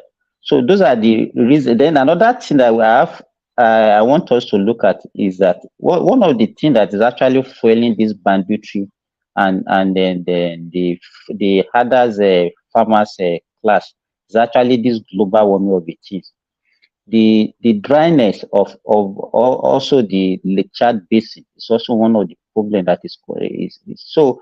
If we don't address this issue of the global warming and the desert encroachment that is actually affecting people, because the space where they are occupying before, where they find a lot of food for these cows, are drying, and so they have to move southward every dry season to come and feed their cows. And that is what is actually, if you look at it critically, you discover that during rainy season you don't hear much of farmers others clash, but during the dry season, that is when the thing will be escalated, because they have to move down south, because that is where they can find little grasses to feed their. But Simba, Yes. can we put these people into consideration? Why do I say that? This is what they have been used to for hundreds and hundred years. So we can't just wake up in the twinkle of eye or in the middle of the night and just change them. They are used to free meals for their cows. So can we just put them into consideration as well? Yes, we can, but it will be at the detriment of others, and the others that have to put them into consideration. Are they ready? Because if you want to put them into consideration, that means you have to give them space, which is actually the population is growing. The amount of arable lands per population is actually decreasing.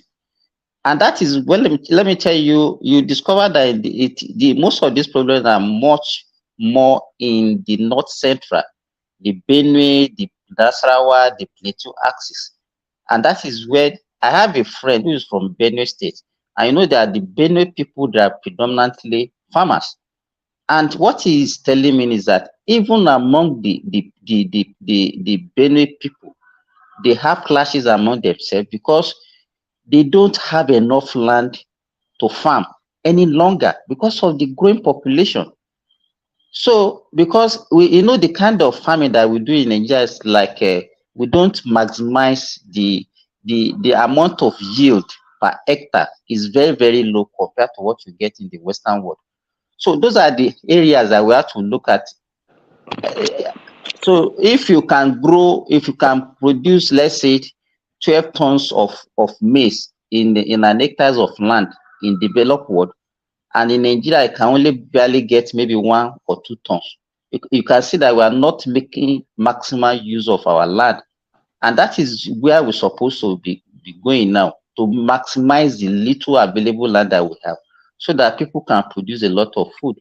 But the way we are doing it now is actually we are not maximizing it, and the population is growing, and the number of variable lands is reducing. Okay, Simba. So, So people are competing for the little resources that is available. So okay, so the land, is it that you said there's issue in Benin, for example, they are losing their land, the farmers. Is that due to encroachment from population expansion? Are they taking over their land? That's my question. Or is it that too much mouth to feed? That's the real problem? That is a if you everything that you mentioned now, please, that is correct. The population is increasing. You have many mouths, the number of mouths you need to feed is increasing, and the production is not increasing. Then there are so many people that also needed this land to farm. So the population is increasing, the land is not increasing. You understand? Maybe a father that has let's say 12 acres of land before now has, let's say, five children, let's say 5 sons that also want to go into farming. That means they have to divide that 12 hectares among the 5. Do you understand what I'm saying, please, Daddy? So now the hectares now we have to it will now be like maybe 2 per person. But before but that won't change the total number, though. That won't change the total number of hectares. But the number of people sharing is has now increased. So one person has 12 hectares before. Now five people are now sharing 12 hectares. You understand? So now, coupled with the desert encroachment, the global warming, other people are now coming now to also come and compete with this same space. Do you understand what I'm saying? That are not even enough for the people. So all the investment that Buhari made in agriculture, what has that yielded? Nothing. They are not thinking the way I'm talking about it now. Let me tell you, even during the dry season, I've had opportunity to travel across the River Niger. If you see the amount of volume of water that is wasting, and if you look at the banks of River Niger, all through, you will not see any irrigation farming. The water is just flowing away. We have a lot of resources. All this water can make use. They can use it to grow. What is it called now? The grasses that these cows can feed on, instead of them moving around all this way. So I think those are the areas I think the government has to invest. And then I also heard that Tinubu was talking about refilling of this Lake Chad basin. And the previous government has also made the effort. I don't know why they actually abandoned. If they can refill that Lake Chad basin, because a lot of cows during the dry season, they move to this Lake Chad basin before, because it is a very big, it's one of the biggest lake that we have. But now it's drying off. It's like one quarter of the previous size. So what that Lake Chad basin can feed now, before it cannot feed the same thing now. So our government, and Lake Chad basin does not belong to Nigeria alone. It belongs to Nigeria, Niger, Chad, and Cameroon. So maybe they are not getting cooperation from other. So this thing is not only a problem that Nigeria can solve. It has to be a West African thing or whatever. So a multi-country approach.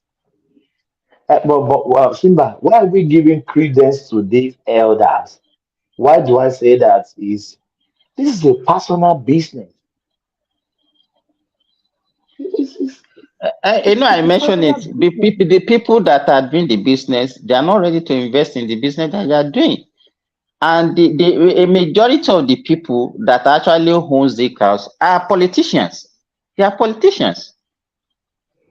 In fact, I don't know. There is a kind of a relationship between, because most Nigerians, what's it called now? Retired soldiers. Once they retire like this, you see all of them go into farming, and that's what they do. So you can also see the problem where the problem is coming from. Majority of our retired soldiers, they are farmers. Obasanjo went into farming. They go into farming. None of them, all of them go into farming.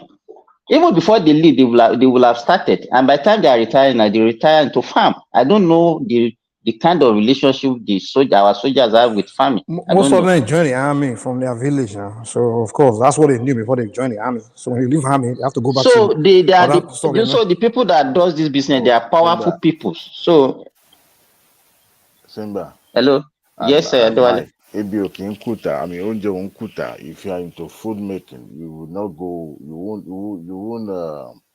You won't like you always make progress. You have to Run find out ways of of. business. You won't run out of business. Thank you. It's all about feeding. So that's why they know that what come here, people are still going to eat one way or the other. That's why they go into farming. So, No matter what happens to so, the economy, your family business always stay alive. You know? so Simba, So Tinubu declaring emergency on agricultural food, that's legitimate, you would say. Yes, it's legitimate. It's legitimate, and we have to do all season farming, not only this only rainy season farming that we are doing. It is no longer sustainable. We cannot farm only during the rainy season, and we think that our vast population we are going to feed, and we are going to have food security. No, so we have to But farm Simba, all why are year we not round. even planting in the southwest anymore? Because I can say the majority food in the southwest is coming from the north. Let me tell you, just yesterday we were discussing, Nigerian youth, they are not ready to actually work again. Those ones that are Even lazy, they are lazy people. they are not They are learning lazy. anything. If you see a mechanic, if you go to a mechanic workshop now, you rarely see any apprentice. They don't even learn all those things. They don't learn mechanic, they don't learn vulcanizer, they don't learn any of the artisan job again. Yeah, who is And there that's why now? you see Well, it's see, not the the blame is not they're not being incentivized, just like just you guys know, as big and advanced as United States is when it comes to agriculture. You guys know the government spends like billions of dollars in subsidy and all kinds of assistance to the farmers, and they practice, most of them, they practice mechanized farming, industrial farming in a lot of ways. Even the private farms, they have technology, advanced technology on the farms, but still the United States spends billions of dollars in assisting the farmers one way or another. So how much more in Nigeria that the government doesn't do anything pretty much for these farmers? How do you expect them to improve their yield? Because even the technology that these farmers use, it's sometimes comes from the government, and they help them procure this technology, or give them training to help better their farming experience. But we don't have that. So what is happening to us in Nigeria? It's natural. It's bound to happen. And you mentioned the global warming, the loss of land due to global warming. Well, that is happening, but we are, we were talking yesterday, nobody gives the West or the white people any credit, but Israel, for example, we know they live in the desert. You're familiar with the Middle East. They have a technology, I guess you can call it technology, called drip agriculture. And if you see this technology, though it sounds kind of simple, but the yield that they get from drip technology, or drip irrigation, they call it, it's amazing. They even make water out of thin air. Literally, they make water out of thin air. And this all came about as a result of innovation. Of course, the government, focus on these farmers, help them with technology. So that's the disconnect we have in Nigeria and most African places. In America, even in Israel, for example, there's always a symbiotic relationship between schools, like higher institution of learning, like in agriculture, business, and the government. They're always working together. The schools tend to be like the hub for developing different ideas and technology to help in different areas in this country. So if Israel can can be really successful. By the way, Israel exports a lot of agricultural products to Europe, very good ones, and they make a lot of profit from it because it's quality, and they have the technology and the packaging to deliver this product. We're not doing that. Well, all we're doing is complaining for the most part. I mean, during the Buhari's government, we heard about so much focus on agriculture, But we're not. I mean, according to you, we're not really seeing the benefit of what they did, and sometimes they may be focusing on the wrong part. Well, I think they did actually pretty well in rice production, but it goes beyond rice because I don't think we have really good what do you call it storage facilities to help these farmers. You got to keep in mind, yeah, it's easy to throw the seed on the ground and it germinates, it grows, and you get your yield. But beyond that, agriculture supply chain is lacking greatly in Nigeria. So the government needs to invest a lot of money in storage facilities and helping move the products from the farms, from the rural areas to the city, and help them store and find ways. Even rail transportation needs to be part of it. We don't have these things. After so many years, we don't have these things, and with global warming and these other factors, it's getting to a point of danger because the worst thing can happen in any country is food insecurity.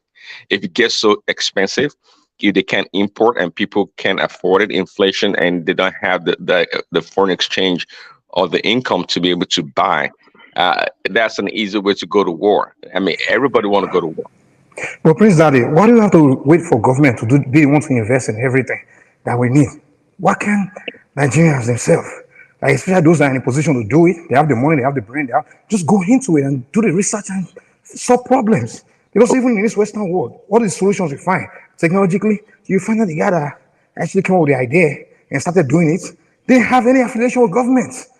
It's how we wait for government to be the scientists, government to be the investors, government. You just articulate the problem. We should say Nigerians. Instead of saying the government should do this, we say Nigerians should But invest you're in this, still going to Nigerians should do need the this. government to I know we support. have to blame government, but it's too much. That's what I'm saying. Mike, At one point, okay, since you were born, we blame government. let me tell you the problem. Let me tell you the problem, Mike. The problem is that Nigerians, an average Nigerian doesn't want to go into a long-term business. And that's why you see what happens in petroleum industry, that people just prefer to go and be importing petrol products and be selling instead of them to be refinery.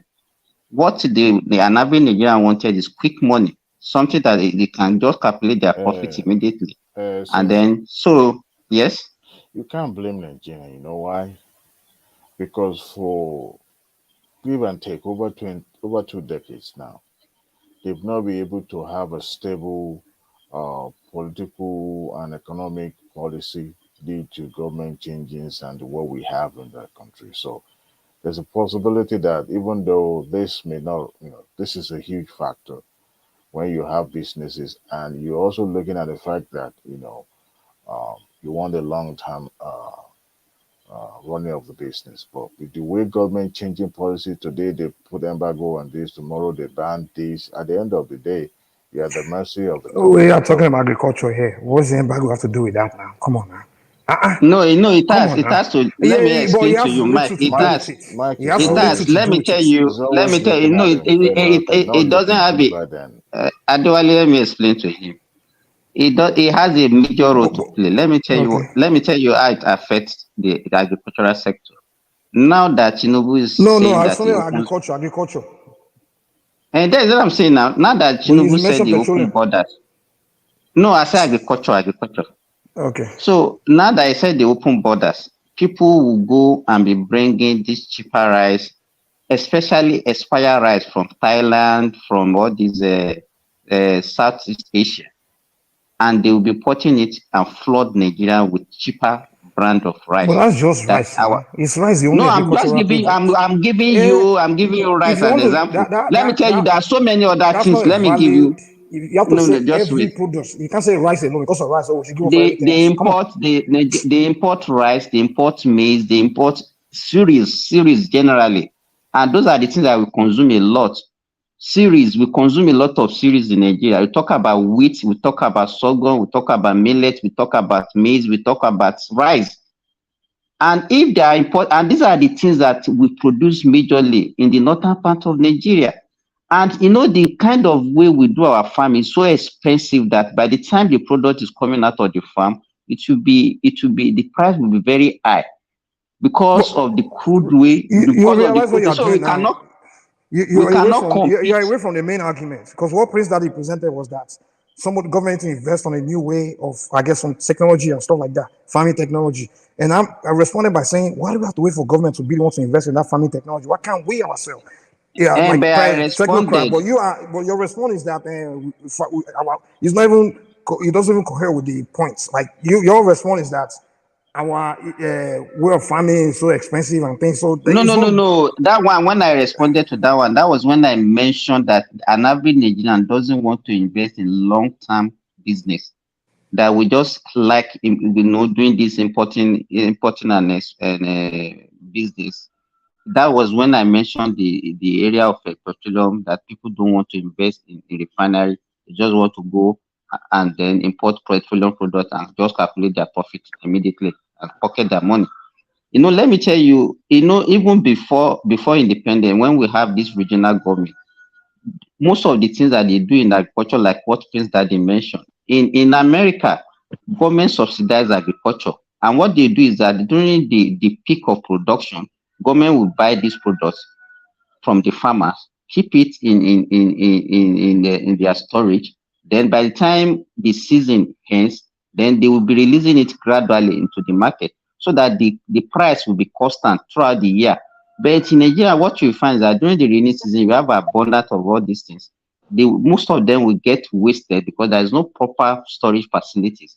Then by the time it's getting to the dry season, then the price will be skyrocketed because the few ones that are available will put a lot of price on their own. Yeah, So, and that to Mike, and that's where the government needs to step in, because trust me, it's really expensive on these enterprises or these ventures to have to build this expensive technology-driven storage facilities. So, I know we can't wait on the government to do everything for us, but most of this just like you say, you're a business person. The owner of these cattle, they want to reduce the expenses. That's why they rather have the Fulani people do the herding for them. So any business person would like to minimize their cost as much as possible. If you're going to have the government do all these things that will benefit a whole bunch of farmers, why should one person take it on? After all, is Dangote not so big in agriculture also in Nigeria? What has it done? I mean, has it lobbied the government to help in this area? So we can't see these small farmers doing all these things. And you said it, no, the government has to be involved as a middleman one way or another. Is it to buy this product and store them to be released later in the year? So everything's all disconnected right now, if you ask me. But trust me, the farmers, just like most sectors, they need help from the government to make things work. You mentioned Dangote. You say he has the money, and then you mentioned government. Well, you're not blaming Dangote, you're blaming the government. They are billionaires in Nigeria to be doing the investment. I agree with you that the farmers, they are broke. They can't do it. They don't have the money. But quickly, Mike, that's my point. Why would Dangote want to spend $1-2 billion to do it when the government can do it? Who wants to spend the money? He's a businessman. Yes, he's investing in business. That's his job. He's a businessman. He's not the only billionaire. He's not the only businessman. Businessmen should invest in that area. Go there. That's what I'm telling government. I'm not businessman. Why should government be solving business problems? That's what I'm trying to tell you.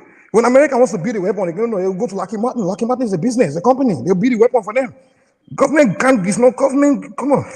Government buy their weapon from private company. American government, they buy their weapon from weapon company. Everything government buy from private business. Government are not in business in America. Government just collect tax from us. That's it.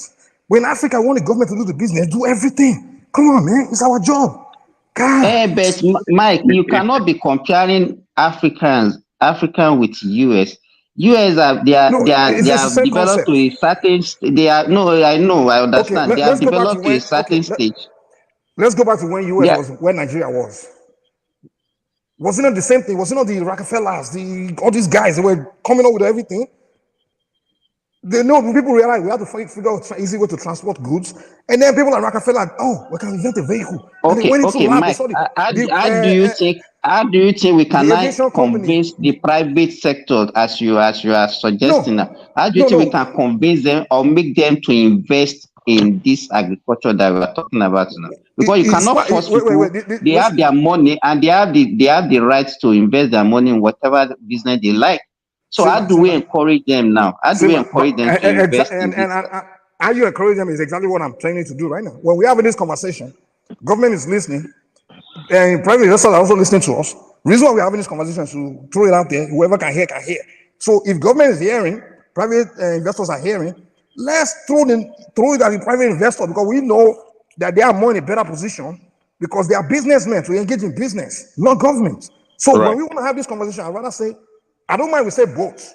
I don't mind if we say both. We should say both government and private investors should do it. But what I've noticed in Nigerian conversation is we don't even talk about the private investor. We don't even talk about that are capable of doing it. We just say government, only government. That's my issue. We want the government to do its role. But you made a good point about Vanderbilt and the Rockefellers. But guess what? They were, I mean, it's like the Vanderbilt, I think it was wealthy people. Now, these are really rich people, and they got much richer. We have rich people in Nigeria too. The rich people in Nigeria, again, they're not stupid. I can guarantee you right now that there's an area in Nigeria that Dangote has a monopoly. There's no doubt about it. Let's not only talk about Dangote. Let's not everybody. We're just using Dangote as an example. If you know or Tedala or Nonuga, which other people you can mention, that is fine. But my point here is that as a business person, unless they can maybe establish a monopoly, they can guarantee that the cash flow or revenue stream, they're not going to just dump their money. See, come on, man. Stop talking like this, man. No. Come on. Stop talking like this. So what about the American billionaires? Why did they think like that? Oh, Mike, you have to study a little bit. Are they different? Were they created different? Okay, hold on a second. Let me tell you. Do you know, for example, how many billions of dollars Bill Gates got from the government when he started Microsoft? Do you know who was selling? Okay, see, and Lockheed Martin and Grumman, for example, this so-called private military companies, they have contracts. Sometimes they get billions in advance into their business before they do anything. Okay, I got your point. Those people who came up with the idea, they discovered it, they didn't have the money, and they approached the government, right? Okay, have you come up with the idea and you need the money and you approach the government and they didn't give you?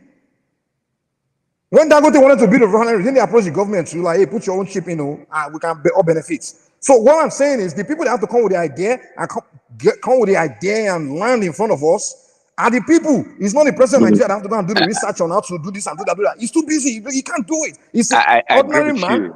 So that's what I'm saying. We haven't made that step. So we should start is it that easy?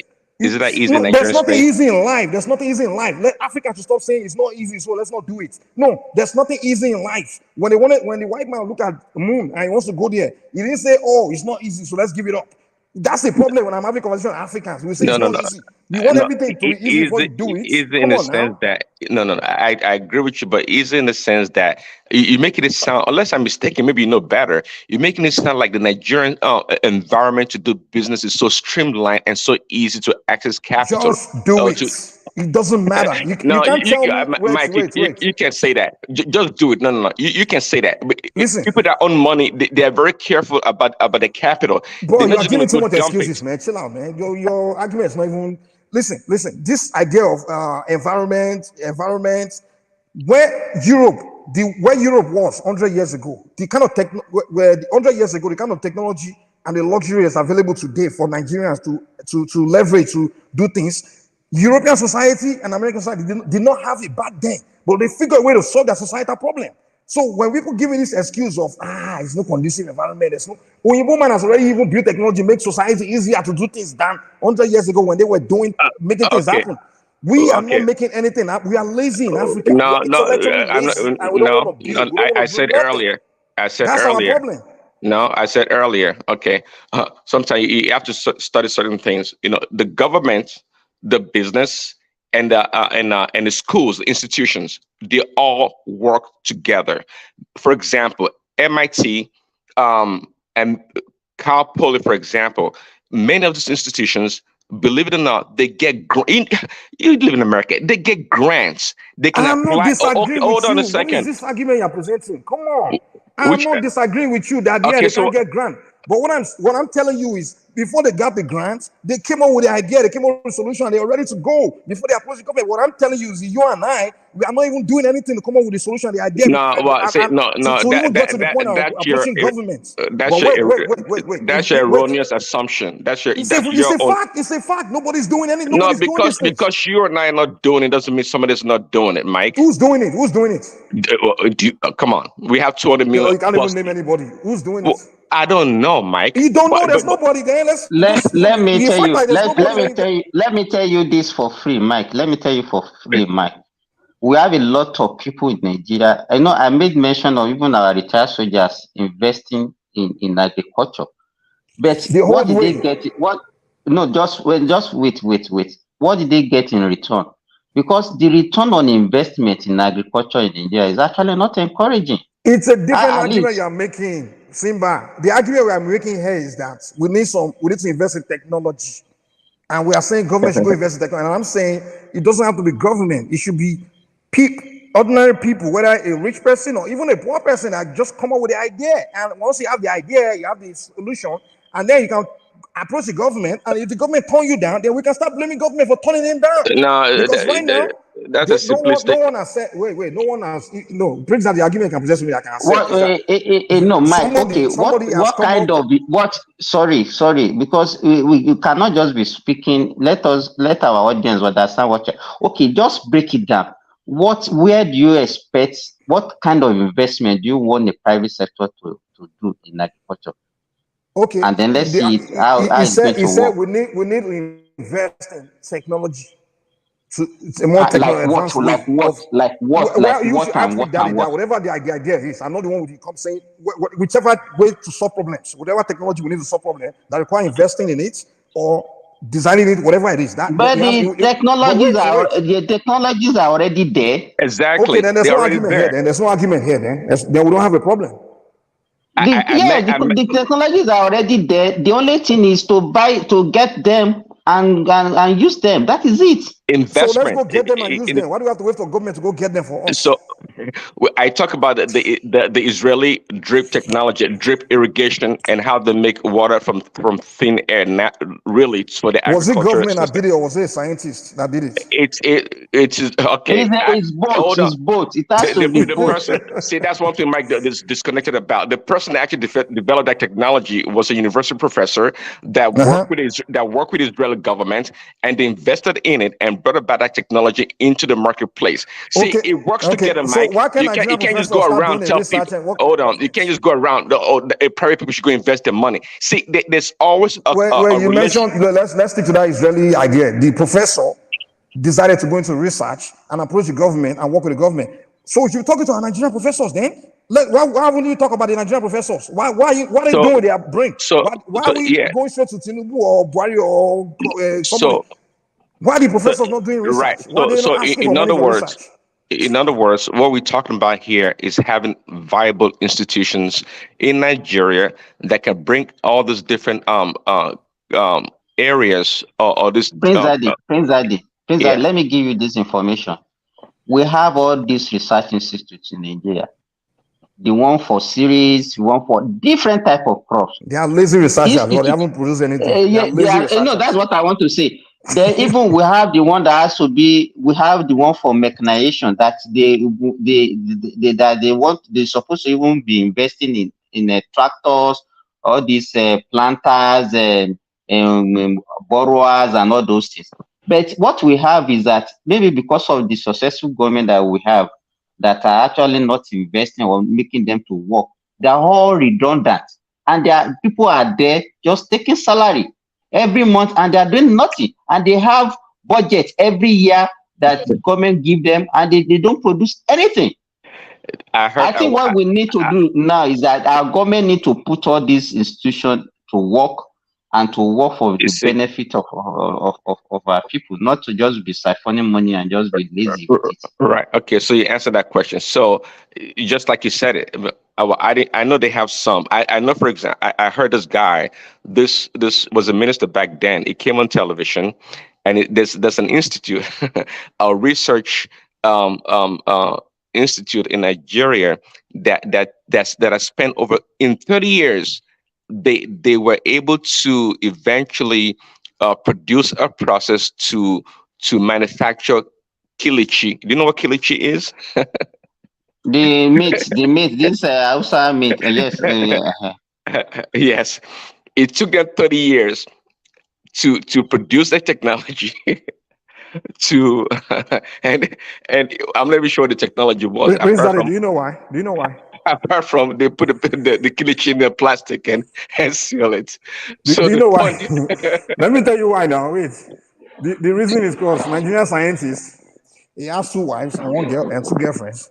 So the time he's supposed to spend in the lab doing actual being productive as a researcher, What are you he's spending talking that time in about, the Mike? bedroom. Listen, Mike, what are you talking about here? I'm trying to tell you the life of an average black man. Listen, the life I'm precisely I'm studying my people. I'm studying Africans, and I see the difference between their lifestyle. Wait now, my brother, listen.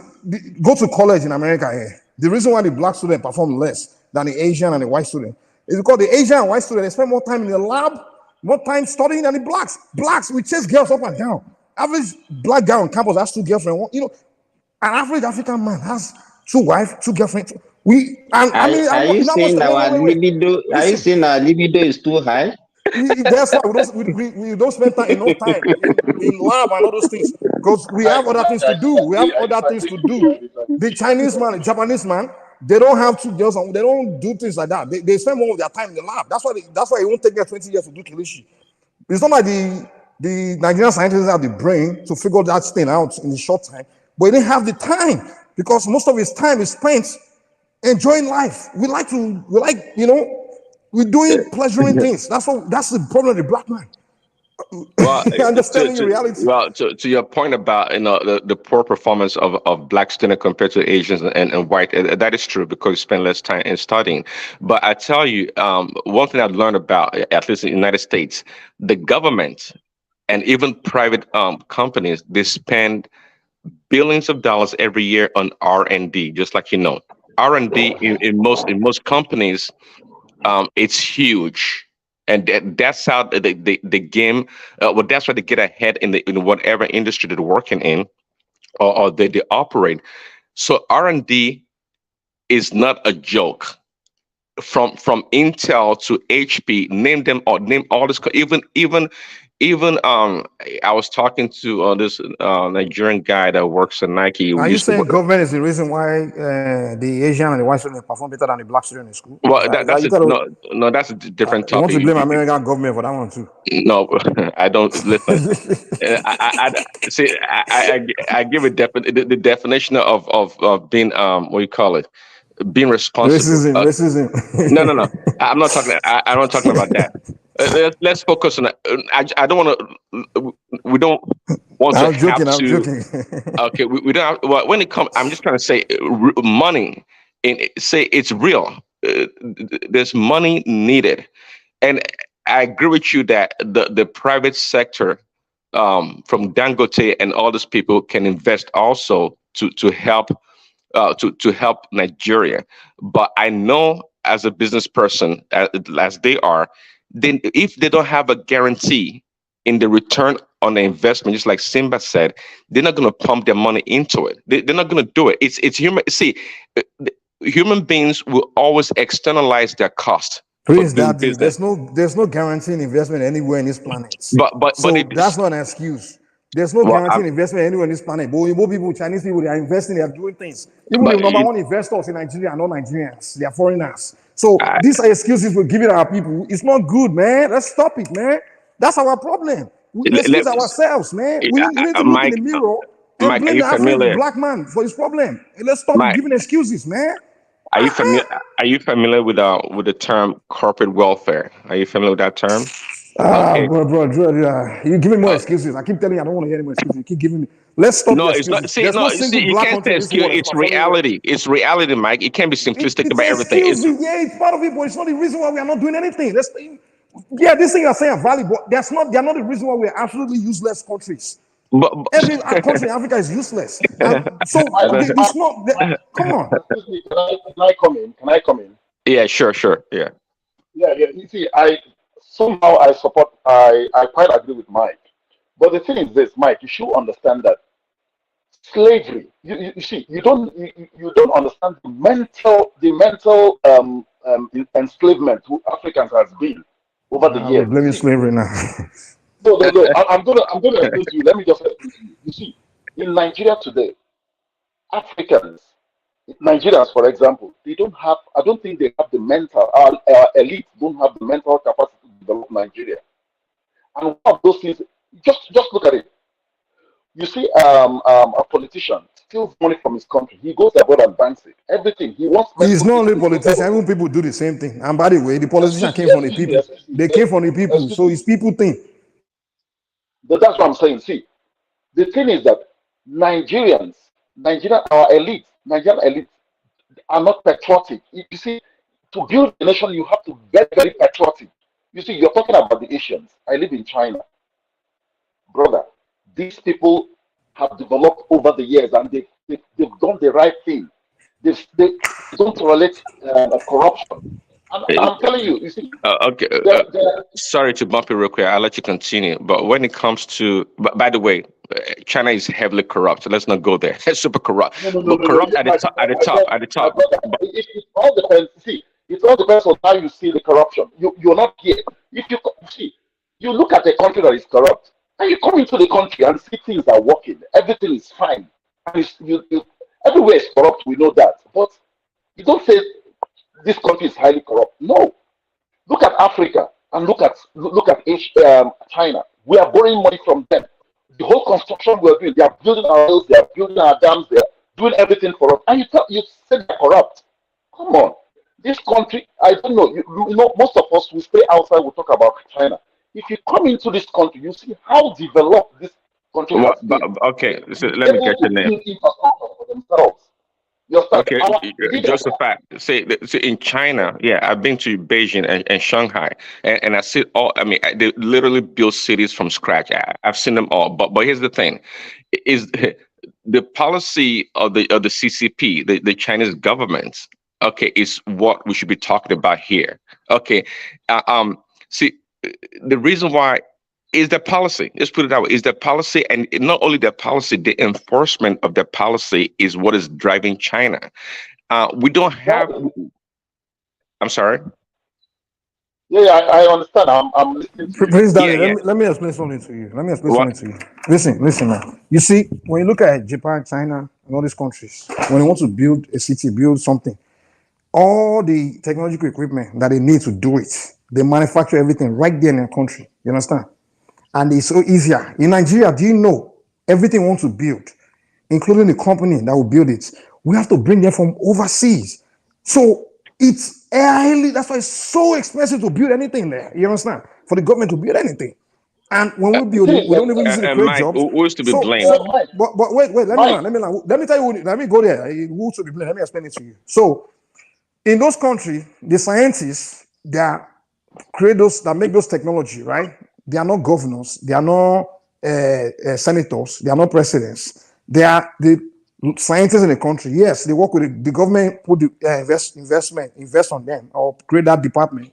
Right now, Simba just told us that in Nigeria, the government have science department, research department. We have the same thing they have, but our scientists in Nigeria are not producing anything. But their own scientists in China are producing something. Mike, do they have the equipment? Do they have it in Nigeria? Simba, just like the hospital. No, let's keep it real. Just like the hospital. Like the hospital. Do they have all the equipment in the hospital, or are they so-called institution for the scientists? Do they have them? Let me help Mike a little. You see, what Mike is saying is really right. You know, it's true. You know, the thing is this: our leaders don't even believe in the product manufacture. The little we are producing, they don't believe in it. Look at, let's talk about Innocent. I'm just using Innocent as an example now. Innocent is manufacturing cars. But our senators don't buy cars. Instead of them patronizing Innocent. But my brother, Innocent, when we say Innocent manufacturer, Innocent assemble cars. He doesn't manufacture it. He import all the parts and he assemble it. My brother, even if he's assembling, we should patronize him so that he can open more. Yeah, we can agree on that, but we can't say, you know, so. No, my brother, no, we see. we are still going to the same thing. Now you started criticizing, no, it's just Okay, I assembling. agree with you. I agree with you. I'm with you. I'm with you. I just want to put a fact. Right. We have to patronize. We have to believe in our product for us to move forward. We can't be all the time. We depend, like what you said. You depend on everything the West are doing, or from abroad. We depend on them. So if you want to stop all those things, we have to start patronizing. When we start patronizing our own, more countries will come into Nigeria. Just like in the 80s. In the 80s, we have Volkswagen, we have Peugeot, we have a lot of companies all over. Nissan, everybody, they were all in Nigeria manufacturing. And Nigerians were not using foreign cars. We were using cars manufactured in Nigeria. I could remember even electronics. We have Adebowale electronics. We were using Adebowale electronics. We had companies then. But because of these people, government policies, and these people are not ready to. So which government policy is stopping anybody from using his brain these days? Government policies. See, so why did the government policy? You just gave us an example of innocent. Why did government policy stop him from doing what he's doing? You look at people can do anything. Mike. What Josephat is saying is correct. Look, I'm not saying it's not correct. I'm not saying it's not correct. But what I'm telling you is, Ola, you can't just come here and not greeting us. We have been missing you now. Where did you run to? No verse. I just somehow. I miss it now. Okay, I greet all of you now. No verse. I just did BC. I just did BC. One man even called me, so we discussed. So, and I will still be busy like that maybe for no time. But so anytime I see have time, I will always come online to hear. So it's just because I'm busy. I equally. So I agree to now. So the thing is this: what I would like to say is, Josephat was actually correct, because what Mike is saying naturally is not Mike is not totally wrong, but then you have to look at some reasons why people cannot just invest. Look at it this way: any investor that want to invest in your country, they want to look at the government policy. You want to start any investment and the government will just come with a counter policy tomorrow. Now we are talking of Innocent Monto now. Innocent Monto is thriving just because we have automobile policy in Nigeria. It's not even a policy, it's a law that encourages automobile. Now, Dangote didn't just start building refinery without having a policy that will support this refinery. We can talk of telecommunication. Why we don't have power situation, why our power situation is terrible today, it's just because of the approach of the government. So you have to have this policy that will support investor. I can't just go to Nigeria now, for example, assuming I have that power and just build silos because I want to help Nigeria. No, because if I build silos today and government policy renders my silos useless tomorrow, what will I do? Okay, good point. And that's why, let me interject quickly. And that's why I was telling Josephat that in China, it's not just them building stuff, it's the policy of the government that allow them to prosper the way they are. So to Mike's point, the private citizen can't just get up and start doing stuff. There has to be government involvement through policy or investment. So all the billionaires in Nigeria that got up and start doing stuff. How did they come on, man? Let's stop this, man. People are getting up doing stuff in Nigeria. People are doing stuff. Well, what I'm saying here is we're not doing enough.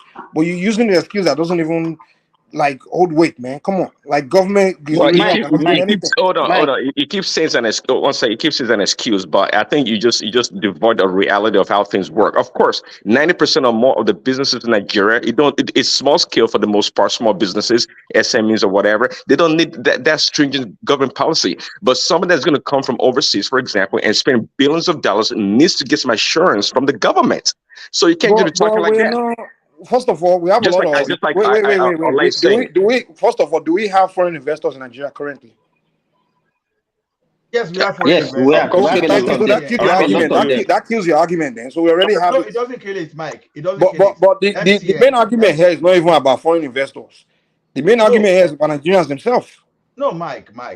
It doesn't kill it. I'm giving an example of MTN.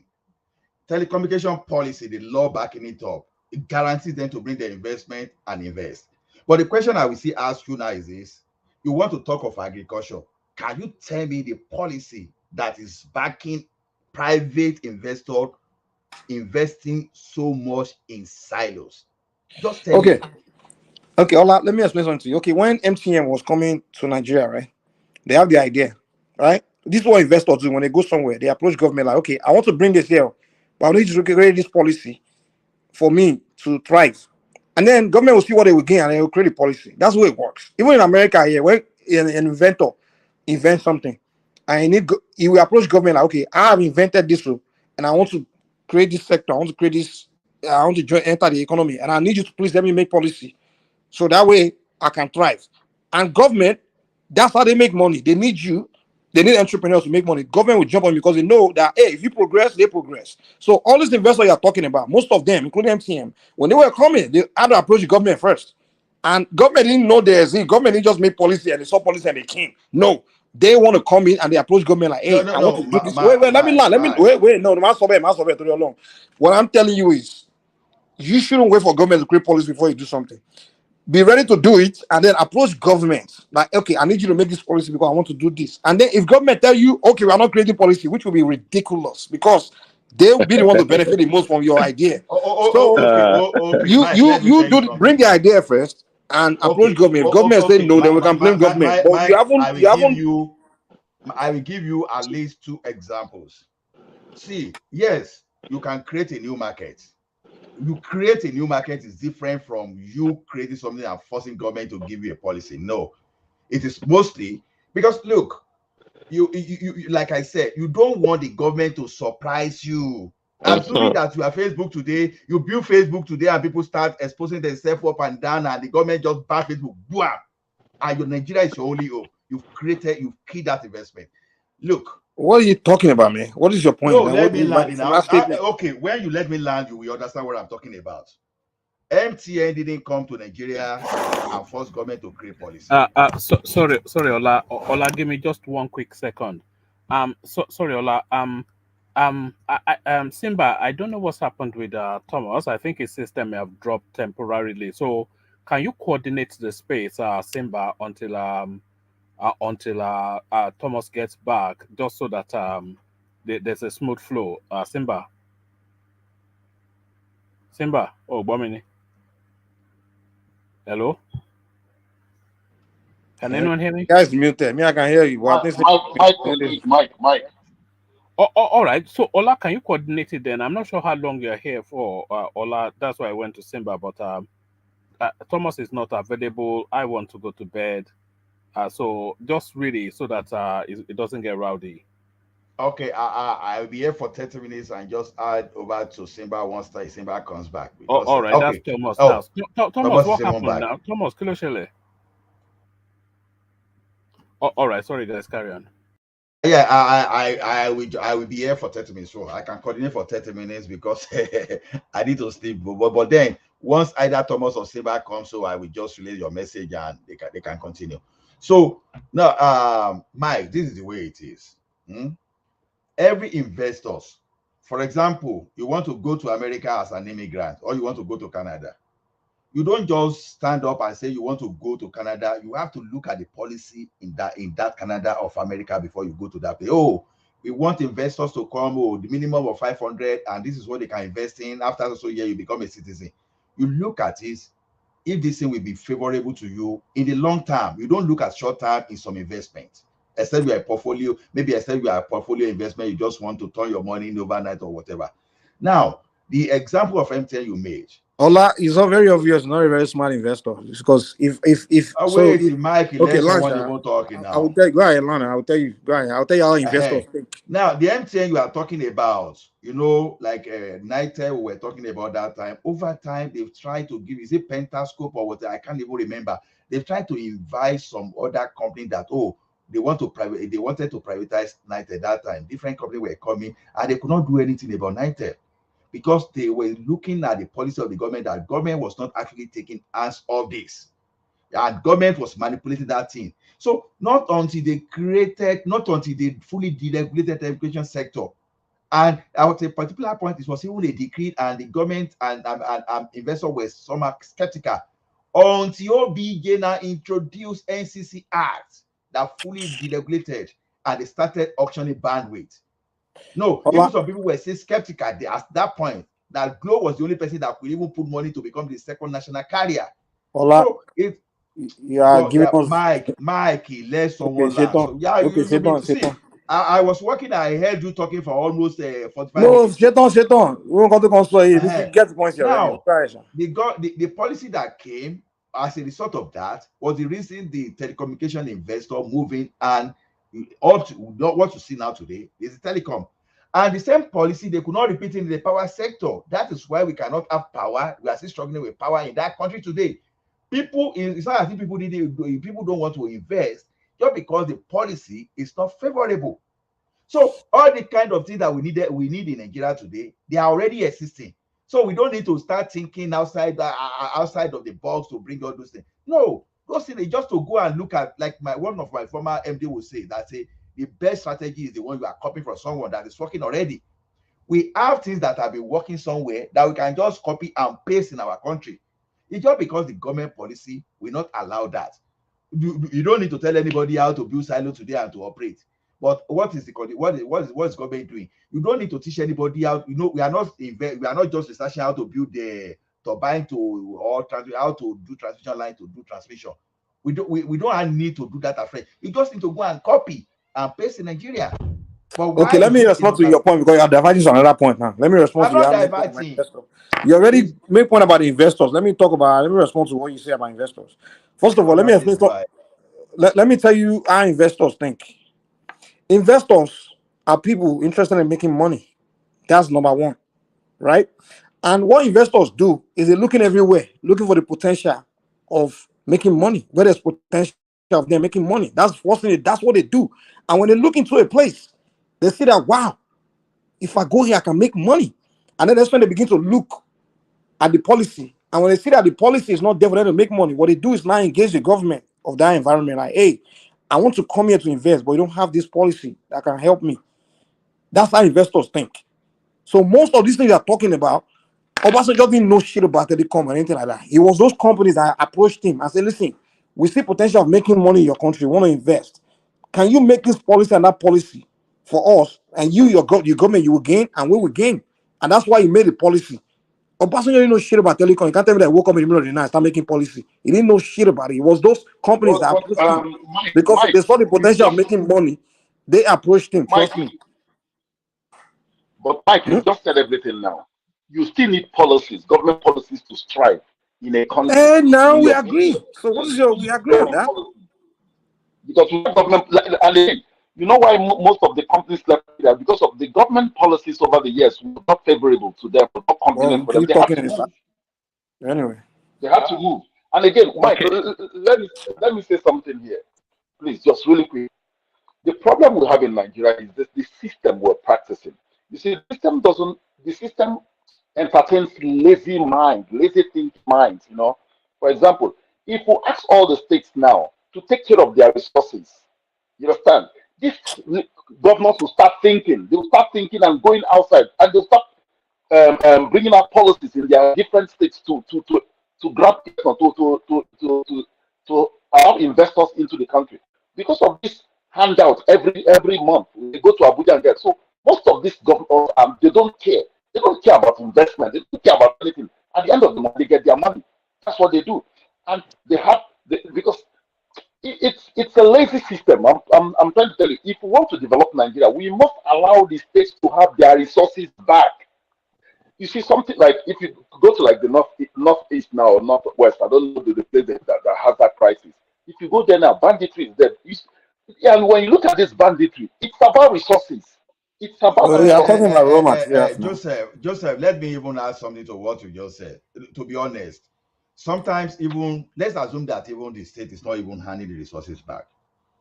There are some content of that exclusive list that is stopping development.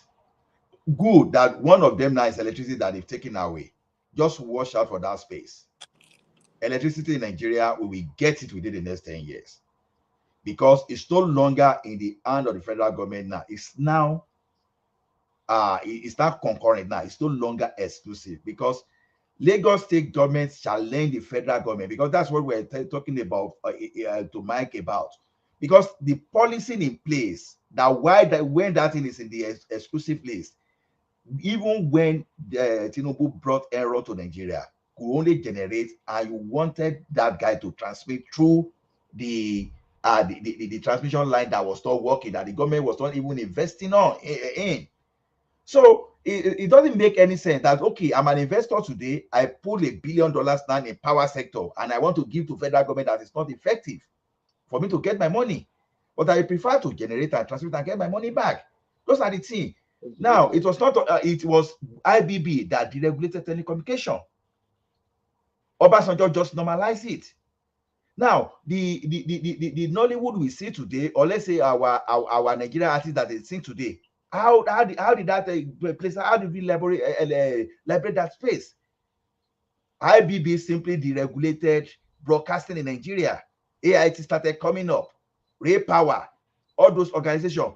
It was Ray Power and AIT that started promoting all these artists. And before you know, people realized that, oh, money in this thing, and the thing just escalated. So those are the things. When we say this policy, I can give you off and now as we speak now about 50 situations. Okay, this guy did with a Virgin Nigeria that ran away. What's the name of that investor?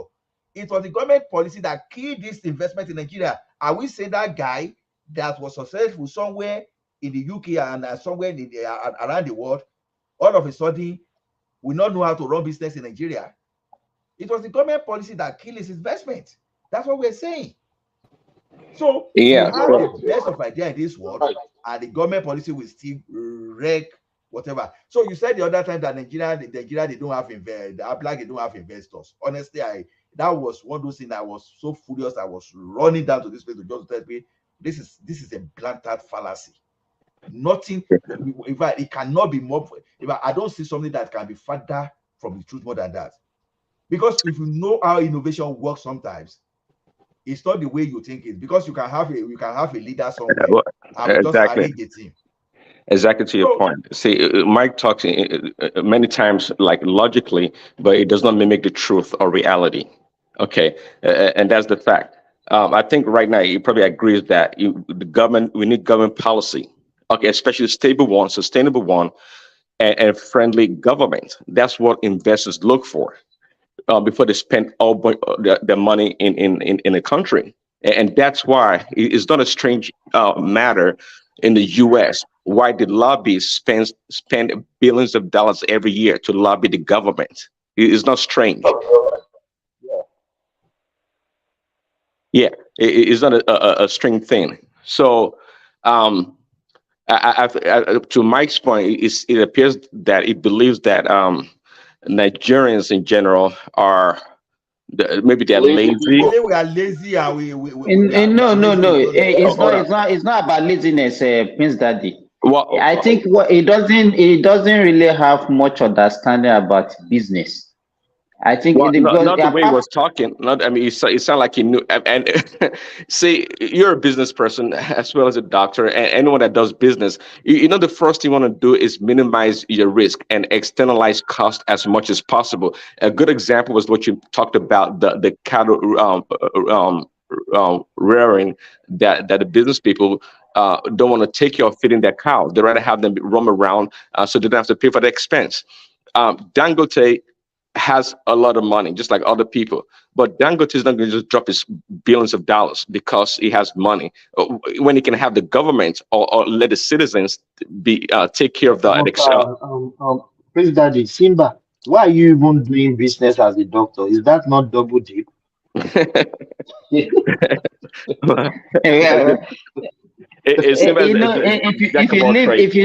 If you live in Nigeria, then you have to be multitasking. Ola can speak to that also now, because in Nigeria, you have to have multiple sources of income. If not, you are going to fail. Don't mind Thomas. So it's just pulling your leg. Even Dangote, you can talk about the number of business, because those are the people that are billionaire, right? You want them to run as this, but look at the ironic conglomerate, they are not a multinational company. So the thing is this: Microsoft, to talk of Elon Musk, that's how to make things. Some people Some people are natural businessmen. They enjoy doing business. It's not about the money alone. I just want you to know this thing.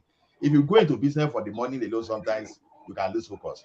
But if you go into business just because you enjoy playing with things, Ola, if you are in Nigeria, there are a lot. Even the other time somebody was asking that do we have foreign investors in Nigeria, and I think I mentioned that we have a lot. Just 2 days ago, one of my friends was discussing with me that they have some guys from Lebanon that they want to invest in agriculture in Nigeria. They want to do with broilers. That they are looking for somebody who has a land that they want to lease, and they will pay that person 10 million naira. 10 million naira every year. Can you imagine that? Just for having land that they want to just lease every year, they will be paying you 10 million naira. If you have that, you can just go and sleep and just be eating. You understand? So there are a lot of people. Somebody wants to say something. Yeah, I want to say something, please. You see, you're right. You see, the problem, what I expect this government to do now, this present government, is this. Why not allow states to create their own police?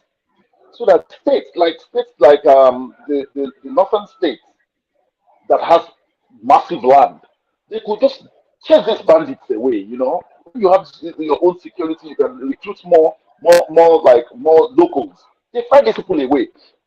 We can feed ourselves. I keep on telling people that we don't even have a reason to import food. We can feed ourselves.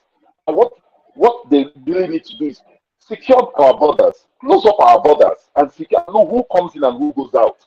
And we can start farming. Farmers can go back to their farms, and we can have at least we'll have how do they call it where we can keep our a reserve, like what we can keep the ones the leftovers, we can keep them. So we don't have reasons to say we are hungry in that country. Let me skip in real quick regarding this resource devolution, right? See, from the beginning, especially I guess in the Western region, we had a good system and it was working, and I think other regions also. But I think at this point in time, the Nigerian space of the state is spoiled right now. Talking about the governors of the states, because they're used to that central allocation of funds to run the government, and many of the states they're not really innovative or creative in generating revenue or IGR. So right now, if you decentralize the government, there's going to be a learning curve. Okay, it's going to take a while to start making any meaningful impact in Nigeria, because just like from the top, there's still gonna be a lot of corruption, and the power struggle between the governors and what we call the local commissioners of these different states. There's gonna be a problem. But one, I've been thinking about it somewhat. The danger that I see in this when we start to devolve power and resources, there'll be a great redundancy in the system, a great one. There's going to be so much waste in Nigeria. It's going to be is not even going to be funny anymore, because when sometimes there's benefit for things being centralized. Absolutely, something. I mean, just like if you deal with inventory, for example, there's some benefit of centralization or to decentralize inventory. Prince Daddy, can I ask a question? I had to comment. I couldn't take it anymore. So let's just pick a sector. Let's say the power sector. Now, please explain to the platform how this so-called redundancy will come into play and why maybe centralized power will be the ideal way to go. I just want to hear this so-called. Well, I didn't speak in absolutism. It was not in absolute terms. That's the way it came across. I'm sorry. Well, yeah. Sorry,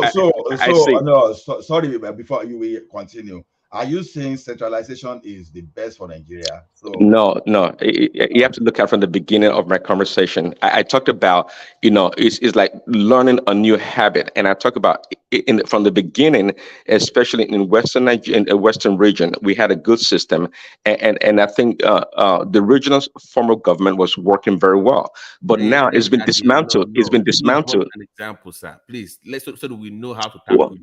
well, when Awolowo was in charge, I mean, the way they did things was more cohesive. I think they better manage their resources. That's what I meant. And I think they've done very well. And if we had that system up to now, it would have greatly improved. But what I'm saying is that when that system was dismantled, it appears that we have to start from scratch. Like, for example, when we go to, what is, let's go to procurement, for example. If, let's say, uh, Ogun and Lagos State get there's some procurement directly from the government, from the central, and now they have to decentralize. Each one go do their own thing, and even within a state in itself, a local area, what do you call it? A local council area can, by itself, pursue its own procurement policies and ways of doing it. In so doing, there's going to be a lot of redundancy and waste in the system. It's just simple. It's supply chain. That's what it is. There's going to be redundancy and waste. Let me clarify. No, what they are saying actually is that the initial start of that chain will not start from the federal government. The local government council will just be the one purchasing by themselves. They wouldn't have to go buy from federal government. It's what we're saying. So when we talk about independence or having them offloading responsibility to the state level, it's not that they will still be relying on federal government. No, they will be the one to sign the contracts, negotiate the deals, search for the loan. Exactly, to the point. Yes, That's my point. If that happens, you're gonna have multiple contracts negotiation. You're gonna have so many. I mean, do you not see a waste in such a process? No, I'm not following that. I'm not. I don't agree with you. I don't agree with you. Prince Daddy, see, you are looking at it. The way you are looking at it is from another perspective, entirely, as if you have the centralized government now assigning duty to each contributors to be doing something. No, that's not no. I didn't say that. That you probably misunderstood me. That's not what I said. No, there's no redundancy there. Look at it this way: you say Lagos State should generate its own electricity. How is that a redundancy, even when Kaduna, for example, may not even have that capacity? Well, that's why I moved to the area of. If Kaduna, or let's say, no, it's a Benue State now realize that, okay, agriculture is my strength, and Lagos State do not really have land, except it's going to team up with Kebbi and some other states that have land to do that. How is that a redundancy? It simply means that that's not a. Let me rebuttal that. That's not a redundancy. I mean, having the state run their natural resources in the statewide, it's okay. But I was given an example of procurement. Procurement, for example, let's say how many local governments do they have in Lagos, for example? Imagine each local government being responsible for procuring things for their area. You don't think there's going to be a redundancy? What are they procuring? Because you have to look at it. It's just like we are here now. The city I live procures everything. You understand? Even police service, they procure everything. Power services, power input, everything. They procure everything to do that. How does that affect the next town? You only do something that will benefit your own local government. You don't care about what is happening to, because when you start looking at other local government, you are now expanding the bureaucracy now instead of using. Hold on a second. I think is that the way you're speaking. So you are making an assumption that there's no waste or redundancy in the system that you're talking about, especially in America. Then you're wrong. You're absolutely wrong. There's so much waste in the system also. But I was talking about Nigeria, which I think. That's what I was trying to make it point. We don't, number one, I don't think we have the resources to start with anyways. And if we did, what is to say that there won't be any redundancy or waste in the system? Because in the West. Prince Daddy, hear me out. It depends on who you are looking at. It depends on the way you are looking at this thing. Now, when you are talking of redundancy, and people, you see, I'm an advocate of this idea of using natural resources. To me, it's a lazy way. Using natural resources, we may not necessarily solve the problem of unemployment and whatever, because look at oil and gas industry. How many people will benefit from oil and gas? We want to talk of the real industry, manufacturing, services that will produce something. Look at, for example, if the northern part of the country now, maybe every region now they go into, let's say, textile. Some people go into textile, some people go into hide and skin, and some people go into tobacco production and some other things. And you now build your value chain around that. Maybe Ekiti now going into something like education, and all we want to do now is that we want to compete fairly to the point that people will start traveling to Ekiti now to come and learn, instead of you looking at breaking your rocks or mining this thing. So by doing all those things, you create more jobs than targeting the natural resources, because that will be one of the major problems. Natural resources will not generate enough that when you put your human resources into task and to create value chains. But Ola, that is what is actually encouraging. That is what is motivating this regional whatever resource control. People believe more in natural resources, that they want to control the few natural resources that they have, rather than Simba, because that word resource control is ambiguous, it's too huge. That's why people think that it's all about natural resources. Resource control, for example, will be okay. Why can I be in Lagos and the water is affecting me, the lagoon is affecting me, and someone will be dictating in Kaduna, be telling me that I cannot control my thing. So whatever I get from the seaport, I have to bring it to you. When you can do better with your groundnuts and with your hide and skin to create industry around shoemaking, around leather, let me just say leather and hand skin value chain. When you can do better, when you can use that one to create job for millions of people. From Lagos by not creating job for your people. No. Let me explain this so that you get what I'm talking properly.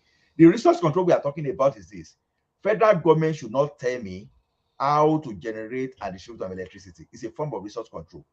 Federal government should not tell me how to develop my students or my human resource or human capacity, human capital to develop my state. Federal government should not tell me what to do about my agriculture. You should not be asking me to start contributing to the purse.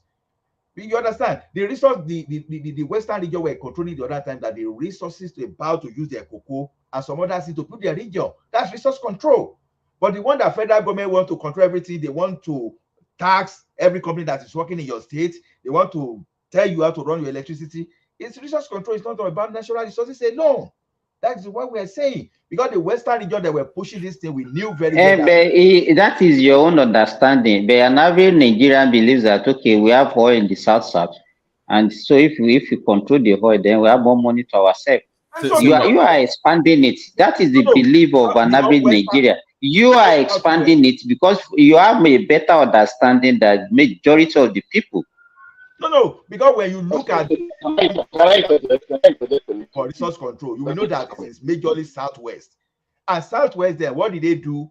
We build everything about the valuation of agriculture. We used to have a fashola farm. We used to have a kuderi farm. We used to have Odua textile. We used to have Oluwa glass. We used to have a reborn brick.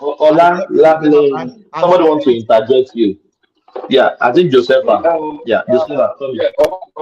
I quite agree with Ola. See, why resource control is good for us, like good for the system, like federalism, is this: if we have resource control, everything is not about resources. Like what said, you control other servicing companies into the country, other manufacturing on that resources. Where is resource control is good this, so that governors can start thinking. Do you know why our governors are not thinking? Oh, you are my brother. You are breaking. We can barely hear you, Josepha. Okay. You are breaking. Network. Can you hear me now? Yeah, we can't hear you. Just Babati. Well, I was just I going think Babati want to come in. Josepha, can you change your position, please? Sorry. Can you hear me now? No, you are still breaking. You are breaking heavily. We can't hear you. We can barely hear you. Yeah, Babati. I was just going to say before Ola decided to hog the mic. Just I'm kidding. But I was just going to say that I think we should stop using referring to regional government as resource control, because I think that's one of the problems that we have. It is more than the resource beneath the ground. It's also about religious freedom, liberties in that region. It's also about the system of government that you prefer in that region. So there's more to it than just the natural resources. It's the system of government, the way of life. So if you're in the northern part and you want to adopt Sharia law in your region, then you have the right.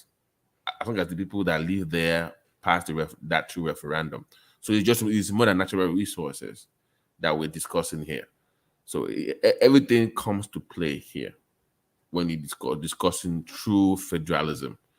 That's just to clarify what Ola was saying to Prince Daddy. I hope you understand my position. Thank you, Prince Thomas. You didn't put my appellation. Yeah, Field Marshal General. No, Brigadier Colonel, that's your Brigadier Colonel. So let me chime in real quick. So yeah, I agree with you guys. I mean, when it comes to power generation, okay, I don't think that'll be fine, and natural resources, I guess. But my question, I guess, is so it appears. I mean, obviously, I know there've been some pushback or resistance to state policing, and I think one of the reasons raised was because they think the governors were going to abuse. let me tell you something about state police, why it won't happen in Nigeria. And I may be wrong and stand to be corrected. Firstly, the government will have they will be like small God. Even now, they are not controlling the police. They are just like small God. You know that. That is a terrible argument to make, General. That is a terrible But let me land it. Exactly, my brother. Exactly. Let me land it. You may disagree with me. That's why we are here. We are here to disagree to agree. So they are demigod to themselves now. Now imagine they have state police, they control themselves. I think Nigeria will just be like a hell. Secondly, the Southeastern, our brothers in the Southeastern is another problem. Why do I say that? You can disagree with me as well, but that is my opinion. If they want to create state police today, who are those people that will be bringing into state police? Is it not same IPOP people? Is it not same ESN? Is it not same gunmen that is killing and ravaging in the southeast now? So my brother, forget about state police. Can I interject? That's my true feedback. Yeah. Yes, you can. Yeah. Yes, you can. Okay. The thing is this: why state police is very, very important in Nigeria is this. One, there's what we call local policing, and when you talk about states are going to use it, state governments are going to be demigod, they're going to use it. No, I do not agree with that idea. The thing is that the federal government has to regulate the power, like the extent of the state governor. Like you can't use it to abuse the citizens or whatever. Just like what the federal government is doing right now. And state policing is good because of what? Criminals in your locality can be fished out. The locals are going to guide their place. They are going to be the ones policing the place.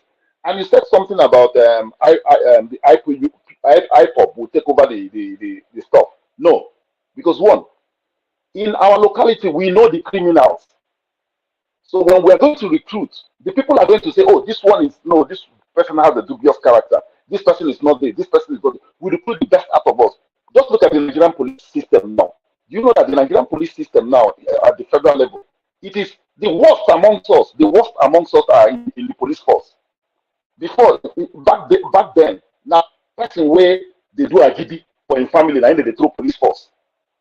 You understand? They don't get the best to go to the police. It's not like police is not something to be proud of in Nigeria. It's all like maybe you go to the States, you go to UK, where people, even little children they will tell you, "I want to be a police officer."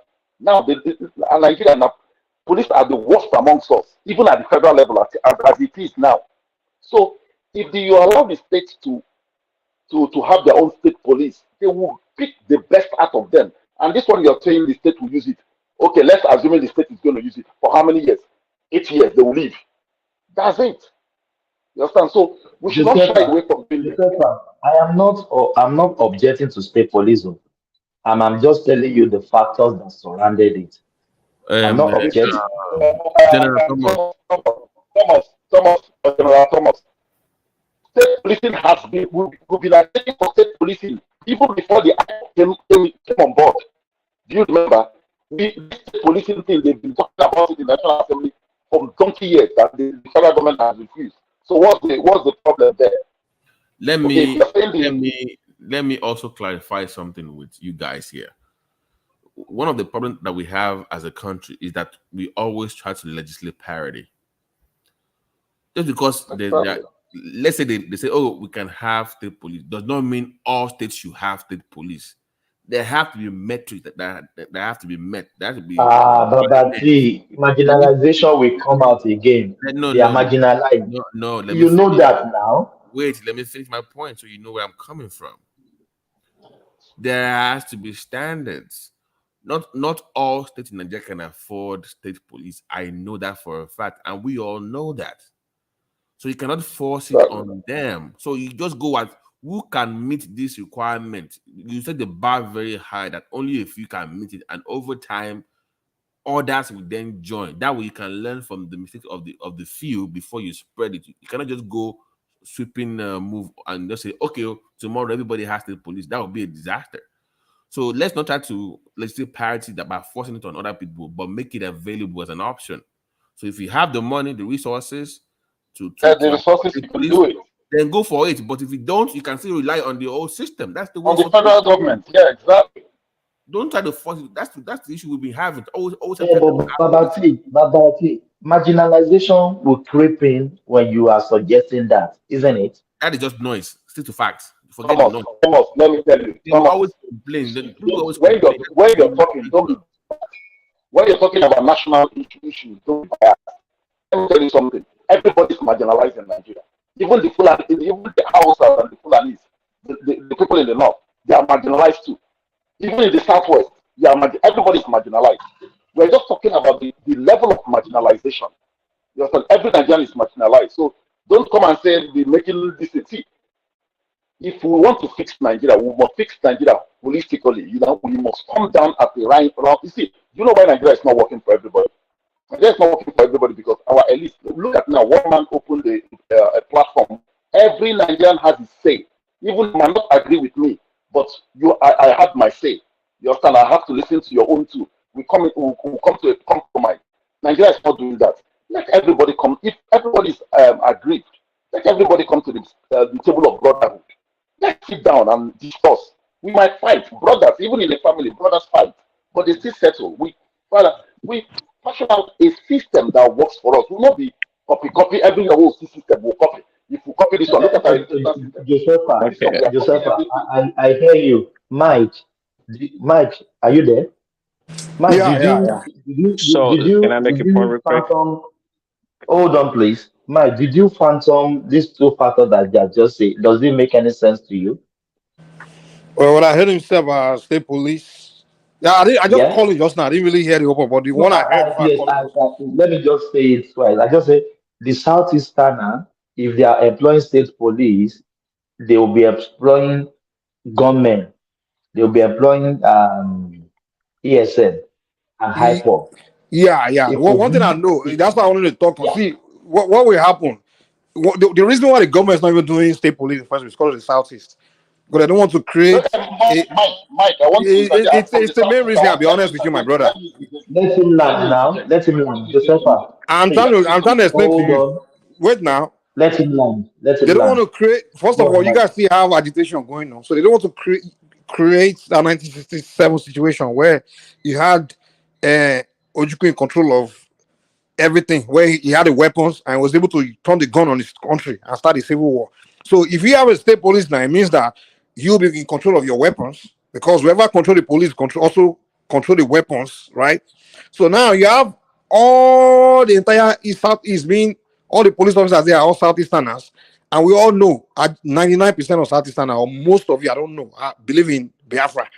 And now you create a situation where you have weapons in the hands of a bunch of people that are agitators and in control of the area. So someone like Kanu can just order, say, oh, you got guns, okay, shoot army. Any army that can just be assassinating army or assassinating non-Igbos that come. So you create a disaster. That's what the government is afraid of.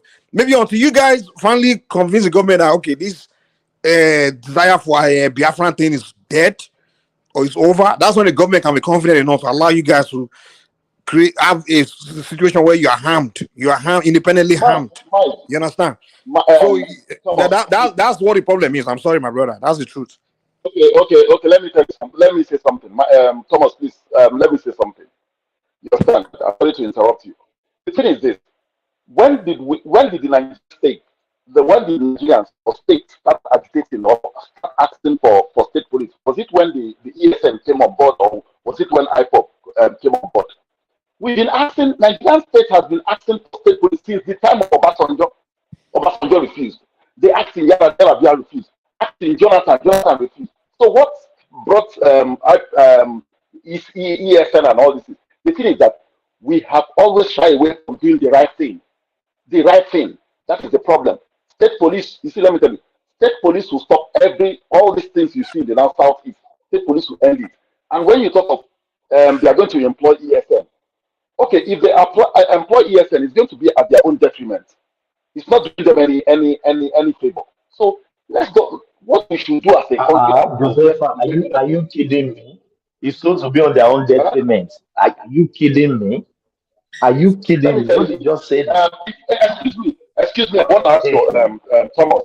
If ESN now becomes the state police, assuming the way you said it, because I don't believe in it, if they have become the state police, would they come and attack Southwest? Would they go and attack not this thing? No, they will be attacking like Nigerian soldiers that come there. My brother, people know the day bias in our discussion. Let's say this. Joseph, let me add to your point. You will continue, please. You will continue. You see, one thing is this: why will the state governors in the southeast that are not in support of ESN now employ ESN as the state police? Can you just give me the logical reason? They are not supporting ESN. Why would they now employ ESN members? No. First of all, they don't write ESN on people's head. Hold on. Everybody, hold on, please. I brought the question. So, if they want to recruit police now, so how do you differentiate among the ESN, unknown gunmen, IPOD that are in the bush, killing, ravaging? Okay. Let me finish, please. Can I finish? No, I haven't finished. Please. How would they identify these three people that I just talked about out of good Easterner that wants to be police? How will they identify? Yes, that is to Ola. Ola has the question. Ola, okay. Josepha, hold on. That is to Ola. Let me tell you one thing I don't know in Australia. If you want to join the police, will they conduct background check for you? Will they do character tests? Will they look at your literacy level? Now the question Ola, forget about all that one. Wait, you ask the question. Let me answer you. Ola, there are many IPOB and ESN people that people don't even know they are IPOB. Thomas, let me let Ola understand something. Ola, those that are joining ESN and IPOB, they're not doing it because they are bad people or they are criminals. It's because they want succession. That's what it is. Let the man finish his point. Ola, please go ahead. Ola was making a very valid point. Let the man finish his point, please. So you think you just go to the street and just bring someone to come and become the police without running proper background check, and you just want to create a security? So it doesn't work this way. Let me tell you one thing. Thank you, Ola. We can start a state police tomorrow and say, okay, we are not going to employ anybody that has less than ND or maybe HND or bachelor degree. And you put them in a place and you train them. It's not that, you go to the street and just to employ police today and throw them to the street. They'll be trained. They'll be proper background check.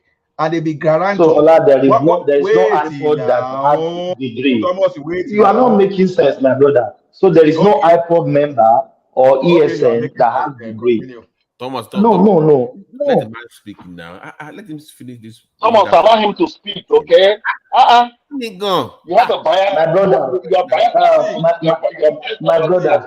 In the process of employing, in the process of getting to NDA in Nigeria, if you look at that serious process alone, if you employ that, if you apply the same process into recruiting the state police we are talking about, you are going to see a difference.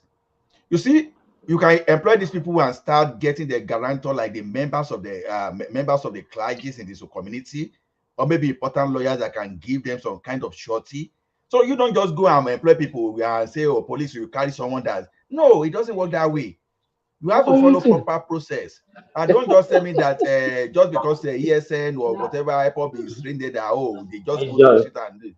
So to me, don't just take this in as, oh, we are just going to pick people at random and put. No, it's not going to run. Thomas, can I ask Ola a question when you finish? Oh, please go on. Yeah, Mike, go on. Ola, you believe that majority of the people in the Southeast, they support IPOB? You agree, right? And so? Okay, so that means majority of people that will join the police there will be supporters of IPOB. And that means you are telling me that those are the supporters of IPOB, we don't want going after IPOB. Is that what you're telling me? That's fallacy. That's fallacy. See, there's a difference between when you are a member of agitator and when they now give you responsibility. Have you ever seen yourself fighting? Have you ever seen yourself as an activist before? That all of a sudden they now give you a position that, okay, a position that we have to support the community. All of a sudden your ideology will change immediately. If you want to know, that's not go true. And look at the past activities. Okay, so that means you are telling me if so it's the same argument that if you hire armed robber to the police force, the ideology will change automatically. That's what you're telling us. Who is asking you to go and hire armed robber? Who is asking you to go and hire armed robber? No, you're telling me once somebody join the police force, the ideology when were you when I talk about proper background check? Where were you when I said, okay, you can even go to the point of saying, okay, Allah, you're moving the goalpost. You just told us that when someone joined the police, their ideology will change completely because Allah, just leave Mike alone. You know how Mike is about his friend in the Southeast. That's just okay.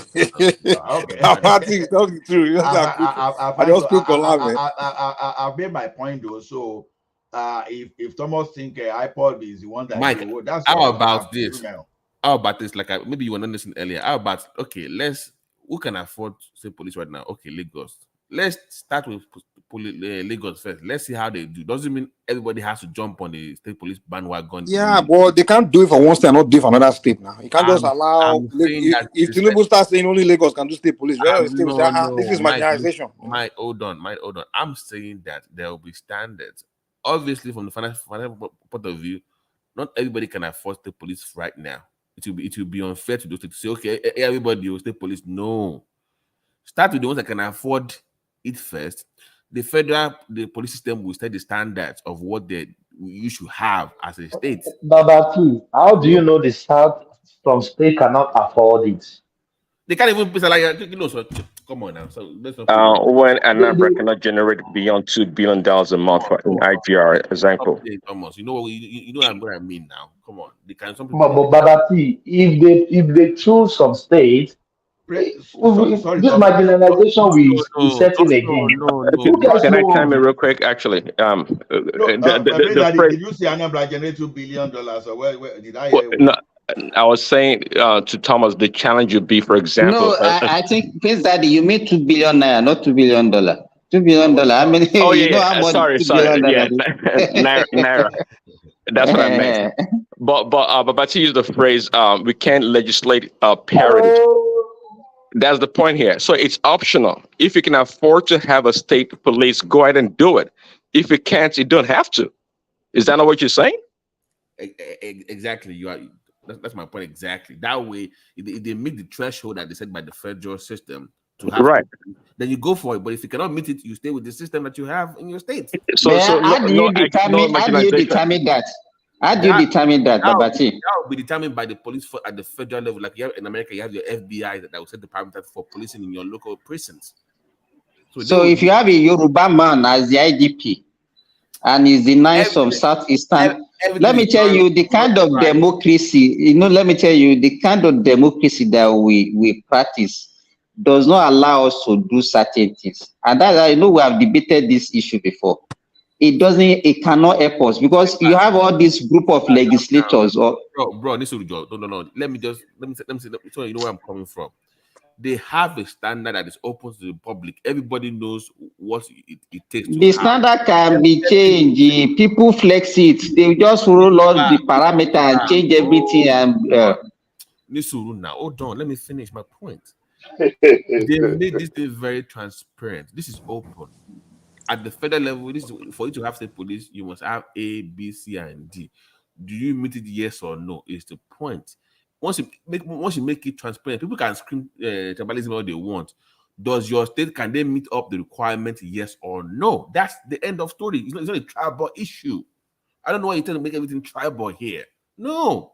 There's a standard set by the police force. Do you meet the threshold? Can you pay A, B, C, D? Do you meet it? If you don't meet it, you stay with this current system. This isn't a tribal issue. But when you want to roll out a policy, you understand, you also need to look at the problems that can come with the policy. And that's why we are trying to let you understand. No, don't get me wrong. There will be kinks, of course, you will learn along the way. That's the benefit of trying out those small that qualify first. You don't want to say, okay, everybody, state police, that would be a disaster. But you want to just make it the bar very hard first. So your Lagos, your Edo, your Kano will qualify. Well, don't you think they'll start accusing the government of only creating criteria that benefits certain states and doesn't? They will always find something to say. You know, go. You can't please some people in that country. They will always complain. You know that. So why even bother? You know they're going to complain regardless of what happens. So why bother? Just stick with your policy and be transparent as much as possible. Don't worry about people complaining. They will always complain. But if you are fair, open about this policy and everybody can see what you are looking for, then it will matter. That's my point. But let's not give into this tribal blackmail. Because Mike, he kind of giving Thank you very much. Can we go back to where we started from? Because we started from the issue of food security. That's where we started from before we now went to all this regional whatever. No. I hope Prince Daddy is still here. I think I align with what Prince Daddy said. Simba, what we are discussing is still part of it. Look, when we say police, all those forest guards of those days that suddenly disappear, it's a form of state police because we used to call it Olopaibo, forest police.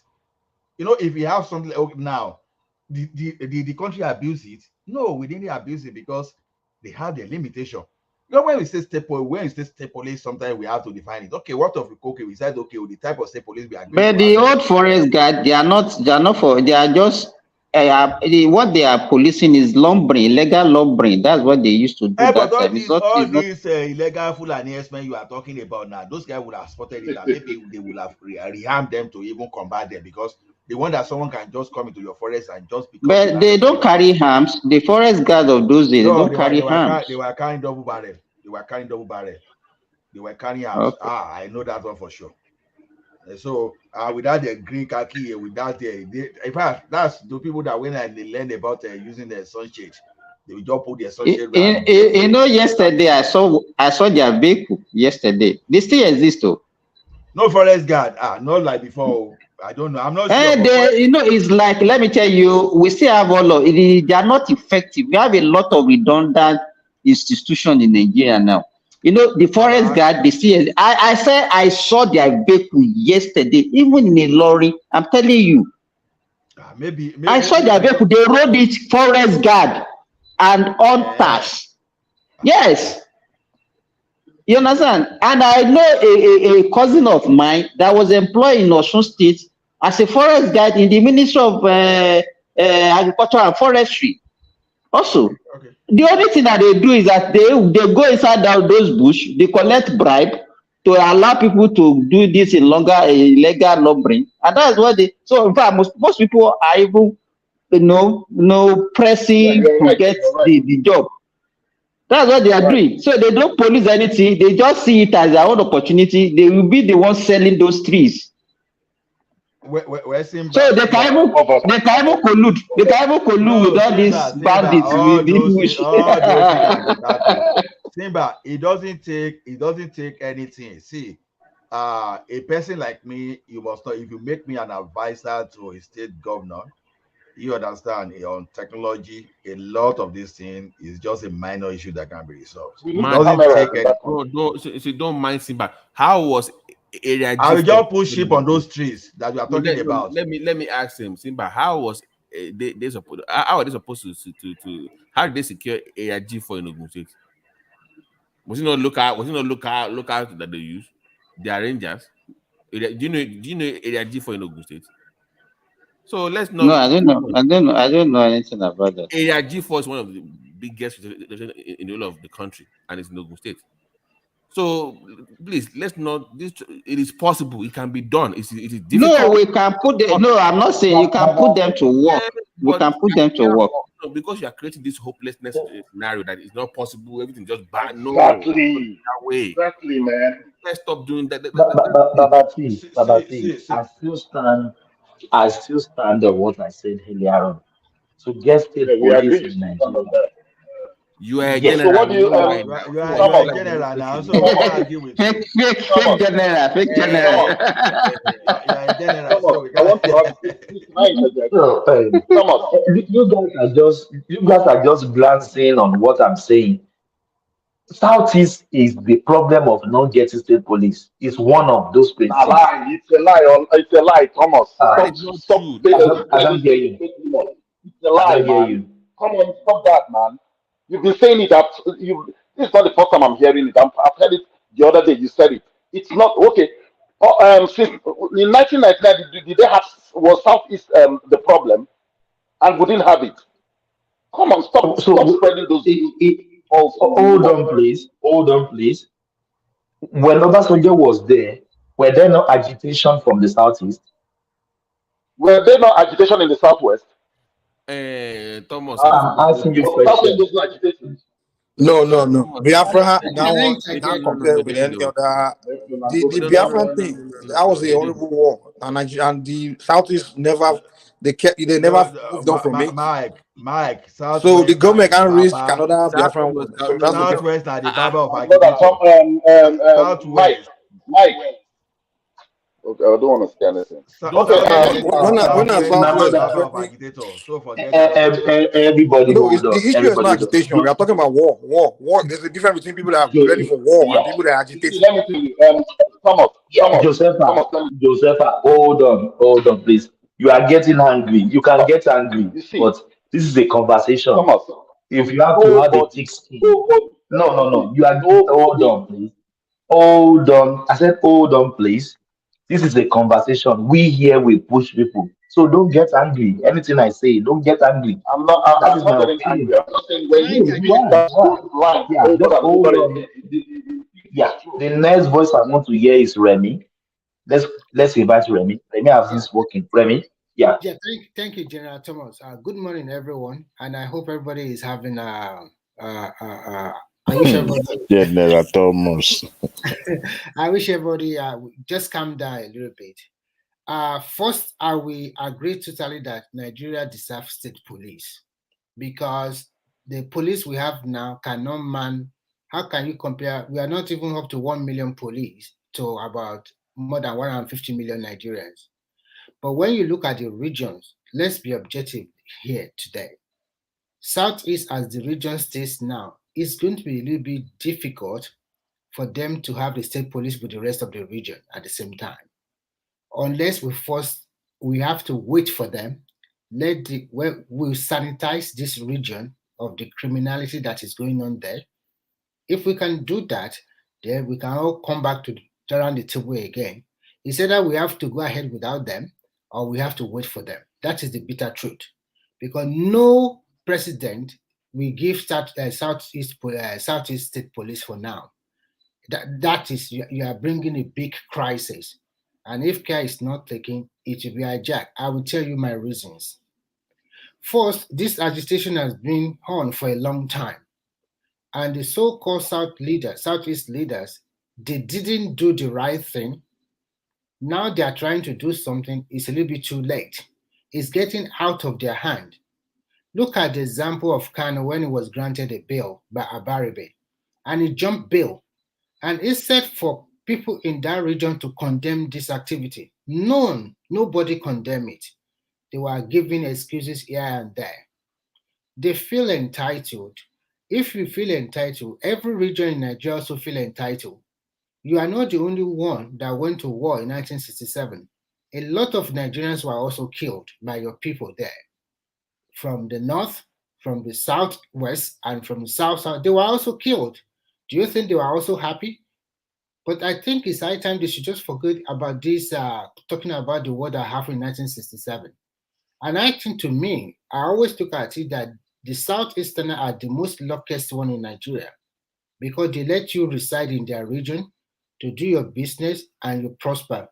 And if you ever think about if they don't give you that opportunity to come and reside in their region and prosper, that you just stay in your own region. So you never think about that. So when you go to other regions, you must also respect the people there, because you cannot allow people from other part of Nigeria to come to your region and do business in the Southeast. I'm talking objectively because I serve in Enugu State and I know what I'm talking about. If you also make your own region peaceful and also attract a lot of people from other parts of Nigeria, that place will also witness a lot of development. And the people there, especially the leaders, they should not be speaking with both of their mouth, two sides of their mouth. They should be objective. Now they are telling Tinubu to come and they are telling Tinubu to come and give us federal police or something like that. But when they were killing the federal police, like 1 or 2 years ago, what did the leaders do in that region? They didn't do nothing. And they were destroying the federal establishment, federal house or something like that. They didn't do nothing at that time too. So for now, if they want to create state police, so I partly agree with Thomas this morning, because if you give them state police at this particular moment, what do you expect? Okay, can I? So that is my submission for now. Yeah, you can go ahead, please. Thomas, can I say something? Yeah, go ahead, my brother. Go ahead. Yes. Let me tell you something. Like, I come from the southeast. I was born in Lagos and I grew up in Lagos. You understand? I know a lot of things. I know a lot about the Yorubas. And I have most of my friends are Yoruba because I went to school with them. I did everything with them. And let me tell you this thing. In the 80s, there weren't so many Igbos in Lagos in the 80s. Because one, our rails were still functioning. Because one, we had only one seaport, and goods had to come from Lagos down to the east. My cousins that were doing business then, they all reside in the east. My uncles were all in the east doing their businesses. But when the rails started breaking down, like there was nothing like rails again. You understand? Goods were not coming down, and roads were bad. And my cousins and most Igbos in the southeast doing their businesses now came to Lagos. That was why in the 90s this Lagos rush came. In the 80s, Lagos was not like that, and they started coming, building houses because they need houses to live in. They started buying land and building houses. So the problem of Southeasterners not staying in their place is not because of their place is not conducive for them. It's because of there wasn't a seaport, because they are basically business people. So if you have a seaport, it would be wise to have a seaport in their place. When they have where is the ocean in the southeast to put a seaport? Where is the ocean there? Okay. Mike, let's forget about the seaport. Recently, in Imo State. No, don't run away. You just want to let me say something now. You asked me a question. Josefa, hold on, please. Somebody just asked you a vital question now. Now you are trying to run away. I want to answer the question, and you say I'm answering the question now. Okay, let's assume go ahead. Let's assume according to the Nigerian narrative, South is landlocked. Is South landlocked? Is South landlocked? So do you want to grab land? Do you want to grab the South land with your land? Excuse me, Thomas. Hold on, let me give you one instance. Now, when you people say grab land, it amuses me. Let me give you one thing. Half of the Port Harcourt citizens are Igbos. half of them are Igbos. But they don't want to be with you. They don't want to follow your Biafran this thing. Excuse me. It is not about Biafra. It is where the Igbos live and reside. They are indigenous to that land. No, they are So not. we can They are actually not. relate with that people. They are not indigenous to Port Harcourt. Josephine. It's the Jaws and the Queries. Those are the people that own that place. Okay, can we Can I please, ask you some questions? guys, please, can give me a second. Let me ask you. Yeah, we don't. Let's Calm down. Okay, Listen. So let's say because it's about land and location now, right? Let's just calm down here. Stay with me here. Then that means there will be a referendum to say, are they part of you? Right? No, you don't see. No, let me Let finish. him land. Josepha, please. Hold on, Babati. Please, guys, you guys know me. When somebody is speaking, let him land. Please. So please, I don't want to be setting people at the back. Okay. My guys told me anybody that is interrupting, I should put him in the back, but I don't want to do that. Let somebody land. Oh, Thomas. So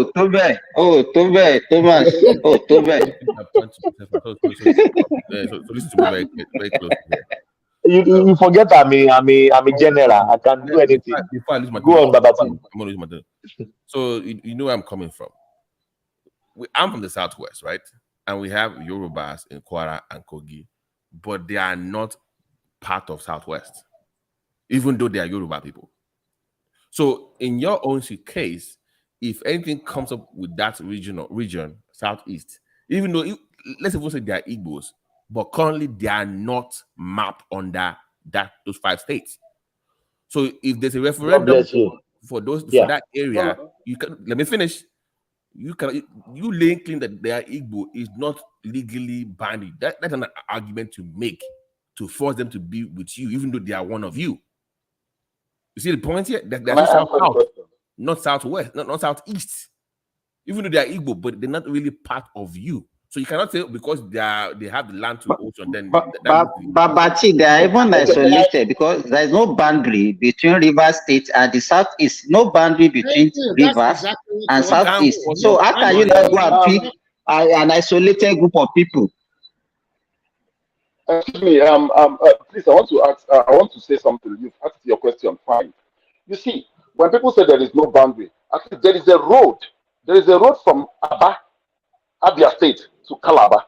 There's a road from Abia State to Port Harcourt. There's a road to this thing. These are we say boundary, not a road. Boundary. A boundary, when you look at the map, you can pull up Nigerian map and check by yourself. Oceans, yes, that. Okay. I quite okay. Let's leave that one. What Thomas was asking, or somebody asked the question. He said, "Igbos don't have a place to build a seaport." That was where we are coming from.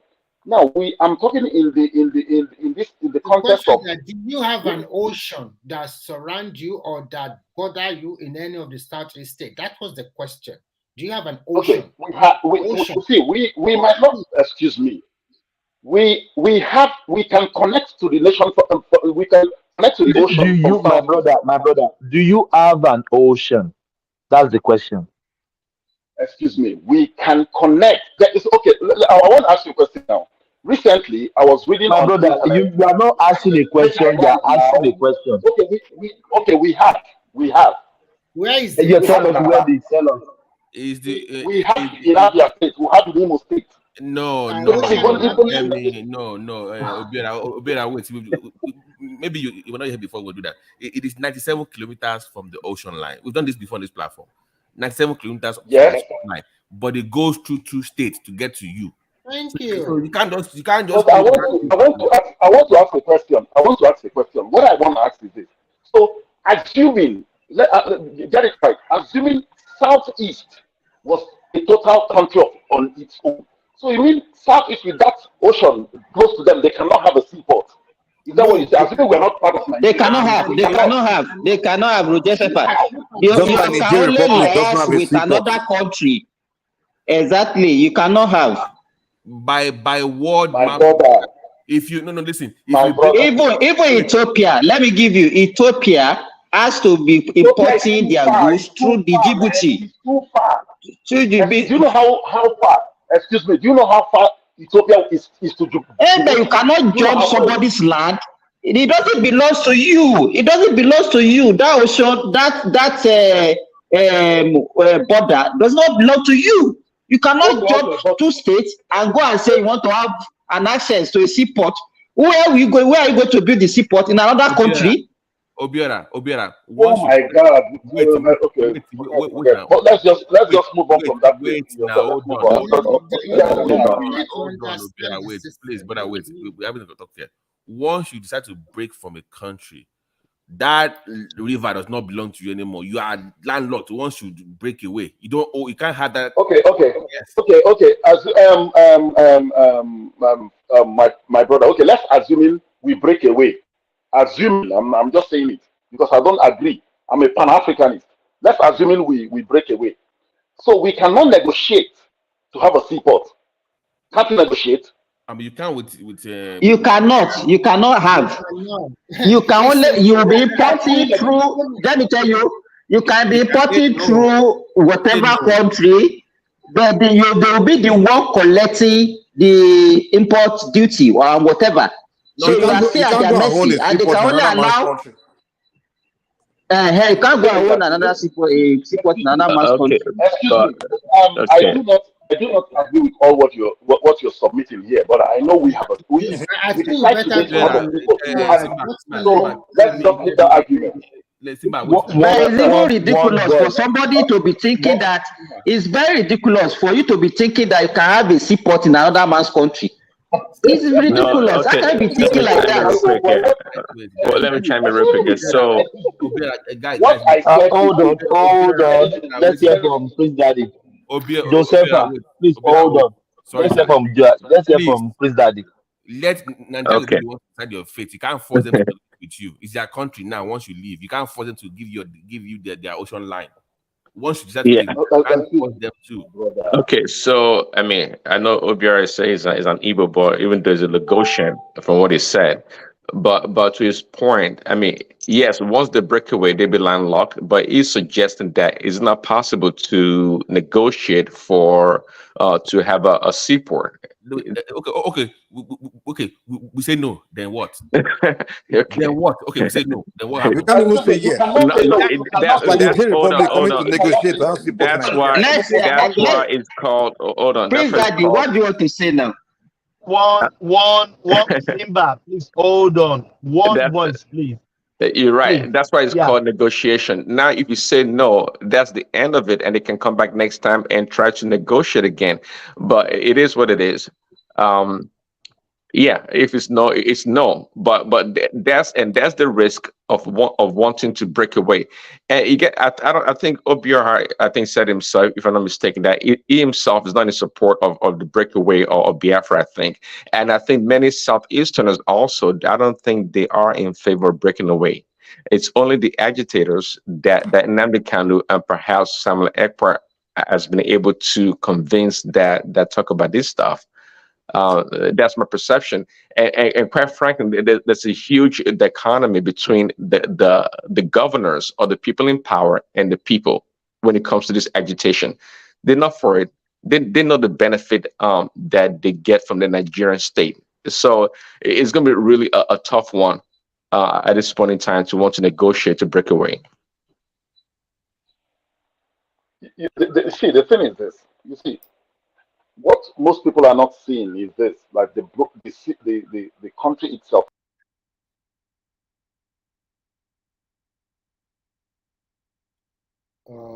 Do we lost him? Yeah, I think he lost connection. I think first the guy ran away, man. The guy does not understand. You guys were ambushing the guy, man. He understand. He understand. How can somebody? It's too simple for us to claim that somebody does not understand. How can we say as a country, you go to another country, you go and you see sport? Yeah, I don't. That one kind of lost me. Yeah, it's back now. It's back. Excuse me. I know someone just threw me out. That's the thing. Nobody kicked you out. Let me tell you something. You kicked me out. I know that one for sure. Thomas, did you kick him out? Nobody. It might be your network sometimes, so they cannot just. Let me tell you something. I am somebody that. Let me explain something here.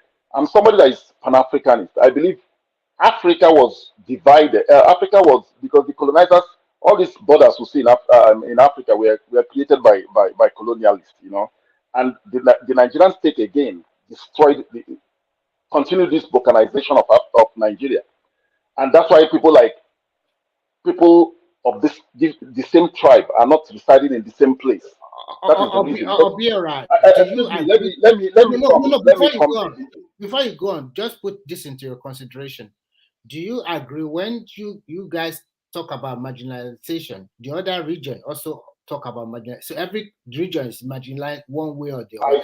Do you agree with that?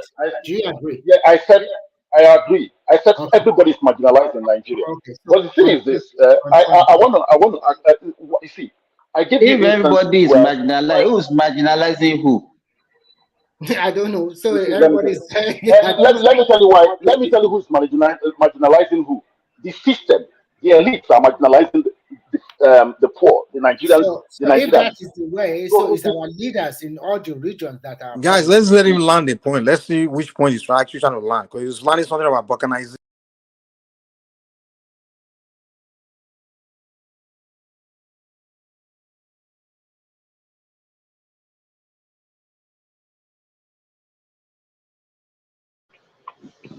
I just put everybody in the background. Guys, we can't do this. If I said, hold on, we can't be talking on each other. Please, help me, please. If you guys listen back to the video, you will see that we are just shouting. We are not talking to our listeners. I'll bring everybody back. If you are not allowed to talk, you hold your thoughts, let the person finish this thought, then you can come in. Please. Please, I said please. I'm begging you.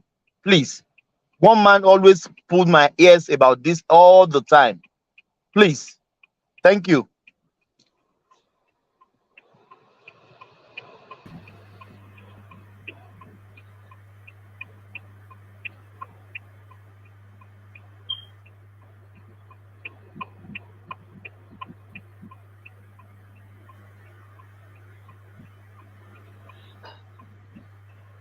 The next voice I want to hear is Remy. Let's hear from Remy. Thank you, please. Remy. Okay, I'm here. Yeah, so the question, the question I want to put to Josephine is that every region, as you said, are marginalized. But I will employ you to first, please, go and know the geographic setup of the country, and go and know international law and you can check, not really know. You cannot create you cannot create something out of nothing. You cannot jump some state and then you want to create a seaport there. Nigerians, we love ourselves. That is why you can live anywhere in the country. So the seaport you are talking about, if you want to go away, then you have to negotiate with Nigeria to give you access to the seaport. Go and ask some country like Niger and Chad. They don't have a seaport, and sometimes they have to use some other country's seaport. So that's the problem. So if you talk about the rail system that is not working, it's not only your region that is not working before, it affects the whole country. So I don't want you to be saying that maybe the rest of the country is against your region. No, where a lot of Nigerians were concerned about what is happening in the South because we thought you guys are more enlightened and such a thing shouldn't have taken place like that people were being killed today and tomorrow and so we were not happy. And at this platform, we have condemned those actions, but we want also from your region, we want you people to also find a solution to your problem and try to listen to other people, others from Nigeria that they are trying to also provide solution to your country. Like I said before, and I partly agree with Thomas, if we are going to have a state police, I don't think I don't think that every region can have the same at the same time, especially from that region now that is in a state of volatility. So just take it easy and try to listen to what other people are trying to say. They are not trying to malign your region or something like that, but we are being objective. Thank you, Thomas. Cool, Remy. Joseph, you can respond now, please.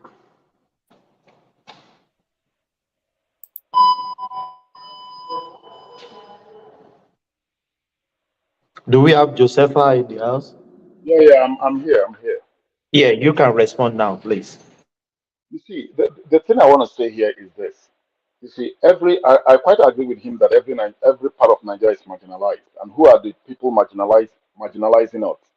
It's the elites, because we have empty-headed elites in Nigeria who do not know what to do.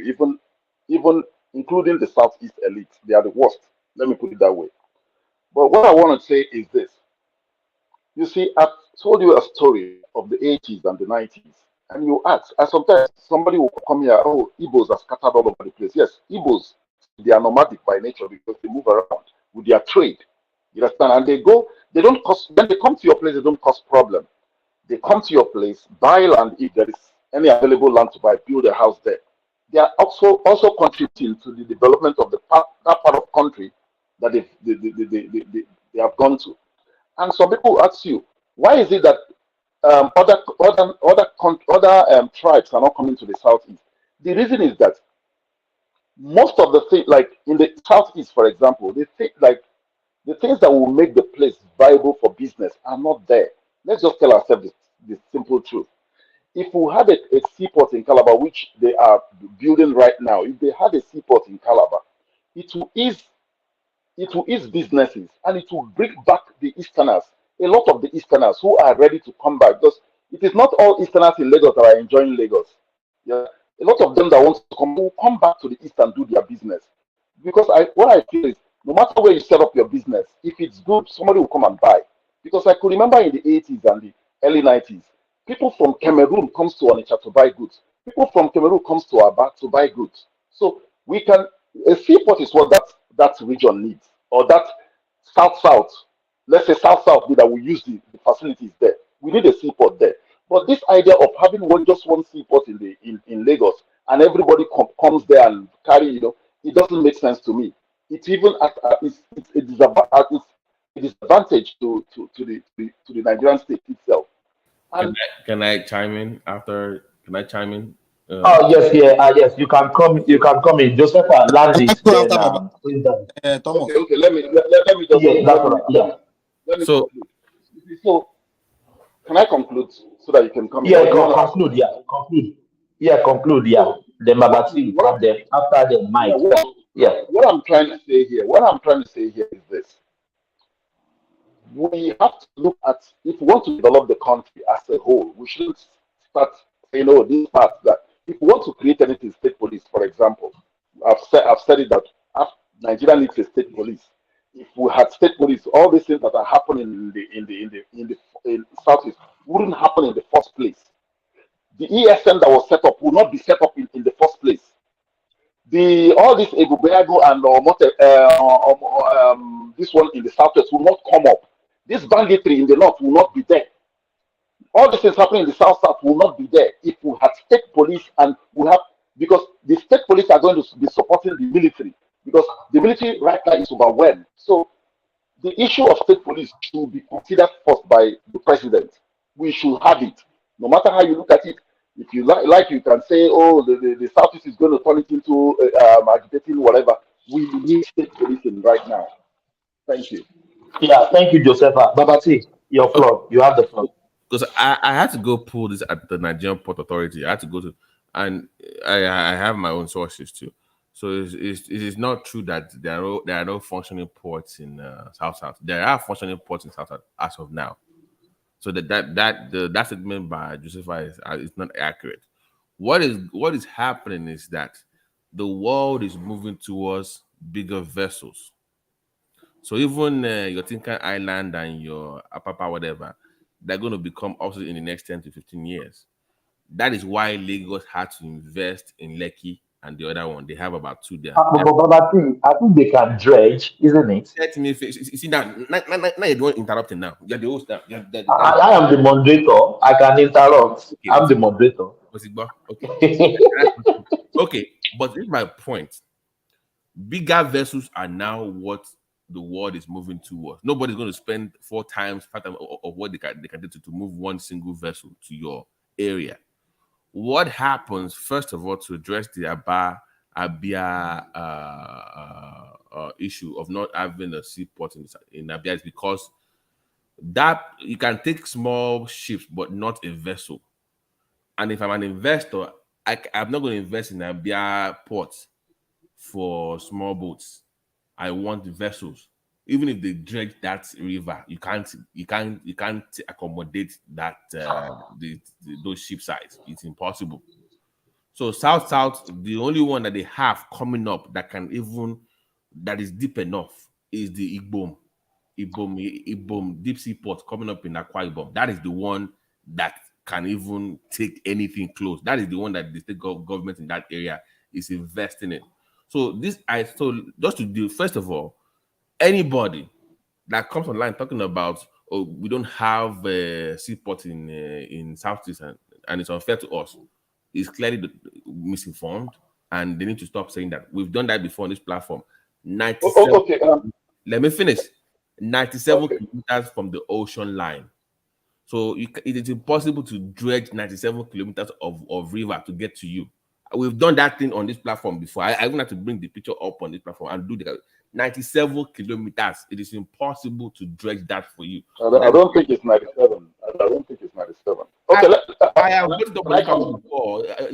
Let me. Okay, go ahead. Go ahead.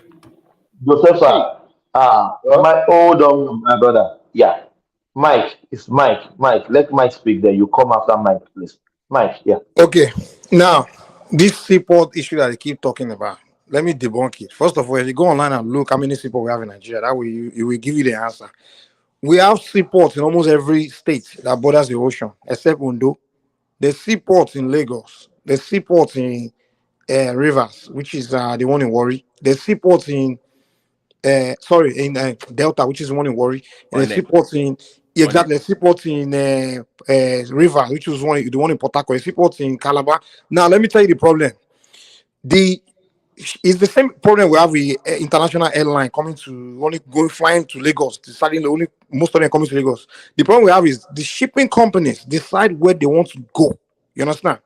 Now, the reason why there's no Nigerian company or anyone in Nigeria that has a shipping line where you can decide that, okay, I control this vessel.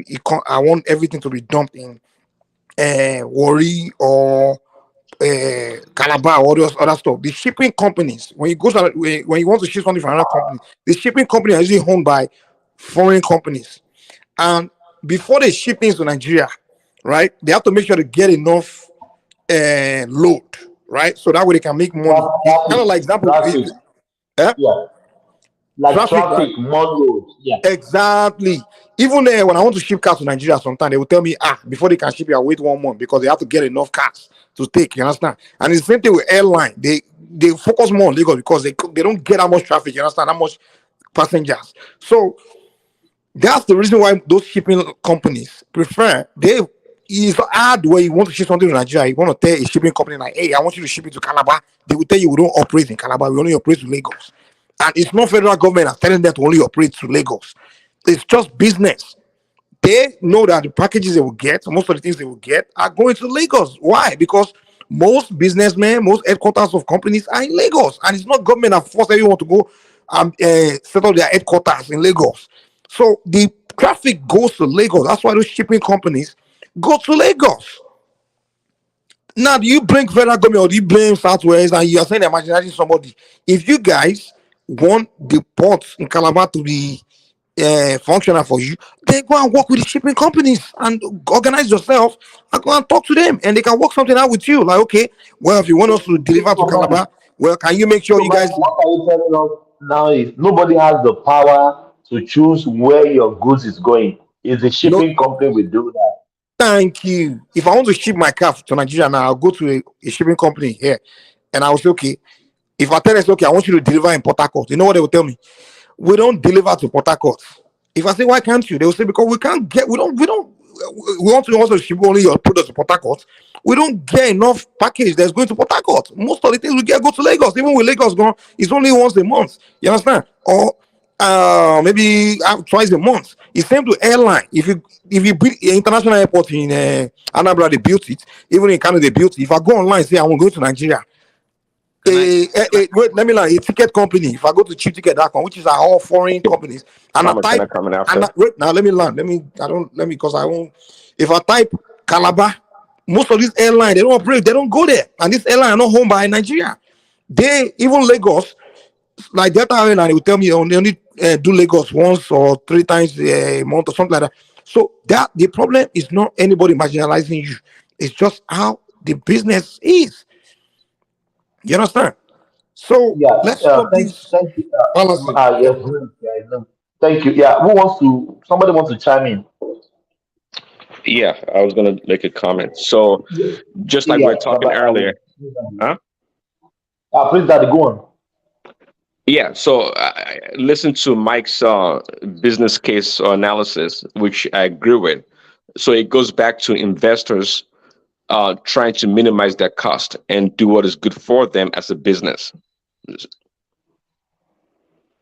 Right, Mike? Yes. Yeah. Yes. So, Who should be blamed? But please, Daddy. And in fact, let me have something. If you go to Calabar Seaport and all these other seaport, the only vessels that come there are things that federal government order or the government, state government order. That's what they do because they order straight from other governments or other company, and they can tell them like, hey, deliver my own here. You understand? Because they're paying actual real money for it. You understand? Can I just But ask? commercial people, ordinary businessmen, they can't. They just don't have the means to. yeah.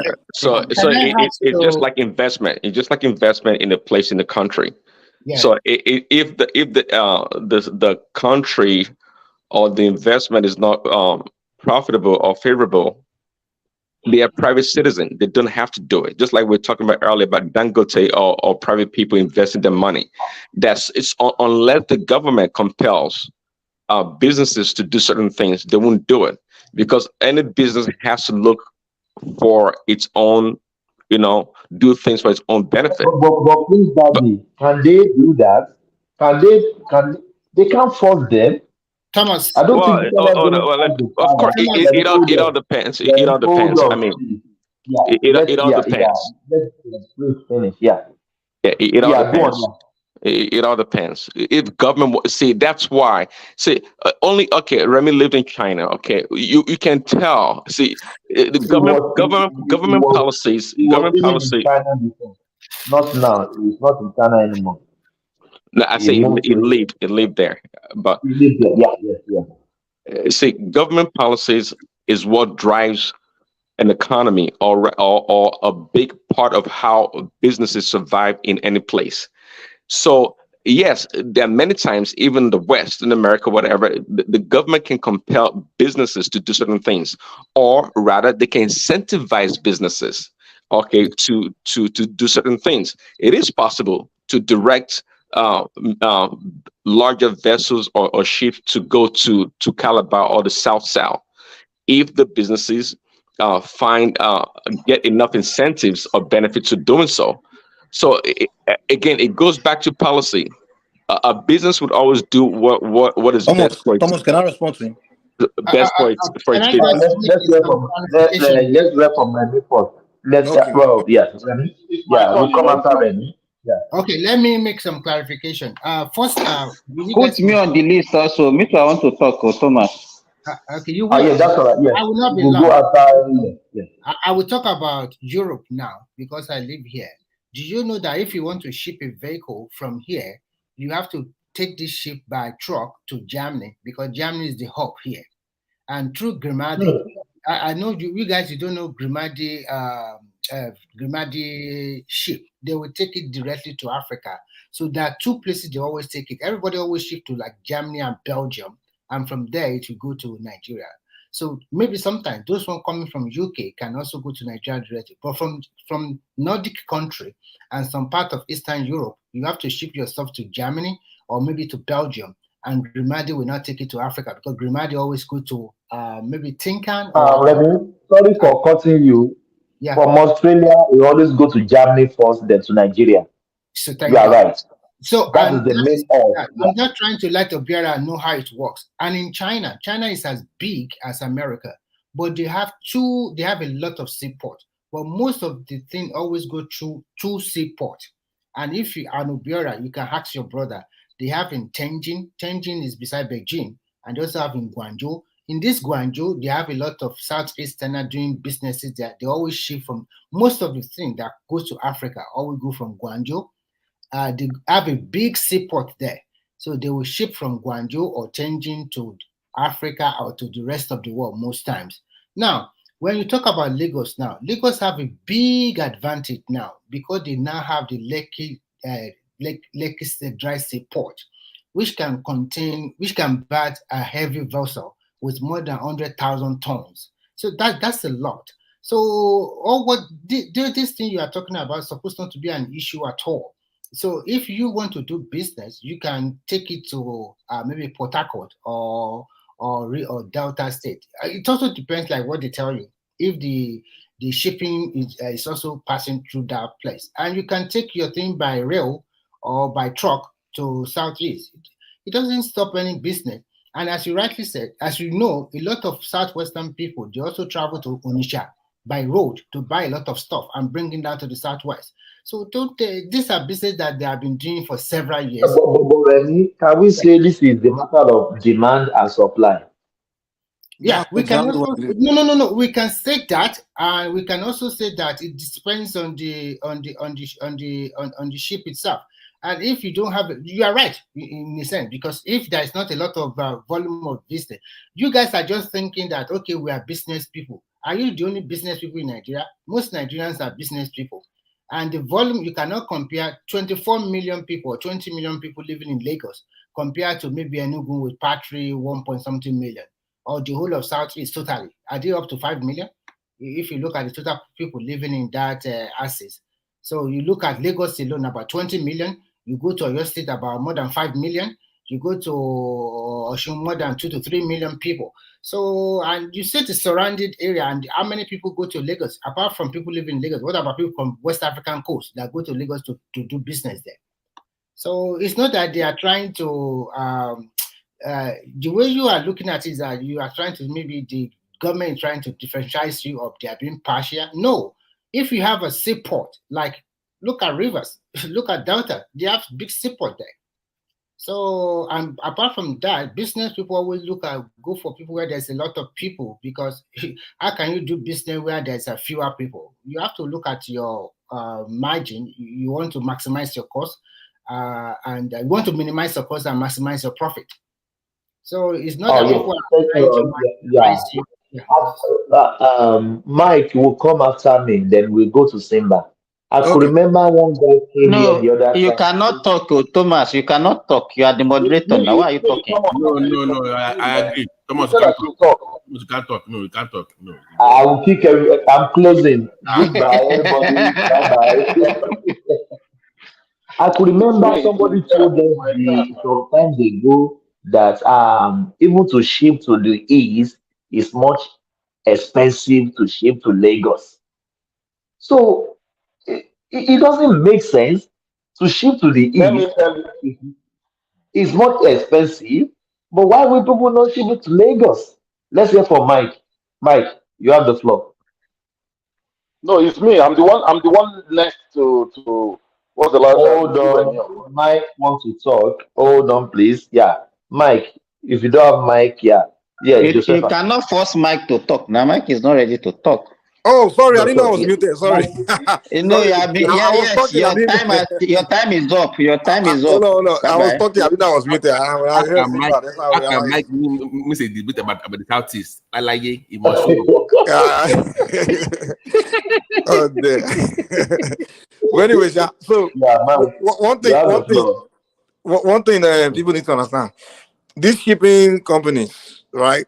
Before they head out to go and deliver in Nigeria, they will load their cargo with products going to not only Nigeria, going to Benin Republic, Togo, and sometimes Ghana. Now, if you look at the map, the port in Lagos is right next to Port Novo in Lome in Benin Republic, and even closer to the country after, which is in Togo, than it is to all the way to Calabar. So yes, I'm telling you. So these companies, when they're receiving goods, they operate one trip to 3 countries, sometimes 4 countries: Ghana, Togo, Benin, and Nigeria to deliver. So Lagos is the closest to. It's right next to those other ports. So that's another thing you have to consider. And when Prince Daddy is saying the federal government have to order those companies to start shipping to to this thing, the government have already done that. They already have companies giving a license to drop, or if they want to, in Calabar, in all these other ports. Usually it's open. There was a time when Calabar government, where the governor was even advertising Calabar port, encouraging Even businessmen in begging, Nigeria. Mike. They were even begging It was even for begging people that to bring Nigerians their should use goods. their port. That their port is not being used, so to the point where Calabar businessmen, even they were trying to work together to start working with shipping companies to be delivering there. So there's nothing the government can do to force shipping companies to be dropping things there. You can't force them to lose money. They have to make money. There is business decisions they have to make. You know, so Nigeria is not a country where we do a lot of export and import. And Nigeria is a country. It's not like compared to America or Europe, all these places. When the shipping companies are going to those countries, when they are dumping something, they're also picking up to leave. These companies are not going to Nigeria to really pick up anything to go to and another maybe to trade with Europe. They are not really picking up much. So it's a business issue. It has nothing to do with marginalization. So people need to understand that. So no one is marginalizing anybody. Let's stop the propaganda. Kanu and all these people that just brainwashing you guys to believe somebody is targeting you. Federal government is doing this, federal government is doing that. Are there no Igbos in the federal government? You think they will be marginalizing and they will keep quiet? If Madu was the Senate president, you keep quiet knowing that his people need something that can be done. And come on, let's stop it, man. These things are propaganda. But anyway, Sha. Yeah, thank you, Mike. Simba, you have the floor. Okay. This impression that we have that, okay, we are Igbos, we are nomadic, and then we are business. It's not only Igbos that does business, and they are not the only one that imports materials into Nigeria. So if you are thinking that because you people are you are the business people and the government should create a special port for you just because you are then what is the population of even the southeast? We have more population in the southwest and even the north than even the south and the southeast. So that means we have more importation to service the people from the southwest and the northerners than the people from that region. So as Mike said, the people that are doing business, they only favor where they have more goods to deliver than where they have smaller goods to deliver. Then another thing I want us to understand is that, let me tell you, we have different type of coastline. And this is what actually influence seaports. Nigerians, we are not lucky to have a very good coastline. They have a better coastline in Cotonou, in Togo, and in Ghana, even in Liberia, than what we have in Nigeria. And that is why you even see some of the goods that are supposed to actually be delivered even in Lagos being delivered in Benin Republic. And that is why you see that if our people, we even import things through Benin Republic because it's cheaper to even import through Benin Republic than Lagos. So so because they have a good coastline, they call it rare coastline because it's a natural coastline. They don't need to dredge like the one our own in Lagos was dredging, and that was why they were able to batch large vessels. But in Benin Republic and in Port Noble, I mean in Togo, they have a natural coastline which is very, very deep. So a bigger vessels can even batch in those countries better than even in Lagos. So those are the things that we have to understand. So you can't just create a port just because you want to just satisfy a group of people. So that's what I want to say. So Thomas, can I add to what Simba just said now? Yes, go on. Yeah, ready. So that is why I talk about the Lekki District Port. For the first time in the history of that country, of Nigeria, just about 2 or 3 weeks ago, one of the largest vessels berthed in that seaport from China. So you can see that's what we are trying to say here. Even the shoreline in Lagos is not so deep. It's not so deep. We have to dip. So this advantage that Nigeria will have, I think Tinubu is quite lucky to come in as the president of the country at this particular time, because that means more container can arrive in Lagos and more opportunity can come to Nigeria through that seaport, through that Lekki seaport. And if you have a company around that Lekki axis, it's also easier for you to ship your goods en masse to any part of the world from that seaport now. That is the advantage that China have. They have a lot of deep seaport around the world, and they put their people to work. And when they produce en masse, before you know it, it's already going to America, it's going to Europe, it's coming to Africa at the same time, and people never stop working. I think instead of arguing about seaport, we should put our people to work. When we put ourselves to work, then we have enough, more than enough to export. Even if you just say, okay, we want to, apart from oil, we want to go back to the farm. We can be one of the largest exporter of corn and so many other fruit and so many other cash crop. We can be largest exporter, and we can export from rivers, from Delta, even from Lagos also. We can export. So people, I think the point, the problem where is that Nigerians depend too much on import. So that's why I say, I'm doing the business. What are you doing? Most times you are just importing. You are not exporting nothing from the country. We are importing virtually everything that we don't even need or want to consume. So we have to put a check to that. If we try to put a check to that, you will see that the volume of import will also reduce and the volume of export will pick up, which is going to be good for the country in the long run. Thank you. You're awesome, Remy. You're awesome in your analysis. Also here, man. Most of when you hear people say Yeah. business, it's making China rich all the time. What are you saying, Adewale? You are just talking like somebody that is asleep. I've been listening to you guys. I've been listening. You know, most of the time when somebody says business, it's about making China rich. What is being produced in Aba, we don't market it. We don't even standardize it to even make it more international worthy. But no, it's about importation. For how long are we continuing to import? If there are those, is it not Peter Obi that is talking about consumption to production, and they are the one to asking talking about importation, and his people are the one importing everything. What was he doing before? My brother, can I come a little? I've been here waiting. Yes. Adewale just started talking. You can't cut Adewale off.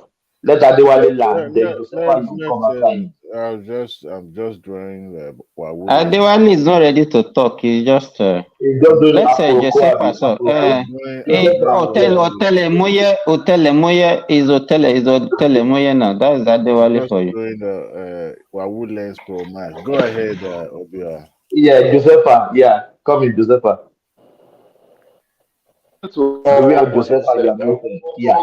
Yeah. Okay, can you hear me now? I can hear you loud and clear. Okay, I listened to what everyone has said, and everyone, you're all correct, you know. You understand? It's the business that determines everything. But another thing I want to put forward here is this. Like, for example, a lot of cities, Guangzhou has a seaport. A lot of cities around Guangzhou where they have manufacturing hubs. You know what they do? They have also they have water they could transport their goods to Guangzhou. What they do is that they have smaller boats that load containers and send them to Guangzhou. So my take is this: can't we have something like that in Lagos, where if goods come down to Lagos, it could actually be ferried down to the east or down to Calabar or anywhere, even down to anywhere they have this thing, and put it there so that it will it's going to be another cost, extra cost. Exactly. No, the Southeastern people can invest in that. They can buy people, individual have ships. I'm not. They can do. You see, you know one thing. I'm not saying they cannot do that. It's a suggestion. You know, I'm just putting it like we're just. You don't need to label yourself. There's a seaport in rivers and also in Delta. If everything is right, just hold on. Let him land, please. Let me land. because everything there is no free menu anywhere. If the train system is working perfectly okay, it's going to be easier for people, especially in Habia. They are known for their manufacturing of so many leather products, to export by train from train to Delta or to Port Harcourt, so that their ship can be exported abroad. But what you are talking now is about import. And you rightly know that most countries, if you want to prosper, you have to reduce your import to the barest minimum. So that is the problem you guys are having, because what you are doing is most time you are importing finished product. And you mentioned of Guangzhou now. Apart from the nearby cities in Guangzhou that maybe they can ferry their goods, maybe by most time they do it by trucking. So they truck it to Guangzhou seaport. China is very big, and you can. No, they do most of those things with train system. No, listen. Not everything is moved by train. If you are, for example, I will use Nigeria as an example. If you are a manufacturer in Maiduguri and you want to take your goods to Lagos, they have a very good train system, and you can do something like that. But if you are in Lagos and you want to move your stuff from Ogun State, from Abeokuta, why do you want to use train sometimes? Sometimes it's even more cheaper for you to use trucking. So they can truck it down. And in Guangzhou area, there's a lot of sea in that side, like some nearby cities. This industrial city of Shenzhen is not very far to Guangzhou. So they can also use what you are trying to do. But in a nutshell, what I'm trying to say is that the Northeast should not worry themselves about seaport in their region, because they have nearby seaport around them. But if you are thinking about bringing your container from Lagos to what do you call it, to Anambra, to Enugu, who is going to bear that cost? So, but if the train system in Nigeria is working perfectly okay from Lagos to your side, it's going to be much more easier. That is why it's also advisable. What the people in the Southeast can do is to have a dry port, just like the one they're having in Ibadan. So Ibadan is having a dry port, so they just bring the from the seaport, they just drop it in Ibadan. And if you export some, you import something, you can take it from Ibadan to Kano, to Abuja, to wherever.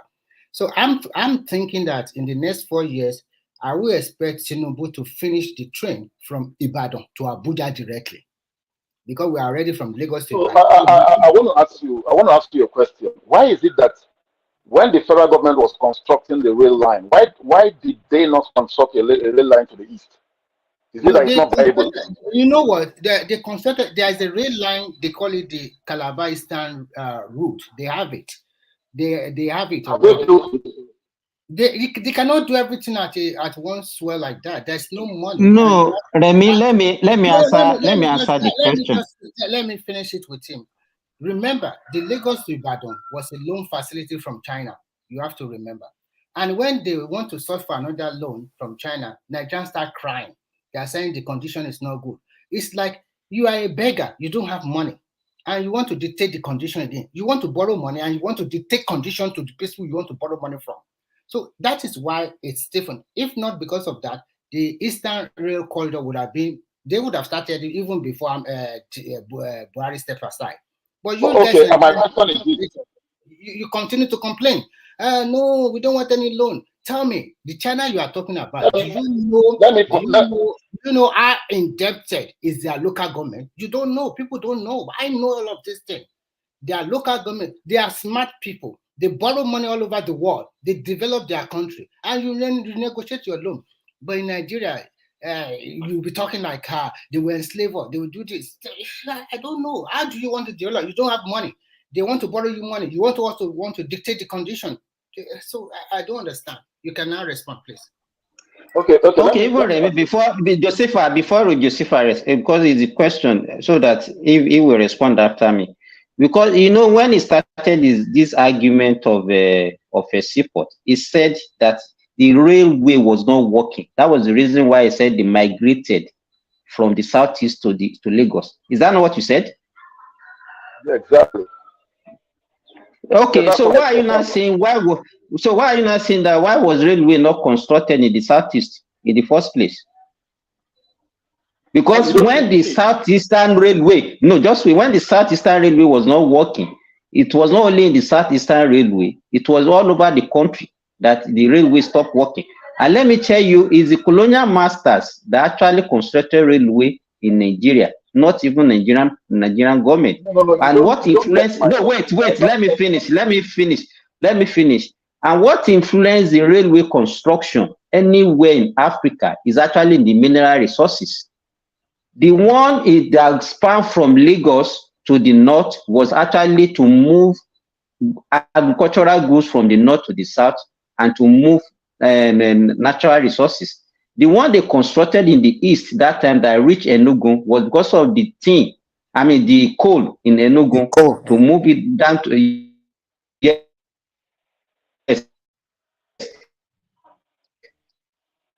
to move it down to Port Harcourt.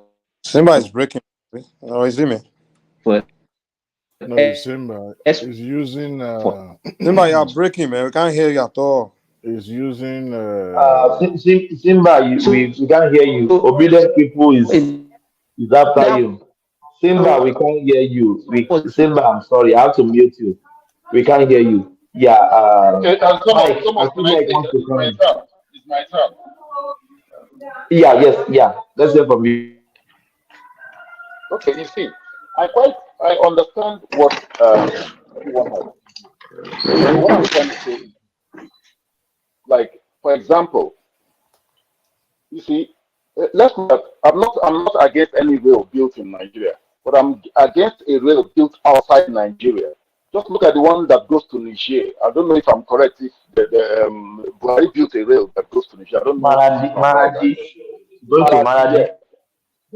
Why not use that money using building a rail from Maradi? Why did not use it to go from Lagos to the southeast?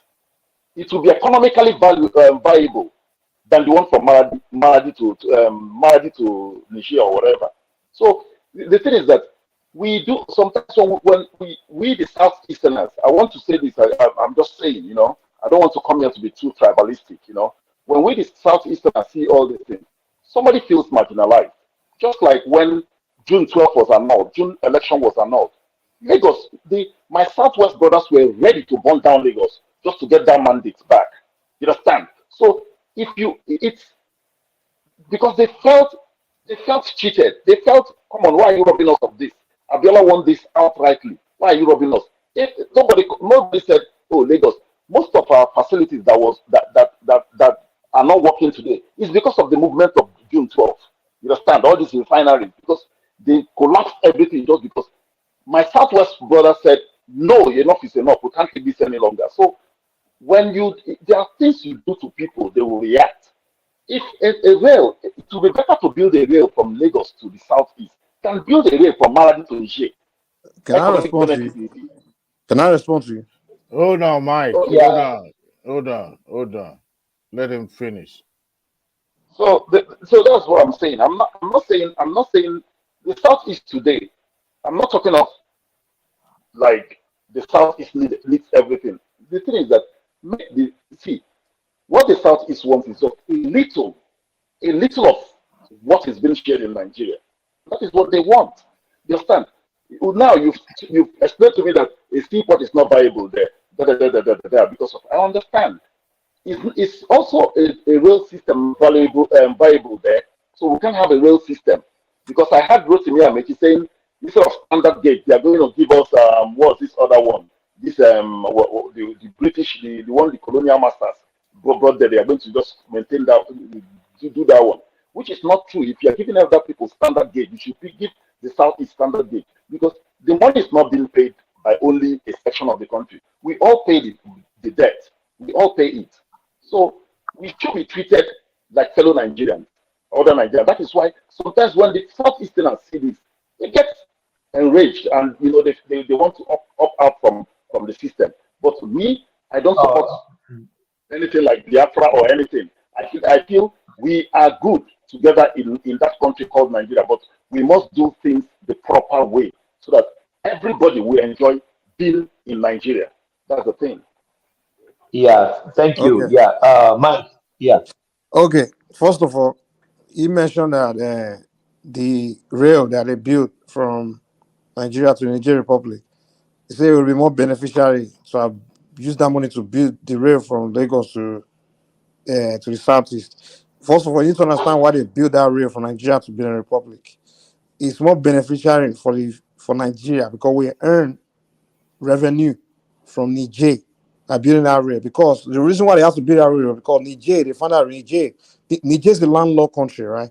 So things that Niger imports, they have to pay. They've been paying Benin Republic and maybe I don't know if Cameroon as well, to get their stuff from their port all the way to their country, right? So Benin Republic are enjoying that revenue. So Nigeria felt like, oh, we can also tap into that. So now Nigeria make money off from Niger by building a rail where Niger have to pay Nigeria to get their goods through our seaports to go through the rail and go to their country. So that's a revenue for Nigeria. So that's not beneficial. Wait, that's more beneficial for Nigeria than it would have been for that's more beneficial for the federal government because now they transferring income. It's an income for the federal government than just for you because the federal government money. So that's one thing. And second, it'll be very ridiculous to say they're building rail from Nigeria to Niger. That means they're marginalizing Igbos. What does that have to do with Igbos? Because anybody else can make that argument. Wait, let me land. No, Bros, hold on. No. Josepha, I don't want to kick you out again. Please, because another tribe can make the same argument and say, we are being marginalized because they can use that money to build it from Lagos to Kanuri land or to Calabar land or to another land. Anybody else can do that same thing. Building rail from Nigeria to Nigeria has nothing to do with your tribe. It has nothing to do with tribe. Why does everything have to relate to you? Are you the only tribe in Nigeria? So they're doing anything anywhere. Oh, they are marginalizing your tribe.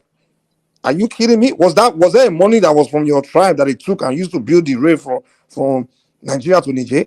Was the allocation that was for Southeast that they took from you and used to build the rail from Nigeria? So anything like government does now is because of you. It has something to do with you. We don't see Nupe people saying, why now? Why didn't they use that money to build from Lagos to Nupe land or to Gwari land or to Efa land? Nobody else is saying that. Why is it only you that have to say the money should have been used to build to your place? Are you the only Nigerian? Come on now. Okay, go ahead. Yeah, Josepha. Yeah. Okay, see, Mike, when we say all these things, it's sweeter. Oh, it's like we look at it, we listen to ourselves, and it sounds so good to us. Let me tell you something. If a rail was built, let me give you one thing. If a rail was built from, let's say, Lagos or from Meduguri now to the southeast, and it was not built in Lagos, you still complain. The Yorubas will complain. That's what I'm trying to say. I'm not trying to say. No, my brother, Josepha, hold on. Yorubas, they are not complainants. Okay, let me tell you where you complain. Let me tell you where you complained. Okay, let me give you instance. When Jonathan was there, Jonathan appointed Tinubu made, the Yorubas were supposed to have the House of Rep. Tinubu played the politics there and they went to the north. When Jonathan was in power, Yorubas were crying foul. That Jonathan we didn't cry. No. Hold on, please. If I said hold on, my brother, if I said hold on, I want you to hold on. I'm the moderator. Hold on, please hold on. Please, just let's follow what I want. Just follow me, please. It's a conversation. It's not monologue. It's a dialogue. When you say something, I will push back. You can talk, I will push back. Please, just calm it down. Please. It's conversation, not monologue. Please. I'll bring you back, please. Yeah. Yoruba didn't cry foul. We didn't. I am a Yoruba. I didn't. We let it go. When it's our turn, we can decide what to do. Continue, my brother. Saying is this. You see, I don't want to come here so that we can start arguing. We are all one people. The only thing is that most of us do not know the history. I am not arguing. We are having conversation. It's conversation. We are one people. So no matter how you react, it's because of when you want to talk down on a tribe and say it's not good. You know, we all have our differences. We all also have our good parts. So don't believe in a divided Nigeria. I believe in a united Nigeria. What I don't subscribe to is that when you treat everybody equally, you see all these things that is happening here in Nigeria because of Buhari cost everything. When Buhari was in power, Buhari made it like his people, my people, and which is not good, you know. So, and I'm happy we have a president now that is looking at every section. Yeah, you have. I know definitely you have to work more with your people, but at least when you make it competency works, like let's get the competent ones in there, it works, and I'm happy with what he's doing. But the thing is this: when we want to treat when we want, because we are tribal by nature, we are all tribal people. So when you want to do things, sometimes you weigh the effect and see and balance it and do things so that even a blind man, even a layman on the street will say, "Oh, this guy is doing the right thing." So for me, I feel the not if the you see you know I blame my southeastern brothers and sisters for leaving their region because our region is so blessed. Our region is so good. We could develop our region. We did it in the 60s. We can still do it again. It's all about coming back home. And that is the whole thing. Coming back home. The little we have, let's develop, let's build on it. And who knows tomorrow? We might turn out to be a great region tomorrow. So we need to. But Josepha, will the ESN, the unknown government, Hey, let me finish it Thomas, now. My brother, if you are not there's my something brother, irritating about hold your on. now. You know, it's irritating. Josepha, if you are not here to have conversation, you can as well leave. Please, this is conversation. I'm asking you a question. Then you can push back on me, but you will let me land. I said it earlier on. It's a conversation. Please, please, I beg you, in the name of God, please, Right. please. Can I come? You are saying something, please. Will the ESN, IPOB, and the unknown government let people go back to the southeast? Why do I say that? We have people on this platform. They went to Nigeria for holiday. They can't even travel to their region in the southeast. Fear of all these people I just mentioned. Then you can counter me. It's a conversation. Go on. I feel there is, you see, the ESN, the all these state actors in the all these non illegal whatever, that's what I call them. You see, non-state actors rather. We could push them back. And that is why I'm soliciting for a state police where we can eradicate all this nonsense.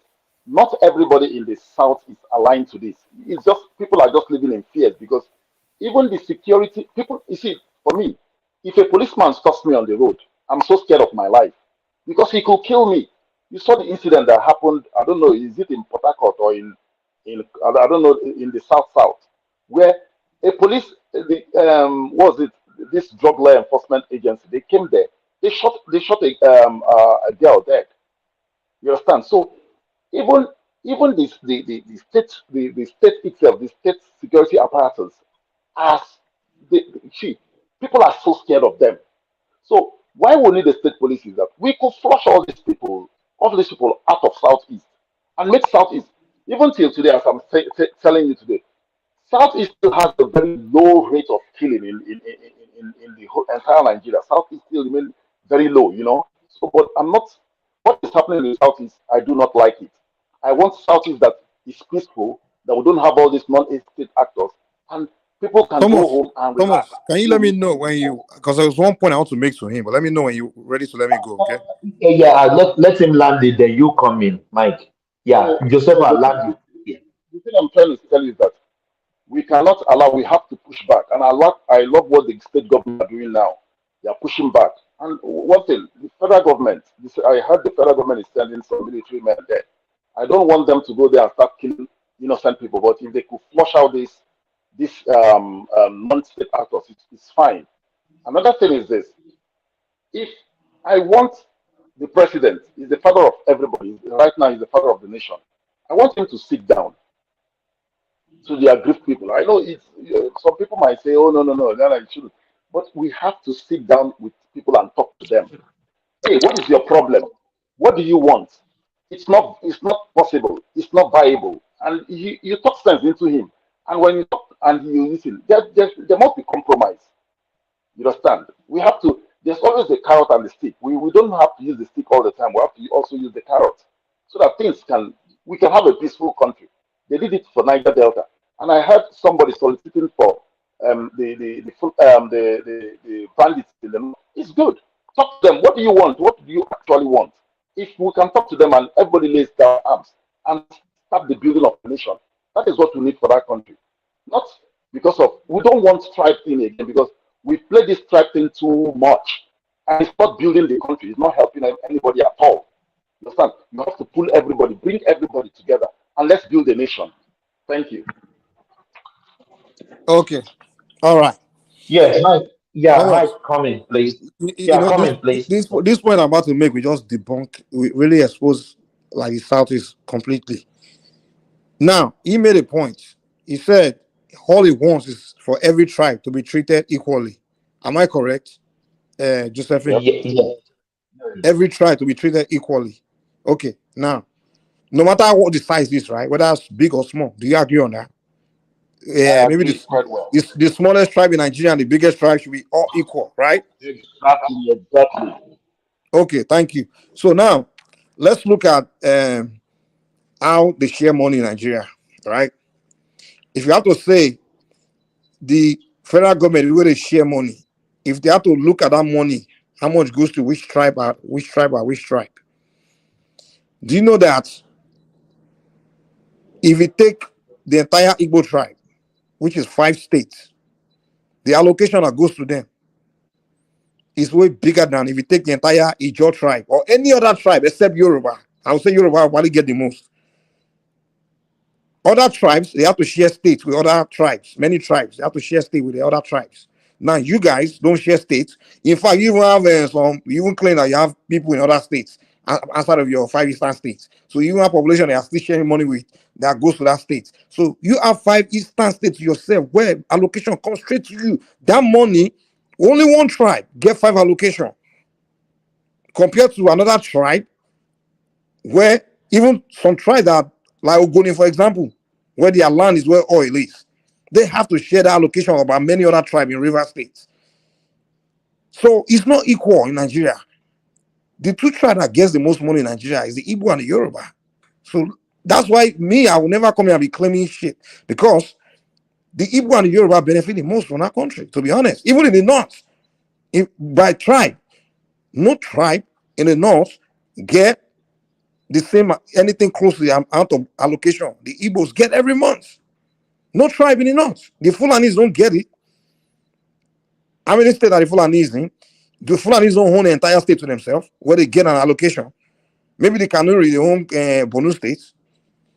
Many of the northern tribes, they have to share with other tribes. So the Igbo alone, they get 5 allocation, like they get more money as an individual tribe than most of the tribe in the country, except maybe the Yorubas, because the Yorubas have 6 states and Igbos have 5 states. There's no other ethnic group that have more states than those 2 tribes. Every other ethnic group have to share states with other tribes, and they have to share the allocation. So my brother, me and you, we are enjoying Nigeria than any other tribe. The Yoruba and the Igbos. We are enjoying Nigeria. I never think in that direction. I never think in that direction before. Can I contribute? Yeah, Remy. Let's hear from Remy. I think, Mike, your assertion is totally wrong that way. Money are distributed state by state. And if you look at the highest earners, we talk about Rivers, we talk about Delta, we talk about Akwa Ibom, and we talk about Lagos State and Kano. These are the people that, because you cannot use tribe like that, because in every state of Nigeria, we only have Hausa. Let me finish. Thomas, can I correct him real quick? Let him clarify, Remy. Hold on. Let me clarify, Remy. Remy, I was going by what he said. He said every tribe should be treated equally. And I specifically asked him, no, how big or how small does it matter? He said no. He said every It tribe doesn't in matter. Nigeria should be Okay, treated equally. So wait, let me chill now. You have to argue based on what we are saying, not just on a different tangent. So I was let me chill out. I was making my point. Remy, please. Mike, Let me chill hold out. on, please. Okay. Remy, let him land. Let Mike land. You have the floor. Let Mike land, then you I'm come in. listening to Yeah. Mike. I'm listening to Remy, Mike. Yeah. Yeah. he made a statement saying every tribe should be treated equally in Nigeria. And I'm making clear, I even asked him, do you mean no matter how big or small? He said yes. Every tribe, no matter how big or small, should be treated equally. That's why I presented that point to let him know that your tribe is doing better, is earning better than many other tribes, including tribes that oil is in their land. Like, for example, you just mentioned River Ogoni, for example. There are many tribes in River State. There are also about 11 of them, I think. They have to share that allocation, So if we have to go by tribe, they're doing good. And we Yoruba are doing good. That's what my argument is based on. It's not based on anything Yeah, else. okay. So let me now respond. So I quite understand what you are trying to say. But now, Obiara also mentioned that they should have used the money for Kano to Maradi. They should have used it for Eastern State. But one thing you do not realize is that when you are doing a construction, you have to look at the topography of the area, how easy or how difficult, or so many other factors. In fact, I also questioned Amishi when he tried to one single gauge to the southeast. I think that is not good. They should also have a standard gauge. But the point is this: Southeast is in a crisis mode. And secondly, if they want to construct standard gauge in the southeast, they have to demolish a lot of houses because the enclave is this very small area. So they have to demolish a lot of houses. Then secondly, our legislator in the House of Assembly, to me, I think they are stupid. I'm sorry to use that word. Because when you don't have money and you are sourcing for loan from other part of the world, and you want to dictate a term, that is totally wrong. Get the loan, fix your country. Well, you want to expand the space. You want to create more avenues for people to do business. You want to create avenue for interland farmers to bring their goods and products to the major town and back to the major city. But our people, sometimes I don't know how we think. Do you think the so-called America, England and the rest, do you think they don't have more debt than Nigeria? How do they develop their country? Do you know how many times America have printed more dollars to do so many things? Do you know that? We don't know, but Nigeria don't. There is no country in the world that you develop. If you have the means, you have the money, fine. But now we are poor. Just put that one into your head. Nigeria at this moment is not a rich country. We are a poor country. If we have the resources, we would have increased our minimum wage to even 300,000 per month. We are poor, so we need the help of others. And if we need the help of others, we have to beg. And the condition they give us, we have to negotiate. But in that aspect, we don't have an upper hand. So Buhari collected that loan, and before you know it, voila, Ibadan to Lagos was built with new infrastructure. They also create a lot of employment opportunity. The second Niger Bridge was built through the Sukkot bond. Now you people are enjoying it. If you guys are coordinated, and let me tell you the truth, if you want peace in your region, you, the Southeasterner, you must show us by example. You must come together that we are ready for peace. Not when some of your leaders will say this, another leader will say that, and you cannot control your space. Who will invest in that kind of volatility? Ask yourself a lot of questions, Biora. Can you put your money as a businessman in a place with crisis reading? What can you do there? If the people there are not coordinated, don't blame your trouble in other part of Nigeria. Tell yourself the truth. Look at yourself in the eyes and tell yourself the truth. You have a big crisis there. Come together. First, you have to solve the problem by yourself because that solves your problem. You cannot tell me if you have a wife and you have a problem with your wife, you want to tell the outside world to come and settle it for you. You first talk to your wife first. Talk to your family among yourself. Settle your problems first, and then Nigerian people will support you. But now you don't want to do that. You don't want to even talk to your own people, and you want the government to come. And if Tinubu is sending a lot of soldiers there, you will complain he's killing your people. You complain that yeah, it's coming. Okay, can I come in? Who is that? Yeah. Is that Israel? Oh, Israel. How are you, my brother? Yeah. Let's hear from you. You have the floor. Okay, so for long I've been listening to the conversation and I enjoy your topic today. But there's something I've noticed mostly with Remy, Mike, and Simba. Most time we always give excuse for the government. Nigeria government will not come out to make themselves clear, but we the citizen will always give excuse. Now Remy is saying something, trying to make excuse for the government, but there was no time the government say something like that. The other part of Nigeria, the north, the south, and the west, they all have train line during the Jonathan regime and Buhari regime. But southeast do not have. Me, I'm from South, I'm from Delta State, and sometimes if we see something that is wrong, we have to speak, and if we see something that is right, we say it. If we are here giving excuse for the government every time we come to this platform, we try to protect the government because we are trying to speak as educated people. At the end of the day, we will be doing more damage than good. For the stuff about the railway, you cannot give excuse that because if you go to the southeast to build railway, you have to demolish. Just go there, do what you have to do. That's why the people vote for you as the government. Government is not there to give excuse, but to make the life of the common man comfortable, easy. That's just what I want to say for now. Okay, Istra, before you go on, I want to ask you some few questions, please. Okay. Can you Yes, specifically, can you go on. can you specifically to this platform today where I try to support the government specifically, please? I've been listening to your conversation, not today, not now, but I know mostly you always give excuse. Like what you're saying now, you're talking about. Can you don't mention one?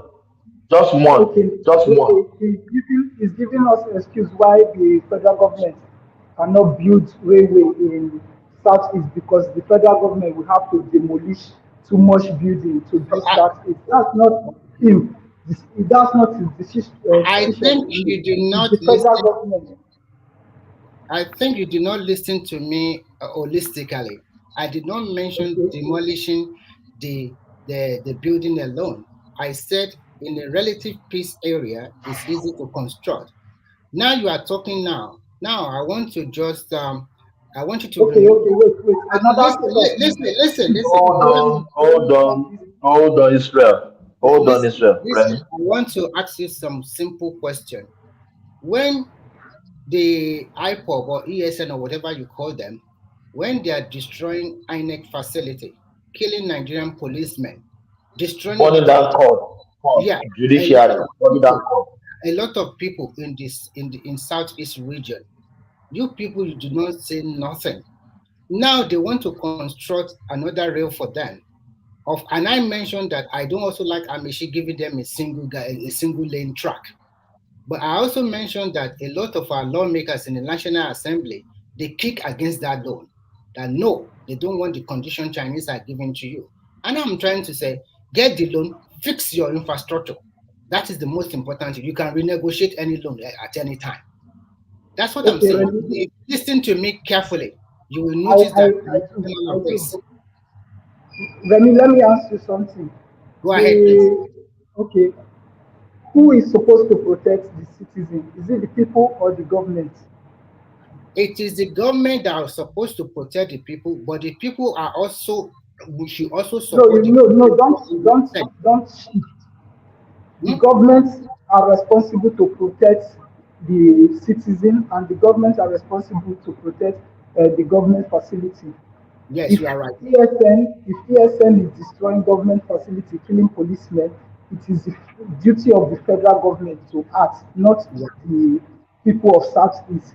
So you cannot be blaming the citizen of So Southeast how do you for the explain failure those of the federal people government. how do you explain, hold on, how do you explain, there are two things you must know here. They send Operation Python dance to that place. The people there condemn, they don't want it. One. Two, how do you explain those policemen, maybe they are from Southeast, from other part of Nigeria, and those assets belong to the Nigerian state that have destroyed over there, and by the people, they call themselves ESN, and the leader and the people in that community, they knew those people that are committing this atrocity, and they don't want to listen. Anywhere Okay, let me answer you.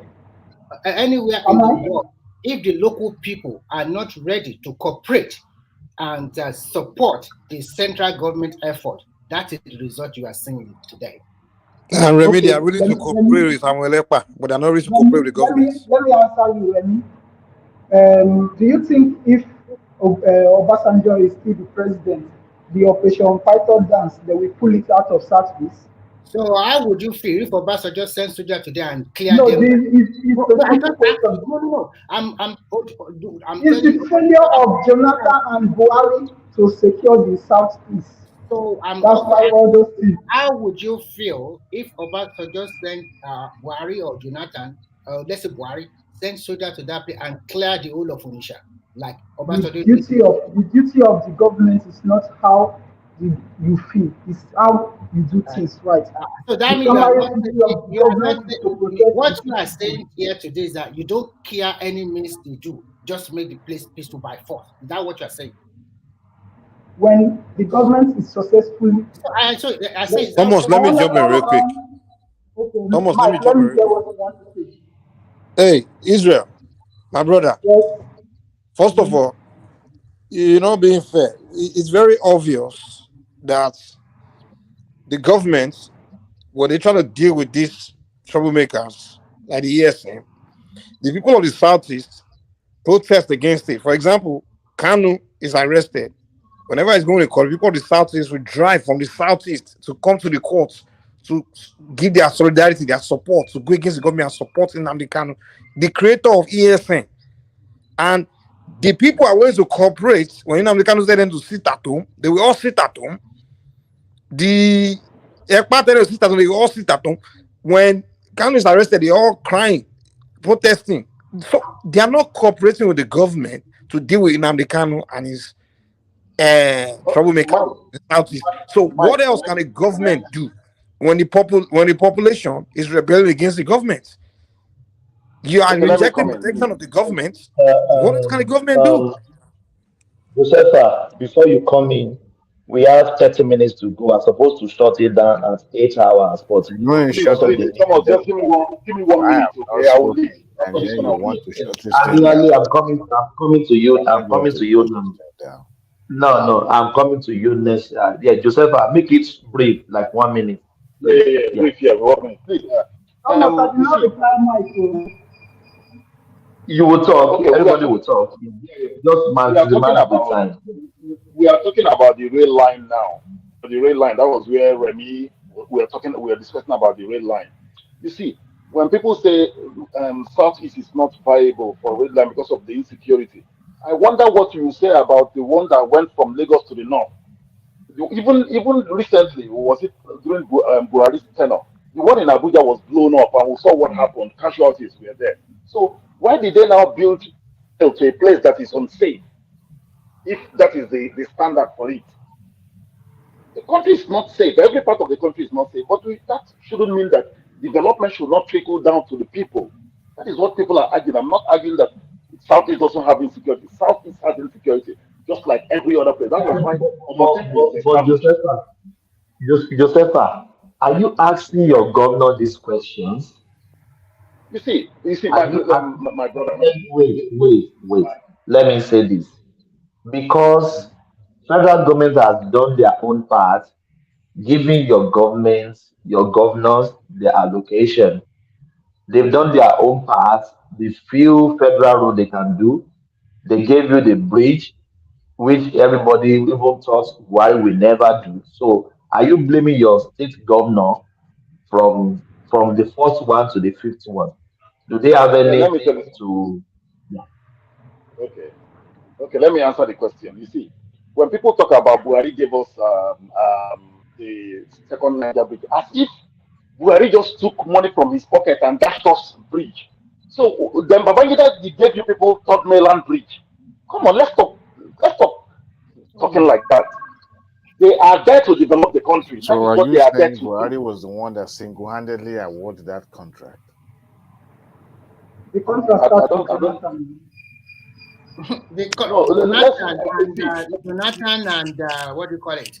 Yara Adua for 16 years. They did not build that bridge for you, and somebody did it for you. You're not even appreciating. Excuse me. Remy, I appreciate what I did, but is it not his duty to do it? So if he didn't do it, what are you going to do? If he does not build that bridge for you, what are you going to do? If he didn't do it like other people, like it's government failure. It's government failure to build infrastructure. My brother, you know, when you have arguments, you see, this is the attitude we have in Nigeria. That is why these people are fighting us. It is their duty, it is their job to do these things. And when they don't do it, we ask them why did they do it. It's their duty. I don't take my money go build it. When Jonathan was there, Yaradua was there, Obasanjo was there, they all went there to clear the health that they are going to help you build the second Niger, but he didn't do it. If this Buhari did not do it, he owes you nothing and nothing you are going to do. Excuse me, my brother. We are talking about development. My brother. It's unfair to that man. You cannot be talking that way. You have a party. No. I'm being fair to Buhari. I'm being fair to Buhari because you what? are not fair. You are not fair to him. You are not fair to him. Okay, I should applaud him for building the second Niger bridge for us. Okay, Buhari has tried. Yeah, Buhari has tried. Okay, that will be satisfactory to you. What do you want the South people to do? They don't have second Niger bridge. They don't have Ibadan to Lagos to Ibadan, Standard Gauge. They don't have nothing. Nothing was erected in South. And you guys have the second Niger that you have been craving for more than 30 years. And they gave it to you. And you are now equating that Babangida gave you 4 million. No, I don't know the time. Well, let's just leave that argument. Democracy. Your party, the PDP, ruled for 16 solid years there. They didn't give you nothing. And this man within a space of 8 years. Buhari, I want to ask you, is our former president Buhari a sectional president or the president of the nation? And what is his job to do? Is his job not to fill the job? Okay, she got the come on, let's talk. Hold on, please. If it's sectional, somebody is doing his job. If it is sectional, he will not build that bridge. He can as well did like Jonathan, did like Obasanjo, and even the one that passed away the other time, I forgot the name. He can as well do that. Yaradua. So what are you guys going to do? Thomas, I want to ask you, what is the duty of the president? What is the duty of a president? Just tell me, I beg. I don't know. What is the duty of a president? The duty of the president is the government is to protect the life and property of the country and infrastructure and blah blah blah. But that is the main focus. That's it. So and that is what he has done. Are we? Yeah, okay. But some people didn't do it. Hold on, please. But some people did not do it. First of all, it's not his duty to build it's not his duty to build second Niger bridge for. They also voted a lot of money to do that. Where are the money? Where are the money? They voted a lot of money to build the bridge for 16 years. They siphoned the money. Nothing was done. And this man came with a loan, with a bond and everything like that, was able to do it for you in 8 years. I think you are just, sometimes I don't understand. What you are fighting for here is irrelevant. Yes, hold on. Let's hear from Israel. Israel. Okay, this is what I want to say. You know the reason why most people hate we, the younger generation, is because we have started to ask questions. We don't want the government to keep giving us excuse why things are not working. We want solution to the problem we are facing. And one thing I've come to understand is that majority of Nigerians, those that are from their, let me say, late 40 up, most of them, they are used to giving government excuse. They will be giving you reason why things are not working, but they are not bringing solution. That's why most of the time when you come to social media, you hear the young people talking. We are not saying because, excuse me, let me finish. We are not saying because Remy, we please say hold on. Let him land. we are not saying those things because we want to be disrespectful or this thing, because we are feeling the pain. Let me give you an example of myself. When I was in Nigeria, I came to UAE in 2019. Back then, I was in Nigeria. I have a photo studio in Ikorodu. I have employees, three people that are working under me. I pay them salary. But because of the way Buhari run the first 4 years, myself, I told myself that if Buhari win the second time, I will leave. Then Buhari won 2019. I closed my studio, sell everything. I came down to UAE. I start working. Let me not go too deep. What I'm just trying to say is that if the government work for me, I will not be in this country doing what I'm doing now. So most of the young people that you hear them, you say they are disrespectful, all these things. Most of us are out of frustration. We have not enjoyed anything from Nigeria government, only take, take, take. So I think it's better for we to start asking questions than giving excuse why government is not working. That's just what I want to say. Okay, Thank you. You see that mindset. You see that Yeah, Remy, mindset. hold on. Adewale, You see please. that Yeah. mindset, my brother. That is what is not making you to have any impact. Questions going to be asked. You know how long youth has been asking questions in Nigeria? Not just in Nigeria, in the entire continent. They've been asking questions. But you see, when we decided to leave the problem, but leave the problem, but we are pursuing solution, you probably may not get it. You see, the youth needed to be involved in where decision is being made. All these online activism, it's not going to solve anything. It's not going to provide solution to anything. You see, before now, this what I've even called what is happening right now is more or less like a wokeism, just like a movement. After some time, people will get tired. And that is when the youth needed to step in and put in more effort and works. When you don't sit together with the elders, you won't learn anything. Have we ever asked the question, how come this same set of politicians keep grabbing power from the youth, keep winning? You see, some of this thing I asked question earlier. I was asking Joseph, what's his name again? The brother that spoke earlier. And I said, do you think Buhari was the only person that single-handedly make a decision and say, you know what, we are building Fort Brennan Bridge, or we are going to do this, we're going to do that? No.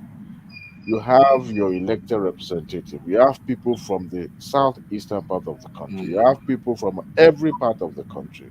Even what is his name? Former Minister of Transportation, Amechi, could not even do much to his own state. But of course, question asked earlier, why was Buhari building bridges, roads to Niger Republic? Why not bringing it to Southeast?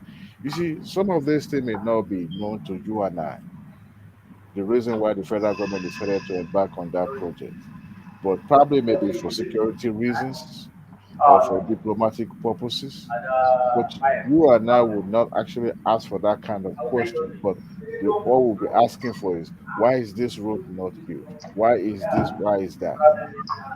In fact, it has been known or established that most of the problem we have is that most of the elite from those villages and towns are the one pocketing money that's supposed to be going into the community building. Some of the representatives, I was even listening to someone, on the TBC yesterday. The reason why they allocated some of the huge, humongous money to these National Assembly members is not because they put that money into their own pocket. Guess what they do? The leaders, the elders in the community where they come from, those are the places where the money is going to, and they monetize the community projects and all that. So we are not asking the right question. The youth are not asking the right question. All right. So the earlier the youth get involved, all these noises about, yeah, Barry is against this or this does that or this and that, it's not going to take the youth to any level. But the moment you begin to sit down with the elders and learn, if you have to learn a trade, you have to move with somebody who has the knowledge. But when you are outside and you are looking through the glass outside, you won't know what is happening. There are a lot of things going on politically that you and I probably would never know or heard about. All we say is, oh, the government, the government. Look at the initiative taken by the Lagos states. They were involved in PPP. Look at the what do you call this place in Lekki? Um, this new port that was opened recently was a private partnership, right, with the state government. Why can't other states take such initiatives and try to build their own states? Some of these things are not going to be federal all the time. Oh, federal this, federal that. Yes, we operate federal system, but what about what state government is doing? Have we ever hold our governors accountable? Do we ever ask monthly allocation, where is it going? How did they expend it? We ever ask such questions? All we focus on is the central presidency. So, my brother, sometimes we need to ask good questions. We need to look deeper than what we see on the surface. We don't just, join the bandwagon and say this and this. Government did this, federal government did. How many places can federal government be at the same time? Some of these capital projects that Buhari embarked on are probably what is his name? President Jonathan already put in place before, but he completed some of those projects. Okay, so I mean, at the end of the day, we should be involved, not just castigating and all that. As far as Southeast is concerned, this is a region that have not yet maybe discover themselves, the kind of potential that they have, or the kind of power that they have in this Commonwealth called Nigeria. Where you have people that are supposed to speak on your behalf, act on your behalf, seek for something on your behalf, and all they were thinking is about themselves. You will have nothing to blame but yourself. Reason being is that I was reading an article where somebody from a prominent politician from Southeast was against the president of Yoruba. There's a difference between MKO mandate and democracy activism. In the 1990s, MK Abiola was fighting for his own mandate. Others also constituted a pro movement for democracy. Abiola was on his own while people were demanding for democracy. The Southwest at that time were in the forefront, one for MK Abiola and the second for democracy in Nigeria. Other parts of the countries were not involved because they want Abiola to get his mandate. No, the entire Southeast. How many votes did they even get from Southeast? But everyone wanted democracy. And I'm sure people 25 and below doesn't even know what military rule was all about. So all these wokeism, all these movement that has been, parading and online activists, and they need to learn. They need to learn because some of the people we have in government today have been those ones that were in the forefront for the fight for democracy. So here we are. Federal government didn't do what initiatives have you yourself, your government, your local government have done? What initiatives have they taken? So we can blame federal government from now to tomorrow. How many bridges can they build? Train system. You don't just build train. You have to have, studies that shows that the economical value of what you are building. And at the end of the day, you look at, okay, where do we have economic activities in Nigeria the most? Southwest. So federal government had no choice than to build. And what have we have? The one from Lagos to Ibadan. That's it. It didn't extend to Osun. It didn't extend to Ondo, even Ekiti. So what are we talking about? Yeah, can I chime in, darling? Go ahead, Prince Daddy. Yeah, points well taken. And I think a lot of people from the Southeast also know that their leadership, their governors, um, they've not helped them in a lot of ways. They know that. They're more concerned about, again, the federal allocation. It's easy money. Why spend? Why be creative? Why be creative and do things that's going to require you to to sustain it for a long term, or keep the money in your pocket, or take on projects that benefit you and your cronies. Um, but at the same time, though, if we have to do everything based on economic viability, then a lot of things won't be done. Um, if you to your point that in the southwest, that's where they have the population and all the activities economically. Given that rationale, then nothing will be done in the southeast. In other words, so there has to be a level of welfareism that should happen.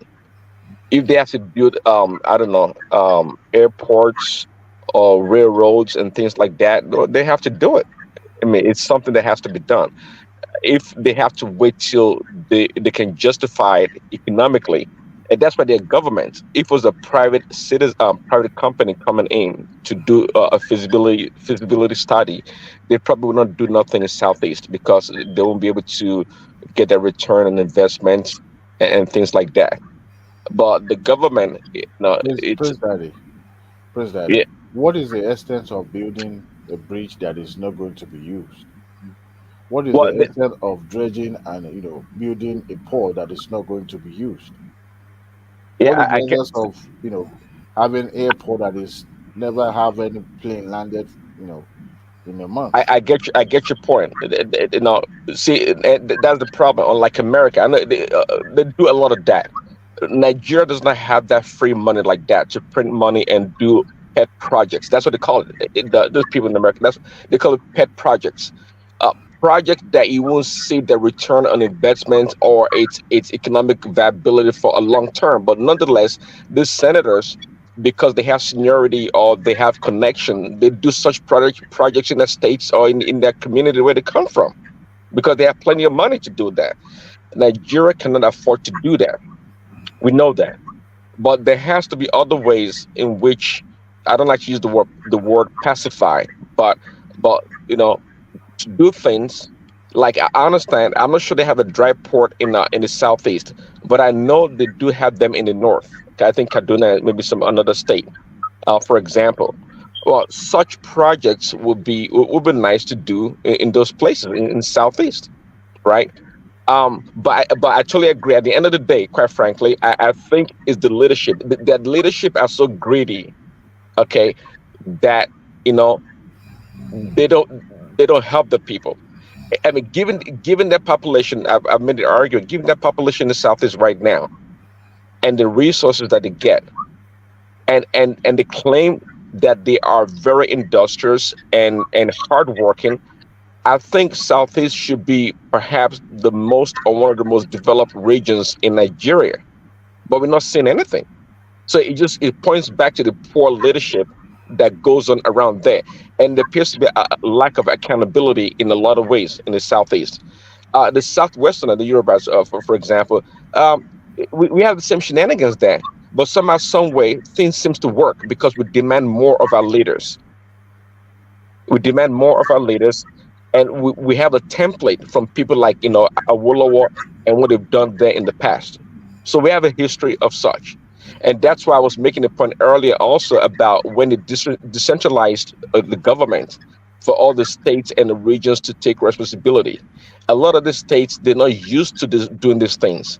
So who's to say that the corruption that exists on the federal level would not creep into the regions and the states?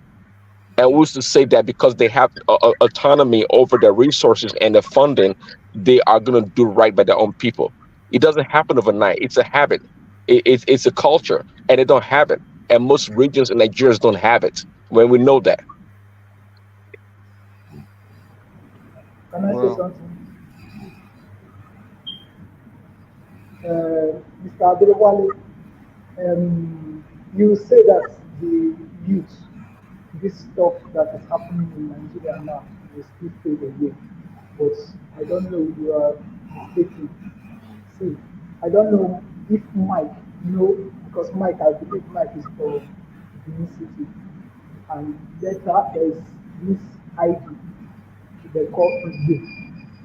When you take it in the first time, you do I can't sacrifice even hear you, it. honest. You say what? me, I can barely hear what you're Your saying. voice is very low. I can't hear you so well.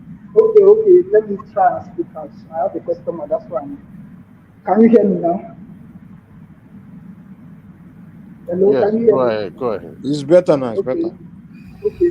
So what I was saying before, Mr. Adewale saying that the youth will still, this stuff that is happening in the political space in Nigeria will still fade away. So I'm trying to explain to him now that the youth, it's like we have tested blood and we now know what we can do, what we can achieve if we push more. So I don't think that this whole political scenario happening in Nigeria now will just die down after this. So if you think it will die down, look at the involvement in politics now. You will go to Twitter, you see what is happening. People are there talking, and this thing will keep growing, will keep growing. So for me, though, the only thing I respect Mr. Adewale because he always come from this kind of this like I don't know how to explain it. You know how to put your statements. You know how to. Let me just leave it like that. What I'm just trying to say is, for we, the younger generation, we are tired of giving our leaders excuse. The only thing we are thinking about is solution, how to make our lives better. So please, that's only what I would prefer most people, most speakers on this platform. I would prefer most of them should be like attack, attack the government. Anywhere they do good, we praise them. But when we see something wrong, we speak up, we speak out. That's just what I want to say. Thank you for your time. I have to go now. All right. Let me give you one example. Mike, did you see the headlines of this day's newspaper about the Tinubu's council's submissions? I don't think I saw it. Yeah. Oh, the one that says that about that if they remove Tinubu, then there will be anarchy in the land, something like that. It's a newspaper. Yeah, it's in the newspaper. It's in this day's newspaper. It That's the opinion. Yeah. it was widely reported, and that's what is circulating on the social media now. That the Tinubu's lawyer said that if they remove him, there will be anarchy in the land, and so he should not be removed. It Mr. was Adewale, it's not Oh, Tinubu lawyer. It's Tinubu that made that statement. ẹ ti ẹ remove ẹ kẹ́ni gba Yorùbá nation wa a máa lọ. no the statement. It was a statement credited to his lawyer, according to what I read, though. Closing remark, kind of. So let me get this, Dewale. So if Yeah, they it was remove a me, written. no Yeah, Dewale, if they remove me, they will not put to be that they will be one. I don't know. So that's what. Well, um, sorry, excuse me. anything can happen in a country where absurdity is the order of the day. So I won't be surprised if even the lawyers are already on the chopping block even before they even make their judgment. I'm talking about justices rather. They already been condemned by by those people online. But the bottom line is that that was not what was reported. That wasn't the way. But when you have newspaper or any media, reputable media, so to say, but decided to leave the truth, but pursue, headline, gameplay and all that. It could result into. I went to read actually the statement. Those one also paraded online. That was not what was reported. It simply says that if the tribunal decided that not scoring 25% in Abuja is the reason why Tinubu will be removed, that it could set a bad precedent, at the same time could cause chaos and anarchy in the land, because that will create a confusion and going by what the constitution says. But at the end of the day, the online warrior already said, oh, that removing Tinubu is going to create anarchy in the land. So the headline was alarming. So, but the newspaper did not report it that way, and that is the kind of problem we have Somebody is in democracy. I think it's it's Mike, but I'm not sure he's sleeping. Sometimes I think it's Mike pick every little things like a snoring or something. Snoring, Ken. Me, I'm not snoring. No. You can't no, cause that means it's not you there. Because I know there was a time we accused you of snoring like that, only to find out that you are not. Somebody is snoring. To the Shishirolataro. This America said. And this guy that was just talking just now, don't tell me you already fell asleep. Oh. Israel guy. Àwọn ń lo fúnṣẹ́ kan ní Dubai yẹn àbí ibi tó wà ní UAE. Even in America that we are, right, you actually share me, there's no free. Àwọn Arab country yẹn, for them to give you job as a black man, it has to be one hard job, man. Yes, yes, yes. You have to start from the bottom. I know Arab now. You come from Africa, they will come and give you one easy job. No way.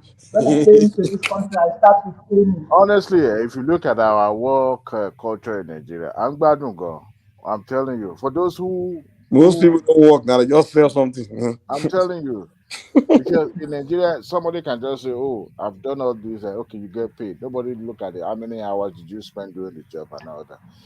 Now you move to Western country, man. They go fire you, self if and cares nothing. They,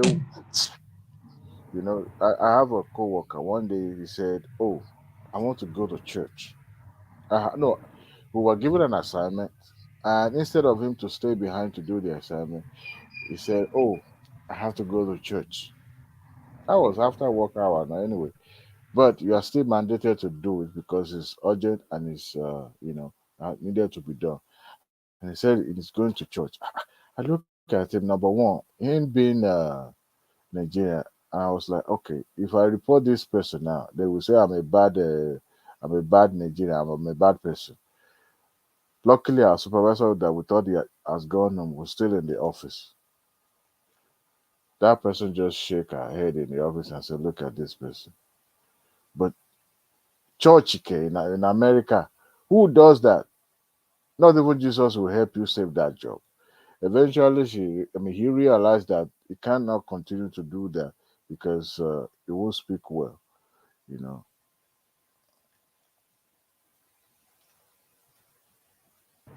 You know, I've spent 4 years in UAE. I've only gone to church once, and I Do can they say even have that church there? yes, they are. They Oh, are. really? Yes, we There's church have in Catholic church here, like com- They big let Catholic them church. build church like the way you have a real building. Yes, yes. In Abu Dhabi, they have a very mighty Catholic church close to the Holy moly! Federal Mosque. Wow. Yeah. My first time So being in that country, it was a weird experience for me. Very weird. Around 3 a.m. The sun was like 12 p.m. yeah. I woke up. I was confused. I think there was like a 4 hours difference to Nigeria or something like that. I'm not can't be 3 sure. hours, 3 hours. 3 hours, okay. I woke up and I was kind of confused. You know, when you know you haven't gotten good sleep. Yes, I was jet lagged, but I knew this is not jet lag. This is this is not eclipse of the moon. So what could be going on? And then I found out that Dubai na air fire pro mass. I The weather was is very hot. it's not just hot, it's hell. When Yes, you yes, have yes. at the end of the day, the clothes that I was wearing, I have to remove it. Thank God I was people were staring at me weirdly like, okay, this is like the someone from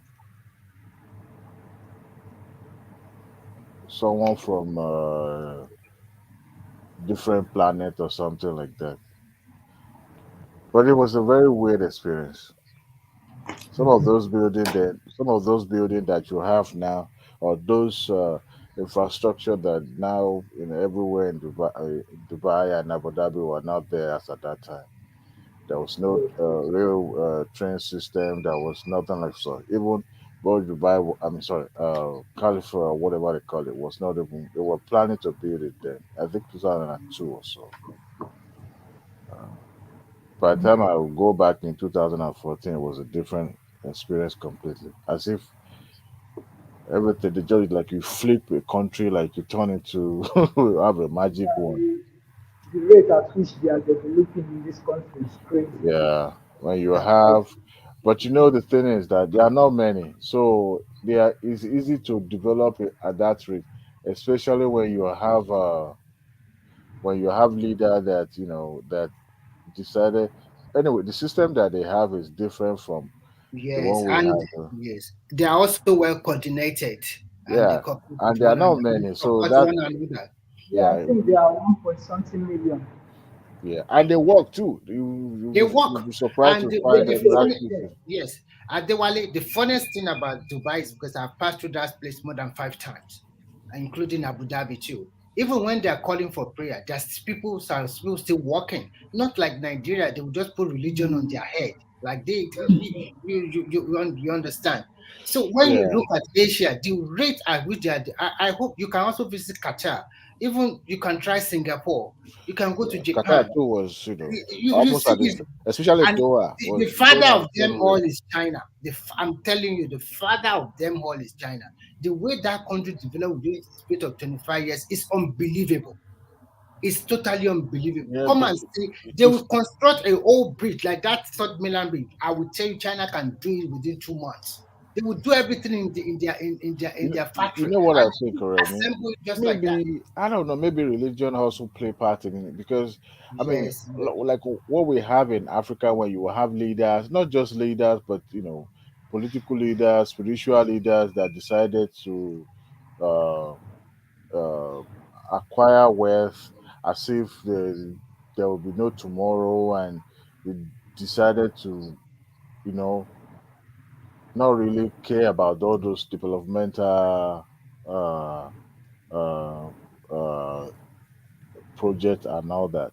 So, and to me, I just felt that okay, yes, they have different system of government, but at the same time, uh, there was a time that we have an absolute ruler then, that could do anything without being questioned. I'm talking about General Abacha because as at the time Abacha was in power, the generals were not actually the power. They don't really have much power then, unlike when you are the days of Diagba and IBB and all that.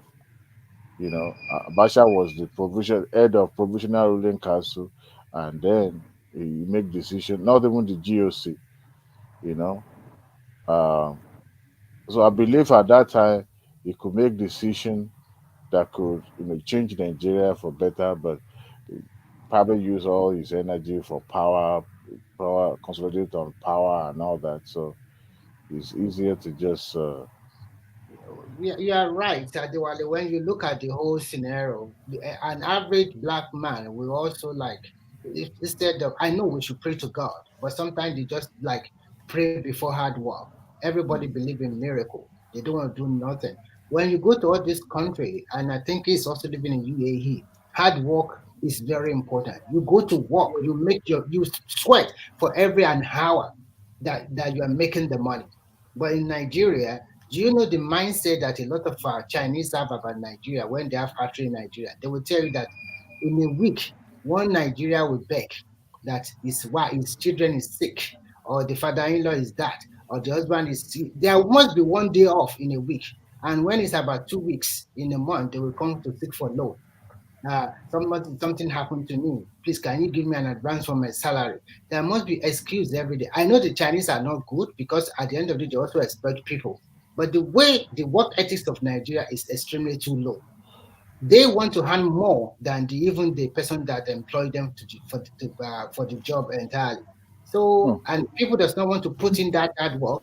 They will come to work. They will come to work. They won't do the right thing. I have a personal experience. I get somebody to drive a truck for me, and I realized that he was just making money for himself. And the money I'm making from this truck, I'm using to repair the truck every time. When I everything, I have to sort everything up at a giveaway price. It was a bitter experience, but that is life must continue. To find somebody who is trustworthy is very, very rare.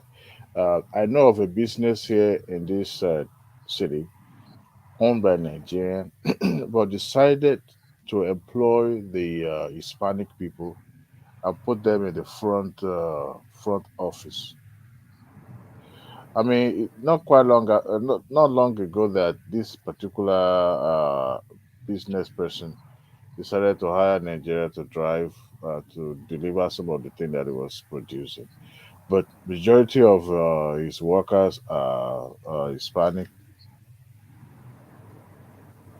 and I believe he did that, because of those maybe because of Nigerian corruption. The same thing Dangote did. The chief executive officer of Dangote for that refinery is from India or Pakistan.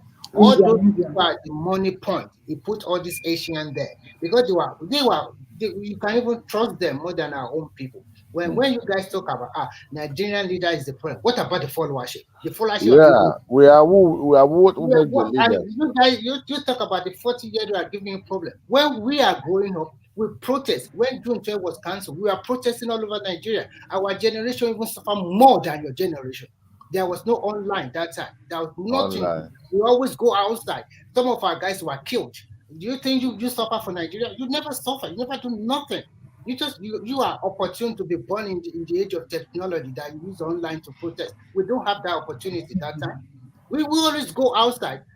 How many times that ASU strike we stay at home? We cannot even. Almost time we end up spending 5 or 6 years for 4 years courses that time.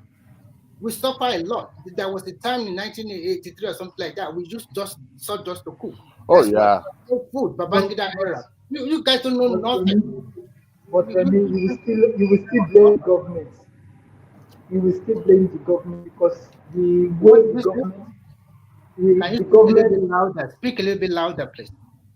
Okay, I say you will still blame the government because the government. I am trying to tell you that my generation here, or if we are going to tell the truth, we are the one that we were battered. You guys were lucky because our generation, if we are children, if we are okay, we take care of you very well. But during our time, our parents suffer. We also suffer. Until that, we have to be of good behavior. Sawdust. There was a particular food there. Buhari at that particular moment, the country was not good in the 80s. And still, we have to be our parents. We cannot talk to them anyhow. We cannot insult anybody. And we went out there in the street protesting all over everything. Do you think that's the reason why let me see, that's the reason why your set, your mentality is different from our set. Because my mentality is not different from your set. I can relate with your mentality. But what I cannot observe is that you guys, you think you can just go online and then you can force the government, you can insult anybody you like. It doesn't work. It doesn't work that way. See, that's the difference is this. The difference is this. You are built to take frustration. The government can frustrate you and you can still endure it. But this generation, the internet, the social media have exposed so many things. And how You is it can see working At the what end for? of How the day, is it so what did working you for get them? in your result? What the result did you How is have? it working for What did them? you influence? see What did you influence? the Did you influence it's not anything? going to manifest over a No, short period of time. no, Just give Nigeria 10 years from now. you guys Give will never Nigeria 10 years from now, you will see. No no, doubt, no, no doubt, the youth had some influences, but how long has it? How far has it taken them? That's the question we thank should ask. you. And some of the so-called you that you said they are supporting, some of them are already taking an appointment with the government. Oh, And before you know it, you'll be your leader. The same set of you guys, they're already taking an appointment already. you know The the state, funny, But Remy, the no, federal, the and but funny Remy, everything. you know this, is this. So what are you talking about? You Remy, know but you know this last election, we have more youth in power than before. No, where you do you have the see, youth in power? Which power? Isha, let me tell you something. You know Okay. what? The journey of 20 years to come, the politicians Mm. already started it. You know, Thank what you. you think is just an ordinary protest or ordinary movement or some agitation and all that. Somebody already planted that seed of agitation now, and they will reap the benefit of it in the next couple of years or decades to come. But ordinary person like you and I probably would never decipher that. And that brought me to the NSAS. NSAS was politically motivated, but people like you and I would never really think deeper into it to see what actually meant or purpose was meant to serve. Before NSAS or during the NSAS, the protest started by the youth being, harassed, killed, and all those, which was a very valid point to protest. And the people that came forward then said, look, we were also sympathetic towards the condition of the policemen because these people are not well taken care of. They were invited by IG. And after that, they were invited by IG.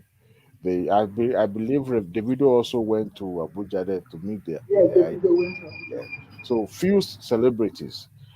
Macaron did not go. There was a lot of confusion among them because they were not sure who was leading the pack. That was where you would know that Ejolowonu, this is how things works. But after that, they came back again in full force and said, look, disband NSAS. NSAS, SARS was disbanded. And then they came back and said, look, those people that were working in the NSAS that were send them away from the force. What is the number or population of our police force that you want to take some people away from the force?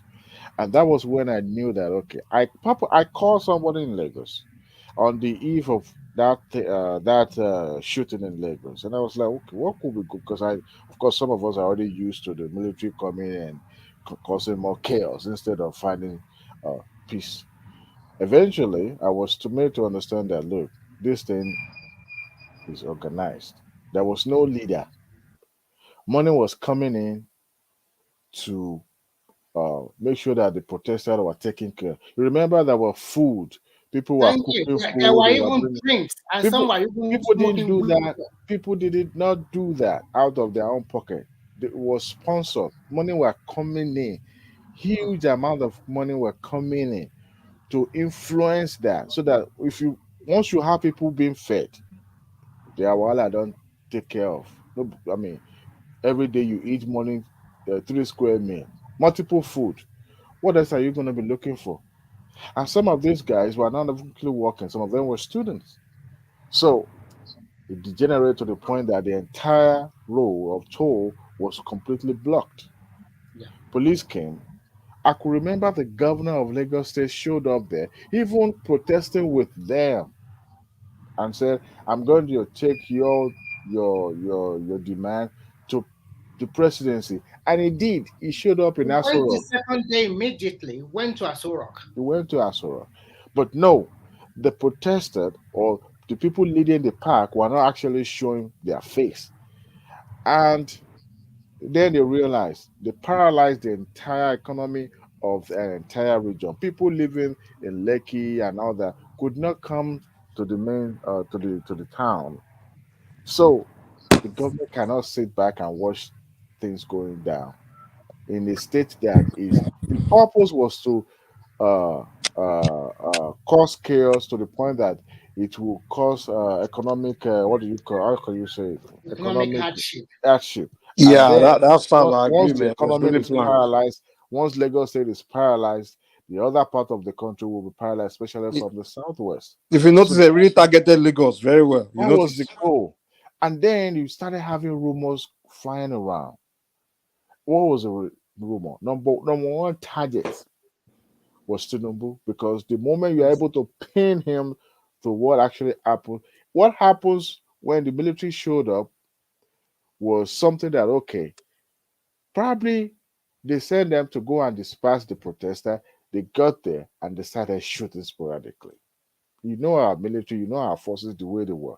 They've been trained, but yet they never applied their training. So they use everything with force. Even thing that's supposed to be let have conversation is about shooting, is about showing force. I'm the power, I'm in charge. And social media took it, amplify it, make it more larger. And guess My what? guy, Adewale, that day, the next day, if you see the kind of propaganda, like some people posted something online where they were showing dead bodies on the floor. I don't know what.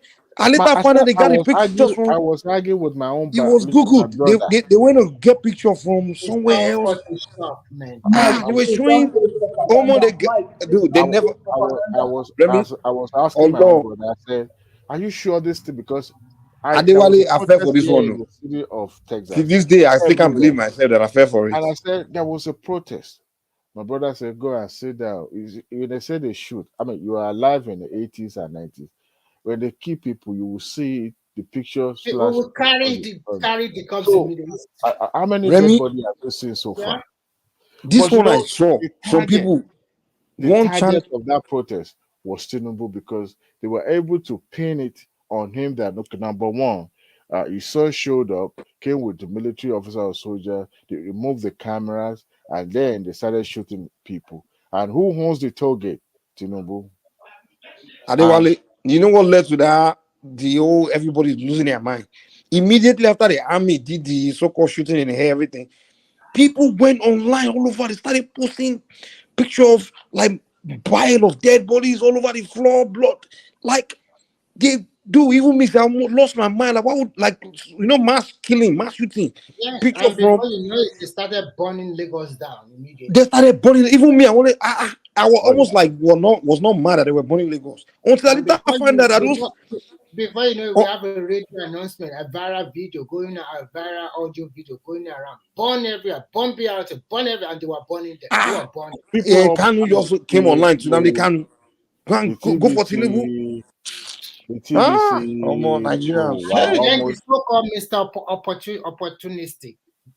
So the problem is that people think the answers is the same as obedient. They are totally different. Okay. So the opportunistic man came in and want to use that platform so that he can use it to gain opportunity to become the president of the country. And they also use religion. It's so easy. It's a game plan.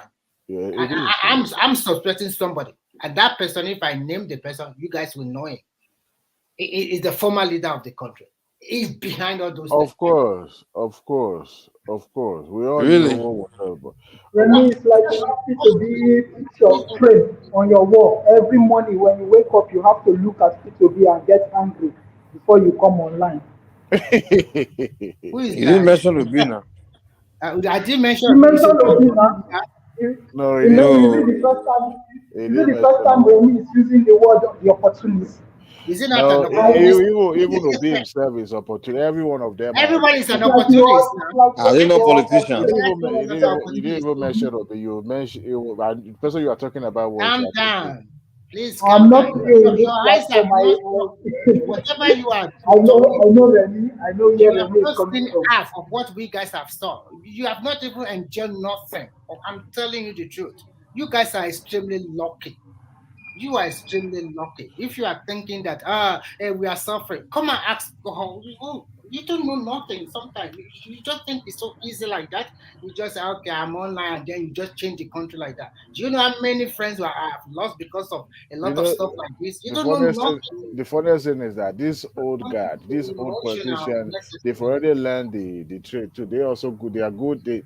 How can, if not, how come Tinubu or the what is it called, Jonathan, now appointed a social media handler? Because they needed somebody that will be able to tell their stories. Not even They're not one, gonna, two they're or not three. gonna He leave it on appointed for them, and they are young people like you. Also, he appointed three, already for three now, because and they they are good. needed someone who also belonged to that class that will understand and target that audience, and decided to appoint. So Jonathan did that with what is this called, Reno Mokri now. um Yeah, I so know, I know. so See, they know the the importance of thing, the social thing media, is this, and they are going to use it to their own advantage. So the youth are not doing what they needed to do. They are supposed to be on the table. You join political party. That is the way you can change everything from within. If you're outside and you're trying to do that, it's going to be hard because they're not going to show you the Mr. intricacies, Adewale, the way Mr. things. Adewale, the youth are just starting, you. Huh? We are just starting. We have not even No. started. See the obedient movement and co. It's not going to cut it. It's not going to work. The reason why I say You that, people keep saying that. You people keep saying I'm that the telling you, obedient movement. if not, how come Obi did not win the election? Because they know. Obi won the election now. Okay, there you go. So Okay. let's not go there. You see, Let the Israel. court Now you decide. just discredit yourself today, man. I mean, I was giving you the benefit of the doubt, but this one you just said Let just the now. court. Let the My court brother, The decide. Let court the is not court. going to say Jack. you just finish I'm yourself. telling Oh. you. I think The court is not going to say Jack. The court is going to say, you know what? You think so? Why is I know so. Tinubu trying to bribe Cesar, the explain to us how Obi won the election.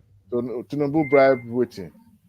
You saw where Tinubu gave the judiciary 35 billion. What if I Day before yesterday, right? he has said that before during the campaign? What if I tell you that it's possible that Obi is working for Tinubu? How about that? That's not possible. Yesterday, what is his name? Kashetima and Atiku, they met, and I was like, look at these people now. Very soon, their children will start marrying each other. Thank you. And the same call you are talking about, before you know it, you will see him in Asura looking for I contract or remember spending his Babangida and IBB's daughter there. They were dating at that moment. They were friends. They grew up together, all the way from Ikoyi and VISs.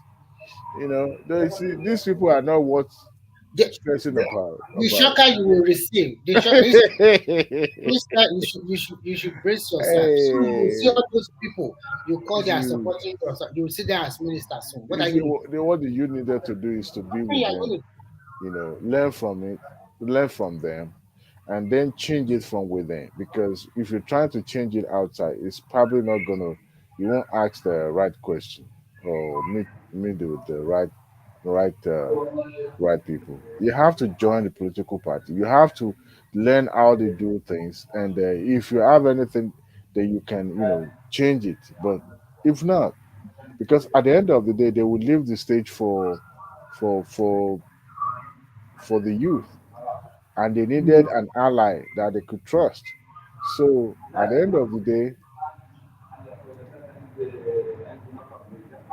Obi did not win the election. Don't listen to all those rumor. You guys will say anything to make you feel happy. No, it's But we know that Obi won the election. It's just the system that is playing. What they are just. which system? Why are you Which deceiving system? yourself like this? Oh my God. Which See, system? Israel Obi couldn't have won the election. It was impossible. There's no way. Even if Atiku, It was just Atiku impossible. have a chance. How can Mike, Nigeria is so big. I mean, I don't know if you ever traveled. I mean, Obi was far scoring like 0.2% in the north in We are states. different It people. doesn't stand a chance in the You north. see There's all no way you this can win the agitation, election. all this online wokeism and all that you see. It's mainly for the southern youth, though. Yeah, the Talk southeast. about They think they are the only one that exists. Just because it's popular in the southeast doesn't mean. And you think if Obi did not win the election, he will be going to court? No, he won in the southeast. So you guys think southeast is the only people that exist? I don't know what it is. How you guys mine is. What is in court anyway? The problem is this: if He's going to Tinubu court to deceive his win the followers like you to election, keep I us. already Mike, know the angle Mike, you are coming we from. don't Where you have come we don't have see we don't have problem with Tinubu. I just want the person in power to go through the right process. There's I no don't want So the so process that they went through, what was it? Wasn't it electoral process?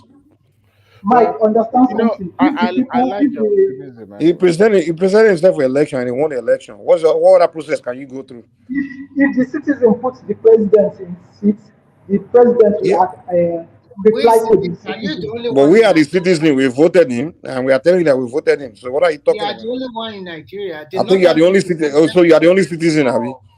The rest of us are not citizens. Obedience You are the can only take it, citizens, you Abby. can wait, Mike, you can take it like I'm trying to attack Tinubu or anything like that. No, no, we're not no, saying My you're no, own, attacking no. We Tinubu. are You are just talking about not. my It's reality your here. point that we're arguing against. You are see, saying the for me, citizens, and we for are We me, are telling you. talking about reality here. Nobody is for telling me, you. See, I don't care who is the president of Nigeria. What I care about is Nigeria to move forward. okay, So so anybody that wants to become the president of Nigeria must go through the system, the But proper way. Which system? first, do you accept that Tinubu is your president? Tinubu is my president now. I Okay, cannot deny that one, but that's fine. that doesn't mean that I believe that he won the election.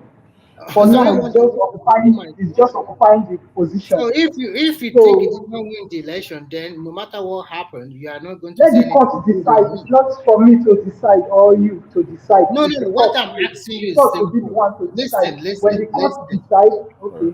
The What court. I'm asking you is very simple. If you do not believe in him, no matter what he does, you will still antagonize him. You will not believe in it. So if you still believe it's your man that won the election, don't worry. We are just about few weeks to the first. They will give their judgment by August 5. So you shouldn't worry yourself. If you lose, fine, and if you win, fine. Okay. So don't push it too hard. I've not Don't even seen label that. yourself too hard, please. Just take it easy. Calm down, okay? And no matter I've what not even happens, seen life it. move on. I haven't seen that court in that country that will nullify. That they will, Remy, How they, come 2 million votes? That is Nigeria. Even they, Even if you didn't win Oh, Thomas, you cannot Thomas, escape. We must sack you from this thing. You have been backstage for more than 1 hour. I will kill you.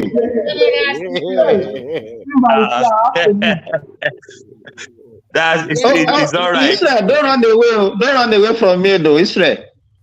Because I've been listening to you since you mentioned my name. Don't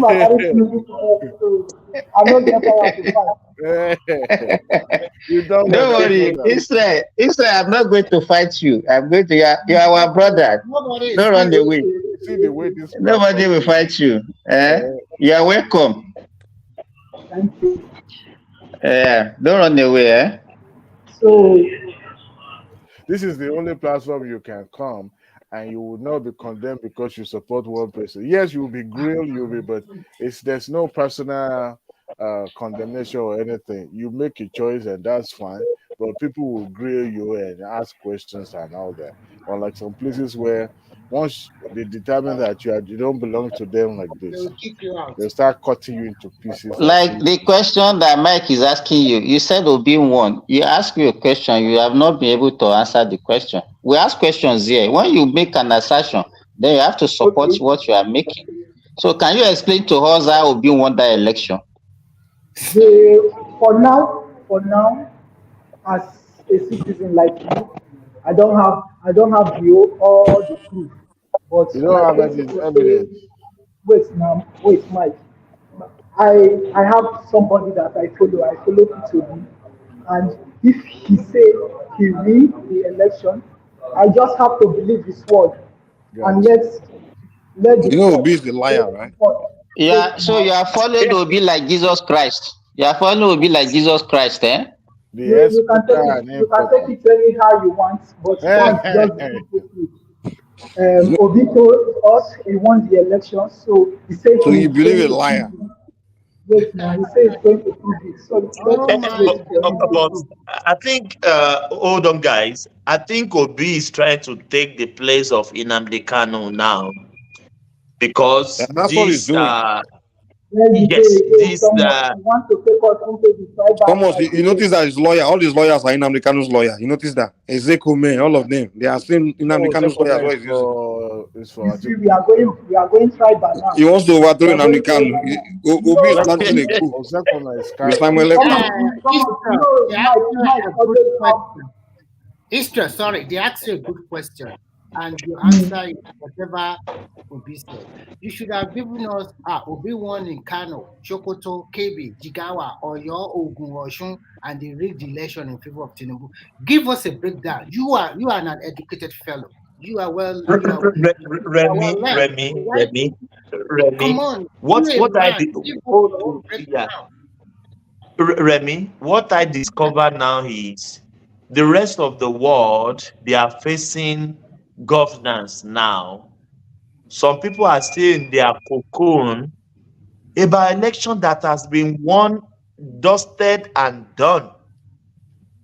This election is done and dusted forever.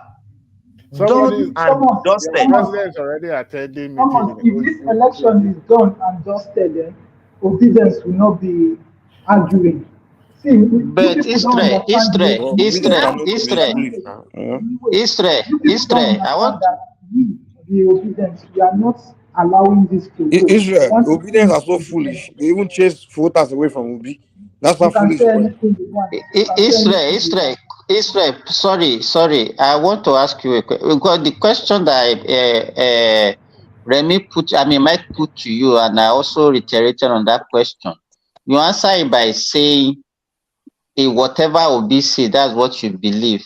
And you came here, you said you are representing the youth.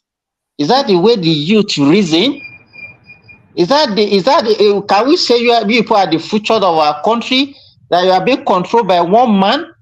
Yeah, the youth. And you say whatever he says, and we say whatever he says, that's what you believe. You don't have a sense of your own. You can't reason for yourself. Is that what you are telling us? We are Simba. We are not talking about we say or who no say. For we the citizen, we don't have all the data available to us as the citizen. The politicians have. Obi and those in his inner caucus have all the information. What kind of youth is trusting politicians? You are trusting politicians. And then you complain why the country is so bad. So I think the question we can have is that, do you know how the people vote in Nigeria? Do you know how the votes are counted? Do you know what is called from EC8A? Do you know how they this is the first time. This is the first time. This is the first time Israel is actually witnessing an election in Nigeria, probably. I know it came to. I know it's Obi supporter from the way he has. I vote for Goodluck Jonathan. If you voted, but in this last election, you are not in Nigeria, right? I'm not in Nigeria. I left Nigeria. So you don't know. You don't know how this. You don't. You Do you know can't about speak, the 2020 can't say Electoral that, Act? Do you know how they do Obi go won about the it? You election. don't know anything. So I will advise you. Anything you don't know, try to seek knowledge, please. I beg. You Seek know, knowledge. Yes. You know what I want you to do? I want you to have open mind. Don't be Okay, close-minded listen to and say Adewale and then you can what ask your Obi question. says is what's going to shape your even those who supported Tinubu, they never for once have a close-mindedness towards him. They are open-minded because politicians cannot be trusted. So whenever you ask question, don't take what politicians say in its in the entirety. Take it as just how do I say this now? Take it as if with a pinch of salt.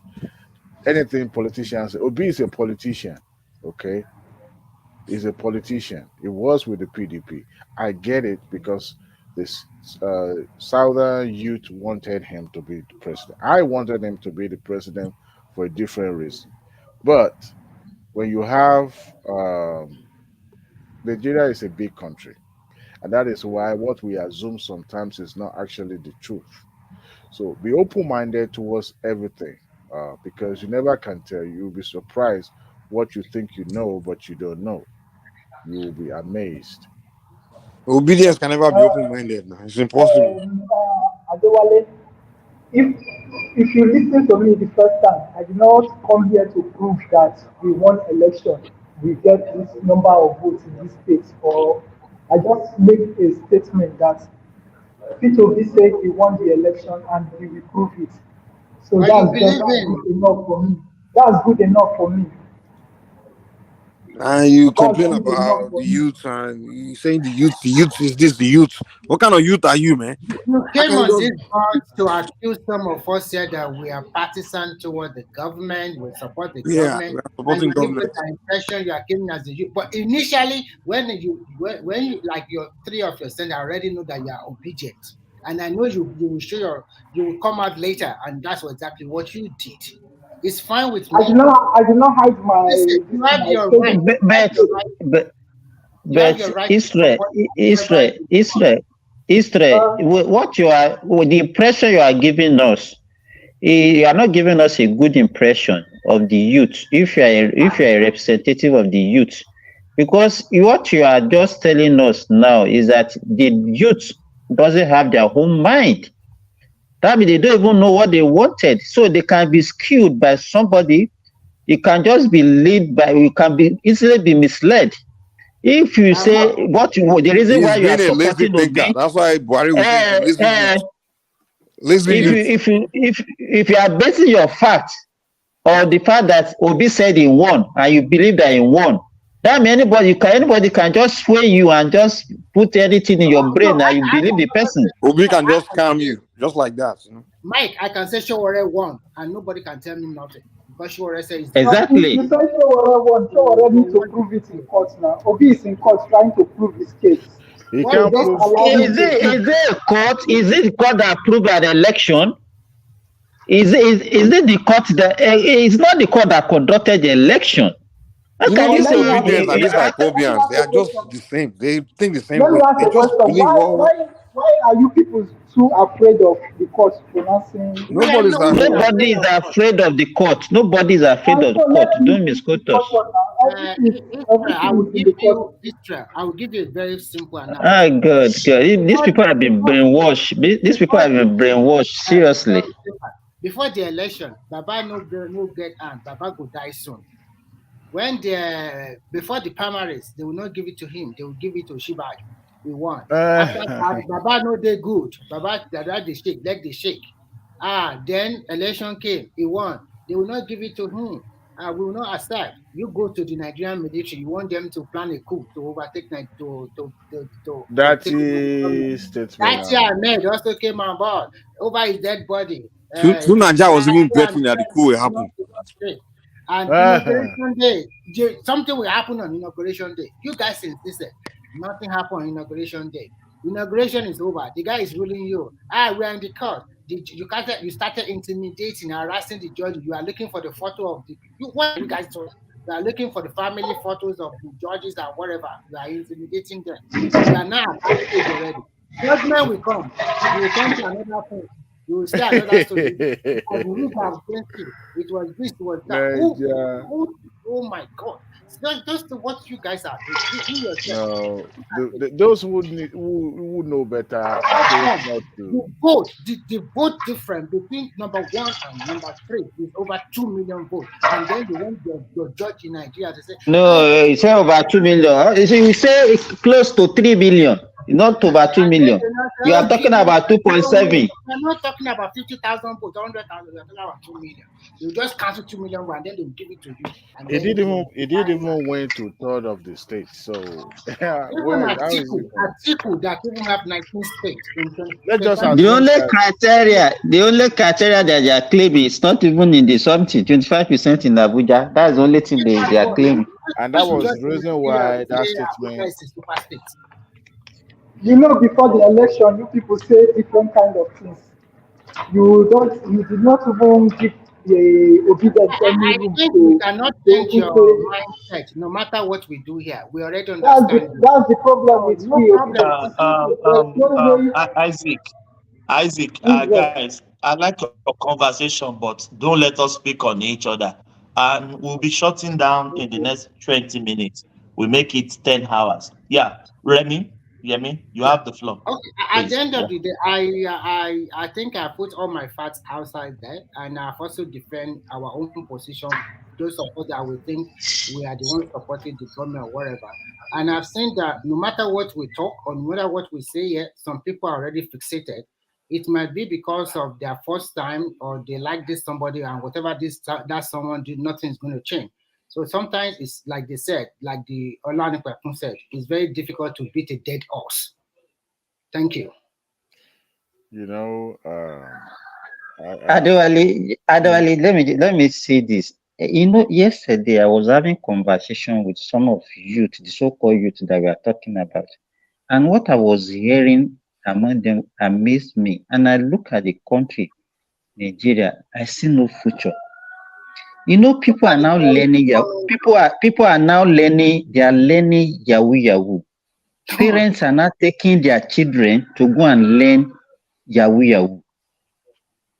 You understand, like an apprenticeship.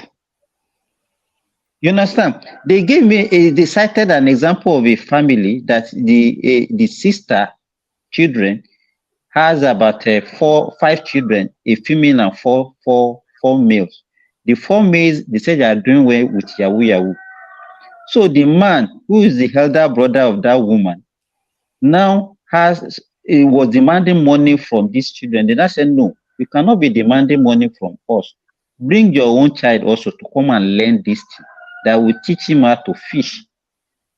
You understand? So what I'm saying now is that the Nigerian youth now, they are not even productive again. They are not learning, they are not going to school. They don't want to even go to school. Where they go to school, they don't read, they don't study hard, then they don't learn apprenticeship. Now the only thing they know is that the quick way of making money, Yahoo. And these are the people that, you know, I don't understand. I don't know why we are going with this so-called youth. And when we are talking, they don't even want to reason with you. They have this fixated mindset that they always think that they are right. They don't even want to learn from the adult, I mean, the old ones. And that is the problem. Simba, I'm sorry. We're in problem in the south, not in the north, okay? We're in deep problem in the south, especially this south, especially south, southwest, and southeast, and part of south. The north, the northern youth, you can see them. They are prospering. They are going to farming. And before you know it, they will control you. And then you guys realize that the northern youth are the one bringing school these days. in leadership position. Remy, you are funny. You're funny. You're not. You're funny. Really funny. Yes, I'm funny. You know that the northern they are the one really focusing on education now. So I will be funny. I came from southwest, and I know what our youth are doing. A 17-year-old boy driving a 10 million vehicle, a 16-year-old girl or boy killing their parent. I will be funny because I know you are not from the southwest, and we know the quality we are known for. I will be funny when we don't have when we look at our youth and some of them are on loud or some stupid medicine or on drugs or something. I'm not saying all of them, but some of them they are not really a good example. So we are ashamed of ourselves as Yoruba people, but we are not doing the right thing. And you are saying, yeah, I'm sorry. You ask them questions. They know what is going on there. We are not from that place. Do you think we are happy seeing our next generation that we are not going to expect something good from them? Do you think we are happy to see our youth doing so terrible things? They are not doing hangout. They'll be look at all our youth. How many every day? How many are EFCC rounding up? You are telling me I'm funny. I don't know what I'm talking about. You just say that the northern youths are more focused than the southern youths. Are they not more focused than you now? What are you doing in the south? How? Tell me, what do you see them? How many of Yahoo are they rounding up in the north? The problem, how many of them have been rounded up as a drug peddler? How many of them are doing rituals using their parents to make money? How many of them? How many of them are not listening to their parents? How many of their parents are telling them to go and learn Yahoo or something like that? How many? Let's be factual here. At least we live in the same country. If you want to say, okay, you are better than them, you find yourself in UAE. How many people from the north do you find in abroad? Can't you see yesterday when we were discussing the Seychelles problem that somebody was rationalizing that it is the police that is making them to go and be carrying cocaine, carrying all those hard drugs? How can somebody be rational giving reason for that? Somebody will even blame government for carrying cocaine. Why will you be doing that? No, in Nigeria, people can give reason for any foolish things that they are doing, and they'll be blaming another person. And I don't know at what point they want to take responsibility for their actions. If you can't have a population that doesn't take any responsibility, you'll be blaming another person for your woes. You have to take responsibility sometimes. We know the country is hard, but I remember when you finish YA during our time, they will ask you to look for part-time job before you go to university or any other college or any other schools or wherever. We do teaching. You do teaching. You go and be doing. And upon everything, we still have to respect our parents. And my parent cannot tell me to go and learn. Ask Adewale has to go to farm. Me too. I used to go to farm that time. We used to fetch water. Timber, I was about to tell you that I'm jealous. I could hear the cock crowing in your backyard right there, and I wish. I have backyard. In my compound. Let me tell you, my compound here. I have fish. I have pond inside my compound. I have backyard chicken. I don't buy egg. I don't buy chicken. I have there is a particular breed of chicken in Nigeria. We call them Noilas. It's a mixture of local breed and this foreign breed. They're usually very big. When you go to the south, you see some young people making hands meat for themselves. So when you hear this crowd, they are my chicken. I have backyard chicken in my house. So, and that is why when I look at somebody in Nigeria, anybody you don't have any reason for you to be hungry in Nigeria. Let me tell you, the gari that we are consuming in my house is from my farm. It's only last year I didn't plant yam. If you come to my compound now, I have different species of fruits. I have guava, I have orange, I have mango, I have everything inside my compound. It's like a mini this. And then some people will now go out there, just the only thing they will be doing is lamenting. If I'm a doctor and I can still be doing all these things for myself, just to make sure that I don't spend my money lavishly or unnecessary things. I grow vegetables in my compound. I have so many things I have in my compound. So you can there is no that white collar. Yeah. Let me see. You guys need to bring more young people into this platform. The mindset. We welcome them. One man welcome everybody. No, Remy, let us listen to him. Let's hear what you want to conclude now. What do you want to conclude, Israel? What I'm trying to say is this: most of the time, the way you people, like what Remy said, that the Northerners and the Southerners, the youth, the North are progressing, while the Southerners. Our mindset in the South is totally different from the older generation of the people. Let us even notice your mindset that you are talking about. What is your mindset? Tell us. For we young people in the South now, we don't care about what happened in Biafra or Abacha period, all those things. We care about the present now. So what's this agitation that's going on? What are you talking about? If you check the Mike, let him conclude, because he has not even make anything now. Just talk. We give you 5 minutes. We can even give you 5 minutes. We can give you 5 minutes. Israel, talk. No, Mike, leave him. You cannot be. What I'm trying to say is this.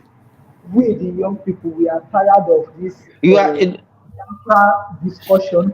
We are tired of all this agitation, all those kind of discussion. What we are interested in is about progress, progress, progress. We don't care if it is Even not when the progress comes, we still guys still going to criticize that the government is not doing enough. you know, human being, we always want more. No, what do you want, Seth? Tell us what you call your youth. What do you want? You did not listen to what I said. It wants Biafra, no? They want progress, progress, progress. We And need how? What is what? How do you want? Which kind of progress do you want? Coming to this platform, I like listening to Babati and Adewale and somebody Alexandra, so one like that. Because most of them, when they discuss, they talk about solution and they talk about progress. But Simbad, Mike, and Remy, most of you guys, you are Your man become a crook Israel, that is not the question I ask you. I said, what do you, what is you said you want progress and we want you to elect. I have repeated myself time without number. You people, you keep on emphasizing on Biafra, the Southwest. No, forget about Biafra now. We want you are a representative of, because even the youth, I don't even know the age range of a youth. Wait, let's talk about Nigeria now. What is happening in Nigeria presently now? People are suffering because of this subsidy removal, right? And now Tinubu already introduced giving 12 million households 8 million naira every month. Those are the kind of discussion we need to be breaking down here. Talking of are you sure we have not done that? Are you sure we have not done that? So you can see.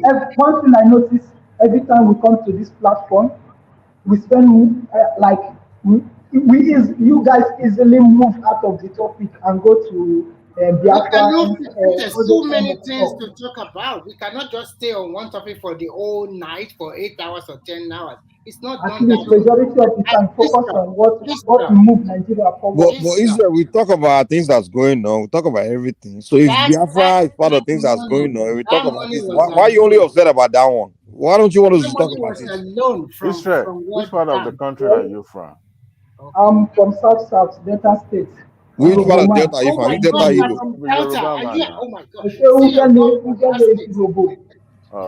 You know Yoruba, man. You don't sound Yoruba. You sound like Agbo person or Ikaru's the Igbo Delta, Igbo. My name is Ogenete Guy, Israel Sukuru. So you see my name here, Israel Sukuru. I'm not here to hide or say anything. You can just take the name out. Israel, quickly, I will tell I know these Yoruba people these days all over there. Just thinking they're just acting like Biafrans. You know? You talk. Israel, the $800 million, the World Bank that they are going to loan Nigeria, is a conditional money, and they already stated what you are going to use the money for. They already stated it. So we are giving you this loan, but this is what exactly we want you to use this money for. So Nigeria is not at liberty to just change anything. And that is not the only palliative the government will roll out. There are still other palliative that they are going to roll out. You know, in America, why would the government collect money to share as palliative? That is the standard all over that's the how world. you stimulate America also economy did the as same well. thing during America did it during the COVID-19. COVID. So that's not a big they deal. did it twice. Is it because America do something like that? We also do something like that. No, you don't get it. When you search for loan because there is an hardship and you went to go and look for money, and they stop to that the money the World Bank want to borrow you, they put a conditioner into it.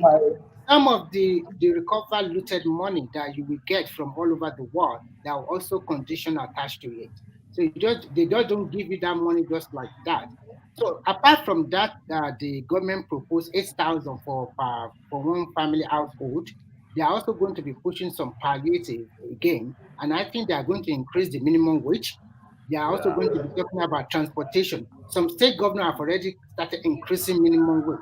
you guys exercise patience. Everything you want, you think Now, you are better No, than Remy, let us even ask him. Let us ask Istre, okay, we want youth inclusiveness in government. And you are, but Tinubu appointed you and he said, okay, one of the youth, come and tell us how we can palliate this subsidy removal. Which advice are you going to give? How do you want government to handle this palliative? And what kind of palliative do you want from government? Thank you. If I'm to give advice, that money, 80% of that money will go into small business. You have to bring small business into the country. With that, you will reach more people, and you will have like data to show where the money go into.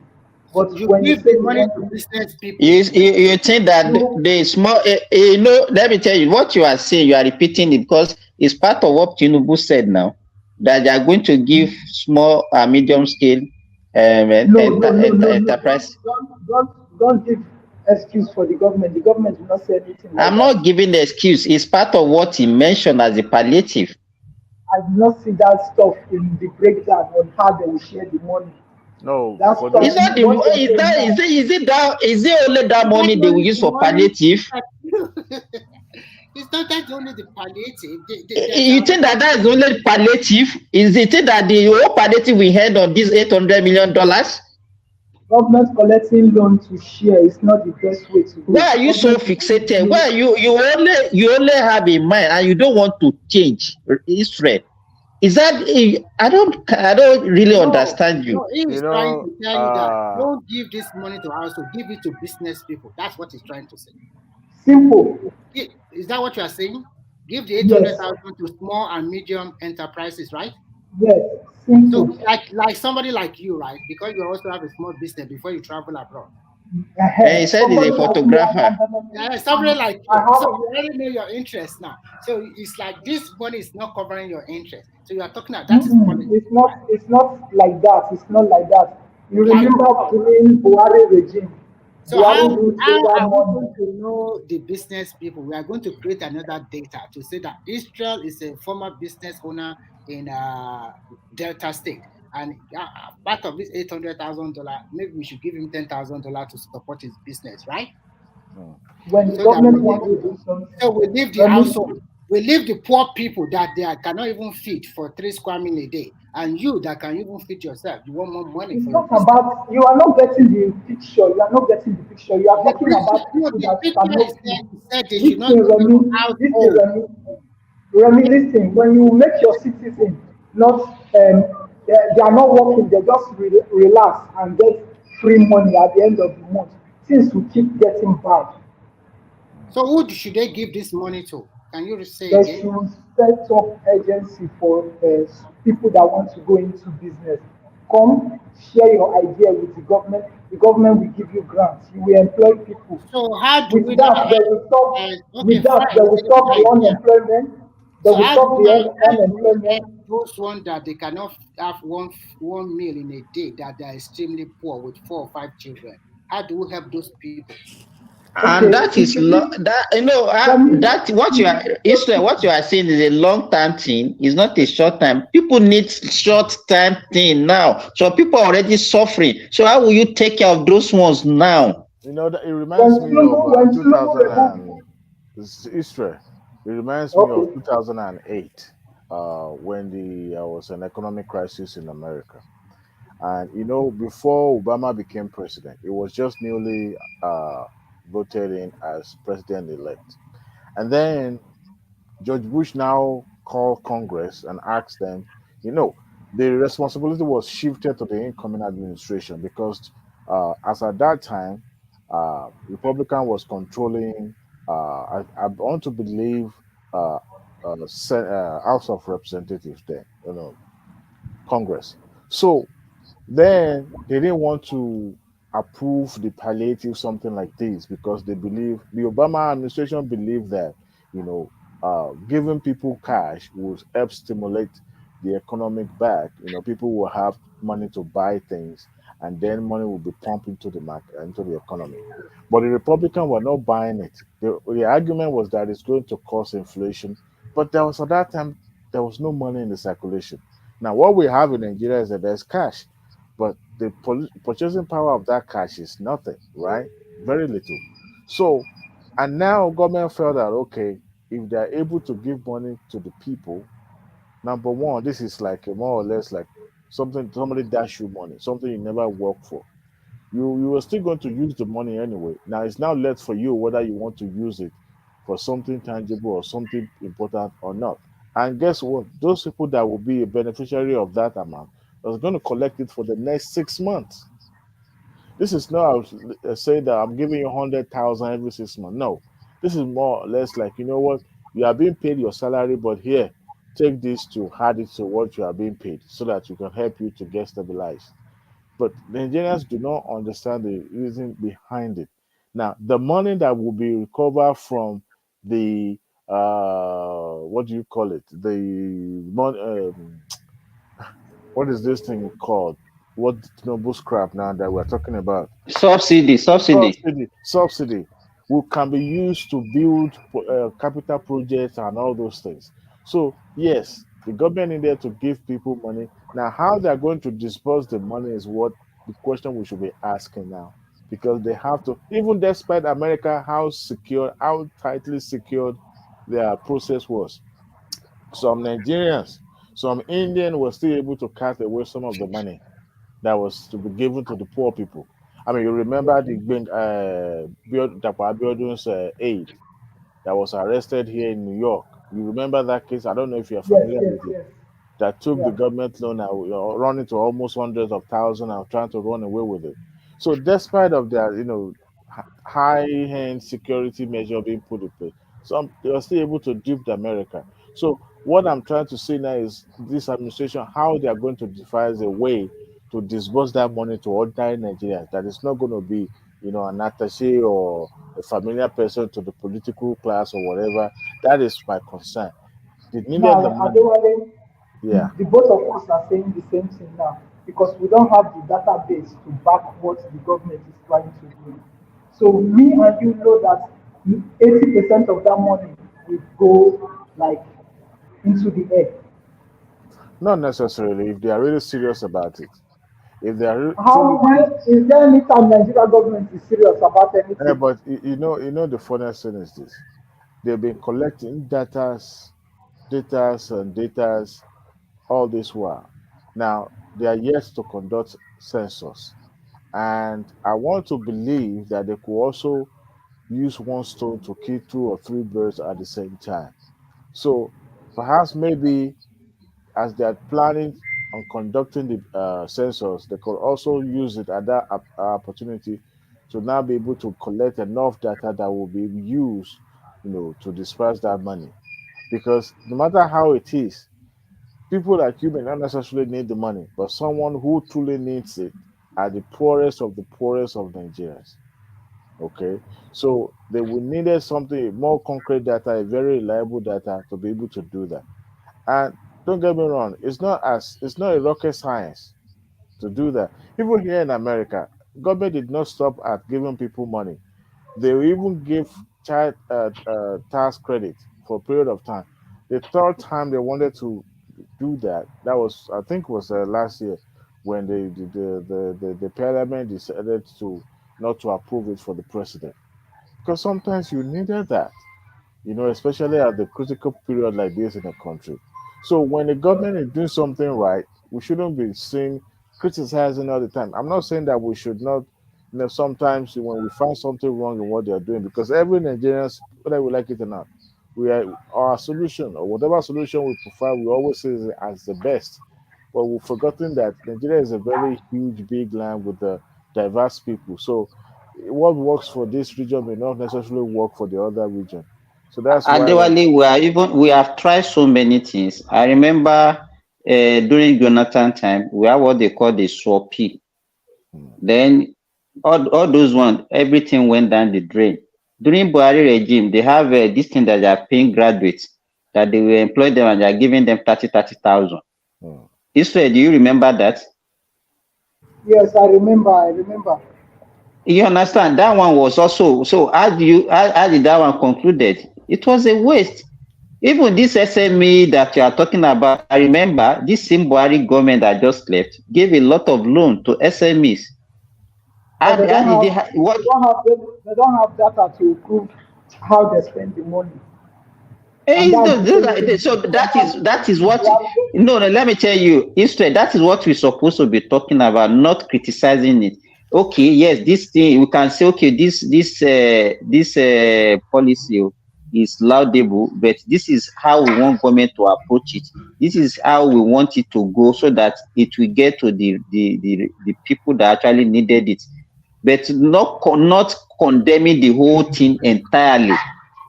You understand what I'm saying? I understand you. As at present now, Nigeria don't have the data to do something like that. You may think so. You may think Nigeria doesn't have, but they do. Even though they have, they will not want to do Is it the right. manipulation? No, is the manipulation aspect of it that I'm worried about. We've conducted census in this country so many times. I remember the one conducted when Tinubu was the president. Governor. You know what he did? He conducted a parallel census alongside the federal government own. So the number allocated to his state, he contested it in the court because he felt that the entire region is being cheated. Especially his state in Lagos State, that he felt like they have been cheated, and that was what led to that local government creation. At the end of the day, the federal government used their might power to shut it down. Is it possible that we are not even up to 200 million? It's possible, but the data we have can be manipulated. That is my fear.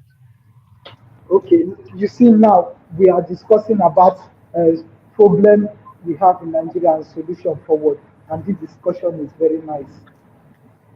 But we don't have to bring all this Biafra and all this. But you yourself just said now that the federal government does not need to give people money, but SMEs, right?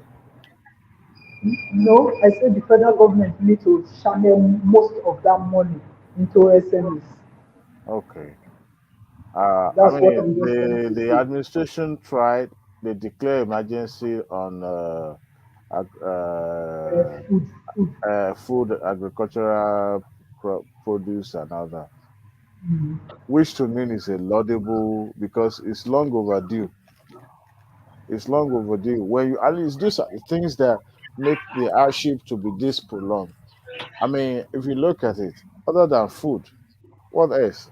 Every other thing is secondary. Yorùbá pé wọ́n ní tébi bá ti tán ìṣẹ́bùṣe. àwa náà gbọ́dọ̀ bùṣe àti bùṣe báyìí iléyá. Mr. Dowale, last year we have flood in Nigeria, right? Yeah. Now the government is not doing anything towards that direction. The next flood that will come again will be another problem. Yeah, that one is more of apart from the fact that it's a natural occurrence, also attached / climate change. The phenomenon is not just. We need the federal government, like what I'm trying to say now. This food scarcity now. The state government, the state government need to work with the federal government when it comes to the flood control and for a solution. What I expect the state government, because state government this time around during this administration, they are not just going to sit back and cut like as if they won't have any responsibility in. I don't even know the large money that they are receiving now. I don't know what they are even doing with the money. I look at the last fact. The money that they share last month at Diwali, they were getting more than times 2 of what they used to get now. A state like Kwara that used to get like over 2 billion, they got almost 6 billion at Diwali. That is why immediately Osojima increased their minimum wage by 10,000. They are getting more money. Even that one is a fraud. That one is a fraud, Remy. How can you say you added 30,000 naira to each civil servant? I know it's it's just too little. At least maybe minimum wage should be around 50. But no, you should not even do that. They should not accept that. How can you say you give everybody 30,000 as if you are dashing them pocket money? No, it That's said like $12. For the If you are increasing the way they do, let me tell you, if you want to increase salary, that's not the way to. Another one is not salary increment. It's just like dashing people money. You increase by a percentage. You increase by a percentage. Yes. I think it didn't increase that one. You can't count that one as minimum wage increment. That's not minimum wage increment. That's what he coined it, and I think the guy is a chief. He's a chief. He should not. He should have waited for the labor and government to come out with their position. He should have come and negotiate and said, okay, I'm increasing by maybe 10%, 15%, 20%. And that one will go across everybody. Now you are saying you are giving everybody 10,000. Even somebody who is earning 200,000 plus, you say you are giving him 10,000. What would that one do in his life? Don't let us forget that sometime last year they passed the bill of minimum wage, and many governors never meet up with it. But this guy just started. I don't think anything is wrong with that. Let me tell you, Kumi, no state governor should have any reason not to pay the minimum wage now. With the amount of money that they are receiving. They don't pay before now, but they start paying now. But they are still talking about it. Some of them, look at Benue State, that was talking all over the news. It's only Benue State 7 or 8 months salary, for God's sake. That one, Tipu will go carry to that. There are people on this platform. They were protecting that guy now. They were defending him. Benue governor, because of the fucking rubbish he did, sorry for the language, because of those rubbish he tried to enter into the OB movement to shade himself from the public. That's the case. That one I just place to win election. But Tom or my people, or Tom is a disgrace, man. For that guy. That man, if that man don't go to prison, Thomas, why do you have to do something? Nigeria is finished. Yes, I log in on my phone and my tablet. Yeah. Okay, I was like, okay, and Israel, you are from Delta State. With all the money you guys have been collecting, look, it's an eyesore. I want Israel to ask his governor, a former governor. Okowa, what did he do with the 13% they are voting for?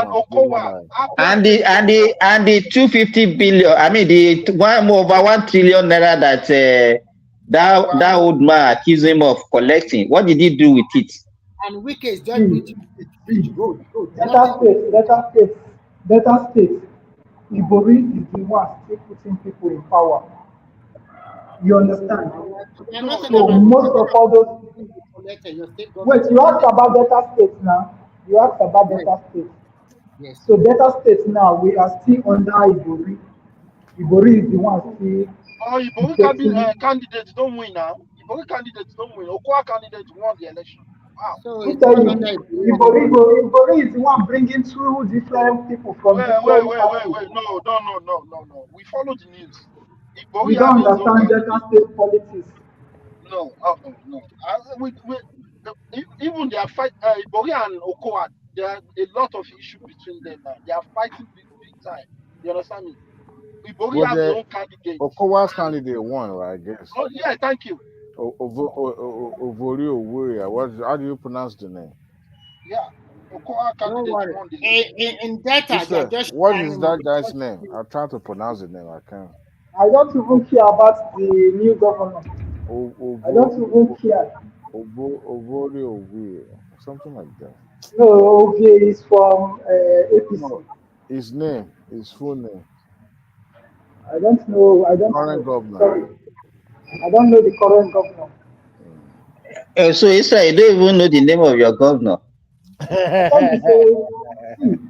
Now, what are they try to make you guys understand? I don't say there are some things that you can fight, and there are some things But you can't. Israel. You cannot fight your state. You can only fight at the federal level.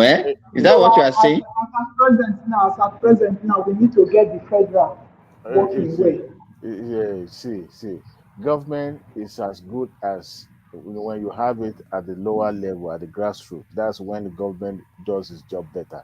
You see that federal government level stuff that everyone is trying to have a bite on. It's just of power grabbing, money making, whatever it is. Hmm. Uh, what you have is that the people that are actually the quest for power is what makes them to be, all these agitations and activism or whatever they're doing.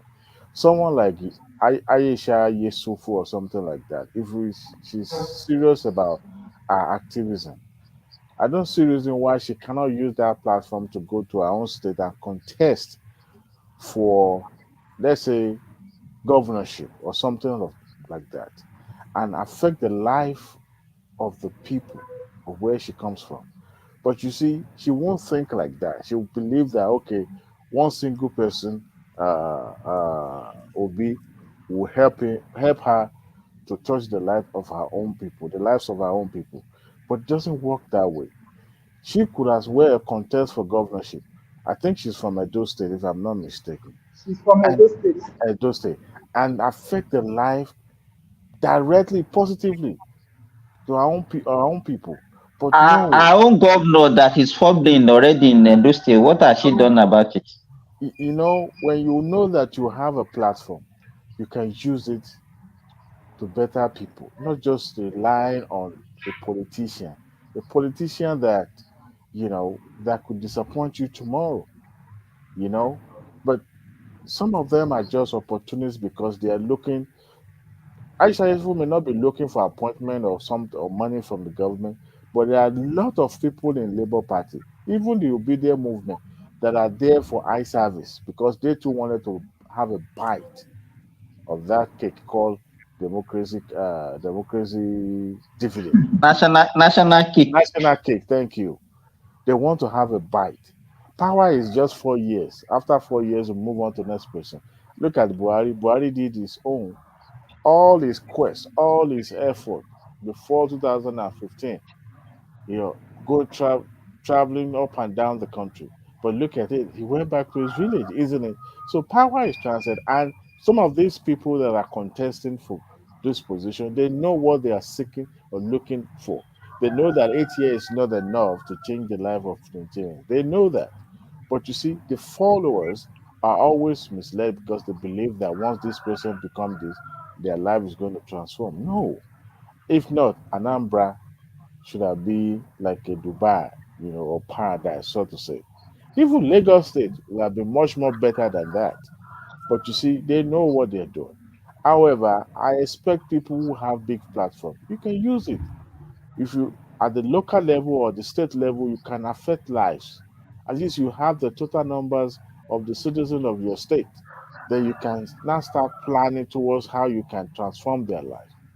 You see, but they Okay. don't do that. Mr. Dewale, can I say something? Go ahead. You know, if we have a president that is not biased, anybody can be able to run for political position, Says who? right? But That's the simple truth. president is If you not have control. Well, president is not going to control INEC. INEC is independent. Nigeria, you know that in Nigeria as a president now, the president controls everything.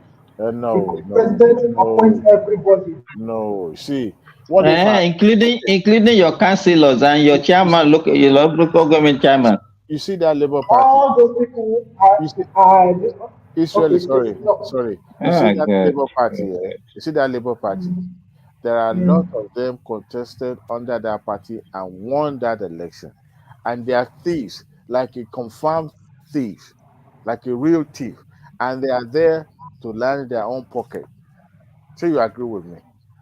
Yes, yes, I agree. Even if But you the ask difference me, between the difference between them and the APC and PDP is that the people put them in power, not people in power put them. see, okay, those people that emerged under Labour Party for those various positions, how did they emerge? Do you think they just showed up and say, I'm interested in this, and the party just said, go ahead, contest? Do you think that's how it works? Majority of them just took risk because they are unable to get tickets in the bigger No, they political were party. able to pay their way into that party and they got it. Even Obi himself No, paid. no, no. Okay, what about in Kaduna State, the bike driver, the bike man that won House of Representatives? You know, there will be always certain interest that will put him there. Even if he doesn't pay Nobody believed that Labour Party it will is have. possible that nobody will believe, but there are still certain elements, certain group of people that decided that is the person we are going to pick, and Yes. something must stick, and You he will can be say for now. answerable. You can say for now. He will be But before answerable to the those people. Sure, you understand? He will be yes. answerable to those people. In politics, that is how it's always been. You can't just come from nowhere and say you want to hijack a platform. It's not going to work. Something has to give. All right. So, and the whoever provide that platform is the one you are going to be answerable to, because that person will dictate the tune that you are going to dance to. I mean, look at all the Labour Party House of Rep member. Guess what they did? They voted in favor of APC candidates. As a matter of fact, Speaker went home over this weekend. Guess Yeah, what they did? hello. It's The Kenneth. entire town line up. I saw a banner of Labour I Party saw there one too Toyota that Auris welcome from him your back home. website, and I Remy, we can hear you. Your mic is now is on. So We can't hear you. no, he was doing the private stuff. We could hear him, but I think he has muted himself. So you could see that even Labour Party logo or banner was right there by the roadside that welcomed him. So and they went home. Look at that Labour Party candidate that granted interview by saying that, oh, I didn't know that this man was knowledgeable. I didn't know. Do you think Okay, you saw the way the backlash he received, yeah, right? but you see, let me tell you something. You know You see that guy, that he got that, scared. He that got guy, scared, and that he come out to no. apologize. See, let me tell you something. See, that is the reason why I believe. You see, that obedient movement will not amount to anything because they are too quick to ask whoever is not saying or doing their bidding. And politics is not like that. This is a very big country, not like Ghana or Kenya, where everybody knows one another. But from Ugeli to Maiduguri is a very long distance. Okay, and you have people coming from their various states coming together, and they have to form consensus and they have to agree for them to be able to move forward. How did they get to that point of consensus? Somebody chose to lead and give good example, and they all followed. Right now, this guy arrived at that venue probably with open mind and with okay, let's just hear what they're going to say. And he listened to Tinubu and he got bamboos and felt that wait a minute, this is not the person that make us to believe, on the social media that this guy that doesn't even know his left to right. And he came out and granted a very open interview. I mean, I believe he granted that interview, with his truth, right? But the party that he belongs to was too quick to hash him down because they believe that such things should not be said. But he had no choice because it belongs to the lawmakers' body now, unlike in the party level. So when you have a movement like that, that easily can, ask their member down and cut them as if they've committed, a big crime in the land, that kind of movement wouldn't go far. And that is why I said we must be patient. Hello? But Mr. Adewale, you know that man is not. Hello? Yeah, go ahead. You know that Abia House of Representatives, it's not Labour Party that tackled him first. It's the obedience movement that tackled him before Labour Party got involved, right? Yeah, but the Labour Party has no choice. Yeah, this is what we are trying to achieve in the obedience movement. We are trying to achieve a situation where the people we elect into power will be more afraid of us than we being afraid of them. The last time Israel, you can listen to yourself. There's this space, this obedience space, they call it violence space. I don't know if you know of that space. The last time P2B came here, P2B was apologizing that Which state is that? they call it violence space on Twitter. That's the biggest obedience space. So the last time P2B came to that platform, we told him that we don't need him to apologize for us again. If he wants to apologize he should apologize on behalf of him and his family and leave us out of it. Yeah, thank you. You understand? That's the mindset we are trying to. So the man cannot control you again. Is that what you are saying? That we don't want people to control us. We want people to do what we want. It's the monster he created, so Israel. This is unfortunate. Who is talking now? I think it's Thomas. Thomas. Your network is terrible. Try to come back in again. Log out and log in again. Your network is terrible. Okay. The monster he created is what he's going to live by. When you Adewale, we are suspected this thing that Israel is confirming to us. He boxed himself to a corner. It's not about knocking himself in. But Israel, why did you condemn? Hello, Israel. Why did you condemn that House of Rep member? Why did you condemn it? Was he not saying the truth? Because why did you to condemn somebody that is saying the truth? Wait. Because so if you are not standing for the truth, you are not standing for the truth. The reason Hello, can you hear me? Okay, Thomas, I can hear you. Yeah, you can hear me. You obedient cannot be controlled, but I am here to control this panel. I'm afraid we have to shut down now. Thank you so much, everyone. Thank you. Yeah, you guys have been amazing. I wish we can stay longer than this, but we know. Adewale and you guys, you always like to elongate my section. I don't know what is going on here. We will sue you to court. I will join the court case.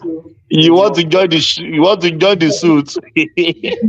You know there is no general that has been sued to court before. I'm a general now. You guys know. And I will sue you and I will win. I will win the case. No, you can't take general to court. No. Thank you. Thank you, everyone. Yeah, you guys are very amazing. Kumi, thank you. Israel, thank you. Remy, thank you. BT, Babaji, Yobalola, thank you. Adewale, thank you. Simba, thank you. Guys, we have come to the end of the section again. It's been ups and downs. It's been back and forth. Yeah, but we are here to make our country better. You know, guys are always finished with this. If we don't love that country, we will not be here saying Bulaba losing money. But we are here just to make our country better and even to paint our country a good color. Thank you, everyone. May God bless you all. Carry the conversation in the comment section. I said peace. Thank you, guys. God bless you all.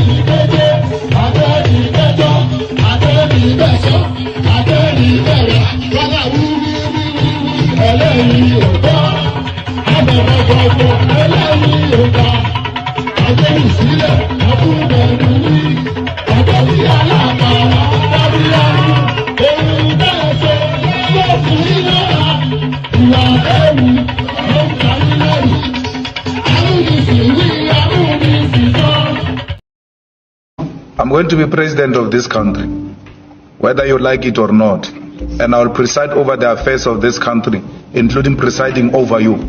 I think you must start adjusting to that reality. The sooner you do that, the less chest pains you'll have when that reality comes. Country people, make una come here tori o. Say Dino carry money, give talk. Say make you go buy gun to Fiakwa.